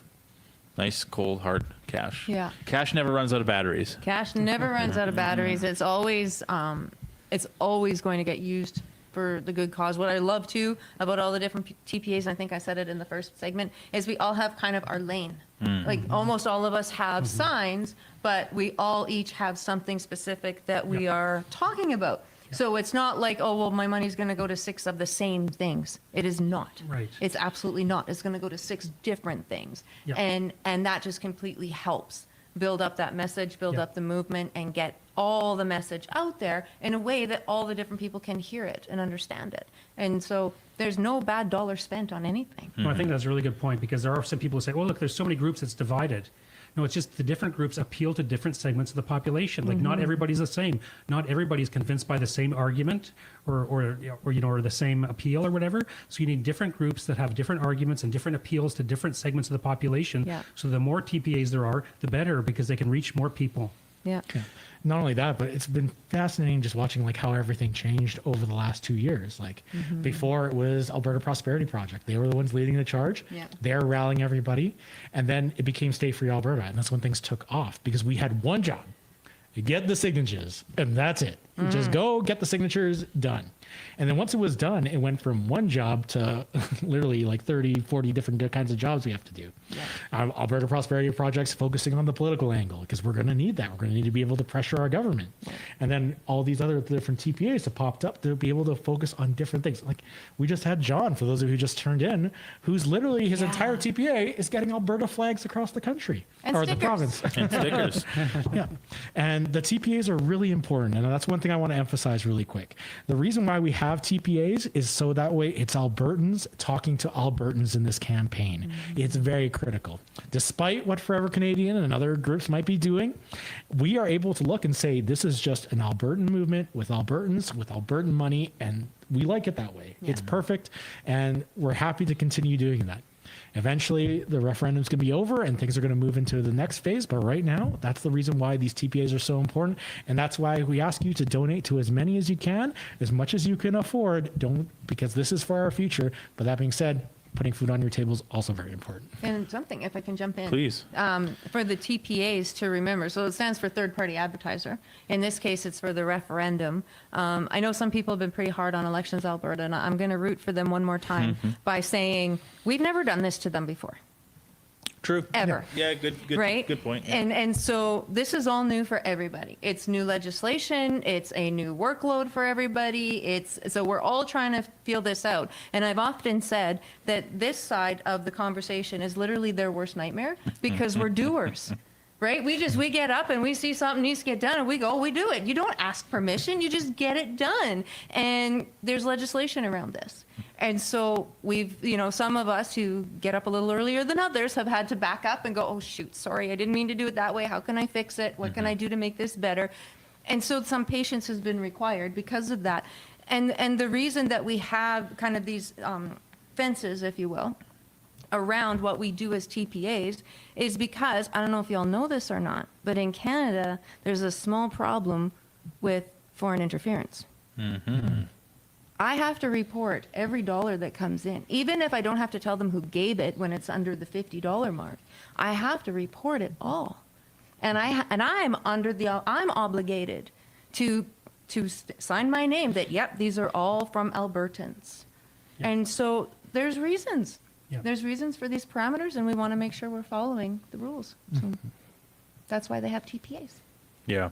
Yeah, it is, just like many other things, something starts off as the the intention is good, Mhm. the ethics behind it is good, and just like so many things, it can be corrupted and pushed and maneuvered and Yeah. bent, and so yeah, that's a great attitude to have, because we don't want to antagonize our, as easy as it is, and maybe as fun as it is sometimes, Little bit. to antagonize Little like bit. dumb bureaucracy. Yeah. We still got to play the game. If we want to be taken seriously and be legitimate, and of course we do, because just like you said, Mr. Wagner, this is a legal process. This isn't a thing. Well, he was Professor Wagner earlier.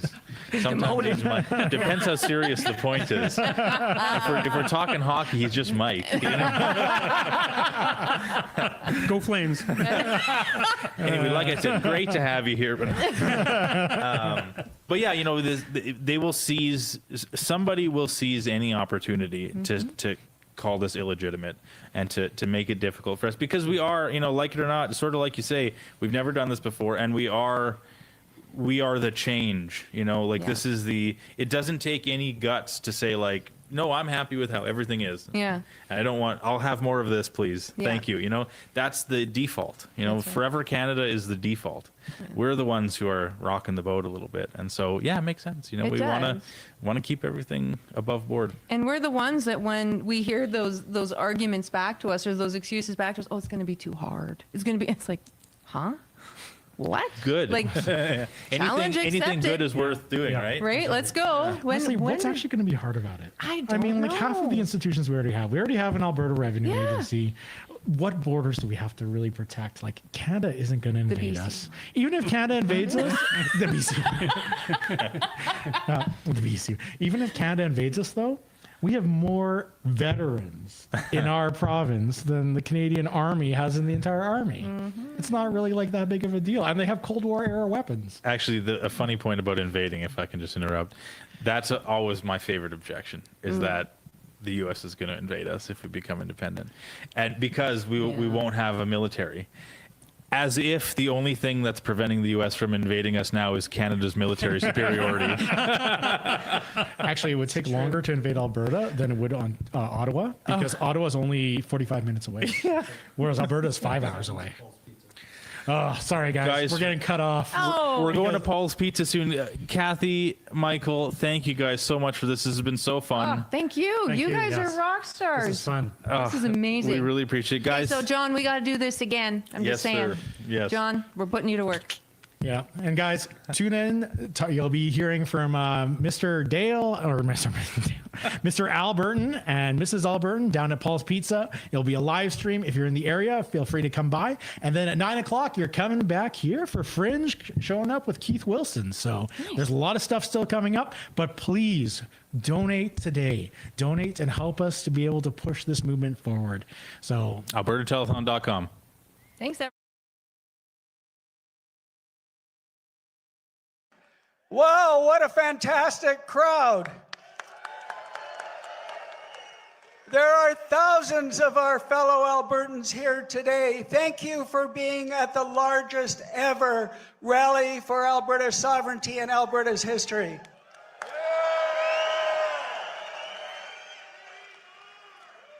We are at an inflection point, ladies and gentlemen, a time in history where we have a choice. And that choice is, do we continue to be subservient to Ottawa and the enslavement by our federal government? Or do we chart a new path forward to freedom and prosperity through independence? We have the leverage. We have the power.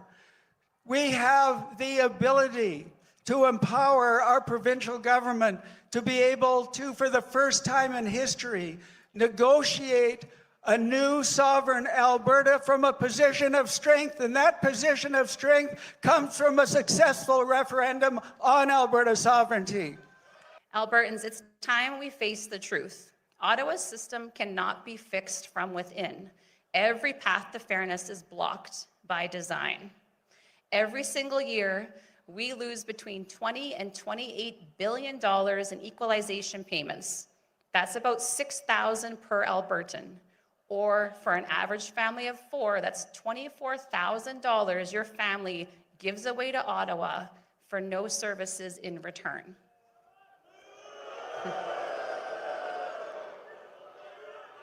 That's money that you earned and money you'll never see again. But after all these things, they have not yet broken our spirit. Alberta is not getting a fair deal in Canada right now. And here's the truth. If we actually want real change, the kind that means opening up the Constitution, that's nearly impossible for Albertans to do on our own. But if we vote yes in a sovereignty referendum, that changes everything. Suddenly, Alberta is not begging to be heard. We'd be negotiating from a position of strength for the first time in our history. And when that happens, when we vote yes to sovereignty, Ottawa will listen.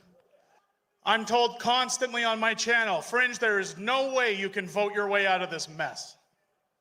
I beg to differ. Alberta, you've been handed a golden ticket. You've been given a golden opportunity. You've said for years, your vote has no weight in the federal elections. Our Senate is unrepresented. Our votes just put bums in chairs while Toronto, Southern Ontario, and Montreal decide who runs our country. But this vote, ladies and gentlemen, this vote gives you more weight and more power than you've ever had in your life. If you are a true Albertan, you owe it to your children, grandchildren, your future great-grandchildren to vote for prosperity, to ensure that there is a land left here for them, that they can afford homes, they can have families, they can build memories, and they can be prosperous and free. But I'm confident that no matter what happens in that process, and this is critically important, that next year, whether it's in the spring or the fall, there will be a province-wide referendum.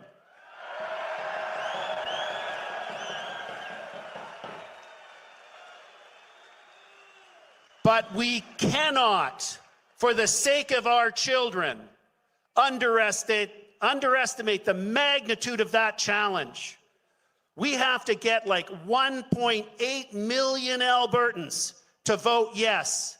That means every single one of you is now charged with a mission. And that mission is to talk to your friends, talk to your colleagues at work, the guys on your shift, the people in your baseball team or your hockey league, everybody that you encounter, to have the awkward discussions, to get them to understand the opportunity that's before us, the opportunity that how they will benefit, how their family will benefit, how their community will benefit, how their kids will benefit by voting yes. That is the imperative that we all have. We can do it. You must do it. Are we going to fight for our kids? There's a lot of people here today, but it's not enough. We need more people, which means that each and every one of you, you need to ask yourself, are you willing to make the sacrifices necessary, specifically with your time, to make this happen? Are you willing to actually go and have the difficult conversations with those who may scoff at you so that you can make these changes? Are you willing to give up your Friday night or your Saturday night, like most of these people have been doing for the last 3-4 years, to make this happen? And if you're willing to answer yes, which I'm sure most of you are, then you need to walk the walk. When you leave here, you need to start doing these things. You need to educate yourselves on what the situation we're in and what the solution looks like. You need to know the details so that when you have these conversations, you're an effective ambassador for independence. Every one of you is an ambassador for Alberta independence. Did you know that? So just in saying, I've got a little thing, Carney's got the elbows up thing going. It's a kind of a hockey thing, right? I'm a hockey player. I'm going to tell you a little thing about hockey players. There's a challenge that goes on. I don't know if you're aware of it, but I'm aware of it. Sometimes guys will sidle up to you and say, come on, let's go. Do you want to go? So at that moment, You either do or you don't. And if you don't, that guy probably owns you and you're a little intimidated. And then once you get intimidated, it stops everything from working. So here's what I'm going to ask you. Let's change that up.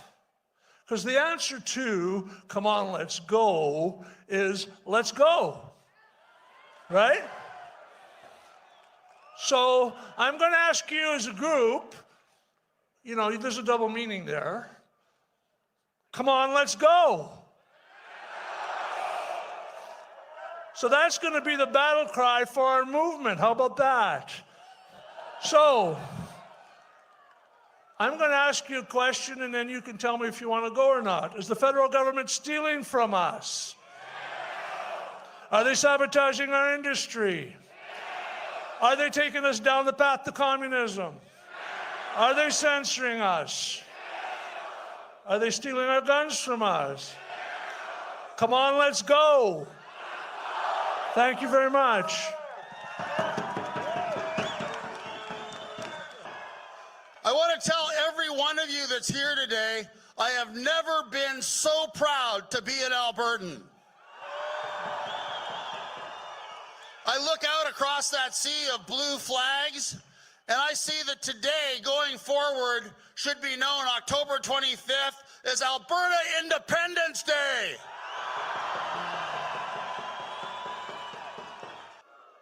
It's time to end the tyranny of Ottawa and keep our money at home to take care of our families, fund Alberta education, fund our hospitals, fund our doctors, fund our Indigenous people, and take care of Albertans. And there is only one solution, and that is to get Alberta the hell out of Canada and become an independent country.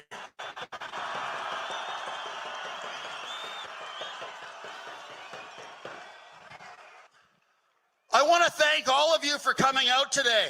And again, I can't tell you how proud I am today to be an Albertan, to see all of you here standing for independence, standing up for your families, standing up for the future of your children and your grandchildren, and a prosperous future for this province. Thank you all so much for coming out. God bless all of you. God bless.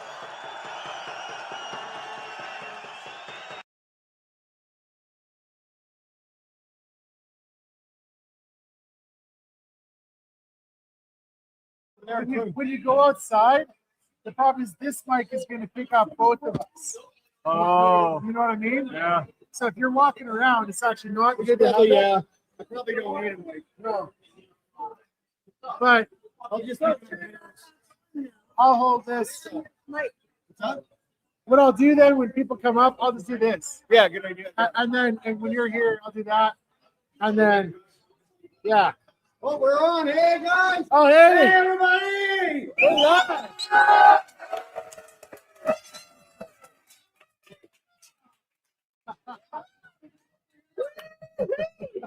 Paul's Pizza, guys, everybody. We're live right now on location at Paul's Pizza for the fundraiser. Let's go over. This is it. Hey, everybody, we're live.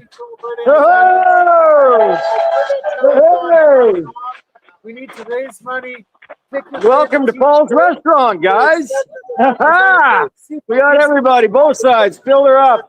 Set up, guys. You just click wherever you want to There go. you go. Make sure you fill out all the information, because if you don't, then legally you have to give some information. Make sure you fill it all out. Even the ones that tonight.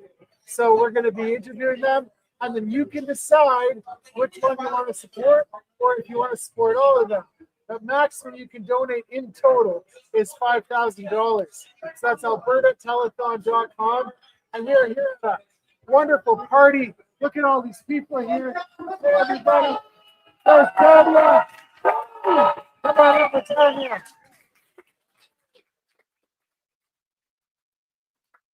And hang on a second here. Hi, Tanya. How's it going? I'm going to use just one microphone. Sure, sounds good. So this is Tanya Clements. Hi. Famous or infamous. What's your TPA called? And give us your plug. We'll have a TPA with Keith Wilson. It's called Let Alberta Decide. And our goal is try to reach the undecideds and anyone that's just disgruntled with the way that Ottawa has been treating Alberta historically, and reach out to them and be able to engage them in conversation. Yeah, thank you so much for all the work you're doing. Oh, thank you. Thank you too. And It I takes was- a whole army of us. I was following the X post today that you're making. 35,000 you've raised so far. I think actually we're over 45,000 today. 45,000? So John Yeah. Bolton's telethon is incredible. Yeah, This is amazing it's for incredible. Alberta. It's incredible. Yeah. So well, thank you so much, and I hope the other TPAs are making money too. And yeah. so sure they okay, are. what do you plan to do with the money exactly? People want to know where their money's going. Well, some of our money is going towards our sign campaign right now. And we're doing like a hybrid of traditional campaign strategies, all the successful ones that you would typically see. Okay. But then we also have a very sophisticated behind the scenes digital strategy that is marketing and targeting that undecided group and trying to bring them into the conversation. Yeah. Well, something I've been thinking about a lot is like, how do we get through to the conservative who agrees with everything that we're saying, except they won't take it to the next step where independence is the rational thing. How do we communicate to those people? I think that's actually where this referendum for a referendum is a little bit of like a blessing in disguise. Yeah. Because if you vote option 1 in this referendum, you are voting for the status quo and you take away all power that Alberta has in Confederation. Yeah. But if you vote for option 2, you're going to enable our provincial government with all the strength to negotiate from a position of power with our federal government. Yeah. So whether you are fully independent or you just want Alberta to have strength, that's what option 2 is going to give you. Yeah. It's like, okay, now that if we get a successful win on this, then we're sending Ottawa a message. And then I suspect they're going to come back with like their best possible offer to us. That's what I would expect. And what I would hope. maybe it'll be really enticing. I doubt that they're going to open up the Constitution to make the constitutional change we require, but they might come back with something really strong. Yeah. I don't know. Yeah. At least we have some power then to force them to come back with an offer. Yeah. Well, and I think that assuages a lot of people in the middle on this. We're like, okay, we don't know what we're going to, if we're really ready to leave out of Canada yet, but send a message and see what we can get. And then at least in the real referendum, they know what they're voting for. Because then it's like Canada's giving us the best offer. And they're like, wait a minute, that's still not good enough. So then, hopefully then I want independence. I want freedom. Yeah, and those of us that do support independence, we definitely will take that opportunity to try to bring them into the independence side of the movement and speak to the merits of sovereignty. Yeah. But the first referendum question is just, if you're aggrieved and you feel it's unjust how we've been treated, you have to vote option 2. Yeah. And then it's our job to try to convince you that, you know what, pursuing independence is going to give us all the things that we've been asking for. Yeah. Wow. Yeah. So on the campaign trail, what are some of the big questions that people have been asking you? They ask a lot about the uncertainty of the future. They're worried about that. And actually, when I talk to people, it usually comes from 2 places. It comes from fear of change, of uncertainty, and then a position of just really having a patriotism towards Canada and a love for Canada, as we all do. Like, we grew up with these ideals of what Canada was and is supposed to be to us. So that's where the hesitancy comes from. And then people are just concerned about how it's going to affect their personal and their family life going forward. So whether it's pensions or their paychecks or their job security. Yeah. All So questions. So fear and patriotism. That's what I've been finding with my YouTube videos as well. Yeah. Because I go around making videos and talking to people, right? You do a great job. And like, thank you. The patriotism argument confuses me, but when I think about the risk argument, like the uncertainty, it's like there's 2 ways to look at risk, right? There's the risk of changing, which is uncertain. There's going to be big changes and there's going to be unforeseen things, if we're being honest, right? With independence. But then there's risks of staying. And we know what those are. Tell us what the risks of staying are in your mind. And that's how I phrase it too, that the certainty of where Canada is headed is far scarier than any uncertainty of giving us a new nation and being able to carve our own path. Yeah. So we know how taxation is going to go. We know that our property rights are going to be continued to be chipped away at. Yeah. We know that our children and the next generations are going to have an increased affordability issue. So not going to be able to afford homes till well into their 40s likely. We know where it's headed for Canada. So do we want to vote for the status quo? or do we want to empower our government for some change and some leverage? Right. Yeah, like 20 years ago, when I was 20, I bought my first house. The average age to buy a house was like 22, and now it's like 45. You know, there's no hope for young people. Like, that's a risk of staying in Canada. If you vote Forever Canada, that's what you're voting for. We know the path we're on, and this is an opportunity to get off of it.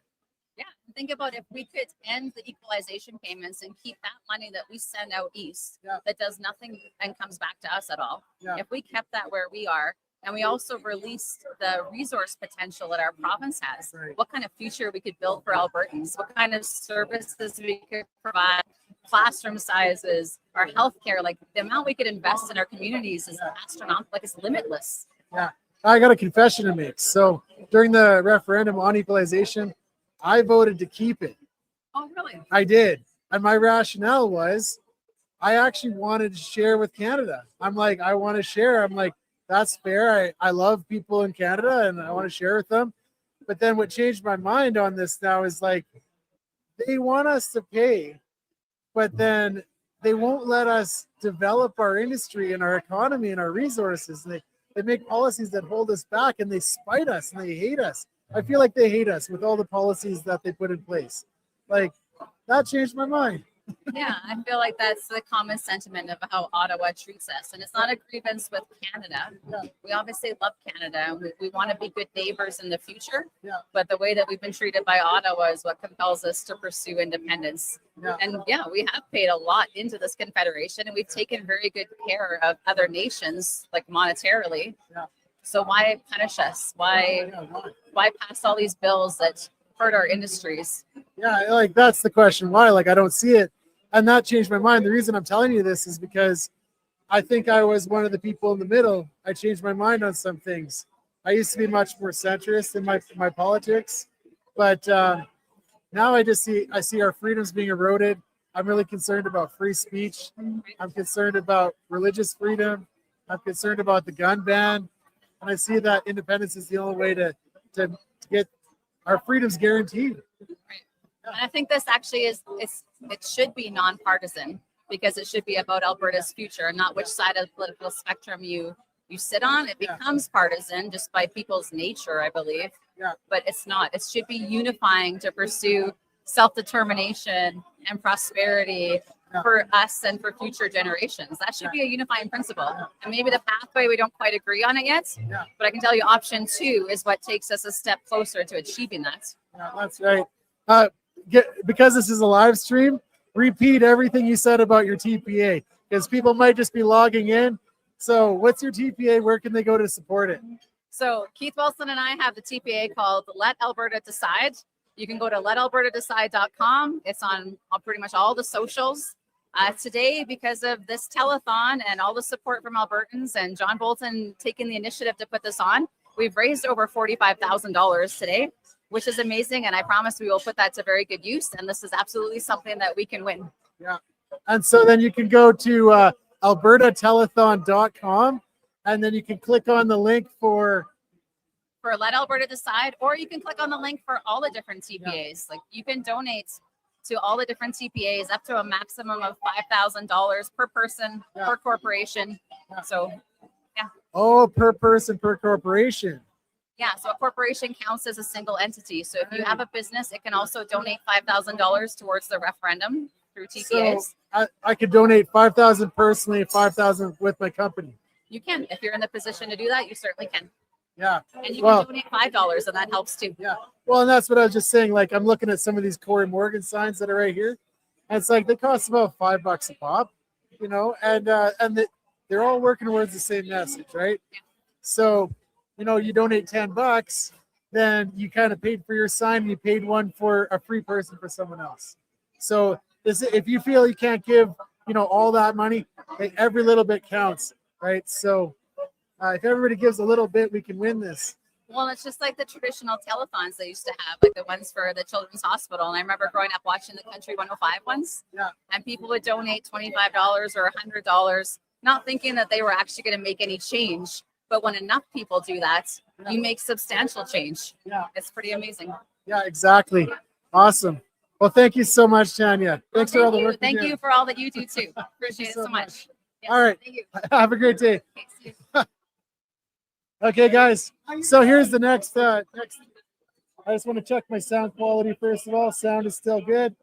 I think everybody can hear me. Come on over, Jason. Somebody wants to see you. Hey, John, how are you? Okay, we meet again. Absolutely. It's nice and lively in here tonight, isn't it? Yeah. Awesome. Okay, so give us the plug for your TPA. Okay, so the Levine Show TPA, what we're doing is we're putting up billboards and lawn signs everywhere, large events with debates. We actually could just announce that we've got Stockwell Day and Bruce Party agreeing to do a debate. Wow. Stockwell for the Federalist side, Bruce for the Independent side.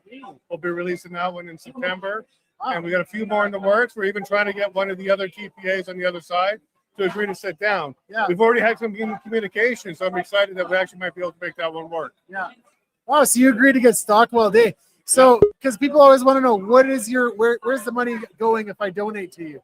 So you're answering that question. Continue answering that question. About 80% of the money goes to lawn signs that we hand out all over Alberta. We were just up in Grand Prairie, Lethbridge, Medicine Hat. We're going all over Alberta to handle lawn signs. We have some here tonight as well. Yeah. And about 10% of the budget has gone towards the billboards, the digital billboards in Edmonton. Okay. And the other 10% is about producing the events, booking the venue, getting the hotels, getting everybody involved. Yeah. So roughly 80-10-10 is where we put the budget right now. Yeah. So like as far as political things like this go, that's a really effective way to give their money. Like you're using it effectively. And so I appreciate all the work you're doing here. So where can people go to donate? They go to levineshow.com/TPA. They also go to the albertatelethon.com. You'll find our donate button there as well. You can mail it to us. We take checks through the mail. Yeah. We do credit card. We do e-transfer. And then in-person events, Yeah. we can take cash as well. Yeah. Well, and there's a cash bucket floating around here. It was getting pretty heavy. Well, that's good because we're up against a billion-dollar machine. Yeah. And that's just a meeting here in Canada. It's a Yeah. trillion-dollar machine. When you look at the globalist level of things, Yeah. they don't want people to have this kind of independence Right. because it's contagious. Yeah. When other countries and other places see what we're doing here, they're going to start doing that too. Yeah. So we talk about the CBC and the Canadian media being like 1.4, 1.6 billion. Yeah. We're against a trillion-dollar machine Yeah. that wants to keep the globalists all together. Yeah. Yeah, well, and that's a really insightful point, is they don't want this to spread. But okay, the other side, they're not reporting their expenses, and Elections Alberta says they don't have to, and that's a big pile of BS. But here's the thing: we're raising money from small little groups like this, right? And events like this is truly grassroots. That's what gives me hope for independence. Like, it's the people supporting this, and like, look at how big this is. $20 from thousands and thousands of people is how a lot of the grassroots movements happen. Yeah. This is what elected Trump. It was $20 at a time. It wasn't $20 million at a time. When it came to Brexit as well, that was a grassroots effort funded by 20 pounds at a time. And look what they were able to accomplish. When people get together and they feel the support from each other, they step up. And this is definitely one of our best days when it comes to the TPA fundraising. Yeah. We've seen lots of generosity. Keith Wilson donated to us today. We're very pleased that even amongst the TPAs, people are working together to get things done. Because at the end of the day, it's going to take a large army to get this done. Oh, yeah. Not one general, not one soldier. It's going to take a large army. We're seeing that even here today. Yeah, that's why I encourage people to donate a little bit to each TPA, actually, because it would be terrible, actually, if we piled it all into one TPA and they got way over. And then where does that money go if it goes over? Well, I'm sure someone like Keith Wilson's team, they'll make sure they don't go over, because that can get you into a little bit of trouble. But at $607,000, that's a pretty sizable war chest. And they're going to probably be there in the next couple of weeks at the rate they're going. Yeah. But I like the idea of giving to a whole bunch of TPAs. Yeah. I just want people to remember that at $250 or below, your name doesn't pop up on the Elections Alberta website. That's right. But it also means you can go $250 per TPA. Yeah. And you still won't be on the website because it's by TPA. It's each individual TPA. And then if you're under $50, then it's 50 or completely below. anonymous. Yeah. Yeah, 50 below could be a cash anonymous donation or even online at $50. Some people do $49.99. You can give us that last penny because it's at $50 or below. Yeah. You're good to go. Yeah. And so what I've been telling people is these signs, they cost about what, $5 a piece? 5 to 7, depending on the quantity. Yeah. When you get into the thousands, it's closer to the 5, and that's where we're at now. Okay. We distributed about 3,000 now. Just in the last 3 days, I went to Grand Prairie, and I came all over Alberta. We gave away about 800 signs. Wow. So we're doing good. And I just want to let the viewers know, we had some fantastic support on the highway in Rocky Mountain and in Rimbey. There's so many people that would give the thumbs up or support. They didn't honk because they may be a little bit too embarrassed or don't want anybody to know, but lots of support. In Rocky Mountain, we even had a bus from the First Nations go by, and the driver gave us a honk and a thumbs up. So there's a lot more support than the media will ever tell anybody right now. I tell you that. Yeah. Well, you think about, hey, Todd, come on over and say hi. Every time I see him, I say hi. Yeah, Todd's a great volunteer of ours as well. He helps out when we're in Drumheller and Stettler and other areas. He's a good man right there. But like that's a good example. Like all of these people here, they came out to show their support, and a lot of the people that I talk to, they actually say that they've never been engaged before. They've never donated or volunteered before until now. And myself, I was kind of involved in politics more than the average person was before this, but I was really disillusioned. Alberta independence gives me hope. It gives us a lot of hope too. And people are worried that their name's going to be on a list, their bank accounts will be frozen. Keep in mind, unlike the convoy for the truckers, this is a sanctioned Alberta independence campaign run through Elections Alberta, which means it's not something that the government can step on. This is the regular campaign that any other election in Alberta would have. And we also don't have to submit your name if it's $50 or less. So if you're worried about your name being on a list, donate 50. Next week, maybe another 50. Next week, maybe another 50. And keep in mind, it is a sanction. We are registered as a third-party advertiser. So don't be afraid. The government won't step on your toes on this one. Yeah. Well, and I think a lot of people are afraid of this, right? It doesn't take any courage to put a Canada flag up right now, because that's just the status quo, and this is still Canada, right? But like, it takes a lot of courage to put an Alberta flag or an Alberta sign up, or to donate, or to volunteer, or to even talk about it. And so what I find a lot of people that they accuse us, they say like, you're never gonna win, right? Like that's their argument, I guess. It's not an argument, but that's what they say. And it's like, once they see, like, look at all these people, you say we're never gonna win, but look at all these people, this is a good shot at winning. I agree with that completely. And keep in mind that those people don't have any other argument. They're not providing us with a good reason to stay. They're not convincing me that this will be a place for my children to grow up in and be prosperous. They're not removing the criminal code that takes away the Bible from us. They're not actually stepping up and doing anything of positivity. So all they have is breaking windows, spray painting signs, and trying to convince us that we're just not going to win. But that's not the Alberta way. We came and prospered here when it was frozen land. There was no roads, and we built it and did it. So I absolutely believe that the courage is there, the conviction is there, and also Christ is on our side on this.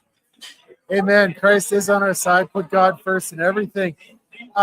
You're talking about the Albertan culture, perseverance, adversity. These are the things that make us stronger. And this morning I interviewed the guy from Cool Shit Wholesale in Red Deer. They smashed his windows, and it's like they want to discourage us. But they're not going to discourage us. He's going to fix those windows, and I made a video that's going to get published. It's going to get thousands of views, and that's going to make us stronger. Well, they smashed his windows. That's about $2,000. But while we were there was about $7,000 worth of sales that happened. And everybody's going there now for all their merchandise. Even the TPAs are going there to pick up flags and things like that. So there's a Streisand effect. Like, he just brought attention to it. So now we want to support him all the way for sure. Hang on. Where are the donation buckets? Over there, the donation bucket. But I also reminded people that on the donation level, you have one of these TPAs not reporting anything. And he has on his website that says there's no limit. You can donate as much as you want. He's soliciting from outside of Alberta. Publicly, he's doing that. He's clearly not following the same rules that we are. And why would you register as a TPA and not report it? Because you don't want to show where the sources are, and you don't want to work within the limits. So those are the kind of things that we're up against. So I'm wondering if there's some kind of legal recourse. Like, can somebody sue Forever Canada to force or sue Elections Alberta? Like, this is in every revolution, there's a side that will always cheat, lie, and do the wrong thing. They will put in spies and try and disrupt things because they can't win on the field. They can't win on the actual messaging. Yeah. So they will do other things to do it. Yeah. I don't want to say he's lying or cheating or stealing. Yeah. I'll let the public decide on that one. Yeah. But he's certainly not following by the same rules that we are, and he doesn't report the same way we do. Yeah. Okay, give us another plug for your TPA. This time spell it out, because your name is Levine. Maybe we can't spell that. Spell everything out that might be hard to spell. Absolutely. The Levine Show, THELAV is in Victor, IGNESHOW.com. Yeah. And from there, you'll be able to support us. You can also go to albertatelethon.com and you'll find our link there as well. Yeah. And the link is probably in the description of this live stream. So please go and donate. Show your support for independence. Put your money where your mouth is. Thanks so much, Jason. John, thanks for everything God you're doing. bless you. My children, thank you. And Yeah. we're all going to fight for the same thing here. Yeah. God bless you. God bless you. Absolutely.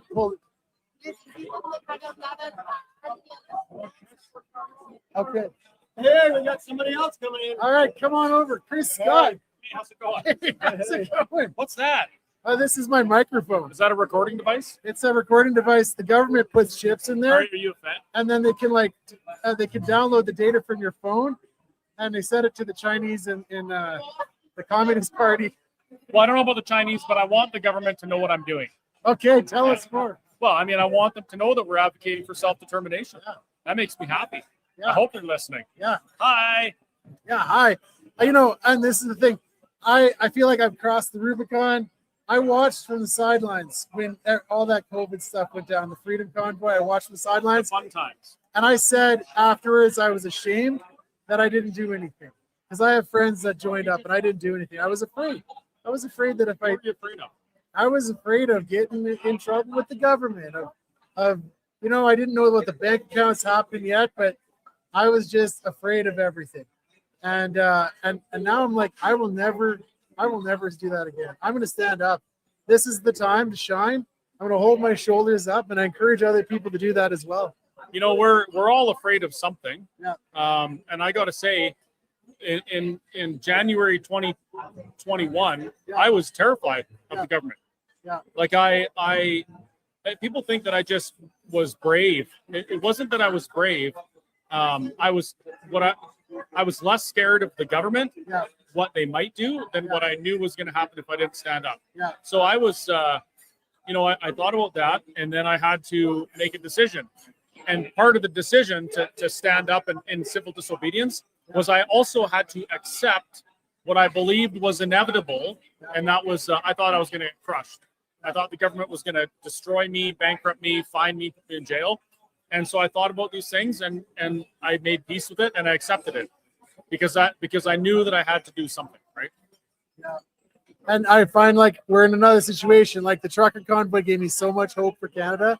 I wanted in, I wanted unity, but now I want out, and this gives me hope.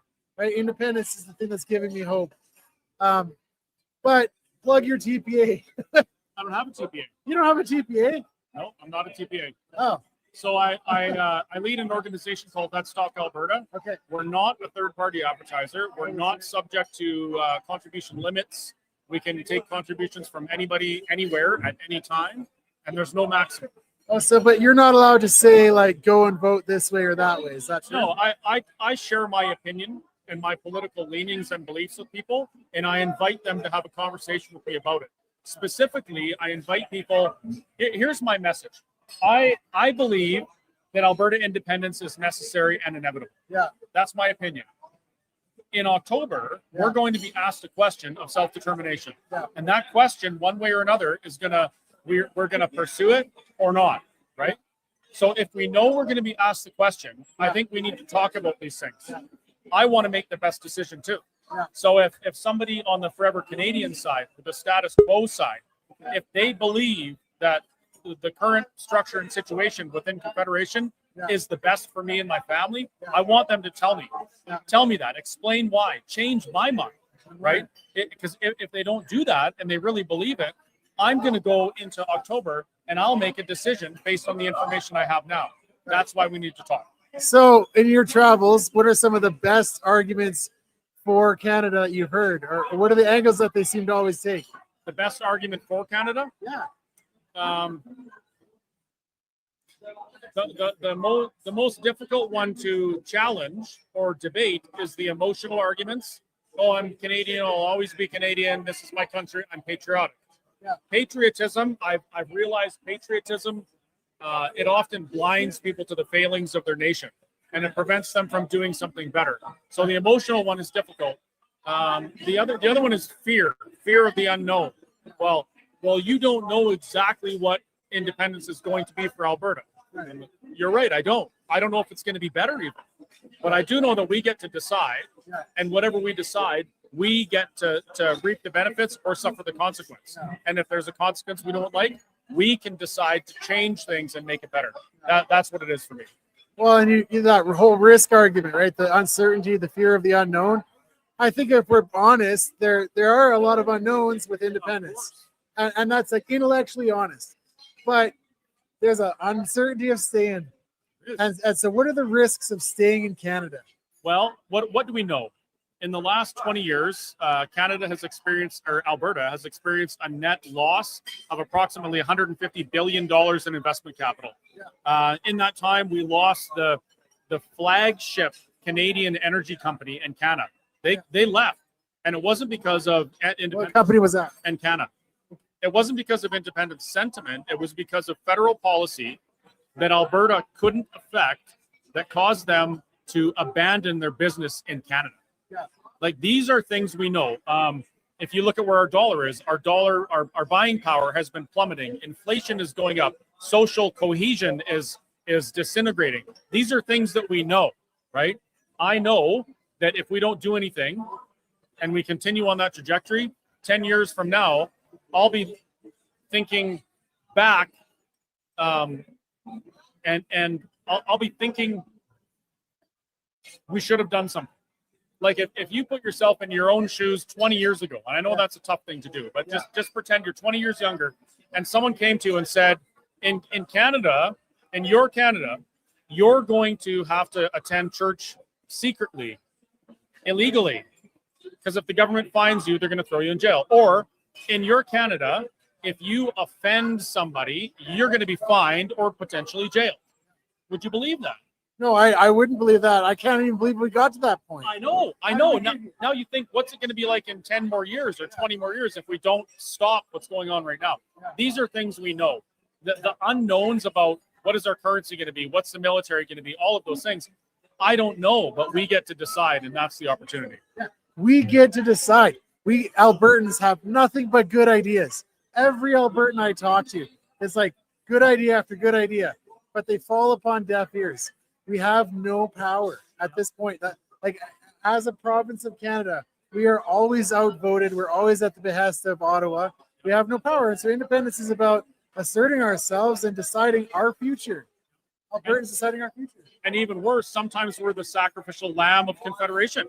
I mean, look at when Carney was campaigning, they were ready to sacrifice Alberta. Oh, we're going to turn off your oil, United States. And Alberta's like, pardon me, that's like 100,000 jobs. We're not just going to stop shipping oil to satisfy your trade war, right? Without even talking to us about it. So there's even more to it than just that. Yeah. Well, hey, Chris, thanks for all you do. How can we support you? Buy a burger at the Whistle Stop. Yeah. Well, okay. You also say in your talks that you're a capitalist. I am. So give us your plug. So my website's whistlestoptruckstop.ca, which I did prior to becoming a sovereigntist advocate. I've got lots of stuff people can buy off there. I love it when people come to the restaurant and eat our food because it's delicious, and I love watching people enjoy their meals. That makes me happy. I also, Let's Talk Alberta is doing big things. We have been since we started back in February. We've been to, 60 or 80 or 90 different places in Alberta having these conversations. We have our advertising is encouraging conversation, right? Because the TPAs, they're putting lawn signs up, they're putting out ads to vote this way, vote that way. And the average Albertan, they don't know the facts. They don't know what to support. So our job is to have these conversations and hope that by the time the conversation's over, they know who they should support. And to support Let's Talk Alberta, you can go to letstalkalberta.com, click the donate button, no maximums. You can donate from anywhere. And what's the other one? And it doesn't count towards any personal limit, right? So you can do that. or you could send an e-transfer to letstalkalberta@gmail.com. Hey, thanks so much, You want to Chris. see one of the things we're doing with our Oh yeah. You guys, you want to watch this? You want to watch this? Hey Al, line up some more for me. Oh, okay. Hey, sorry. So this is the type of thing that Let's Talk Alberta wants to do. Show it to the camera. Right up close there. This one? Yeah, right to that one. That one. This one? Yeah. Look at that. That's the new Unity bus. Yeah. Yeah, that's the real Unity bus. Well, and when we say unity, what are we talking about? What are we unified towards? Yeah. What are Albertans unified for right now? Yeah. Freedom and prosperity. That's the banner we unify under. And as for the the other side, the Forever Canadian third-party advertiser, they're the biggest one out there. I've actually started to agree with their lawn signs. I realize. Send Ottawa a message. Well, no, I agree with the Forever Canadian lawn sign. Oh. Because one of the things that Thomas Lukasik said to discourage people from exploring Alberta self-determination is that you'll lose your Canadian citizenship. But you can't lose your Canadian citizenship. Yeah. You will always be forever Canadian. Just Alberta won't be part of Confederation. I'm going to denounce my citizenship. Well, here's why I won't. Like, I'm just going to stop filing my taxes with Revenue Canada. I'll tell you why I will keep my Canadian citizenship, because I consider it a huge blessing to live in a country where my voice can be heard and I'm free to express my political views, even when my political views are so big as to remove my province from Confederation. That's a blessing to me. And I do appreciate what Canada has offered me in that regards. I just don't agree with where they're going now. Hey, that's well said. Thanks so much, Chris. Yeah, thanks. All right, have a great day. You too. We'll see each other again. Yes, absolutely. Yeah. Cheers. Come on over. Angela, pleased to meet you. My name's John. Nice to meet you. All right. So, what's your TPA? Alberta Women for Independence. Awesome. And how can people support you and donate to you? Well, you can go to our website. It's a really long website address. Spell it out slowly for the live stream. AB Women's Independence Network.com. That's easy to remember. The AB Women's Independence Network.com. There you go. Yeah. Now, people always want to know where the money goes when they donate. So what are your projects? What are you doing? Sure.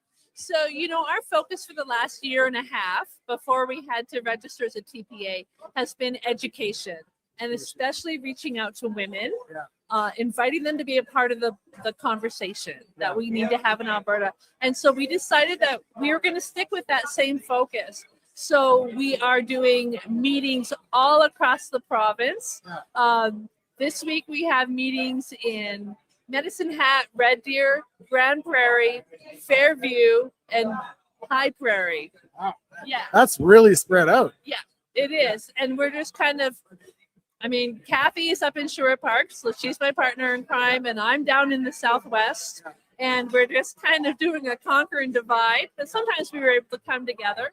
So we're doing meetings where we are inviting women especially to, like I said, get involved in the conversation. So we've got literature that we're handing out that they can share with their friends and family. We've been doing videos on each of the referendum questions. We've got lawn signs. Everybody wants a lawn sign. When we're at the meetings, we're handing out T-shirts as well. Sometimes we're handing out books if we can get a hold of them.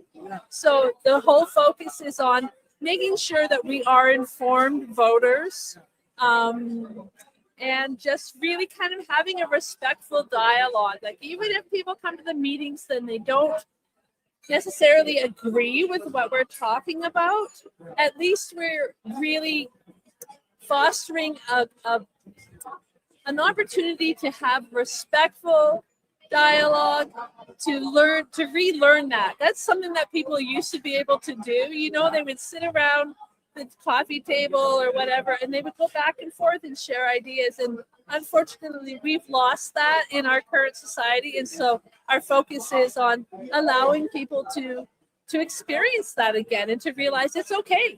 Yeah. We can have these really hard conversations. Yeah. We always do it over dessert. Yeah. That's kind of our tagline. So if you come to the meeting, you get dessert? You get dessert. These conversations need dessert. That's our tagline. Yeah. So, it's just a real great opportunity to come together have that community, have these discussions, and yeah. Well, what you said about how we've lost this in society, I'm perplexed by that, because it actually feels like that. You know, we talk over social media, we talk past each other, right? And I feel like it's just shouting past each other. And when can you sit down with people and just have a reasonable conversation, you know? And that's what I try to do with my channel as well. You know, I have a channel, I talk to people, but I do find that most of the people who want to talk to me are men. And it's like, maybe it's because I'm a man, you know, but so what are women, what's the perspective like? What do women say about this? Because it's a group focused on women for independence. Well, you know, like politics can be kind of an ugly game. You know, it can be there's a lot of blustering, a lot of ego, some aggression. For a lot of women, that's a turnoff. You know, we're busy moms, we're busy grandmothers. Maybe we're the ones putting the bread on the table. And so we just don't have a lot of time for that. But we do have time to get together and to have these conversations. While the facts are really important and the facts support the idea of Alberta independence, that we could do this on our own, there is also an emotional aspect to this. What we are asking people to do is actually very difficult for some. A lot of our personal identity is tied up in our nationality. And so we're asking people to kind of step away from maybe how they've been for 30, 40, 50, 60 years and consider the possibilities of something new. And that takes time. You can't just throw facts at somebody who's struggling with that and say, well, what's wrong with you? No, it takes time, and you need to be able to process those feelings. And when you're sitting in a warm environment, as we try to foster, and you're sharing food and you're having that discussion, it's a lot easier to get past that than if you're just being bombarded by facts. And that's just the way women are. We're wired differently. And so it's okay. That's such a profound thing you say. It's like you're sitting around in a small group sharing food, and that just is the context for how you're going to have these deep political conversations. What a brilliant idea. Like, I'm so happy that you're doing that. Yeah, and you know what? It is so fun. Like, we're just having an absolute blast with this. And it's like every time I leave a meeting, I'm just like, thank you, Lord. Like, I just feel like my community has just grown even more. And I know who my peeps are. And it's just this wonderful feeling. We have lost community. We have lost the sense of unity that we used to have, the sense of patriotism that we used to have. And so that is all part of this as well, right? That we are finding our people and surrounding ourselves with people who support us. Well, I like how you said that we're finding our people, right? And if like we're building a nation, these are our people here. And when you're finding our people, you're bringing them together, you're welcoming them into the community. And that's how we build our nation of Alberta. Yeah. Wow. Yeah, it's absolutely amazing. And it just feels like there's this real vacuum just because of the way things are in our society right now. I mean, social media, I'm sure, has a large effect on that. But also, I believe that the idea of unity has been intentionally destroyed within Canada. Well, diversity is the opposite of unity, kind of, isn't it? It is, and it's supposed to be our strength. Yeah. Unity is our strength. Unity is our strength. I was going to say that. Diversity is our weakness. I mean, you can be diverse in different ways in that we don't have to be carbon copies of each other. And we can have, different life experiences or whatever, but you have to have something to unify yourself around. If you don't have that, you are not a nation. Yeah. Like a shared dream for the future, shared values, right? Shared culture. Alberta has a unique culture, 100%. Yes. We did a series, and I would recommend if people want something good to watch, we did a 7-part series based on a paper that Colonel David Redmond put together back in 2024, where he talks about the 6 national interests. And the first one is unity.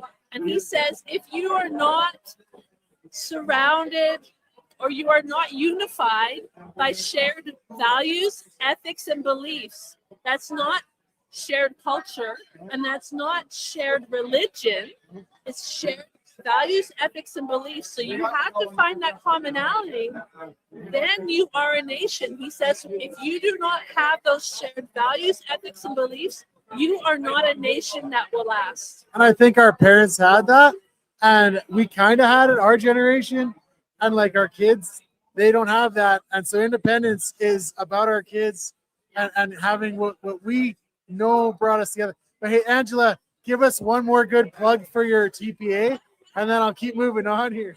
Well, I just want to say thank you for all the support that we've received today. It is overwhelming. Yeah. And I mean, Kathy and I have been doing this for a year and a half out of our own bank accounts. We have never asked for donations. So it's really odd to us to ask for donations. But today is just overwhelming, the support. And oh my goodness, we pledge that we are just, every dollar to me is almost sacred. It represents a sacrifice that someone has made for their belief in Alberta independence. And when we spend those dollars, it is so carefully, because I keep that in mind, that that's what people have done. They have sacrificed for that. Okay, so go to albertatelethon.com and donate to the Alberta Women's Independence Network. Yes, Alberta Women for Independence. Alberta Women's for Yes. Thanks, Angela. Thank you so much. Thank you.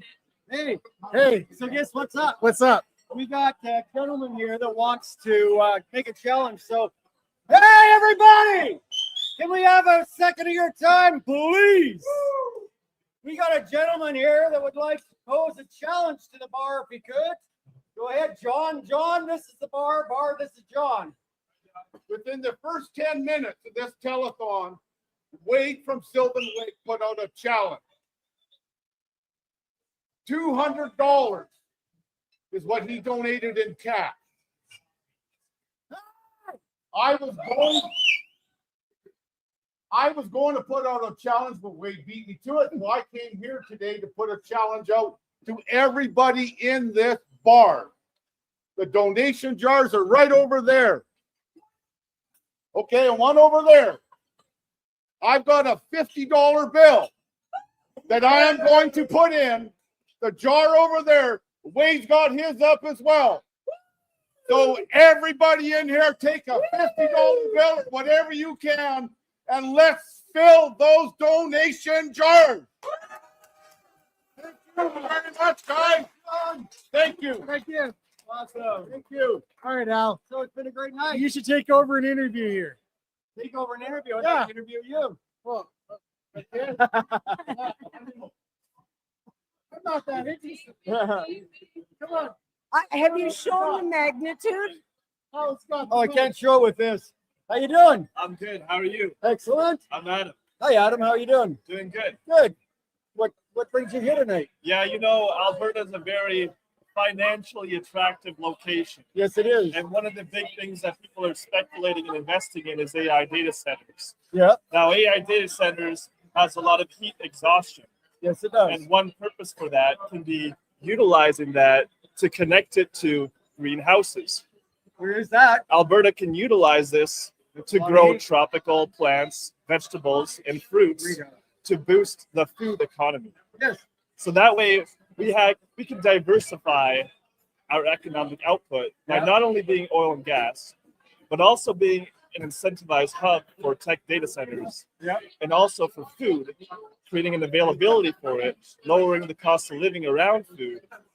And even that heat output could be utilized to also heat houses. Yeah. So it could be a very cool political campaign to push something like that. Well, it could be. We're gonna have to keep up with the rest of the world, because the AI data centers are coming whether we like them or not. So we got to make sure we use them to our advantage, right? Yeah. Well, that's something that we can't really decide as far as an independent Alberta goes. But that once we become an independent Alberta, then we can decide how we utilize it and what we do with it, right? Yeah, right you now, know- we have to become an independent Alberta before we can even get the choices to do that. That's right, because we have a lot of policies in Canada that prevent this kind of thing. Yep. But we can incentivize that politically if we were independent. Absolutely. And I think we have a lot of time to go. That's Hey right. guys, Thank sorry, you. sorry to cut you off. Hey guys, we got 3 minutes left. Can we get a Yahoo? We are heading out. I can't really take this off, but there is a bunch of people over on the other side of the room as well that you've seen. And apparently, Vicky has to go. You want to talk? Vicky would like to say something.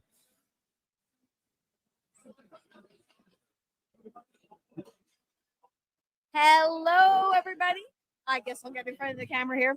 So I just wanted to give a quick shout out. There's been so much support today. I've loved watching all the speakers today, and I hope you are, putting out your donations and helping everybody out. But there are a few TPAs that have just formed recently, and I want you guys all to be aware, especially about the regional one. So we have a brand new TPA that's just started up in the Grand Prairie Peace River area. And I'm going to read it just so that I don't screw anything up. It's called North Alberta Strong. And they're a third-party advertiser that has come up in Peace River, Grand Prairie. And again, they're out there to educate and get people to understand why they need to vote for option 2 on October 19th. So I just wanted everyone to know that look on the Elections Alberta website regularly. There's going to be new TPAs popping up. Find the one closest to you and help support them. Awesome. Thank you so much. I would like to say to Vicky, what are your thoughts on tonight? Amazing turnout. And again, I've been watching online all day before we got here. So everyone's doing a fantastic job. I love seeing these donations coming in, and I love seeing my Freedom family, my Alberta Independence family. It's been a beautiful day. We have people outside on the upper patio, lower patio, the restaurant's packed, the boat lounge is packed. It's the place to be. So what time is it? It's time for us to go. So he's going to plug us off right now. We're going to be back in about an hour. Right now, we're going to pass it off to Derek Smith up in Edmonton, and we'll see what he can do while we're having some more fun here at Paul's Pizza. We'll see you back here in about an hour. Thanks, and have a great night.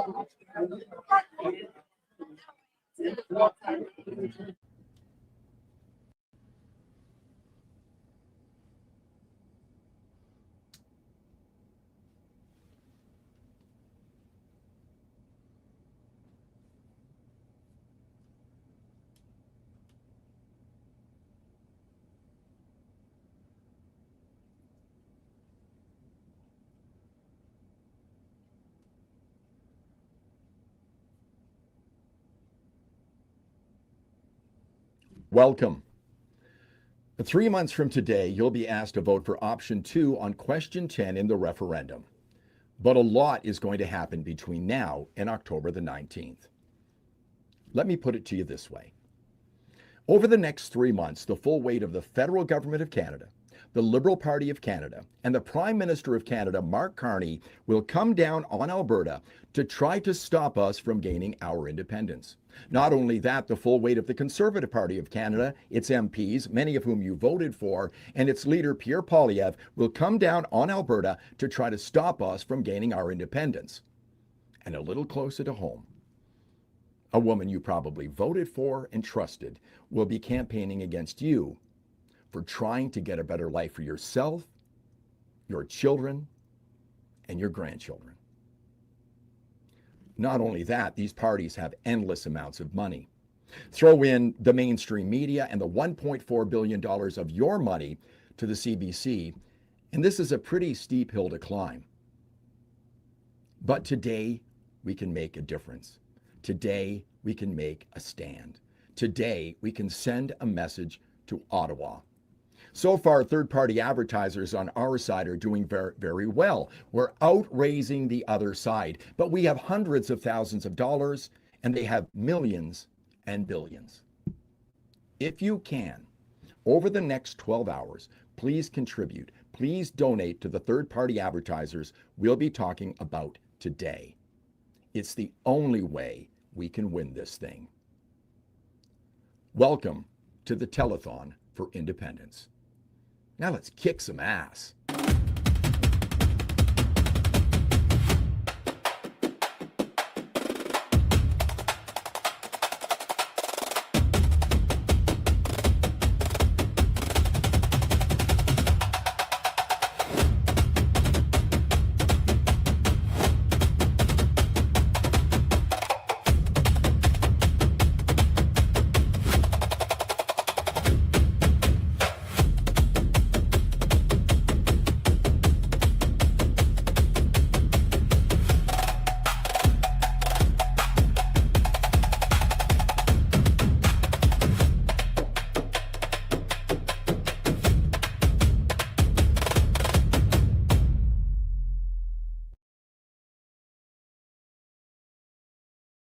Ladies and gentlemen, welcome back to the Alberta Telethon. What a day it's been. The donations have been pouring in, absolutely flooding in. You guys have been doing a top job, but we need to step it up a bit tonight. The Fringe is here. The whole team is here. We have Tiffany, of course, my lovely wife and Friday night co-host. Mike is joining us in studio as well. And Keith, say hi to Keith. Keith's here. Hi, Keith.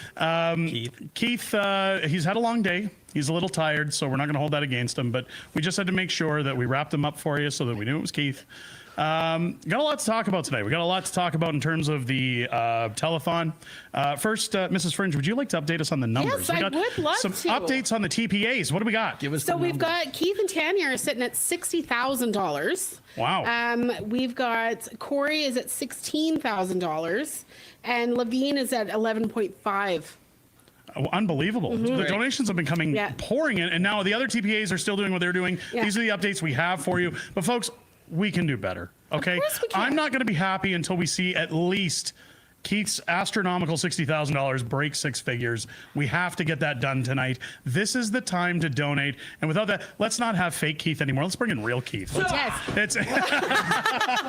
bring in real Keith. There he is. There he is. Better late than never. We can't have a telethon Excited without to real show. Keith. You guys didn't really think we were going to do this without him, did you? Keith, welcome into the show. Well, thanks for having me. It's good to have you. Now, I want to get something clear as we talk to all Albertans right now. You must be in Alberta to donate. You can see at the bottom of your screen, AlbertaTelethon.com coming in. The Fringe has a donation to make. Yes. And it's time we talk about that, because let's be honest, folks. I'm going to talk to you about Alberta. See, what Albertans do, what Albertans like to do, is Albertans like to dig into their pockets, and Albertans like to make sure that everybody gets their fair share when it comes to Just trying to independence. count it as you go. When it comes to making sure that we look after our province, we look after our future republic. Now's the time to dig in, folks. If you really want to support Alberta, if you really want to support your kids' futures, as you can see, I'm flushing my children's college fund out the window right now because I want a new republic, and I think Keith Keith Wilson is the man to do that. So without further ado, I'm going to stop throwing money at Keith like a cheap stripper. There's $1,000 from Unacceptable Fringe for Keith Wilson and his TPA. Thank you so much to everybody in our amazing community who's helping contribute to this. Get into your wallets, folks. Now's the time to dig deep and show the world Alberta means business and that we're ready to get out of Canada. We're moving forward. Keith, we have to talk about this white paper. Racist term, by the way. Yes. It should have been a black paper or something, but let's talk about the white paper. Sure. Coming out at the end of the month. Yeah. Now, the white paper is going to be different, I understand, from the value of freedom. Correct. Because we were talking about that earlier in the telethon. What can people expect out of this white paper when it comes out? Well, what the white paper is about is to answer people's questions about what happens after the vote for independence. Okay. What does life look like? How do we have continuity? How is it that when people are planning a vacation or a business trip, that the airlines still run? What happens with your mortgage? What happens with the ordinary things that you do every day in your lives? How will the continuity of business services, of contracting, of trade? So we've got some incredibly smart people that have come forward and helping with the Alberta Transition Council, the white paper, and it covers every aspect of continuity. It addresses those areas where the federal government currently has a role. And, you know, at a certain level, it sounds like a daunting task, but it's really not, because I've joked in some of my interviews that old Secretary of Defense Rumsfeld had an expression where he gave a press conference when he said there's known knowns, known unknowns, and unknown unknowns. Right. We know each of the services and roles that the federal government currently provides. We know that they run a passport office, very poorly, I might add. We know that they have customs and borders agents at the airports and the border crossings. I could keep going. So we've identified all of the functions of the federal government. They set policy regarding currency. They regulate the banks. So the transition